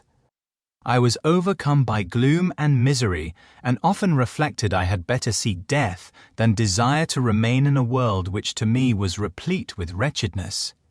At one time, I considered whether I should not declare myself guilty and suffer the penalty of the law, less innocent than poor Justine had been. Such were my thoughts when the door of my apartment was opened and Mr. Kerwin entered. His countenance expressed sympathy and compassion. He drew a chair close to mine and addressed me in French. "I fear that this place is very shocking to you. Can I do anything to make you more comfortable? I thank you, but all that you mention is nothing to me. On the whole earth there is no comfort which I am capable of receiving. I know that the sympathy of a stranger can be but of little relief to one borne down, as you are by so strange a misfortune. But you will, I hope, soon quit this melancholy abode, for doubtless evidence can easily be brought to free you from the criminal charge. That is my least concern. I am, by a course of strange events, become the most miserable of mortals, persecuted and tortured as I am and have been. Can death be any evil to me? Nothing indeed could be more unfortunate and agonizing than the strange chances that have lately occurred. You were thrown, by some surprising accident, on this shore, renowned for its canteen, hospitality, seized immediately, and charged with murder. The first sight that was presented to your eyes was the body of your friend, murdered in so unaccountable a manner, and placed, as it were, by some fiend across your path. As Mr. Kerwin said this, notwithstanding the agitation I endured on this retrospect of my sufferings, I also felt considerable surprise at the knowledge he seemed to possess concerning me. I suppose some astonishment was exhibited in my countenance, for Mr. Crane.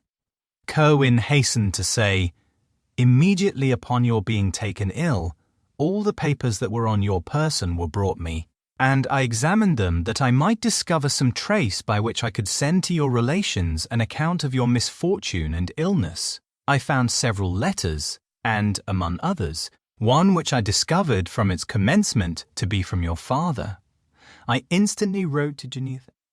Nearly 2 months have elapsed since the departure of my letter, but you are ill even now, you tremble. You are unfit for agitation of any kind. This suspense is 1,000 times worse than the most horrible event. Tell me what new scene of death has been acted, and whose murder I am now to lament." "Your family is perfectly well," said Mr. Kerwin with gentleness, "and someone, a friend, is come to visit you. I know not by what chain of thought the idea presented itself, but it instantly darted into my mind that the murderer had come to mock at my misery and taunt me with the death of Clerval, as a new incitement for me to comply with his hellish desires. I put my hand before my eyes and cried out in agony, "Oh, take him away! I cannot see him, for God's sake. Do not let him enter." Mr. Kerwin regarded me with a troubled countenance. He could not help regarding my exclamation as a presumption of my guilt, and said in rather a severe tone, "I should have thought, young man, that the presence of your father would have been welcome instead of inspiring such violent repugnance." "My father!" cried I, while every feature and every muscle was relaxed from anguish to pleasure. "Is my father indeed come? How kind, how very kind! But where is he? Why does he not hasten to me?" My change of manner surprised and pleased the magistrate. Perhaps he thought that my former exclamation was a momentary return of delirium, and now he instantly resumed his former benevolence. He rose and quitted the room with my nurse, and in a moment my father entered it. Nothing at this moment could have given me greater pleasure than the arrival of my father. I stretched out my hand to him and cried, "Are you then Syphand, Elizabeth, and Ernest?" My father calmed me with assurances of their welfare, and endeavoured, by dwelling on these subjects so interesting to my heart, to raise my desponding spirits. But he soon felt that a prison cannot be the abode of cheerfulness. "What a place is this that you inhabit, my son?" said he, looking mournfully at the barred windows and wretched appearance of the room. "You travel to seek happiness, but a fatality seems to pursue you. And poor Clerval, the name of my unfortunate and murdered friend, was an agitation too great to be endured. In my weak state I shed tears." "Alas, yes, my father," replied I. "Some destiny of the most horrible kind hangs over me, and I must live to fulfill it, or surely I should have died on the coffin of Henry." We were not allowed to converse for any length of time, for the precarious state of my health rendered every precaution necessary that could ensure tranquillity. Mr. Kerwin came in and insisted that my strength should not be exhausted by too much exertion. But the appearance of my father was to me like that of my good angel, and I gradually recovered my health. As my sickness quitted me, I was absorbed by a gloomy and black melancholy that nothing could dissipate. The image of Clerval was for ever before me, ghastly and murdered. More than once the agitation into which these reflections threw me made my friends dread a dangerous relapse. Alas! Why did they preserve so miserable and detested a life? It was surely that I might fulfill my destiny, which is now drawing to a close.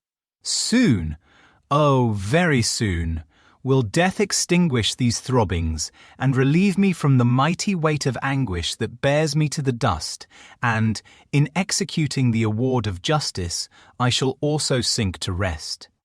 Then the appearance of death was distant, although the wish was ever present to my thoughts, and I often sat for hours motionless and speechless, wishing for some mighty revolution that might bury me and my destroyer in its ruins. The season of the assizes approached. I had already been 3 months in prison, and although I was still weak and in continual danger of a relapse, I was obliged to travel nearly 100 miles to the country town where the court was held.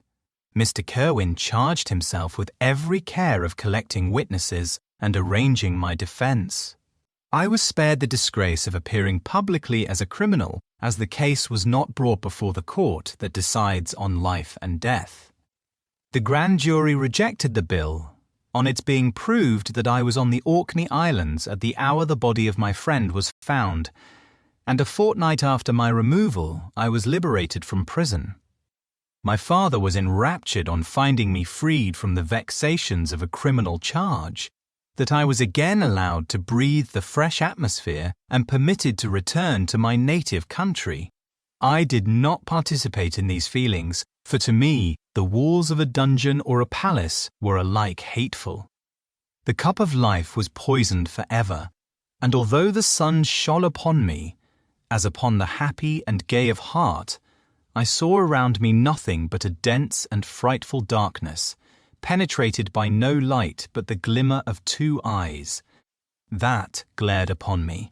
Sometimes they were the expressive eyes of Henry, languishing in death, the dark orbs nearly covered by the lids and the long black lashes that fringed them.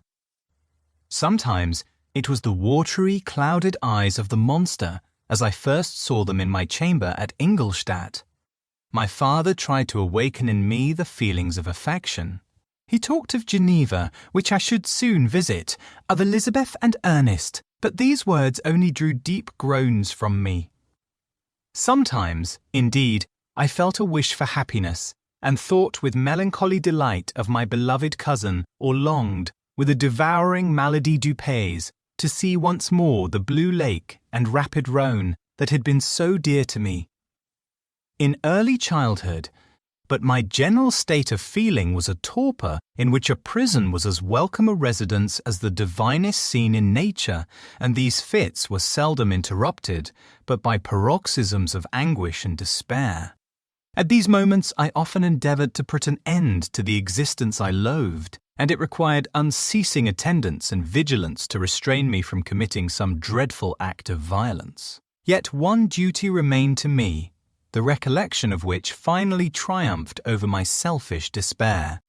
It was necessary that I should return without delay to Geneva, there to watch over the lives of those I so fondly loved, and to lie in wait for the murderer, that if any chance led me to the place of his concealment, or if he dared again to blast me by his presence, I might, with unfailing aim, put an end to the existence of the monstrous image which I had endued with the mockery of a soul still more monstrous.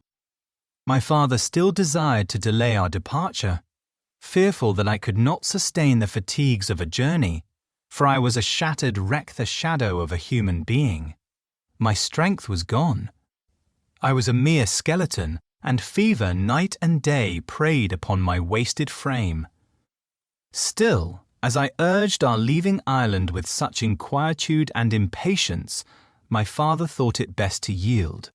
We took our passage on board a vessel bound for Havre de Grace, and sailed with a fair wind from the Irish shores. It was midnight. I lay on the deck looking at the stars and listening to the dashing of the waves.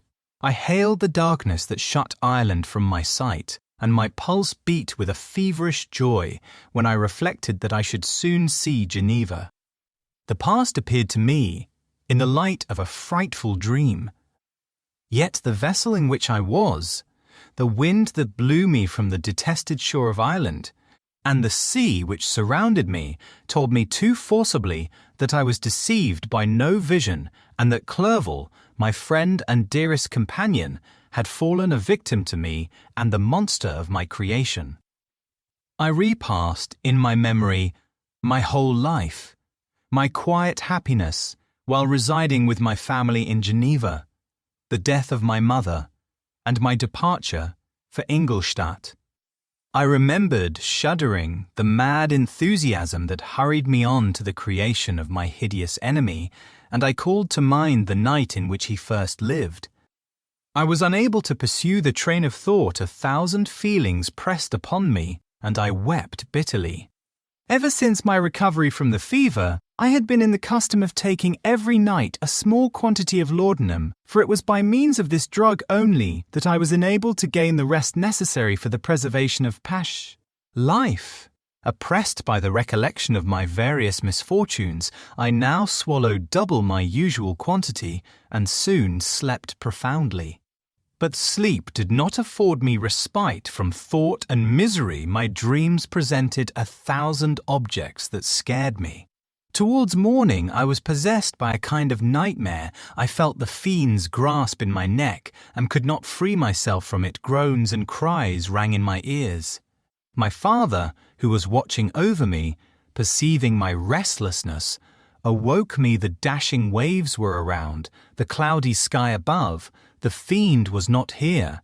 A sense of security, a feeling that a truce was established between the present hour and the irresistible, disastrous future, imparted to me a kind of calm forgetfulness, of which the human mind is by its structure peculiarly susceptible. Chapter 22. The voyage came to an end. We landed and proceeded to Paris. I soon found that I had overtaxed my strength, and that I must repose before I could continue my journey. My father's care and attentions were indefatigable, but he did not know the origin of my sufferings, and sought erroneous methods to remedy the incurable ill. He wished me to seek amusement in society. I abhorred the face of man. Oh, not abhorred!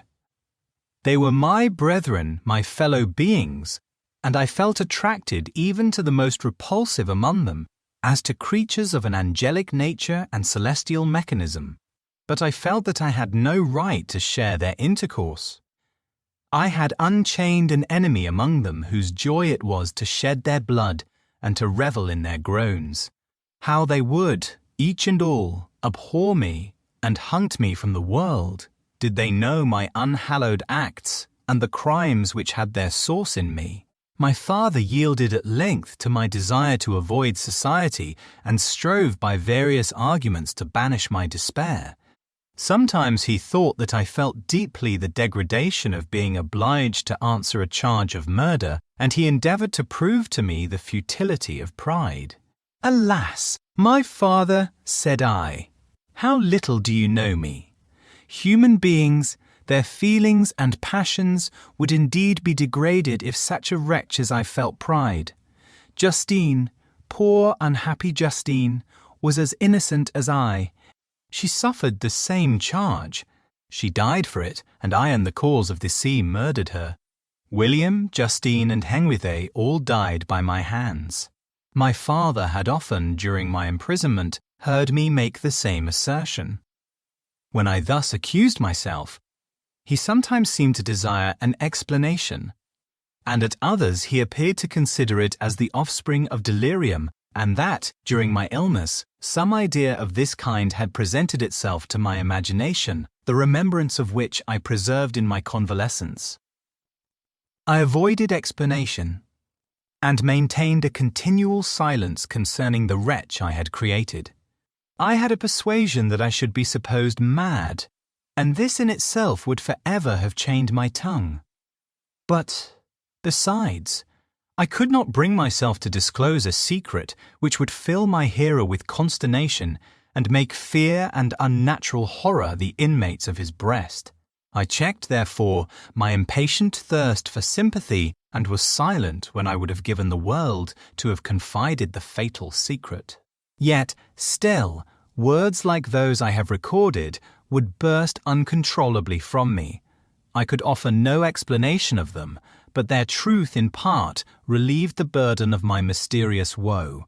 Upon this occasion my father said, with an expression of unbounded wonder, "My dearest Victor, what infatuation is this?"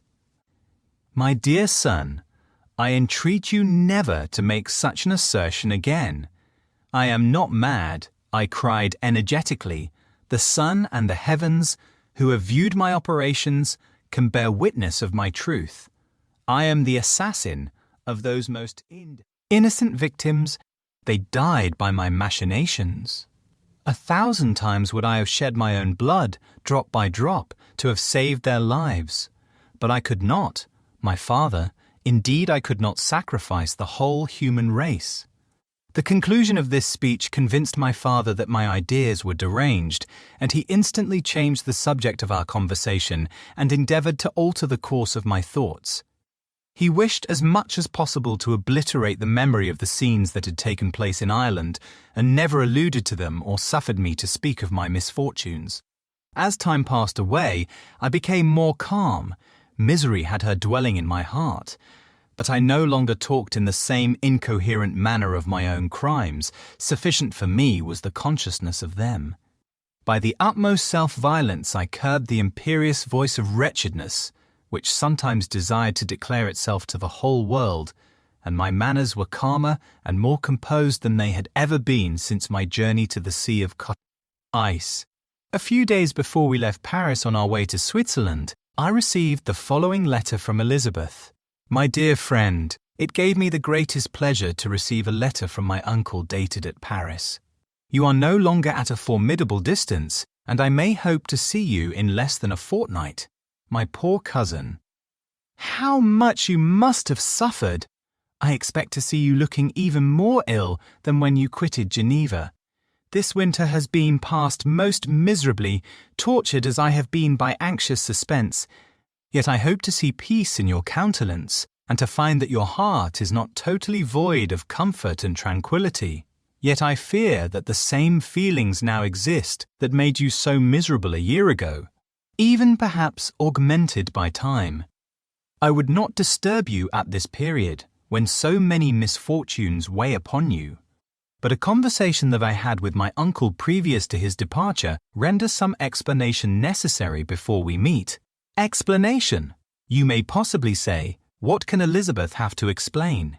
If you really say this, my questions are answered and all my doubts satisfied. But you are distant from me, and it is possible that you may dread and yet be pleased with this explanation, And in a probability of this being the case, I dare not any longer postpone writing what, during your absence, I have often wished to express to you but have never had the courage to begin.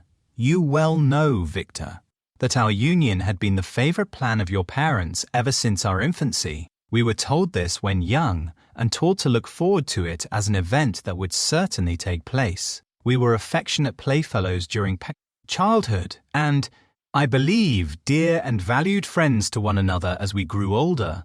But, as brother and sister often entertain a lively affection towards each other without desiring a more intimate union, may not such also be our case?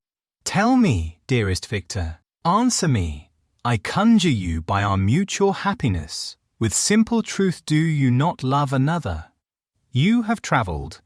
You have spent several years of your life at Ingolstadt, and I confess to you, my friend, that when I saw you last autumn so unhappy, flying to solitude from the society of every creature, I could not help supposing that you might regret our connection and believe yourself bound in honour to fulfil the wishes of your parents, although they opposed themselves to your inclinations. But this is false reasoning. I confess to you, my friend, that I love you, and that in my airy dreams of futurity you have been my constant friend and companion.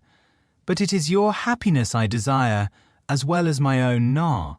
When I declare to you that our marriage would render me eternally miserable unless it were the dictate of your own free choice, even now I weep to think that, borne down as you are by the cruelest misfortunes, you may stifle, by the word honour, all hope of that love and happiness which would alone restore you to yourself. I, who have so disinterested an affection for you, may increase your miseries tenfold by being an obstacle to your wishes. Ah! Victor, be assured that your cousin and playmate has too sincere a love for you not to be made miserable by this supposition. Be happy, my friend. And if you obey me in this one request, remain satisfied that nothing on earth will have the power to interrupt my tranquillity. Do not let this letter disturb you. Do not answer tomorrow, or the next day, or even until you come. If it will give you pain, my uncle will send me news of your health, and if I see but one smile on your lips when we meet, occasioned by this or any other exertion of mine, I shall need no other happiness. Elizabeth Lavenza. Geneva, May 18th, 17. This letter revived in my memory what I had before forgotten. The threat of the Faiendie will be with you on your wedding night. Such was my sentence, and on that night would the demon employ every art to destroy me and tear me from the glimpse of happiness which promised partly to console my sufferings. On that night he had determined to consummate his crimes by my death. Well, be it so, a deadly struggle would then assuredly take place, in which, if he were victorious, I should be at peace, and his power over me be at an end. If he were vanquished, I should be a free man. Alas, what freedom! Such as the peasant enjoys when his family have been massacred before his eyes, his cottage burnt, his lands laid waste, and he is turned adrift, homeless, penniless, and alone, but free. Such would be my liberty, except that in my Elizabeth I possessed a treasure, alas, balanced by those horrors of remorse and guilt which would pursue me until death. Sweet and beloved Elizabeth! I read and reread her letter, and some softened feelings stole into my heart and dared to whisper paradisiacal dreams of love and joy. But the apple was already eaten, and the angel's arm bared to drive me from all hope. Yet I would die to make her happy. If the monster executed his threat, death was inevitable, yet, again, I considered whether my marriage would hasten my fate. My destruction might indeed arrive a few months sooner, but if my torturer should suspect that I postponed it, influenced by his menaces, he would surely find other, and perhaps more dreadful means of revenge. He had vowed to be with me on my wedding night, yet he did not consider that threat as binding him to peace in the meantime. For as if to show me that he was not yet satiated with blood, he had murdered Clerval immediately after the enunciation of his threats. I resolved, therefore, that if my immediate union with my cousin would conduce either to hers or my father's happiness, my adversary's designs against my life should not retard it a single hour. In this state of mind I wrote to Elizabeth. My letter was calm and affectionate. "I fear, my beloved girl," I said, "little happiness remains for us on earth, yet all that I may one day enjoy is centered in you. Chase away your idle fears. To you alone do I consecrate my life and my endeavors for contentment. I have one secret, Elizabeth, a dreadful one. When revealed to you, it will chill your frame with horror, and then, far from being surprised at my misery, you will only wonder that I survive what I have endured. I will confide this tale of misery and terror to you the day after our marriage shall take place, for, my sweet cousin, there must be perfect confidence between us. But, until then, I conjure you, do not mention or allude to it. This I most earnestly entreat, and I know you will comply." In about a week after the arrival of Elizabeth's letter, we returned to Geneva. The sweet girl welcomed me with warm affection, yet tears were in her eyes as she beheld my emaciated frame and feverish cheeks. I saw a change in her also. She was thinner and had lost much of that heavenly vivacity that had before charmed me, but her gentleness and soft looks of compassion made her a more fit companion for one blasted and miserable as I was. The tranquillity which I now enjoyed did not endure. Memory brought madness with it, and when I thought of what had passed, a real insanity possessed me. Sometimes I was furious and burnt with rage, sometimes low and despondent. I neither spoke nor looked at anyone, but sat motionless, bewildered by the multitude of miseries that overcame me. Elizabeth alone had the power to draw me from these fits. Her gentle voice would soothe me when transported by passion, and inspire me with human feelings when sunk in torpor. She wept with me and for me. When reason returned, she would remonstrate and endeavour to inspire me with resignation. It is well for the unfortunate to be resigned, but for the guilty there is no peace. The agonies of remorse poison the luxury there is otherwise sometimes found in indulging the excess of grief. Soon after my arrival, my father spoke of my immediate marriage with Elizabeth. I remained silent. "Have you, then, some other attachment?" "None on earth. I love Elizabeth and look forward to our union with delight.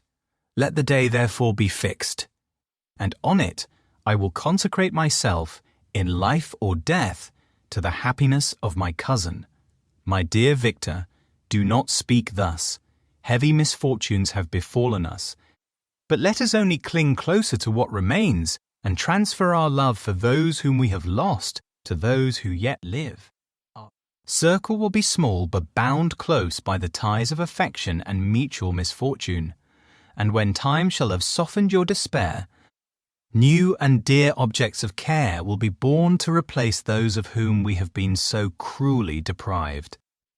Such were the lessons of my father. But to me the remembrance of the threat returned. Nor can you wonder that, omnipotent as the fiend had yet been in his deeds of blood, I should almost regard him as invincible, and that when he had pronounced the words, "I shall be with you on your wedding night," I should regard the threatened fate as unavoidable. But death was no evil to me if the loss of Elizabeth were balanced with it, and I therefore, with a contented and even cheerful countenance, agreed with my father that if my cousin would consent, the ceremony should take place in 10 days, and thus put, as I imagined, the seal to my fate. Great God! If for one instant I had thought what might be the hellish intention of my fiendish adversary, I would rather have banished myself forever from my native country and wandered a friendless outcast over the earth than have consented to this miserable marriage.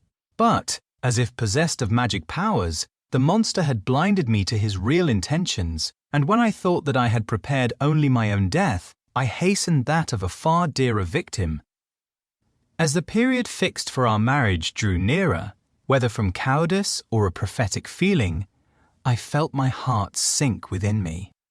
But I concealed my feelings by an appearance of hilarity that brought smiles and joy to the countenance of my father, but hardly deceived the ever-watchful and nicer eye of Elizabeth. She looked forward to our union with placid contentment, not unmingled with a little fear, which past misfortunes had impressed, that what now appeared certain and tangible happiness might soon dissipate into an airy dream and leave no trace but deep and everlasting regret. Preparations were made for the event, congratulatory visits were received, and all wore a smiling appearance.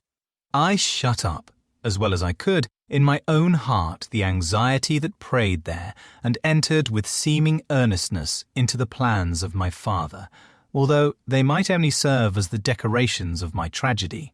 Through my father's exertions, a part of the inheritance of Elizabeth had been restored to her by the Austrian government. A small possession on the shores of Como belonged to her. It was agreed that, immediately after our union, we should proceed to Villa Lavenza and spend our first days of happiness beside the beautiful lake near which it stood.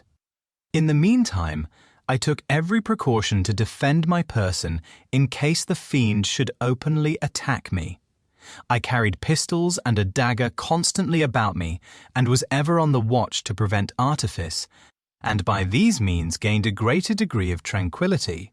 Indeed, as the period approached, the threat appeared more as a delusion, not to be regarded as worthy to disturb my peace, while the happiness I hoped for in my marriage wore a greater appearance of certainty as the day fixed for its solemnization drew nearer, and I heard it continually spoken of as an occurrence which no accident could possibly prevent. Elizabeth seemed happy. My tranquil demeanour contributed greatly to calm her mind. But on the day that was to fulfil my wishes and my destiny, she was melancholy, and a presentiment of evil pervaded her, and perhaps also she thought of the dreadful secret which I had promised to reveal to her on the following day. My father was in the meantime overjoyed, and, in the bustle of preparation, only recognized in the melancholy of his niece the diffidence of a bride. After the ceremony was performed, a large party assembled at my father's, but it was agreed that Elizabeth and I should commence our journey by water, sleeping that night at Evian, and continuing our voyage on the following day. The day was fair, the wind favourable, all smiled on our nuptial embarkation. Those were the last moments of my life, during which I enjoyed the feeling of happiness. We passed rapidly along. The sun was hot, but we were sheltered from its rays by a kind of canopy, while we enjoyed the beauty of the scene.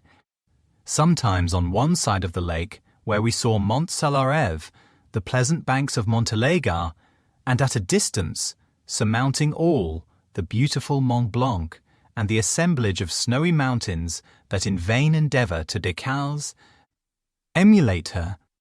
Sometimes coasting the opposite banks, we saw the mighty Jura opposing its dark side to the ambition that would quit its native country, and an almost insurmountable barrier to the invader who should wish to enslave it.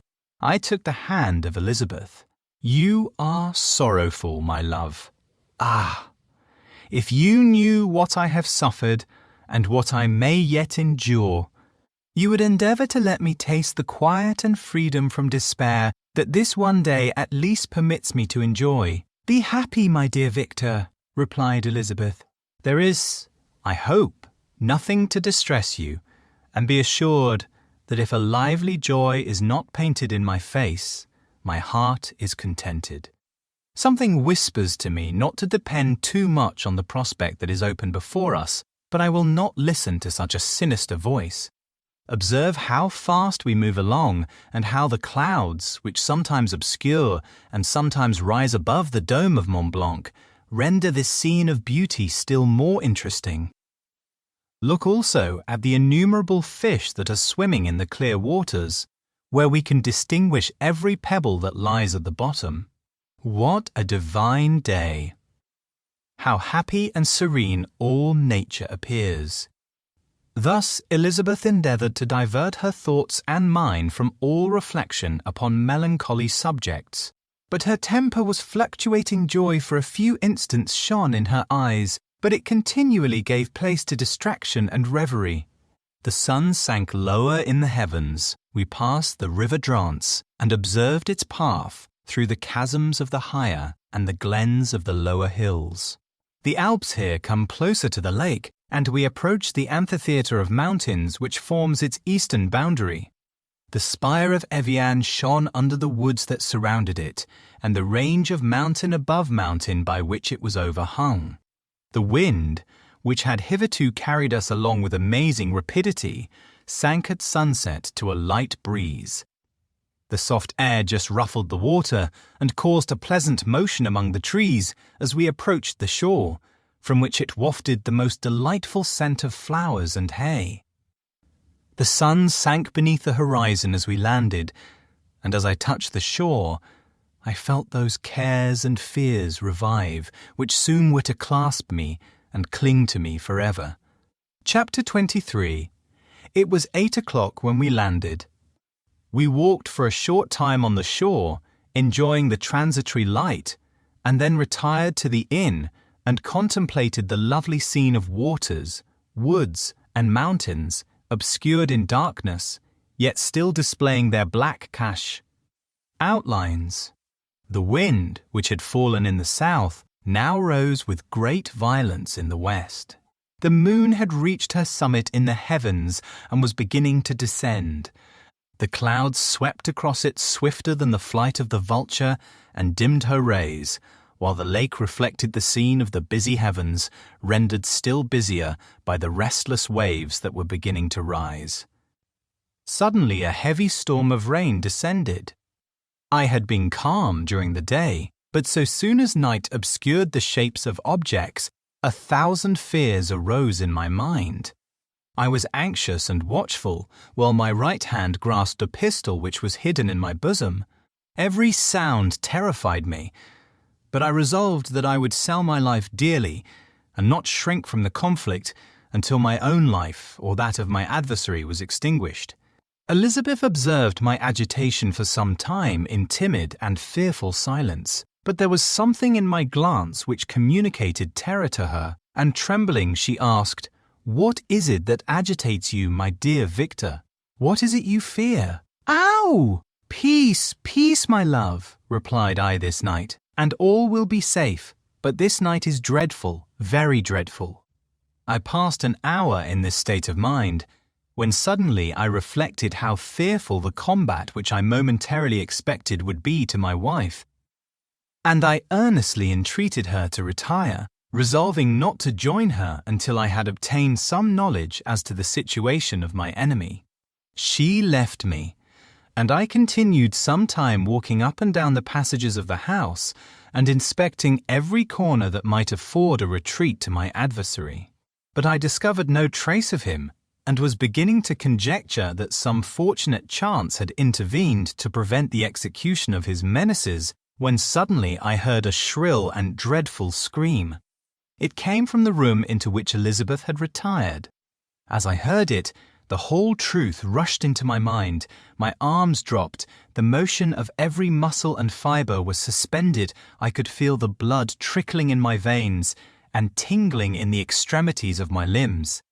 This state lasted but for an instant. The scream was repeated, and I rushed into the room. Great God! Why did I not then expire? Why am I here to relate the destruction of the best hope and the purest creature on earth? She was there, lifeless and inanimate, thrown across the bed, her head hanging down and her pale and distorted features half covered by her hair. Everywhere I turn, I see the same figure, her bloodless arms and relaxed form flung by the murderer on its bridal bier. Could I behold this and live? Alas, life is obstinate and clings closest where it is most hated. For a moment only did I lose recollection. I fell senseless on the ground. When I recovered, I found myself surrounded by the people of the inn. Their countenances expressed a breathless terror, but the horror of others appeared only as a mockery, a shadow of the feelings that oppressed me. I escaped from them to the room where lay the body of Elizabeth, my love, my wife, so lately living, so dear, so worthy. She had been moved from the posture in which I had first beheld her, and now, as she lay, her head upon her arm, and a handkerchief thrown across her face and neck, I might have supposed her asleep. I rushed towards her and embraced her with ardour, but the deadly languor and coldness of the limbs told me that what I now held in my arms had ceased to be the Elizabeth whom I had loved and cherished. The murderous mark of the fiend's grasp was on her neck, and the breath had ceased to issue from her lips. While I still hung over her in the agony of despair, I happened to look up. The windows of the room had before been darkened, and I felt a kind of panic on seeing the pale yellow light of the moon illuminate the chamber.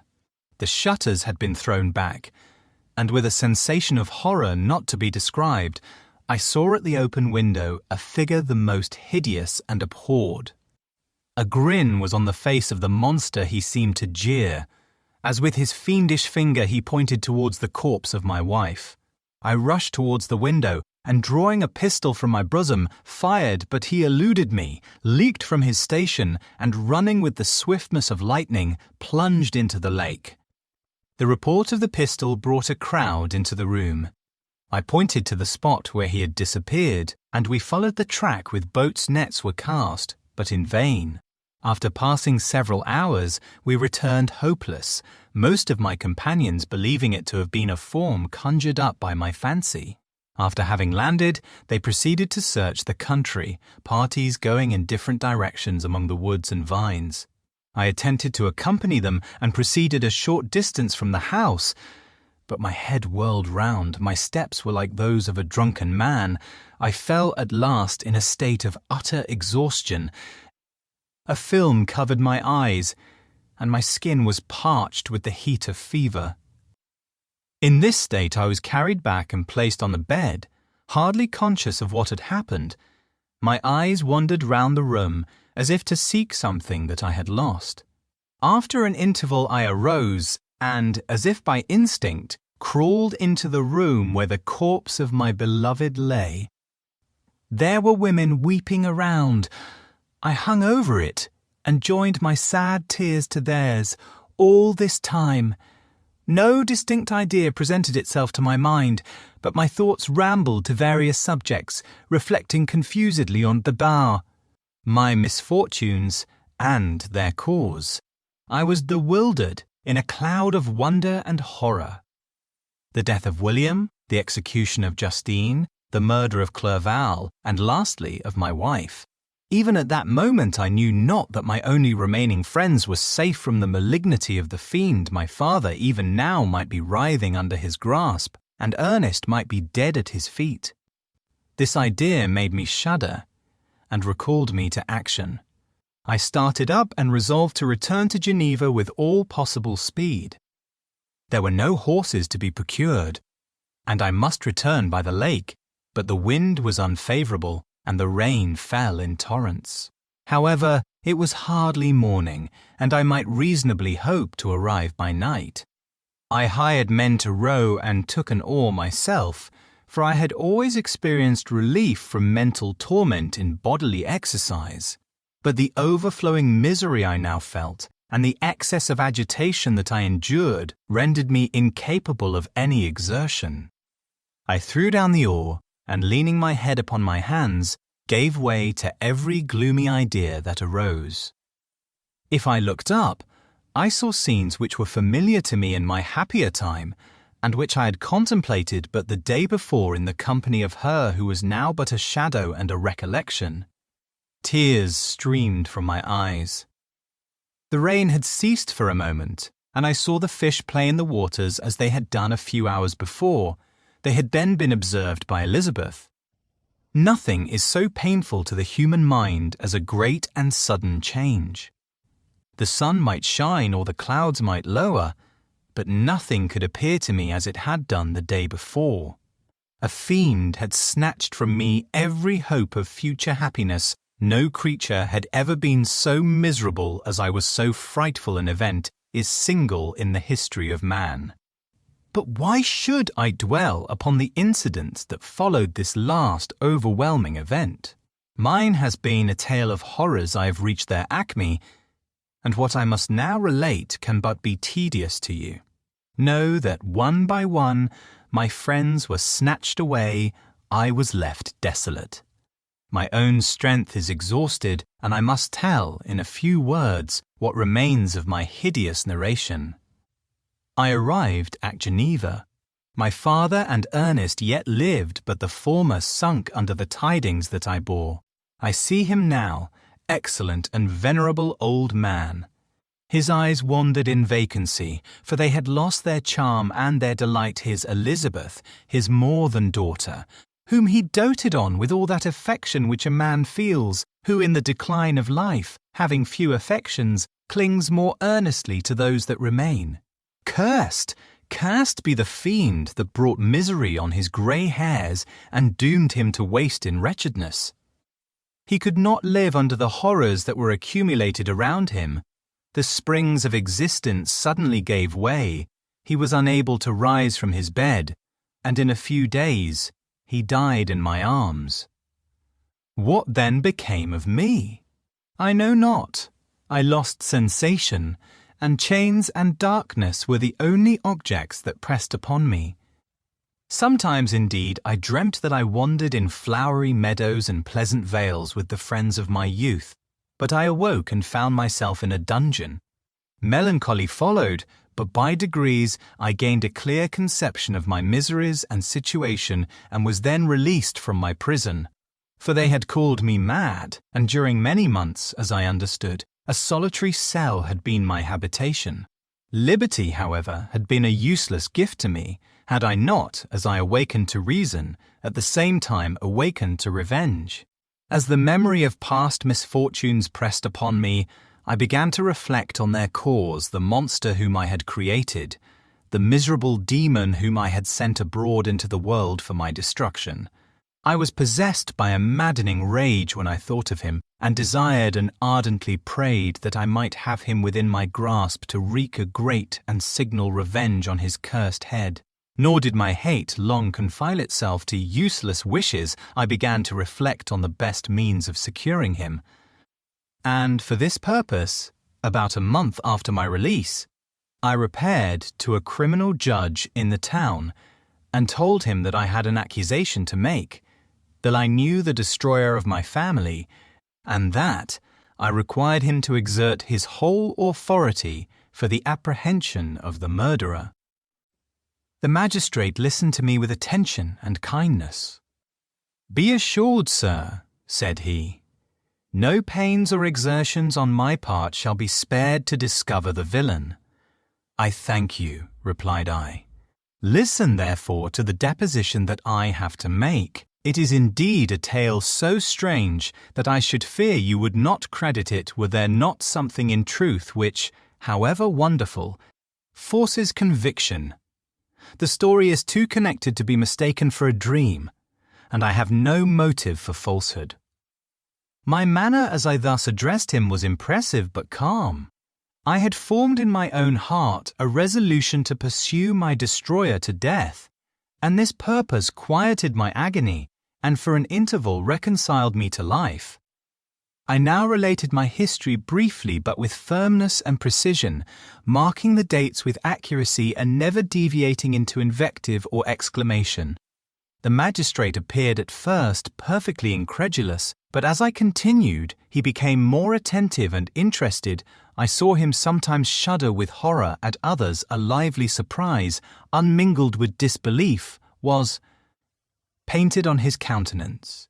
When I had concluded my narration, I said, "This is the being whom I accuse, and for whose seizure and punishment I call upon you to exert your whole power. It is your duty as a magistrate, and I believe and hope that your feelings as a man will not revolt from the execution of those functions on this occasion." This address caused a considerable change in the physiognomy of my own auditor. He had heard my story with that half kind of belief that is given to a tale of spirits and supernatural events, but when he was called upon to act officially in consequence, the whole tide of his incredulity returned. He, however, answered mildly, "I would willingly afford you every aid in your pursuit, but the creature of whom you speak appears to have powers which would put all my exertions to defiance. Who can follow an animal which can traverse the sea of ice and inhabit caves and dens where no man would venture to intrude? Besides, some months have elapsed since the commission of his crimes, and no one can conjecture to what place he has wandered or what region he may now inhabit. I do not doubt that he hovers near the spot which I inhabit, and if he has indeed taken refuge in the Alps, he may be hunted like the chamois and destroyed as a beast of prey, but I perceive your thoughts. You do not credit my narrative, and do not intend to pursue my enemy with the punishment which is his desert." As I spoke, rage sparkled in my eyes. The magistrate was intimidated. "You are mistaken," said he.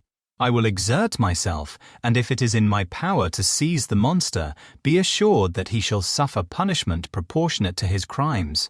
But I fear, from what you have yourself described to be his properties, that this will prove, quote, impracticable, and thus, while every proper measure is pursued, you should make up your mind to disappointment. That cannot be, but all that I can say will be of little avail. My revenge is of no moment to you. Yet, while I allow it to be a vice, I confess that it is the devouring and only passion of my soul. My rage is unspeakable when I reflect that the murderer, whom I have turned loose upon society, still exists. You refuse. My just demand. I have but one resource, and I devote myself, either in my life or death, to his destruction." I trembled with excess of agitation as I said this. There was a frenzy in my manner, and something, I doubt not, of that haughty fierceness which the martyrs of old are said to have possessed. But to a Genevan magistrate, whose mind was occupied by far other ideas than those of devotion and heroism, this elevation of mind had much the appearance of madness. He endeavoured to soothe me as a nurse does a child, and reverted to my tale as the effects of delirium. "Man," I cried, "how ignorant art thou in thy pride of wisdom! Cease, you know not what it is you say." I broke from the house angry and disturbed, and retired to meditate on some other mode of action. Chapter 24. My present situation was one in which all voluntary thought was swallowed up and lost. I was hurried away by fury revenge. Alone endowed me with strength and composure. It moulded my feelings, and allowed me to be calculating and calm at periods when otherwise delirium or death would have been my portion. My first resolution was to quit Geneva for ever, my country, which, when I was happy and beloved, was dear to me, now, in my adversity, became hateful. I provided myself with a sum of money, together with a few jewels which had belonged to my mother, and departed. And now my wanderings began, which are to cease but with life. I have traversed a vast portion of the earth, and have endured all the hardships which travellers in deserts and barbarous countries are wont to meet.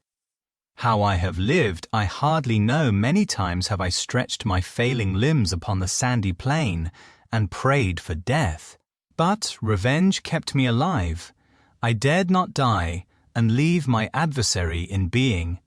When I quitted Geneva, my first labour was to gain some clue by which I might trace the steps of my fiendish enemy. But my plan was unsettled, and I wandered many hours round the confines of the town, uncertain what path I should pursue. As night approached, I found myself at the entrance of the cemetery where William, Elizabeth, and my father reposed. I entered it and approached the tomb which marked their graves. Everything was silent except the leaves of the trees, which were gently agitated by the wind. The night was nearly dark, and the scene would have been solemn and affecting even to an uninterested observer. The spirits of the departed seemed to flit around and to cast a shadow, which was felt but not seen, around the head of the mourner. The deep grief which this scene had at first excited quickly gave way to rage and despair. They were dead, and I lived their murderer also lived, and to destroy him I must drag out my weary existence. I knelt on the grass and kissed the earth, and with quivering lips exclaimed, "By the sacred earth on which I kneel, by the shades that wander near me, by the deep and eternal grief that I feel, I swear, and by thee, O night, and the spirits that preside over thee, to pursue the demon who caused this misery, until he or I shall perish in mortal conflict. For this purpose I will preserve my life. To execute this dear revenge will I again behold the sun and tread the green herbage of earth, which otherwise should vanish from my eyes for ever. And I call on you, spirits of the dead, and on you, wandering ministers of vengeance, to aid and conduct me in my work. Let the cursed and hellish monster drink deep of agony. Let him feel the despair that now torments me." I had begun my adjuration with solemnity and an awe which almost assured me that the shades of my murdered friends heard and approved my devotion. But the furies possessed me as I concluded, and rage choked my utterance. I was answered through the stillness of night by a loud and fiendish laugh. It rang on my ears long and heavily, the mountains re-echoed it, and I felt as if all hell surrounded me with mockery and laughter. Surely in that moment I should have been possessed by frenzy and have destroyed my miserable existence, but that my vow was heard and that I was reserved for vengeance. The laughter died away when a well-known and abhorred voice, apparently close to my ear, addressed me in an audible whisper, "I am satisfied. Miserable wretch, you have determined to live, and I am satisfied." I darted towards the spot from which the sound proceeded, but the devil eluded my grasp. Suddenly the broad disk of the moon arose and shone full upon his ghastly and distorted shape as he fled with more than mortal speed. I pursued him, and for many months this has been my task. Guided by a slight clue, I followed the windings of the Rhone, but vainly. The blue Mediterranean appeared, and by a strange chance I saw the fiend enter by night and hide himself in a vessel bound for the Black Sea. I took my passage in the same ship, but he escaped, I know not how. Amidst the wilds of Tartary and Russia, although he still evaded me, I have ever followed in his track. Sometimes the peasants, scared by this horrid apparition, informed me of his path.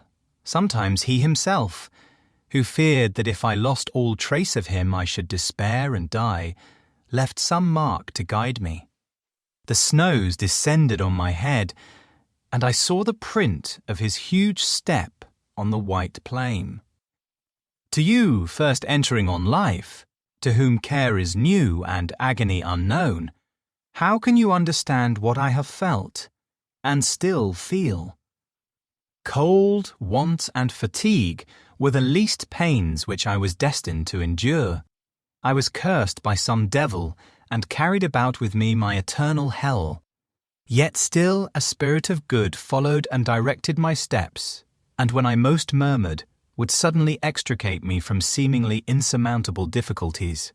Sometimes, when nature, overcome by hunger, sank under the exhaustion, a repast was prepared for me in the desert that restored and inspirited me. The fare was indeed coarse, such as the peasants of the country ate, but I will not doubt that it was set there by the spirits that I had invoked to aid me. Often, when all was dry, the heavens cloudless, and I was parched by thirst, a slight cloud would bedim the sky, shed the few drops that revived me, and vanish. I followed, when I could, the courses of the rivers, but the demon generally avoided these, as it was here that the population of the country chiefly collected. In other places human beings were seldom seen, and I generally subsisted on the wild animals that crossed my path. I had money with me and gained the friendship of the villagers by distributing it, or I brought with me some food that I had killed, which, after taking a small part, I always presented to those who had provided me with fire and utensils for cooking.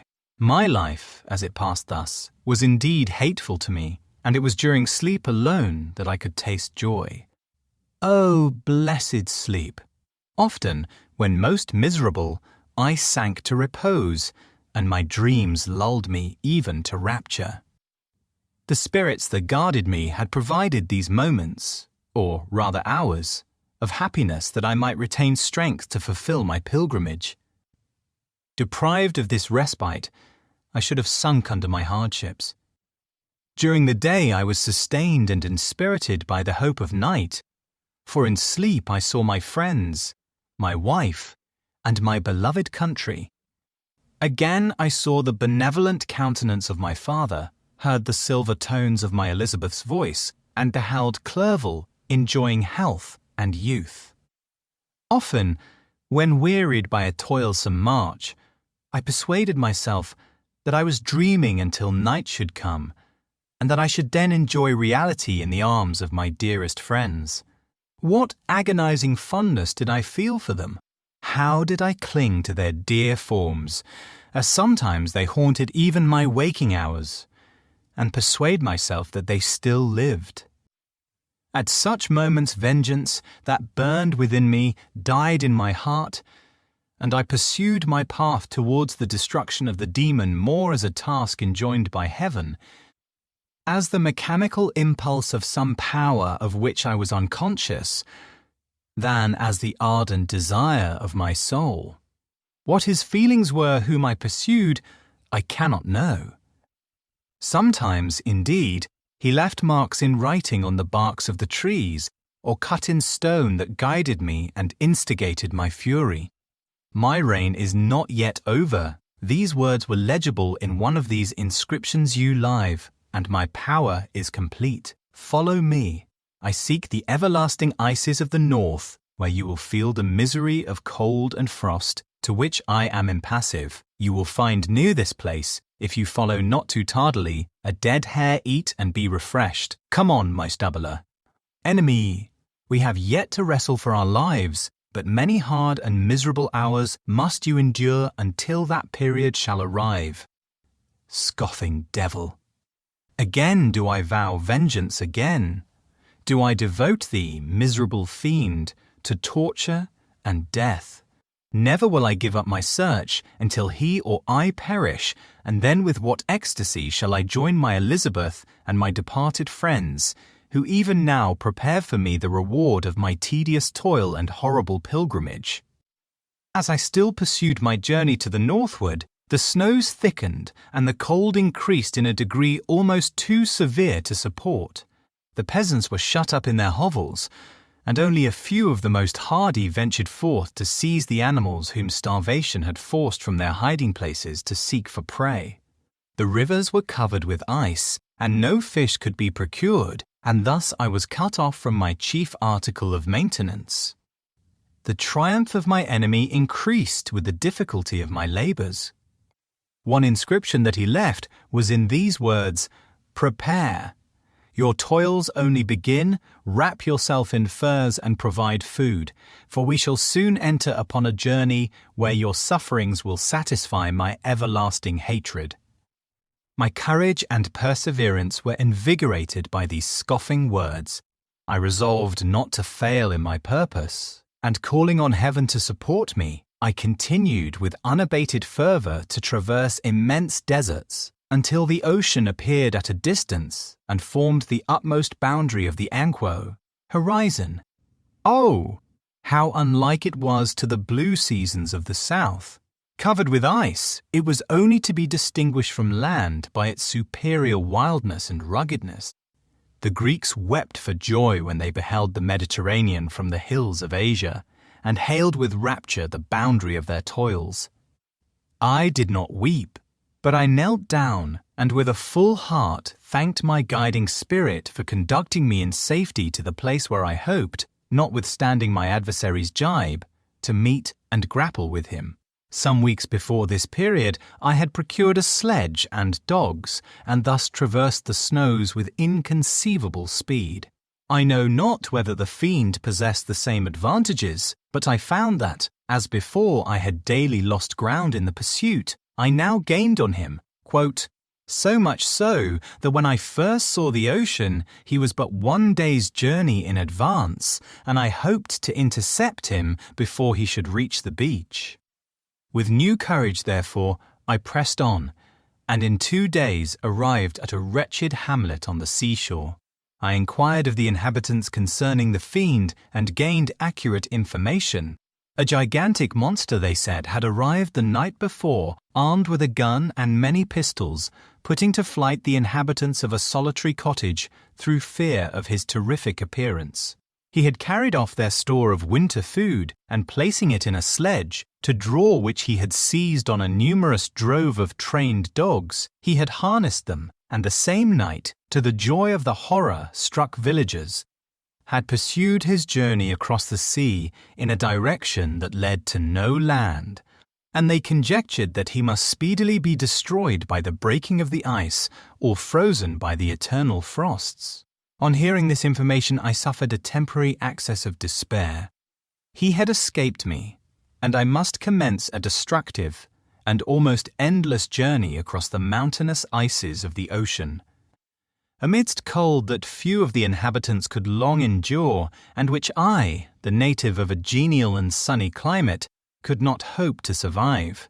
Yet at the idea that the fiend should live and be triumphant, my rage and vengeance returned, and like a mighty tide overwhelmed every other feeling. After a slight repose, during which the spirits of the dead hovered round and instigated me to toil and revenge, I prepared for my journey. I exchanged my land sledge for one fashioned for the inequalities of the frozen ocean, and purchasing a plentiful stock of provisions, I departed from land. I cannot guess how many days have passed since then, but I have endured misery which nothing but the eternal sentiment of a just retribution burning within my heart could have enabled me to support.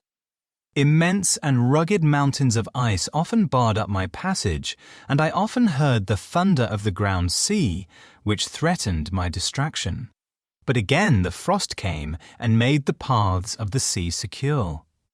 By the quantity of provision which I had consumed, I should guess that I had passed 3 weeks in this journey, and the continual protraction of hope, returning back upon the heart, often wrung bitter drops of despondency, grief from my eyes. Despair had indeed almost secured her prey, and I should soon have sunk beneath this misery. Once, after the poor animals that conveyed me had with incredible toil gained the summit of a sloping ice mountain, and one, sinking under his fatigue, died, I viewed the expanse before me with anguish, when suddenly my eye caught a dark speck upon the dusky plain. I strained my sight to discover what it could be, and uttered a wild cry of ecstasy when I distinguished a sledge and the distorted proportions of a well-known form within.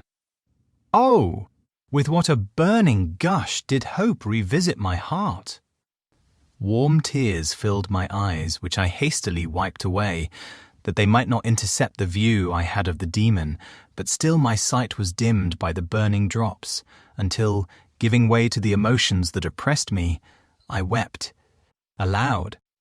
But this was not the time for delay. I disencumbered the dogs of their dead companion, gave them a plentiful portion of food, and after an hour's rest, which was absolutely necessary, and yet which was bitterly irksome to me, I continued my route. The sledge was still visible, nor did I again lose sight of it except at the moments when for a short time some isorock concealed it with its intervening crags. I indeed perceptibly gained on it, and when, after nearly 2 days' journey, I beheld my enemy at no more than a mile distant, my heart bounded within me. But now, when I appeared almost within grasp of my foe, my hopes were suddenly extinguished, and I lost all trace of him more utterly than I had ever done before. Aground sea was heard the thunder of its progress as the waters rolled and swelled beneath me, became every moment more ominous and terrific. I pressed on, but in vain. The wind arose, the sea roared, and, as with the mighty shock of an earthquake, it split and cracked with a tremendous and overwhelming sound.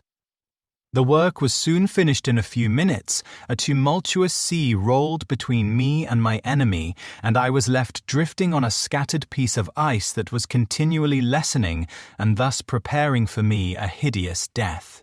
In this manner, many appalling hours passed, several of my dogs died, and I myself was about to sink under the accumulation of distress when I saw your vessel riding at anchor and holding forth to me hopes of succor and life. I had no conception that vessels ever came so far north, and was astounded at the sight. I quickly destroyed part of my sledge to construct oars, and by these means was enabled, with infinite fatigue, to move my ice raft in the direction of your ship. I had determined, if you were going southwards, still to trust myself to the mercy of the seas, rather than abandon my purpose. I hoped to induce you to grant me a boat with which I could pursue my enemy. But your direction was northwards. You took me on board when my vigour was exhausted, and I should soon have sunk under my multiplied hardships into a death which I still dread, for my task is unfulfilled. Oh, when will my guiding spirit, in conducting me to the demon, allow me the rest I so much desire, or must I die, and he yet live? If I do, swear to me, Walton, that he shall not escape, that you will seek him and satisfy my vengeance in his death. And do I dare to ask of you to undertake my pilgrimage, to endure the hardships that I have undergone? No, I am not so selfish. Yet, when I am dead, if he should appear, if the ministers of vengeance should conduct him to you, swear that he shall not live, swear that he shall not triumph over my accumulated woes, and survive to add to the list of his dark crimes. He is eloquent and persuasive, and once his words had even power over my heart, but trust him not. His soul is as hellish as his form, full of treachery and fiend-like malice. Hear him not call on the names of William, Justine, Clerval, Elizabeth, my father, and of the wretched Victor, and thrust your sword into his heart. I will hover near and direct the steel aright. Walton, in continuation. August the 26th, 17. You have read this strange and terrific story, Margaret, and do you not feel your blood congeal with horror, like that which even now curdles mine? Sometimes, seized with sudden agony, he could not continue his tale at others, his voice broken yet piercing, uttered with difficulty the words so replete with anguish. His fine and lovely eyes were now lighted up with indignation, now subdued to downcast sorrow, and quenched in infinite wretchedness. Sometimes he commanded his countenance and tones, and related the most horrible incidents with a tranquil voice, suppressing every mark of agitation.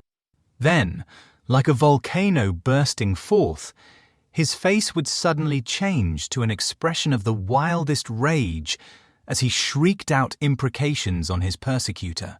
His tale is connected and told with an appearance of the simplest truth, yet I own to you that the letters of Felix and Safie, which he showed me, and the apparition of the monster seen from our ship, brought to me a greater conviction of the truth of his narrative than his asseverations, however earnest and connected.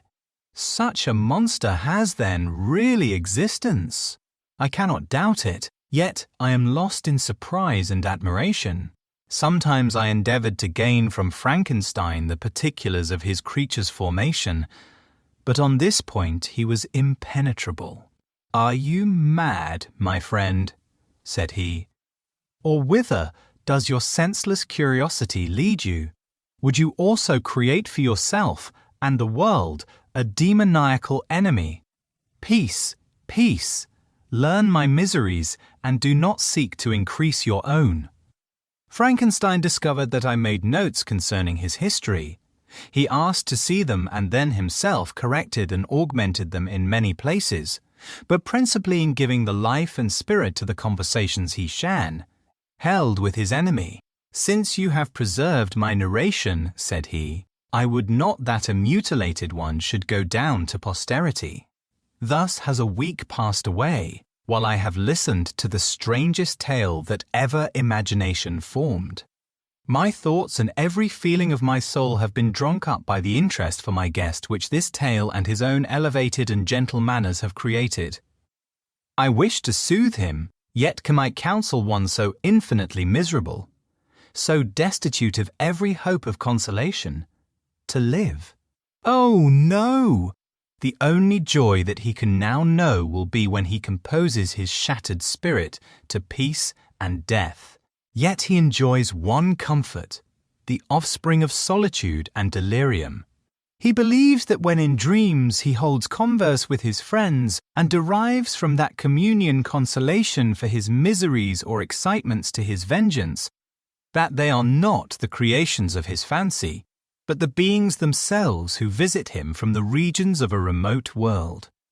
This faith gives a solemnity to his reveries that render them to me almost as imposing and interesting as truth.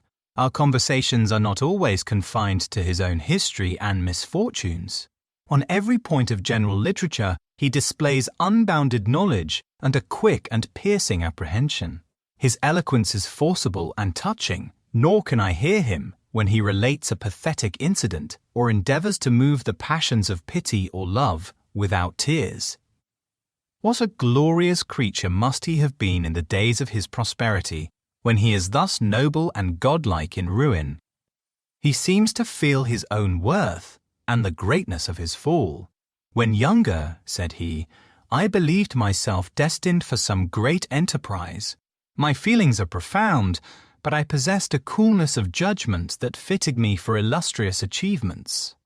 This sentiment of the worth of my nature supported me when others would have been oppressed, for I deemed it criminal to throw away in useless grief those talents that might be useful to my fellow creatures.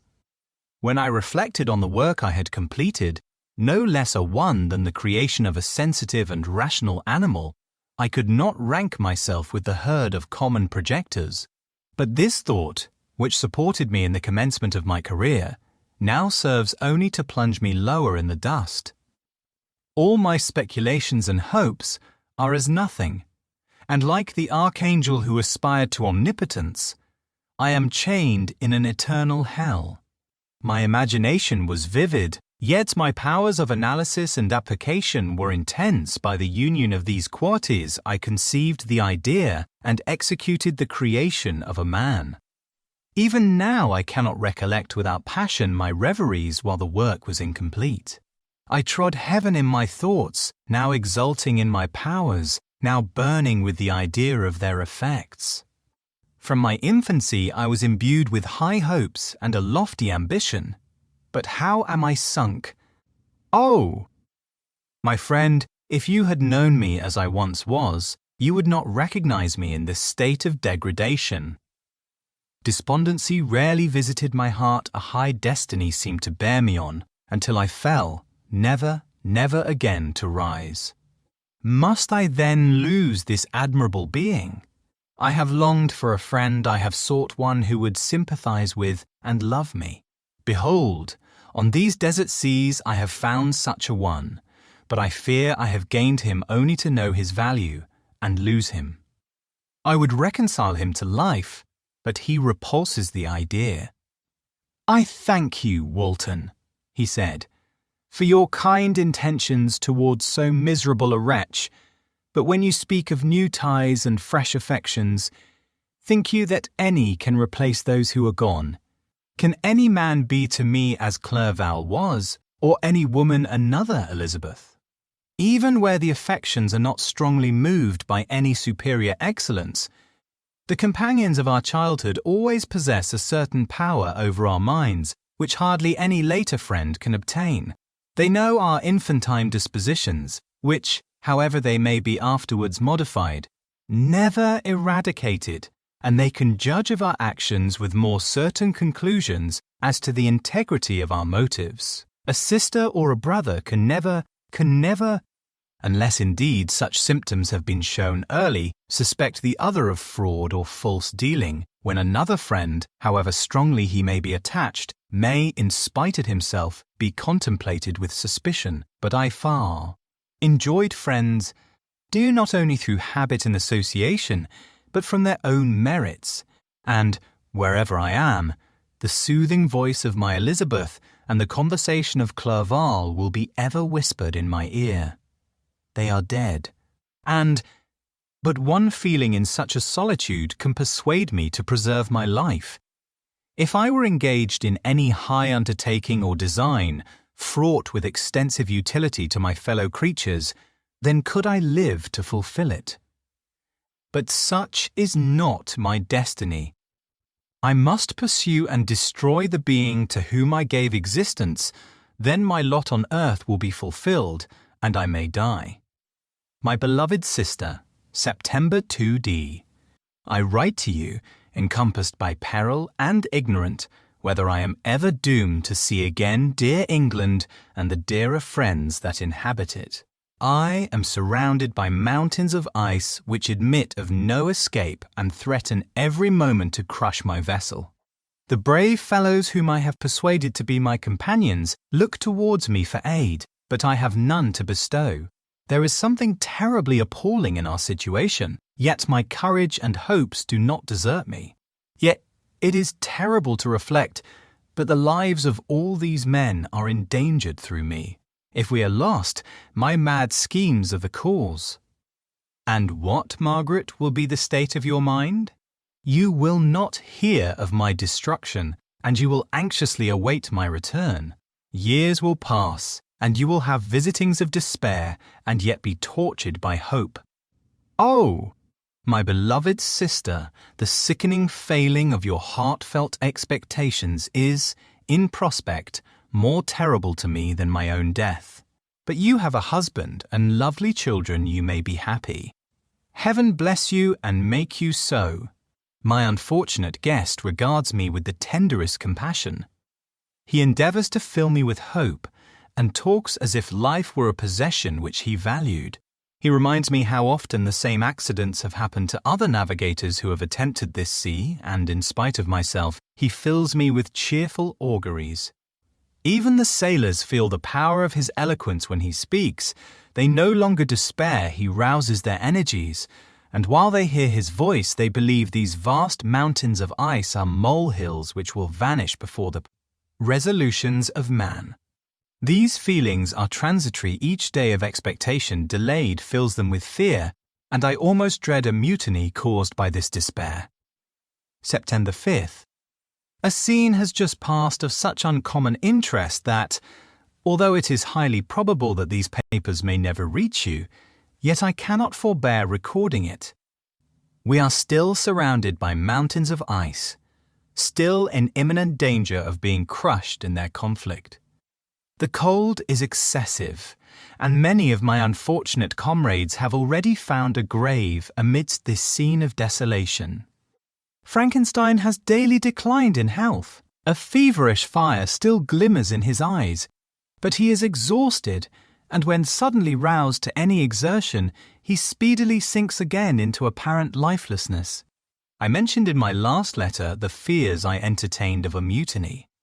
This morning, as I sat watching the wan countenance of my friend, his eyes half closed and his limbs hanging listlessly, I was roused by half a dozen of the sailors, who demanded admission into the cabin. They entered, and their leader addressed me. He told me that he and his companions had been chosen by the other sailors to come in deputation to me to make me a requisition which, in justice, I could not refuse.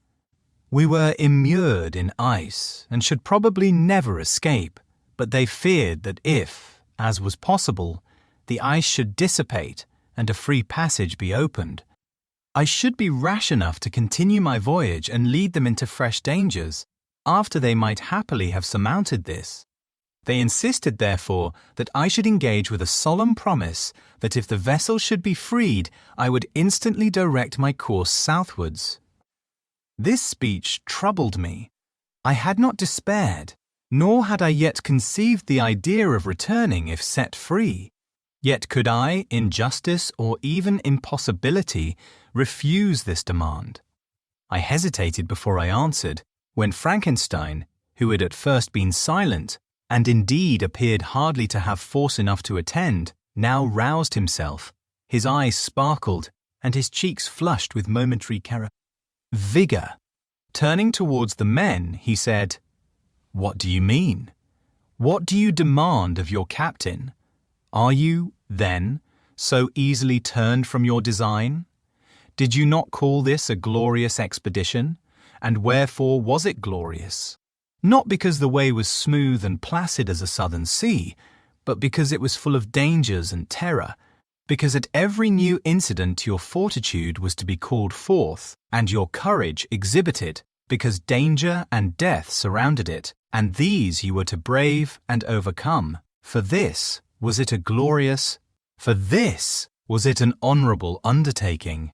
You were hereafter to be hailed as the benefactors of your species, your names adored as belonging to brave men who encountered death for honour and the benefit of mankind. And now, behold, with the first imagination of danger, or, if you will, the first mighty and terrific trial of your courage, you shrink away and are content to be handed down as men who had not strength enough to endure cold and peril, and so, poor souls, they were chilly and returned to their warm firesides. Why, that requires not this preparation quote. Ye need not have come thus far, and dragged your captain to the shame of a defeat, merely to prove yourselves cowards. Ow! Be men, or be more than men. Be steady to your purposes, and firm as a rock. This ice is not made of such stuff as your hearts may be. It is mutable and cannot withstand you if you say that it shall not. Do not return to your families with the stigma of disgrace marked on your brows. Return as heroes who have fought and conquered, and who know not what it is to turn their backs on the foe. He spoke this with a voice so modulated to the different feelings expressed in his speech, with an eye so full of lofty design and heroism, that can you wonder that these men were moved? They looked at one another and were unable to reply. I spoke, I told them to retire and consider of what had been said, that I would not lead them farther north if they strenuously desired the contrary.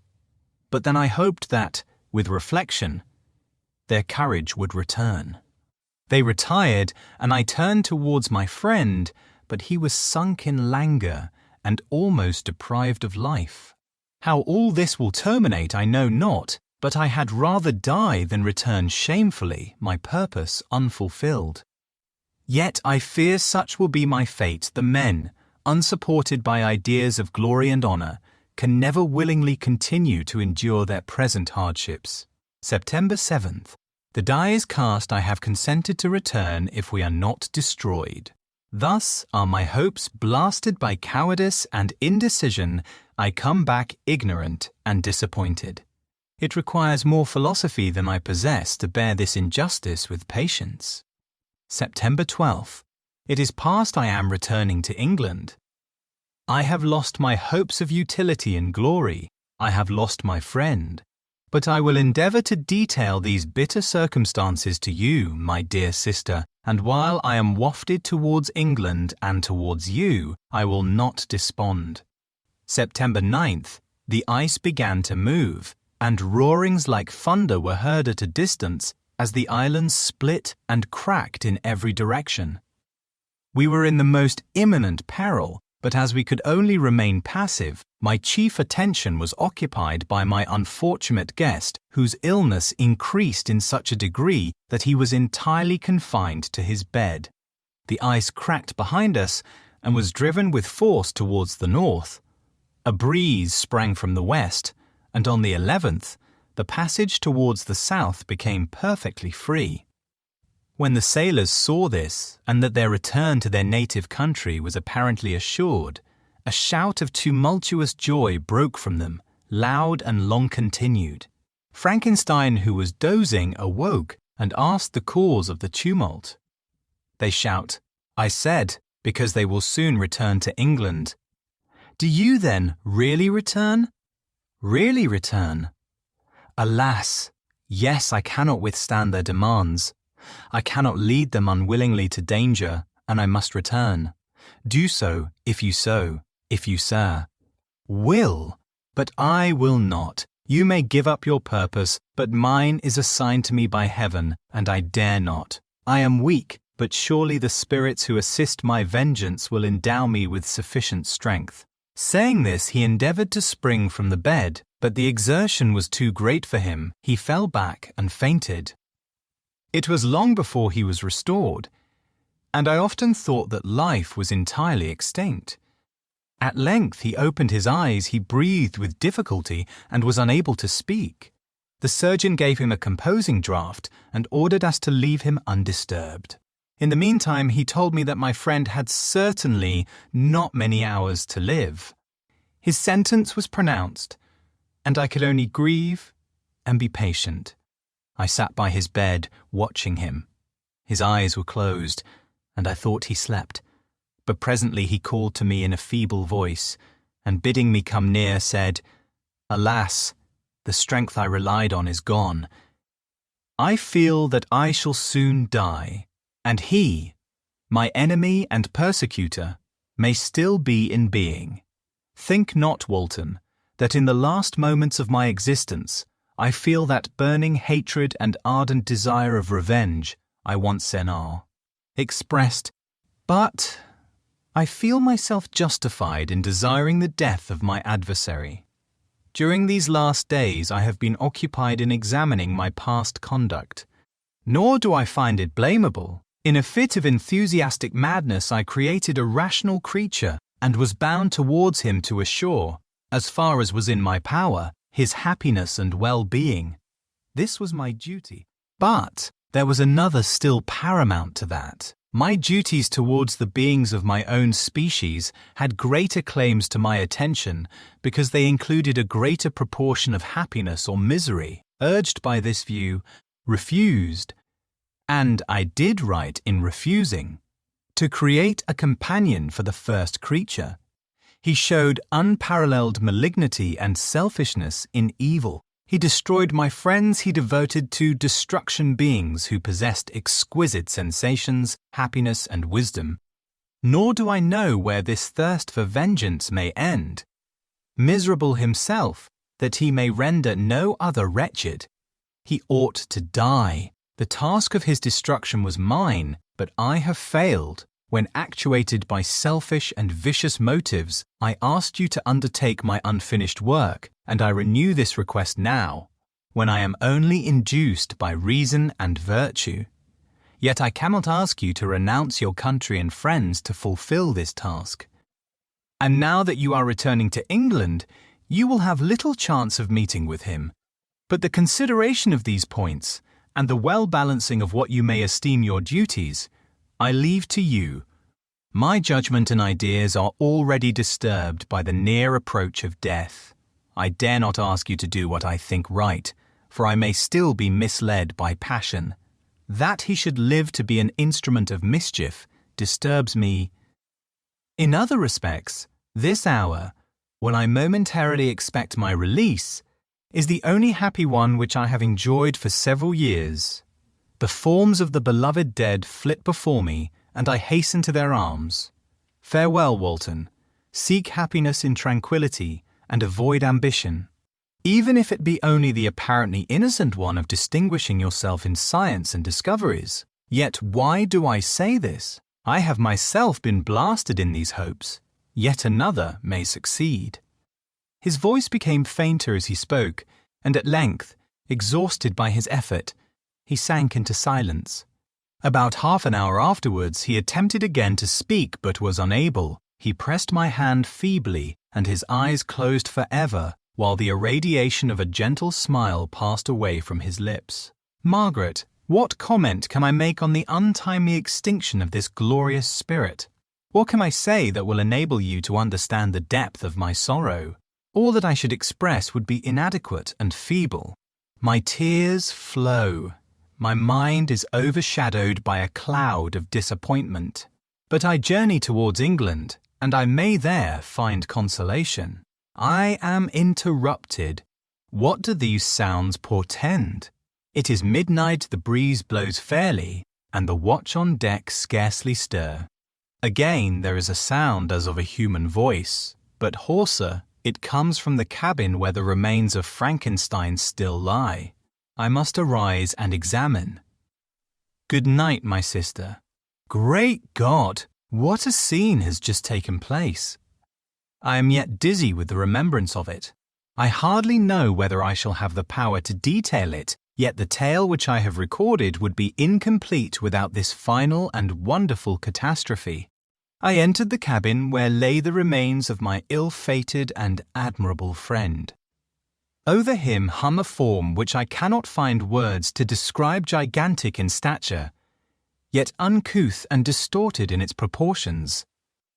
As he hung over the coffin, his face was concealed by long locks of ragged hair, but one vast hand was extended, in colour and apparent texture, like that of a mummy. When he heard the sound of my approach, he ceased to utter exclamations of grief and horror, and sprung towards the window.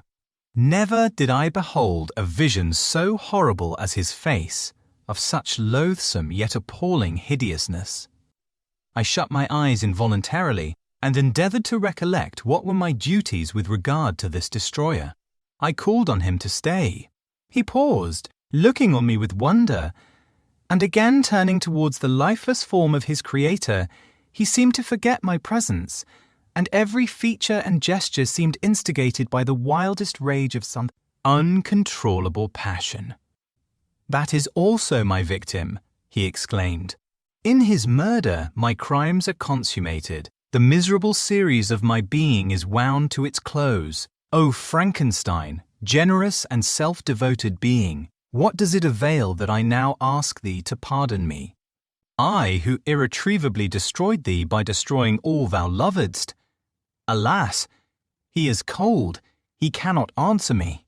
His voice seemed suffocated, and my first impulses, which had suggested to me the duty of obeying the dying request of my friend in destroying his enemy, were now suspended by a mixture of curiosity and compassion.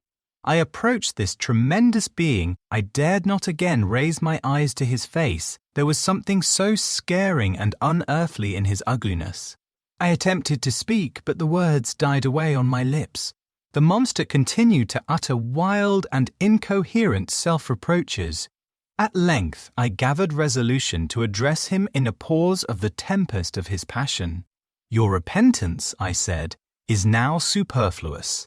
If you had listened to the voice of conscience and heeded the stings of remorse before you had urged your diabolical vengeance to this extremity, Frankenstein would yet have lived. And do you dream? Said the demon. Do you think that I was then dead to agony and remorse? He continued, pointing to the corpse, he suffered not in the consummation of the deed. Oh! Not the 10,000th portion of the anguish that was mine during the lingering detail of its execution. A frightful selfishness hurried me on, while my heart was poisoned with remorse. Think you that the groans of Clerval were music to my ears? My heart was fashioned to be susceptible of love and sympathy, and when wrenched by misery to vice and hatred, it did not endure the violence of the change without torture such as you cannot even imagine. After the murder of Clerval, I returned to Switzerland, heartbroken and overcome. I pitied Frankenstein. My pity amounted to horror. I abhorred myself. But when I discovered that he, the author once of my existence and of its unspeakable torments, dared to hope for happiness, That while he accumulated wretchedness and despair upon me, he sought his own enjoyment in feelings and passions from the indulgence of which I was forever barred, then impotent envy and bitter indignation filled me with an insatiable thirst for vengeance. I recollected my threat and resolved that it should be accomplished. I knew that I was preparing for myself a deadly torture, but I was the slave, not the master, of an impulse which I detested, yet could not disobey. Yet when she died, nay, then I was not miserable. I had cast off all feeling, subdued all anguish, to riot in the excess of my despair. Evil thenceforth became my good. Urged thus far, I had no choice but to adapt my nature to an element which I had willingly chosen. The completion of my demoniacal design became an insatiable passion, and now it is ended as, there is my last victim. I was at first touched by the expressions of his misery, yet, when I called to mind what Frankenstein had said of his powers of eloquence and persuasion, and when I again cast my eyes on the lifeless form of my friend, indignation was rekindled within me. "Wretch," I said, "it is well that you come here to whine over the desolation that you have made. You throw a torch into a pile of buildings, and when they are consumed, you sit among the ruins and lament the fall. Hypocritical fiend! If he whom you mourn still lived, still would he be the object, again would he become the prey, of your accursed vengeance. It is not car. Pity that you feel. You lament only because the victim of your malignity is withdrawn from your power. Oh, it is not thus, interrupted the being. Yet such must be the impression conveyed to you by what appears to be the purport of my actions. Yet I seek not a fellow feeling in my misery. No sympathy may I ever find. When I first sought it, it was the love of virtue, the feelings of happiness and affection with which my whole being overflowed, that I wished to be participated. But now that virtue has become to me a shadow, and that happiness and affection are turned into bitter and loathing despair, in what should I seek for sympathy? I am content to suffer alone while my suffering shall endure. When I die, I am well satisfied that abhorrence and opprobrium should load my memory. Once my fancy was soothed with dreams of virtue, of fame, and of enjoyment. Once I falsely hoped to meet with beings who, pardoning my outward form, would love me for the excellent qualities which I was capable of unfolding. I was nourished with high thoughts of honor and devotion, but now crime has degraded me beneath the meanest animal.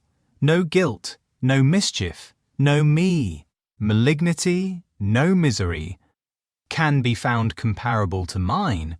When I run over the frightful catalogue of my sins, I cannot believe that I am the same creature whose thoughts were once filled with sublime and transcendent visions of the beauty and the majesty of goodness.